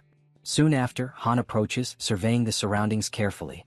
She asks if that place now belongs to Jun's territory, to which he calmly confirms, but adds that this is not the only reason the group has gathered there. He explains that the monstrous wave has made travel to Daechidong extremely dangerous. However, now that the new annex is complete, everything has changed. He assures them that they will be able to reach Daechidong, the place where the archer woman's family lives, before the day is over. Upon hearing this, she hesitates, her expression showing doubt that such a thing could be possible. Yet Jun answers her with composure, stating that he possesses a method. Soon, he extends his hand toward her and reveals that there is something he wishes to propose, causing the air around them to grow heavy with tension. When the construction of the annexed house finally comes to an end, the territory expands all the way to the front of Jaehyeon Station, granting direct access to the subway. Jun begins planning to take Jaehyeon there so that they can once again employ the poisonous gas strategy against the swarming rats. He also notes that he will ask Dabin to strengthen the workforce at the Professional Institute's laboratory. Soon, all the preparations are completed. The only thing left is to put the plan into motion. Jaehyeon then focuses her mind, forming a connection with the rats and sending them to explore the passageways between Jaehyeon Station and Siadeskim. As she observes the tunnels through their senses, she realizes that if she had been sent there alone, the result would have been disastrous. Jun contemplates the situation and concludes that it is far worse than he anticipated, as he initially believed that with the monster waves gathering mostly on the surface, the underground area would be nearly empty. Yet it no longer matters. In an enclosed space, everything will eventually be consumed by Hyeon's poisonous mist. At that moment, the system begins to emit notifications announcing successful hunts, depositing wons as rewards into their account. Another notification follows shortly after, confirming the extermination of a dark race, with additional funds credited as compensation. Jun feels a deep sense of satisfaction, for the amount is significant. The bounties earned from monsters slain by Hyeon's toxic mist are steadily increasing, largely due to the power she inherited from her mother, the ability known as poisonous mist. The system displays that Hyeon has now reached level 34, possessing 94 points of trust and 100 of loyalty. Upon signing the Oath of Allegiance, she earns the title of Knight, which in turn enhances the rewards she receives. But Hyeon is not the only one to undergo transformation. Jaehyeon's title of Knight evolves into that of Baroness. Although the experience multipliers and general conditions remain the same, the effect of loyalty on her overall statistics grows immensely. What once influenced only her physical strength now extends to all attributes, and with twice the magnitude. Moreover, Jaehyeon acquires a new ability called Enhancement, through which her improved rats now move at a much faster pace and become significantly harder to destroy. By the time their operation through the tunnel concludes, Hyeon announces that the entire subway line has been successfully cleared. Observing their progress, Jun realizes that he should not limit his loyalty contracts to just those two. Instead, he should extend the proposal to everyone. With that in mind, he turns toward Han's team and presents his idea. They listen carefully, and after some consideration, all agree to his terms. As a result, Han, the female archer, and Riller each obtain the title of Baron, while Yeonju ascends to a higher rank, that of Viscountess. The difference between a Baron and a Viscount is of great importance. Vassals who attain the title of Viscount gain an additional 3 slots for follower registration. Consequently, the number of vassals under Yeonju's command rises to 21. At that very moment, the system issues another notification. Toji has awakened a skill with 100% efficiency, Legion of Steel, an evolved ability derived from his title as Knight. He can now summon not only enchanted armor but also steel golems, entities that follow his commands without hesitation, advancing mercilessly against the enemy. With the golems clearing a path ahead and the allies maintaining formation, Toji decides to seize the opportunity and push forward. The offensive begins in earnest as the group charges ahead, confronting the monsters that appear in their way. Amid a flurry of coordinated attacks and fierce defenses, they continue their advance until Han finally announces that they have reached Exit 2 of Jaehyeon Station. From a distance, Jun monitors the operation and reports that the path ahead is clear. He directs the group to proceed straight towards Shin, and everyone promptly follows his instructions. Jun reflects that the distance to the station is approximately 3 kilometers, but thanks to their enhanced physical abilities, they are able to cover the distance in just 10 minutes. After some time, upon reaching their destination, the female archer notes with satisfaction that they managed to arrive within a single day. The man with glasses, curious, asks what their next step will be. She replies that they should exit through Gate 2, as her family's condominium is located just beyond it. However, that very exit is overrun with hungry goblins lying in wait for them. Han, ever vigilant, warns his companions about their presence. Amid the growing tension, the archer steps forward and commands the monsters to clear the way. She then releases a spear of light with devastating force and precision. The weapon's energy splits into dozens of radiant beams that scatter in every direction, piercing through the surrounding enemies. The system notifies them of a series of successful kills. The goblins are eliminated one after another. On the other side, Jun observes the archer's newly revealed ability in action, known as Light Arrow. Before even reaching the target, the light detonates and multiplies, turning each beam into a lethal weapon. Meanwhile, something catches Jun's attention. He notices that the entrance to the nearby building is barricaded. This obstruction can mean only one thing: there are survivors inside. Han decides to take action, removing the debris blocking the door and giving orders to the group. He and the archer will go up to investigate the situation, while the others are to remain on guard at ground level. With steady steps and weapons at the ready, Han and the archer ascend the silent building, prepared to uncover what, or who, might still be holding on inside. On the upper floor they come upon a closed door. The archer approaches and knocks several times, yet silence prevails. No sound comes from the other side. Desperation spreads across her face. The absence of any response is unbearable. She falls to her knees before the door, overwhelmed by a crushing sense of loss. For a moment, the only sounds are her quiet sobs and the wind whispering through the cracks in the hallway. Then suddenly the door opens. A young man stands before them, and for a brief instant the world seems to stop moving. Through her tears, she recognizes him immediately, and both are enveloped in a wave of surprise and emotion so profound that it silences everything around them. The female archer approaches Myung-van and asks where her mother is, to which he quietly replies that she is inside. When the archer's mother catches sight of her daughter, an overwhelming wave of emotion sweeps over her. She immediately reaches out, placing trembling hands upon her daughter's shoulders, while the archer struggles to contain her tears, her eyes glistening with emotion. The mother examines her in desperation, her gaze darting over every detail, asking anxiously if she is unharmed. Then, in a trembling voice, the archer mentions her father, and the entire atmosphere changes in an instant.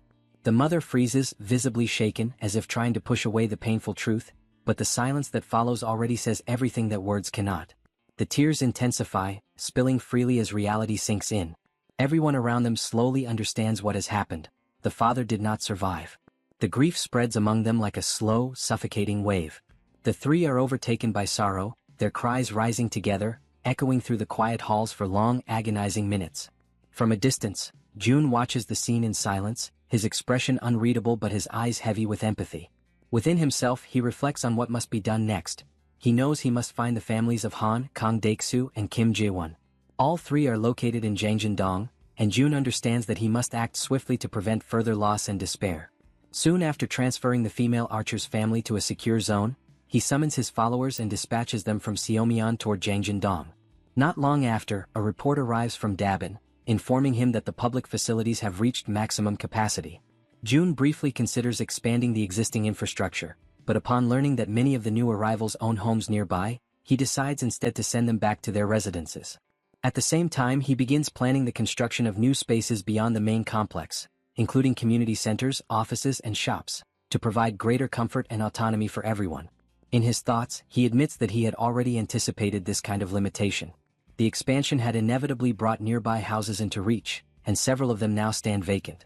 By redistributing the residents, they would have more room and balance overall. He also decides to establish new bases around the perimeter, designed for the hunting teams, and to develop strategic commercial points that can support their growing operations.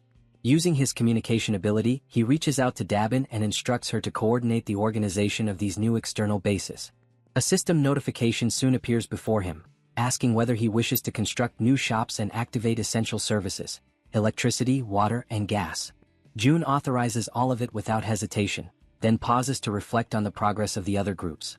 He wonders silently how far Han's team has managed to advance and imagines that they may have already reached Gyodai Station.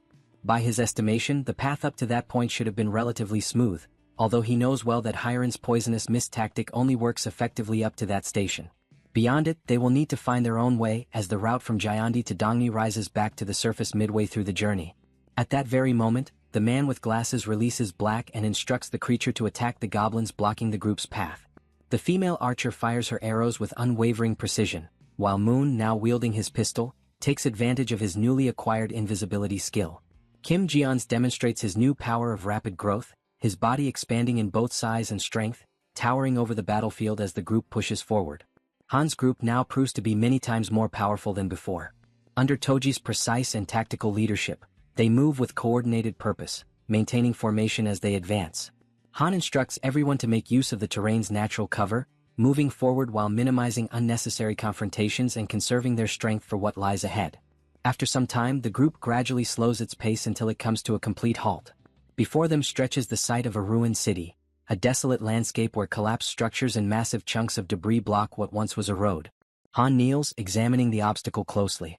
The pile of wreckage rises to the height of a 3-story building, forming a barrier that seems almost insurmountable at first glance. From a distance, June watches through his surveillance system, quietly reflecting on the scene. For a group whose average age is around 35, such an obstacle should not present an impossible challenge, he reasons. The real concern lies not in climbing over it, but in understanding what, or who, could have caused such catastrophic destruction in the first place. He questions silently what kind of creature could have torn apart a concrete bridge with such raw force. The absence of enormous footprints rules out the presence of a cyclops, yet the pattern of destruction clearly indicates that something immensely powerful had passed through the area. Proceeding with caution, June activates his communication ability and transmits a calm but firm directive to Han's team, advising them to move forward carefully and stay alert for any disturbances. As Han's group descends toward the lower area, June checks their progress, calculating the remaining distance to their destination, Jangjindong, estimating that only about 4 kilometers remain before they complete the journey. He reviews the data on his monitor and concludes that if all the nearby apartment complexes share similar layouts, the arrival should proceed without major complications. However, just as he finishes that thought, a sudden sound interrupts his calculations, a chime, faint yet distinct, echoing like a doorbell. But in that abandoned region, there shouldn't be any functional doorbells at all. Instantly alert, June activates his multiple vision ability, splitting his perception across various points within the safe zone to identify the source of the noise. He frowns in confusion. Since Dabin had taken over operational control, no incidents of this nature had been reported. Despite that, a sense of unease compels him to investigate personally. He establishes contact with Jaehyeon through the system, informing her that he will conduct a quick inspection of the apartment sector. Upon arriving at the site, June carefully surveys the surroundings and soon notices a small group of people gathered outside one of the buildings. The newcomers seem to be engaged in a cautious conversation, murmuring among themselves as they try to confirm whether they have arrived at the correct residence. Moments later, the door opens, and the group freezes in surprise as June himself steps into view. At that instant, the system issues a notification. The trust levels of the citizens have increased. June's curiosity deepens at the sight of this unexpected message. The mere act of seeing him has somehow strengthened their confidence. A tense silence lingers for several seconds before one of the men steps forward hesitantly. With a respectful yet urgent tone, he makes a request, one that, while simple, catches June completely off guard. The man asks if June could lend them weapons. Dressed in black, he explains that they do not intend to stay within the so-called safe zone. His group, he says, plans to leave soon and needs the armaments to defend themselves on their journey. The man tells June that the group intends to leave. June, uncertain, asks if they plan to hunt monsters, but the man denies it. He clarifies that their goal is different. They want to go out in order to try to rescue their families, and they ask if June can help them in any way. June pauses for a moment. Inside, he recognizes that these men are just like him. Men who spend their nights awake, haunted by worry for their families, going over every possible scenario again and again until the moment they finally decide that they must take action on their own. Driven by desperation, they come to him.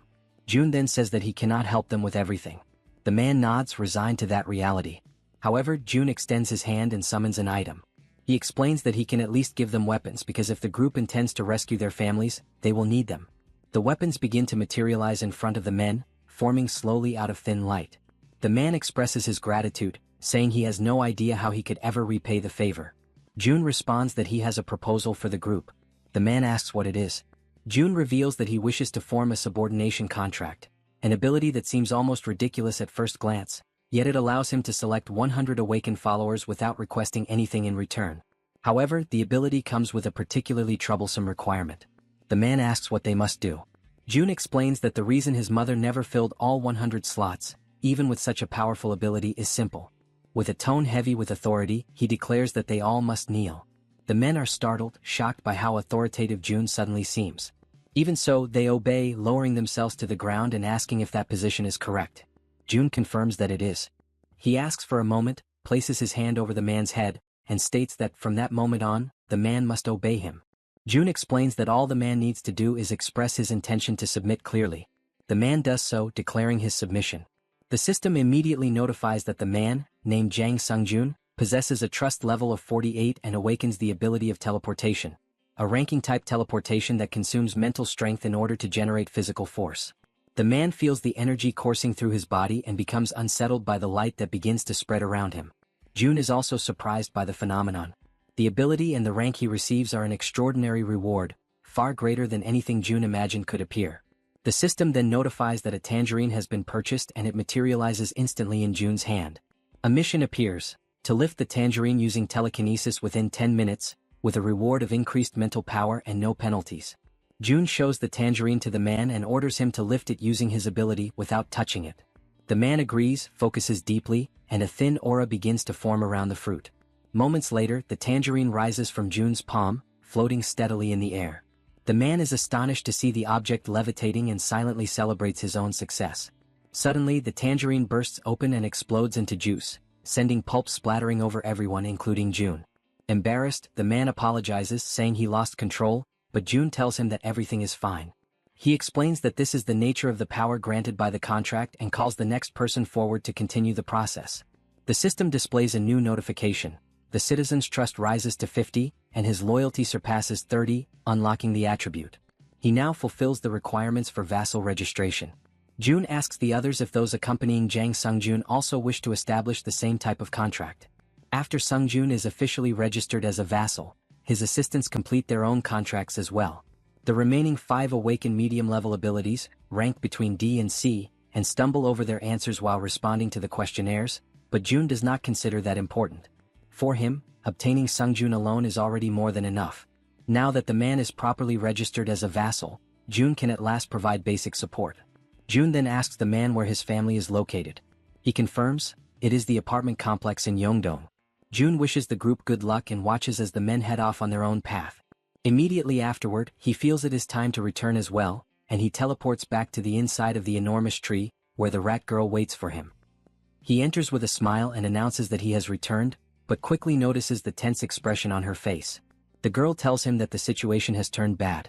At the exact moment June comes back, she explains that at the location where Han currently is, a gigantic monster has just appeared, a 2-headed ogre level 45, emerging right in front of the group. June immediately activates his long-range vision ability and sees the colossal creature. He recognizes instantly that this is the monster responsible for destroying the bridge, a mystery no one had been able to solve until now. Han's group attempts to resist. Black, the young man with glasses, launches direct attacks against the ogre. Moon teleports around the enemy, using his invisibility as well, firing his pistol at the monster's face with precision and cold focus. Toji summons his army of obedient marionettes, ordering them to strike the ogre at its feet without hesitation. However, the ogre responds with sheer brutality. With a single powerful kick, it sends all of Toji's marionettes flying. Even after receiving so many attacks, the monster remains practically unharmed. Toji realizes that the creature barely reacts to any of the blows. Han watches the scene, understanding the difficulty they face, and concludes that they must somehow create even a small opening. At that moment, the system notifies a command for a summoning. Barbel is called.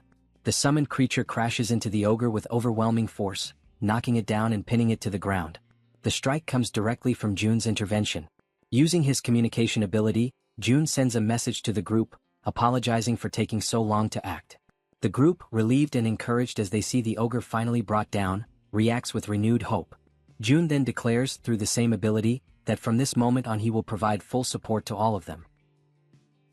Everyone watches the ogre kneeling on the ground, its massive frame trembling as dust settles around it.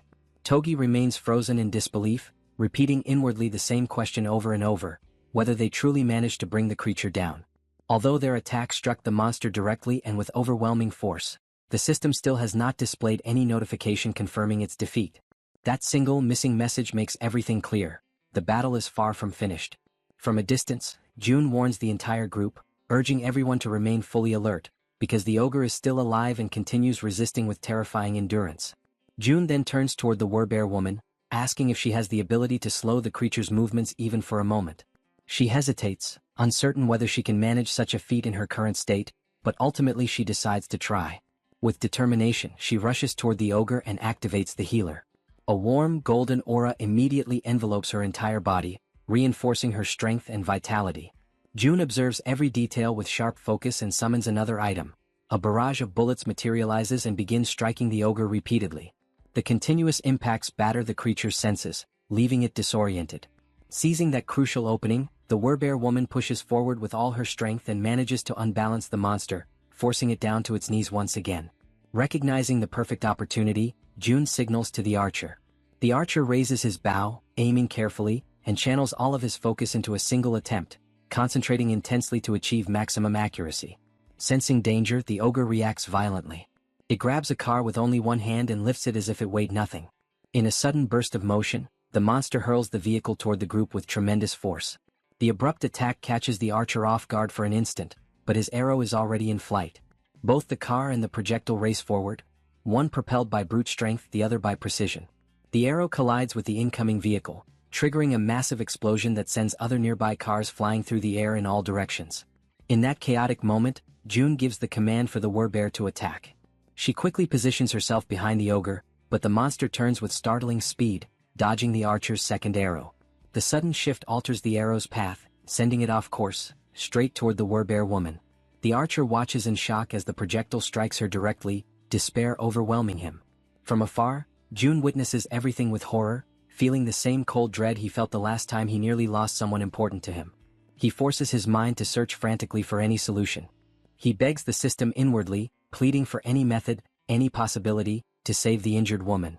The golden light surrounding the werbear intensifies, glowing brighter and brighter as everyone watches anxiously, especially the archer, who appears on the verge of breaking. Suddenly, a presence manifests behind the group. A hand emerges, engulfed in swirling black flames, Han's hand. He steps forward with unshakable determination, declaring that he will end the ogre himself. The sight strikes Jun so deeply that he collapses to the ground, unable to comprehend what is happening. The rat girl approaches him and gently asks whether he is all right. Jun insists that he is, explaining that he simply relaxed for a moment before reactivating his long-distance vision. However, he cannot shake the alarm in his mind. This is not supposed to be the time for Han's awakening. He asks himself what exactly could have triggered such a sudden surge of power. Meanwhile, the ogre faces Han. Han grips the metal rod, now entirely wrapped in dark, swirling flames that pulse with unnatural intensity. He focuses all of his strength and hurls the rod with immense precision. It pierces through the air like a spear and strikes the ogre with devastating force. At last, the system displays the long-awaited notification. A level 45 ogre has been eliminated. The group reacts with a mixture of relief and astonishment. The werbear signals that she is alright despite everything that happened. At that moment, Moon looks at Han, curiosity overtaking his surprise as he asks about the ability Han just used. Still shaken, Han admits he is not entirely certain how it happened and wonders aloud whether Jun might have somehow helped trigger it. Jun, still lying on the ground, contemplates the black flames. He reflects on the nature of that power, questioning whether the ability activates only under certain conditions and whether it truly belongs to Han, or perhaps to himself. Even so, this mystery is not the most urgent matter. A familiar and intense pain begins creeping over him. The system notifies an increase in skill level, and once again, it becomes time for Jun to endure the searing agony that seems to stretch on without end. After enduring the pain, which as always had been present in the same familiar way, he gradually regains his composure.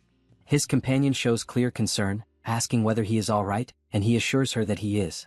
Within the territory, the monsters are completely converted into experience, while the people who manage to survive are officially granted citizenship, marking the definitive conclusion of that cycle of conflict. This time, however, something is different. The system releases a new notification, informing him that a dungeon has been discovered. Because he is the first to find it, June receives 100 crystals as a reward. He is taken aback as he reads the message. If crystals are being awarded as a prize, then the location is very likely connected to that resource in some way. The indicated location lies behind the apartment complex, roughly halfway up the mountainside.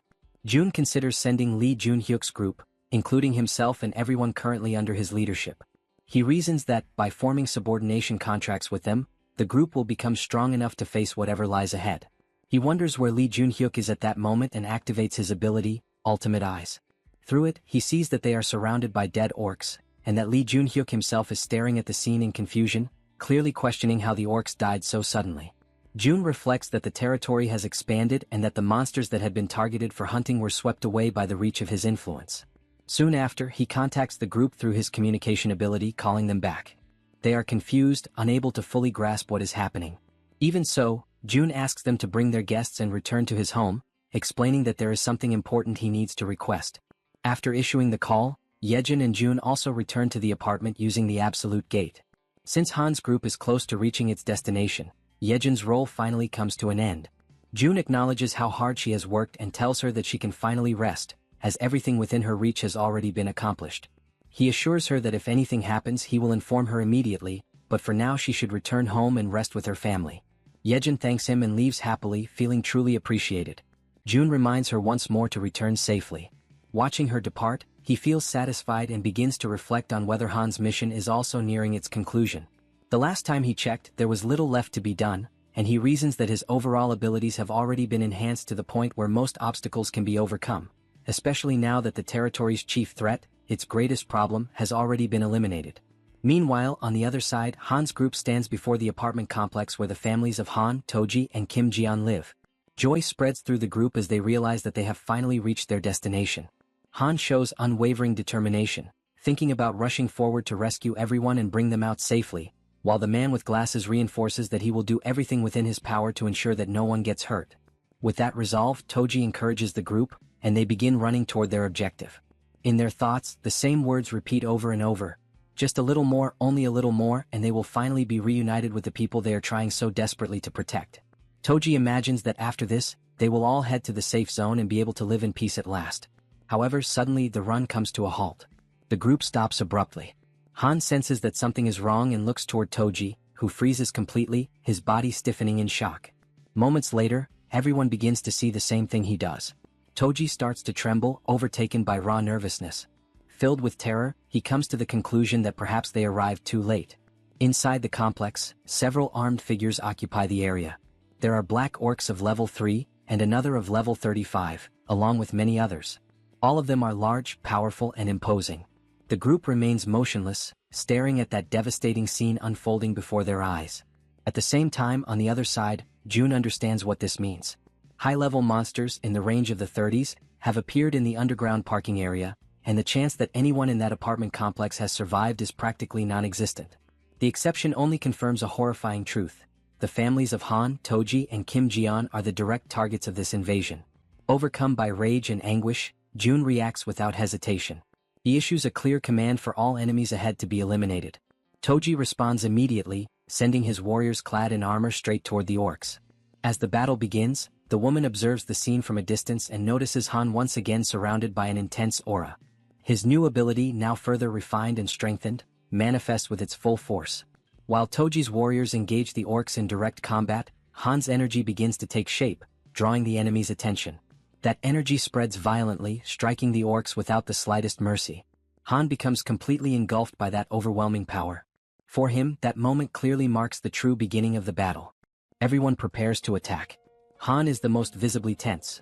He grips the iron bar tightly, his body steady, his mind filled with determination and absolute confidence in what he is doing. Ahead, the orcs watch the group attentively, but their reaction is abruptly interrupted by two precise gunshots, fired from the weapon of the man with glasses, while Toji follows everything at very close range. Without any hesitation, Toji also advances. His blows strike the orcs in front of him with direct brutality, without mercy and without leaving any room for retreat. From a distance, Jun summons an artifact. The artifact projects itself rapidly into the center of the conflict and begins to strike the orcs continuously. While maintaining control over the summoning, Jun analyzes the situation. The ranks of the common black orcs are no match for Han's group, which has grown stronger over time.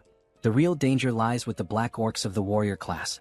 They are different from the enemies of the plains, tougher, stronger, and more lethal. Jun communicates with the group, asking them to maintain formation and to be extra cautious with the armored orcs. At that same moment, one of the enemies raises an arrow and aims it toward someone in the rear line. Upon noticing this, Jun is struck with shock. The arrow flies straight toward the healer, who does not notice the attack approaching. Jun tries to warn her, but it is already too late. The arrow pierces straight through the center of the healer's body before she can react. The impact paralyzes her. The entire group turns to watch the scene, unable to look away from that sudden disaster. The arrow has deeply pierced the healer's body, causing such intense pain that it steals her breath. Han loses his concentration. The shock of seeing his companion in that state breaks his focus for an instant. Now Jun quickly analyzes the situation. The enemy has struck exactly at the team's weakest point. He understands the severity of the blow, knowing that even if healing is applied, its effect will be limited, and that from that moment on, the group can no longer fully rely on the support of Kim De-jong.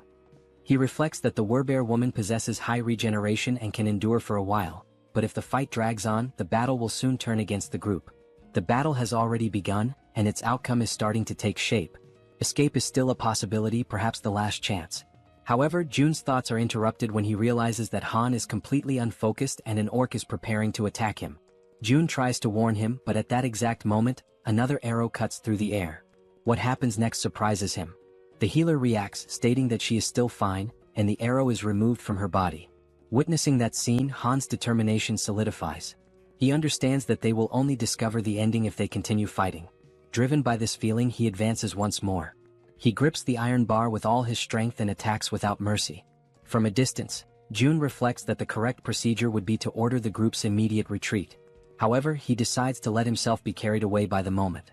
Overcome by rage, he demands that the status window be opened. He decides to act for everyone in the group, for Han, for Toji, and for the man with glasses. He demands from the system that all of them reach level 40. The notification appears immediately, informing him that to reach level 40, 1 billion is required for each level acquired. Jun accepts the cost without hesitation. The system confirms the elevation of everyone to level 40. At that same instant, a new energy runs through the bodies of the combatants. They are quickly informed by Jun that the group's level has been increased. From afar, Jun maintains control over everything within his reach, coordinating the situation. Without delay, everyone charges into the attack once more. More than 10 million are consumed just to strengthen them in that moment, but that does not matter. The orcs continue advancing with terrifying resilience, seeming almost unbeatable. The entities that obey Toji spring into action. One of them reaches an orc, and the blow is decisive, severing its head in a single motion. Jun quickly reflects that, up to that point, with the accumulated money, they have managed to reclaim the territories that had been expanded. The resources are sufficient to cover personal consumption of electricity, gas, and water, in addition to the construction of new facilities. At that same moment, Jun issues a new command to the system, demanding that everyone's level be raised to 45. The notification confirms that Han Yeonju and Kang Daek-soo have reached level 45. Jun accepts the cost without remorse. For him, this amount is not a problem when it is used to strengthen Han's team in the face of an enemy that shows no sign of retreat. The battle continues for a long period of time. Jun causes the female archer, Moon, and Kim De-jong to raise their levels. The system notifies that all three reach level 40. The remaining members of the group also have their levels adjusted to 40, ensuring that everyone remains at that threshold or above it. Among them all, three stand out for their combat efficiency. Han, Toji, and the Werbear woman reach level 45. This is the same level as the two-headed twin ogre. Three combatants now possess strength equivalent to monsters of that caliber. As they begin to fully unleash their power, it does not take long before the only ones still standing on the battlefield are the members of Han's group. After the battle, the group moves forward and comes upon a corridor. It is a dark passage, shrouded in silence and tension. Han and the woman accompanying him observe the place carefully. Even so, they continue advancing, always guided by their objectives. Whether it is raining or not makes no difference, they move forward without hesitation. At a certain moment they find a door. Han approaches and decides to turn the handle, but the woman tries to stop him, drawing his attention. He, however, shows no interest in retreating and opens the door to the room. Upon entering, they notice footprints and marks scattered everywhere. While Han remains inside the room, the other members of the group wait outside. Inside the room, knives and bloodstains are found. Han remains motionless, showing no visible reaction. Everyone observes the scene in silence, trying to grasp the weight of what lies before them. When the group draws closer and sees the condition of the room, the shock is shared by all. Soon after, Han finds another door and for the first time hesitates. Instead, he turns toward the group and signals that they should move forward together. His condition is visibly weakened, yet he still insists that he is fine. The female archer approaches to comfort him, wrapping him in an embrace and encouraging him to cry. He, however, maintains that this was something he had already expected. More than once, he repeats that he is fine, trying to convince not only the others but himself as well. Amid the situation, the man with glasses sits down on the floor, unable to remain standing. Toji confirms with him whether this is truly what it appears to be, and the confirmation comes in silence and acceptance. On the other side, Jun watches everything closely. He reflects on the group's failure. Despite having fought with all their strength, they are completely alone in that world. Jun questions whether it is truly possible to save a country when he cannot even save the people standing right in front of him. At that moment, Han observes that no traces of blood are found in the houses. The possibility that they may still be alive somewhere cannot be ruled out. These words do not come from just anyone but from Han himself, and for that reason no one is able to respond immediately. Han reinforces that there is still no need to abandon hope. Then he checks whether Jun is present and asks him to call them over for a moment, expressing the need to rest for a while. Shortly afterward, the system notifies the summoning of the vassals. In the very next instant, Han's group appears in Jun's apartment, all of them visibly worn down by the situation. Thoughts continue to flow endlessly through Jun's mind. He wonders whether his own ambition caused him to arrive too late, and whether an earlier rescue could have changed the outcome. Han reaffirms his intention to rest for some time, but Jun remains in a complete state of shock over what happened to the families of the group. He repeatedly asks himself whether he could have saved them. When he analyzes the situation coldly, he concludes that his parents and his grandfather survived by their own merit and that even without his intervention, they would have been safe. Jun realizes that no one says anything, yet he feels as though he is being silently reprimanded for that result. He begins to see himself as responsible for the loss of the families, acknowledging that everything is the result of his greed. Crushed by that weight, Jun admits to Han that everything happened because of his ambition. The words come out as he cries, completely shaken. He acknowledges that, because of his choices, he lost the opportunity to save the families they loved. Regret consumes him and he states sincerely that he is truly sorry. Throughout the entire moment, Han shows no expression. Then he turns toward him and steps closer, observing Jun in that state of vulnerability. Jun apologizes repeatedly, overwhelmed by guilt. Han calls him by name and states that it is not his fault. Jun begins to cry even harder, trying to say something. However, Han interrupts him, asking Jun to lift his head and look around. He emphasizes that everyone there, without exception, was saved thanks to Jun's ability. Han states that being able to live without worrying about food, clean water, or monsters is a direct consequence of what Jun did. He reminds him that it would have been impossible to save Moon's grandmother and the Archer woman's family if Jun had not been there. Without him, they would not even have been able to confirm whether their families were alive or dead, much less have the chance to take revenge on those responsible for so much pain. In that brief silence, Jun notices how much Han endures everything just to appear fine. Even so, Han continues, stating that ordinary people like them would never have defeated those monsters without using their own strength, and that strength was made possible by Jun. A little embarrassed, even though there is no reason for it, Jun tries to say something but Han goes on. There is a lot of sadness in the world, he explains, but those sorrows do not deliberately choose someone. He stresses that Jun does not need to take responsibility for everything and that the fault lies with the world, not with him. For them, it is already enough that Jun simply remains there like a huge tree, creating shade where people can finally rest for real. Han laughs as he finishes speaking. At that moment, Jun realizes that he is more resilient and mature than he had imagined. He understands that he should be the one comforting others, yet it is he who is receiving support. His thoughts are interrupted when someone calls his name. It is Toji who asks him to cheer up, while the man with glasses also speaks up, expressing his gratitude. The Archer woman encourages him to hold on, and Moon makes it clear that without Jun he would never have managed to save his grandmother. The healer adds that she would also have died back then if he had not saved her, while the Werbear woman states that she would probably have gone insane without his help. One by one, everyone leaves, repeating words of thanks directed at June. Feels strange to him. He has always acted of his own free will, seeing help as a fair exchange. Even so, everyone calls him a savior, and June questions whether he deserves that title. Han's words echo in his mind, being just a huge tree. He decides to try to be that. He decides to become the huge tree Han described. Until then, the goal of saving all of South Korea had existed only because the power he received seemed like too great a burden without a purpose. He did not desire it desperately, nor was he sure he could fully devote himself to it. He merely believed that he could continue hunting monsters, evolving his abilities and expanding his territory. Now he abandons the grand objective of saving all of South Korea. Instead, he decides to become a huge tree, a place where people who enter under his shade can rest. At that very moment, the system notifies that the trust of the citizen Han reaches 100%, granting June the throwing ability. At the same time, the loyalty of Kim Dae-jung also reaches the maximum value and is officially registered as a vassal. As a result, June's vassal limit increases.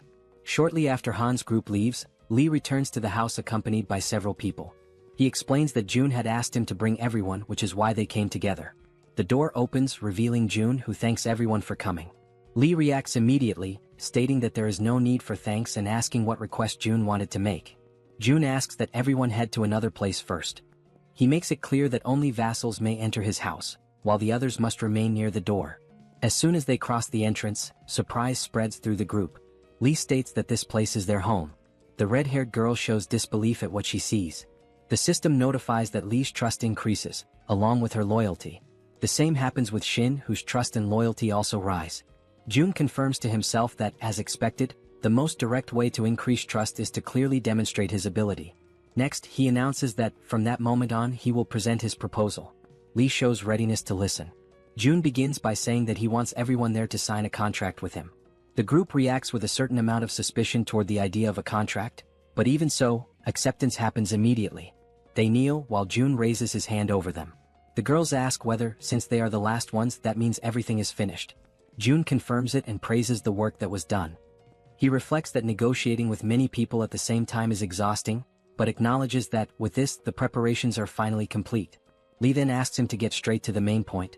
June explains that, with the recent expansion of his territory, the entire Wangnyang mountain has now become part of it. Lee shows surprise upon realizing that it is the mountain located right behind them. June confirms this and adds that, apparently, a dungeon has appeared in that location. He then asks Lee and the others to explore that dungeon, questioning whether they can accomplish this task. Lee accepts promptly, thanking him for the trust placed in the group. At that moment, through the communication ability, someone calls June by name. It is Dabin, informing him that everything that had been requested is already prepared and that he can go there. June heads toward the elevator. As the mechanism descends, he reflects in silence. With Lee agreeing to take part in the dungeon incursion, the matter enters a brief period of calm. Even so, something draws his attention. After the subordination contract, Lee's abilities do not change. According to the system, he remains at level 40, holding the title of 12th Servant, Viscount Mage. In the group led by Lee, the main members are Shin and Kim, who were classified as B, while most of the others fall between D and C. As more people are contracted and data accumulates, June begins to understand the system better. High-level abilities require elevated innate attributes, something that can be called potential or talent. The limit of subordinates is restricted to only 100 people. Because of this, June concludes that from now on it will be more advantageous to choose carefully, prioritizing individuals who are truly talented. As the elevator doors open, Dabin is already waiting for him eagerly. June acknowledges her effort and shows satisfaction with the work. Dabin reacts naturally, saying that it was not difficult, but June still assures her a bonus for the service. He looks over the gathered group and asks whether those are the selected people. Dabin explains that, according to the instructions she received, she gathered 10 individuals skilled in carrying out practical tasks. June introduces himself to the group, stating his name and showing cordiality. In response, everyone behaves politely and returns the greeting.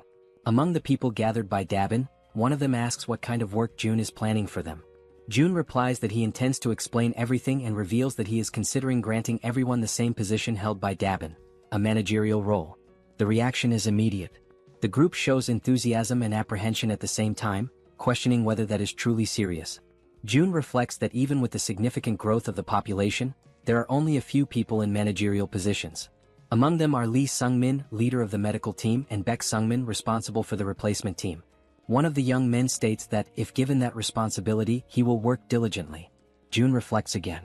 There are still 12 managerial slots available which could be distributed, but not for free. He informs them that there are conditions generating curiosity and tension within the group. He explains that, with the constant arrival of new people into the territory, countless problems will arise, and the position will be granted only to those who present concrete solutions. After asking whether everyone agrees, he extends his hand and invites those interested to speak up, one by one. For quite some time, the candidates for manager present proposals on topics such as waste disposal and road maintenance, most of them satisfactory. The ideas become increasingly solid, confirming Dabin's good judgment. At a certain moment, a blue-haired man raises his hand. Encouraged by June, he proposes the creation of an organization to maintain internal order, warning that without a stabilizing presence, incidents will be inevitable in the future. June understands the proposal and asks whether he is referring to the creation of a department similar to how the police operate. The man confirms.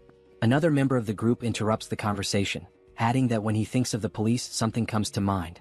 June allows him to speak. The man mentions that police station arsenals store firearms, including rifles. The information surprises June, who wonders whether rifles would not be equipment exclusive to the military. The man explains that technically South Korea is still under an armistice, and that in emergencies, properly established police stations maintain sufficient weapons in their arsenals. June reflects that if they manage to obtain these weapons, it could significantly help in creating a department responsible for maintaining order.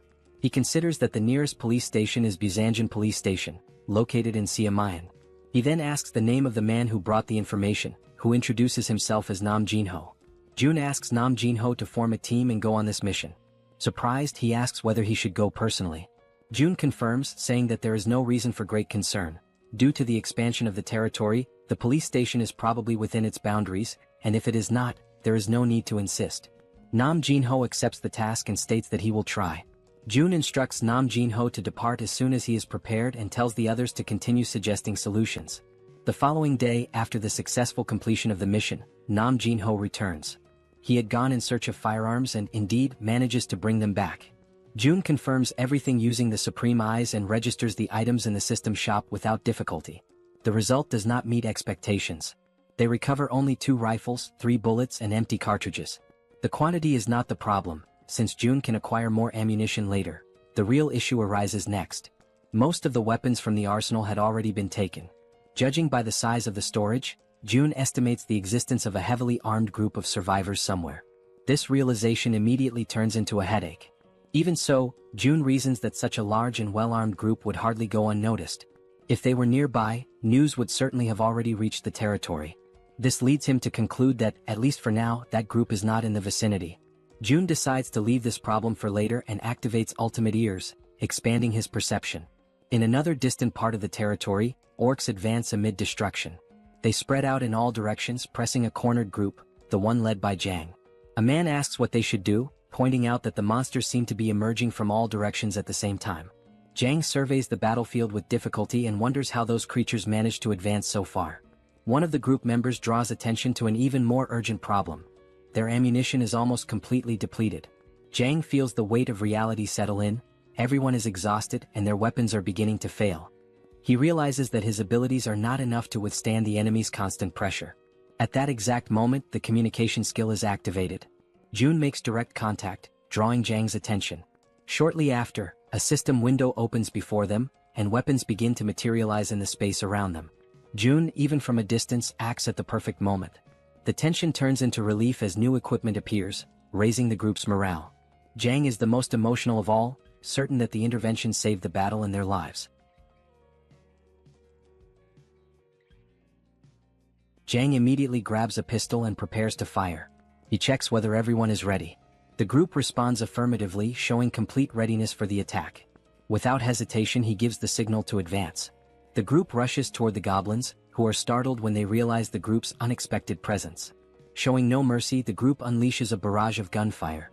The bullets strike the goblins in succession, knocking them down one after another. The sound of gunshots does not cease. They keep firing without rest, pressing the enemy relentlessly. Overcome by fear and unable to react under the continuous assault, the goblins panic and flee. Jang feels his confidence grow as he notices the enemy's retreat and believes the group is capable of winning. With morale high, he reinforces the intention to move forward and rescue the captured families.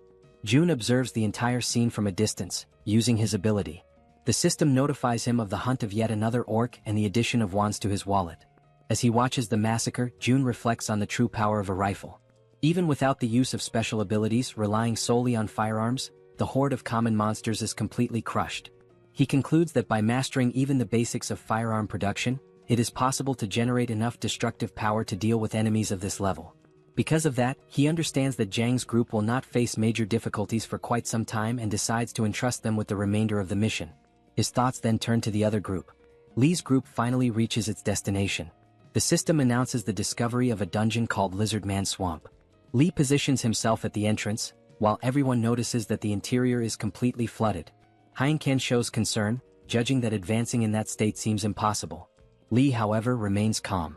Using his water control ability, he shapes the liquid ahead, creating a solid path resembling a bridge. With the passage opened, he checks whether everyone is ready and leads the group into the dungeon. The system then notifies that this is the group's first entry into that location, granting double experience and rewards, since it is an unknown dungeon filled with unpredictable dangers. June had provided rifles to both Jang's group and Lee's group. As a result, Lee's group also possesses considerable firepower, indicating that clearing the dungeon should not be impossible. Still, June is intrigued by an item of information displayed by the system alongside the dungeon's formation. 0 out of 10. At first, he assumes it refers to a capacity limit, but soon realizes that this hypothesis does not seem correct. He decides that the answer will only come after completing the dungeon.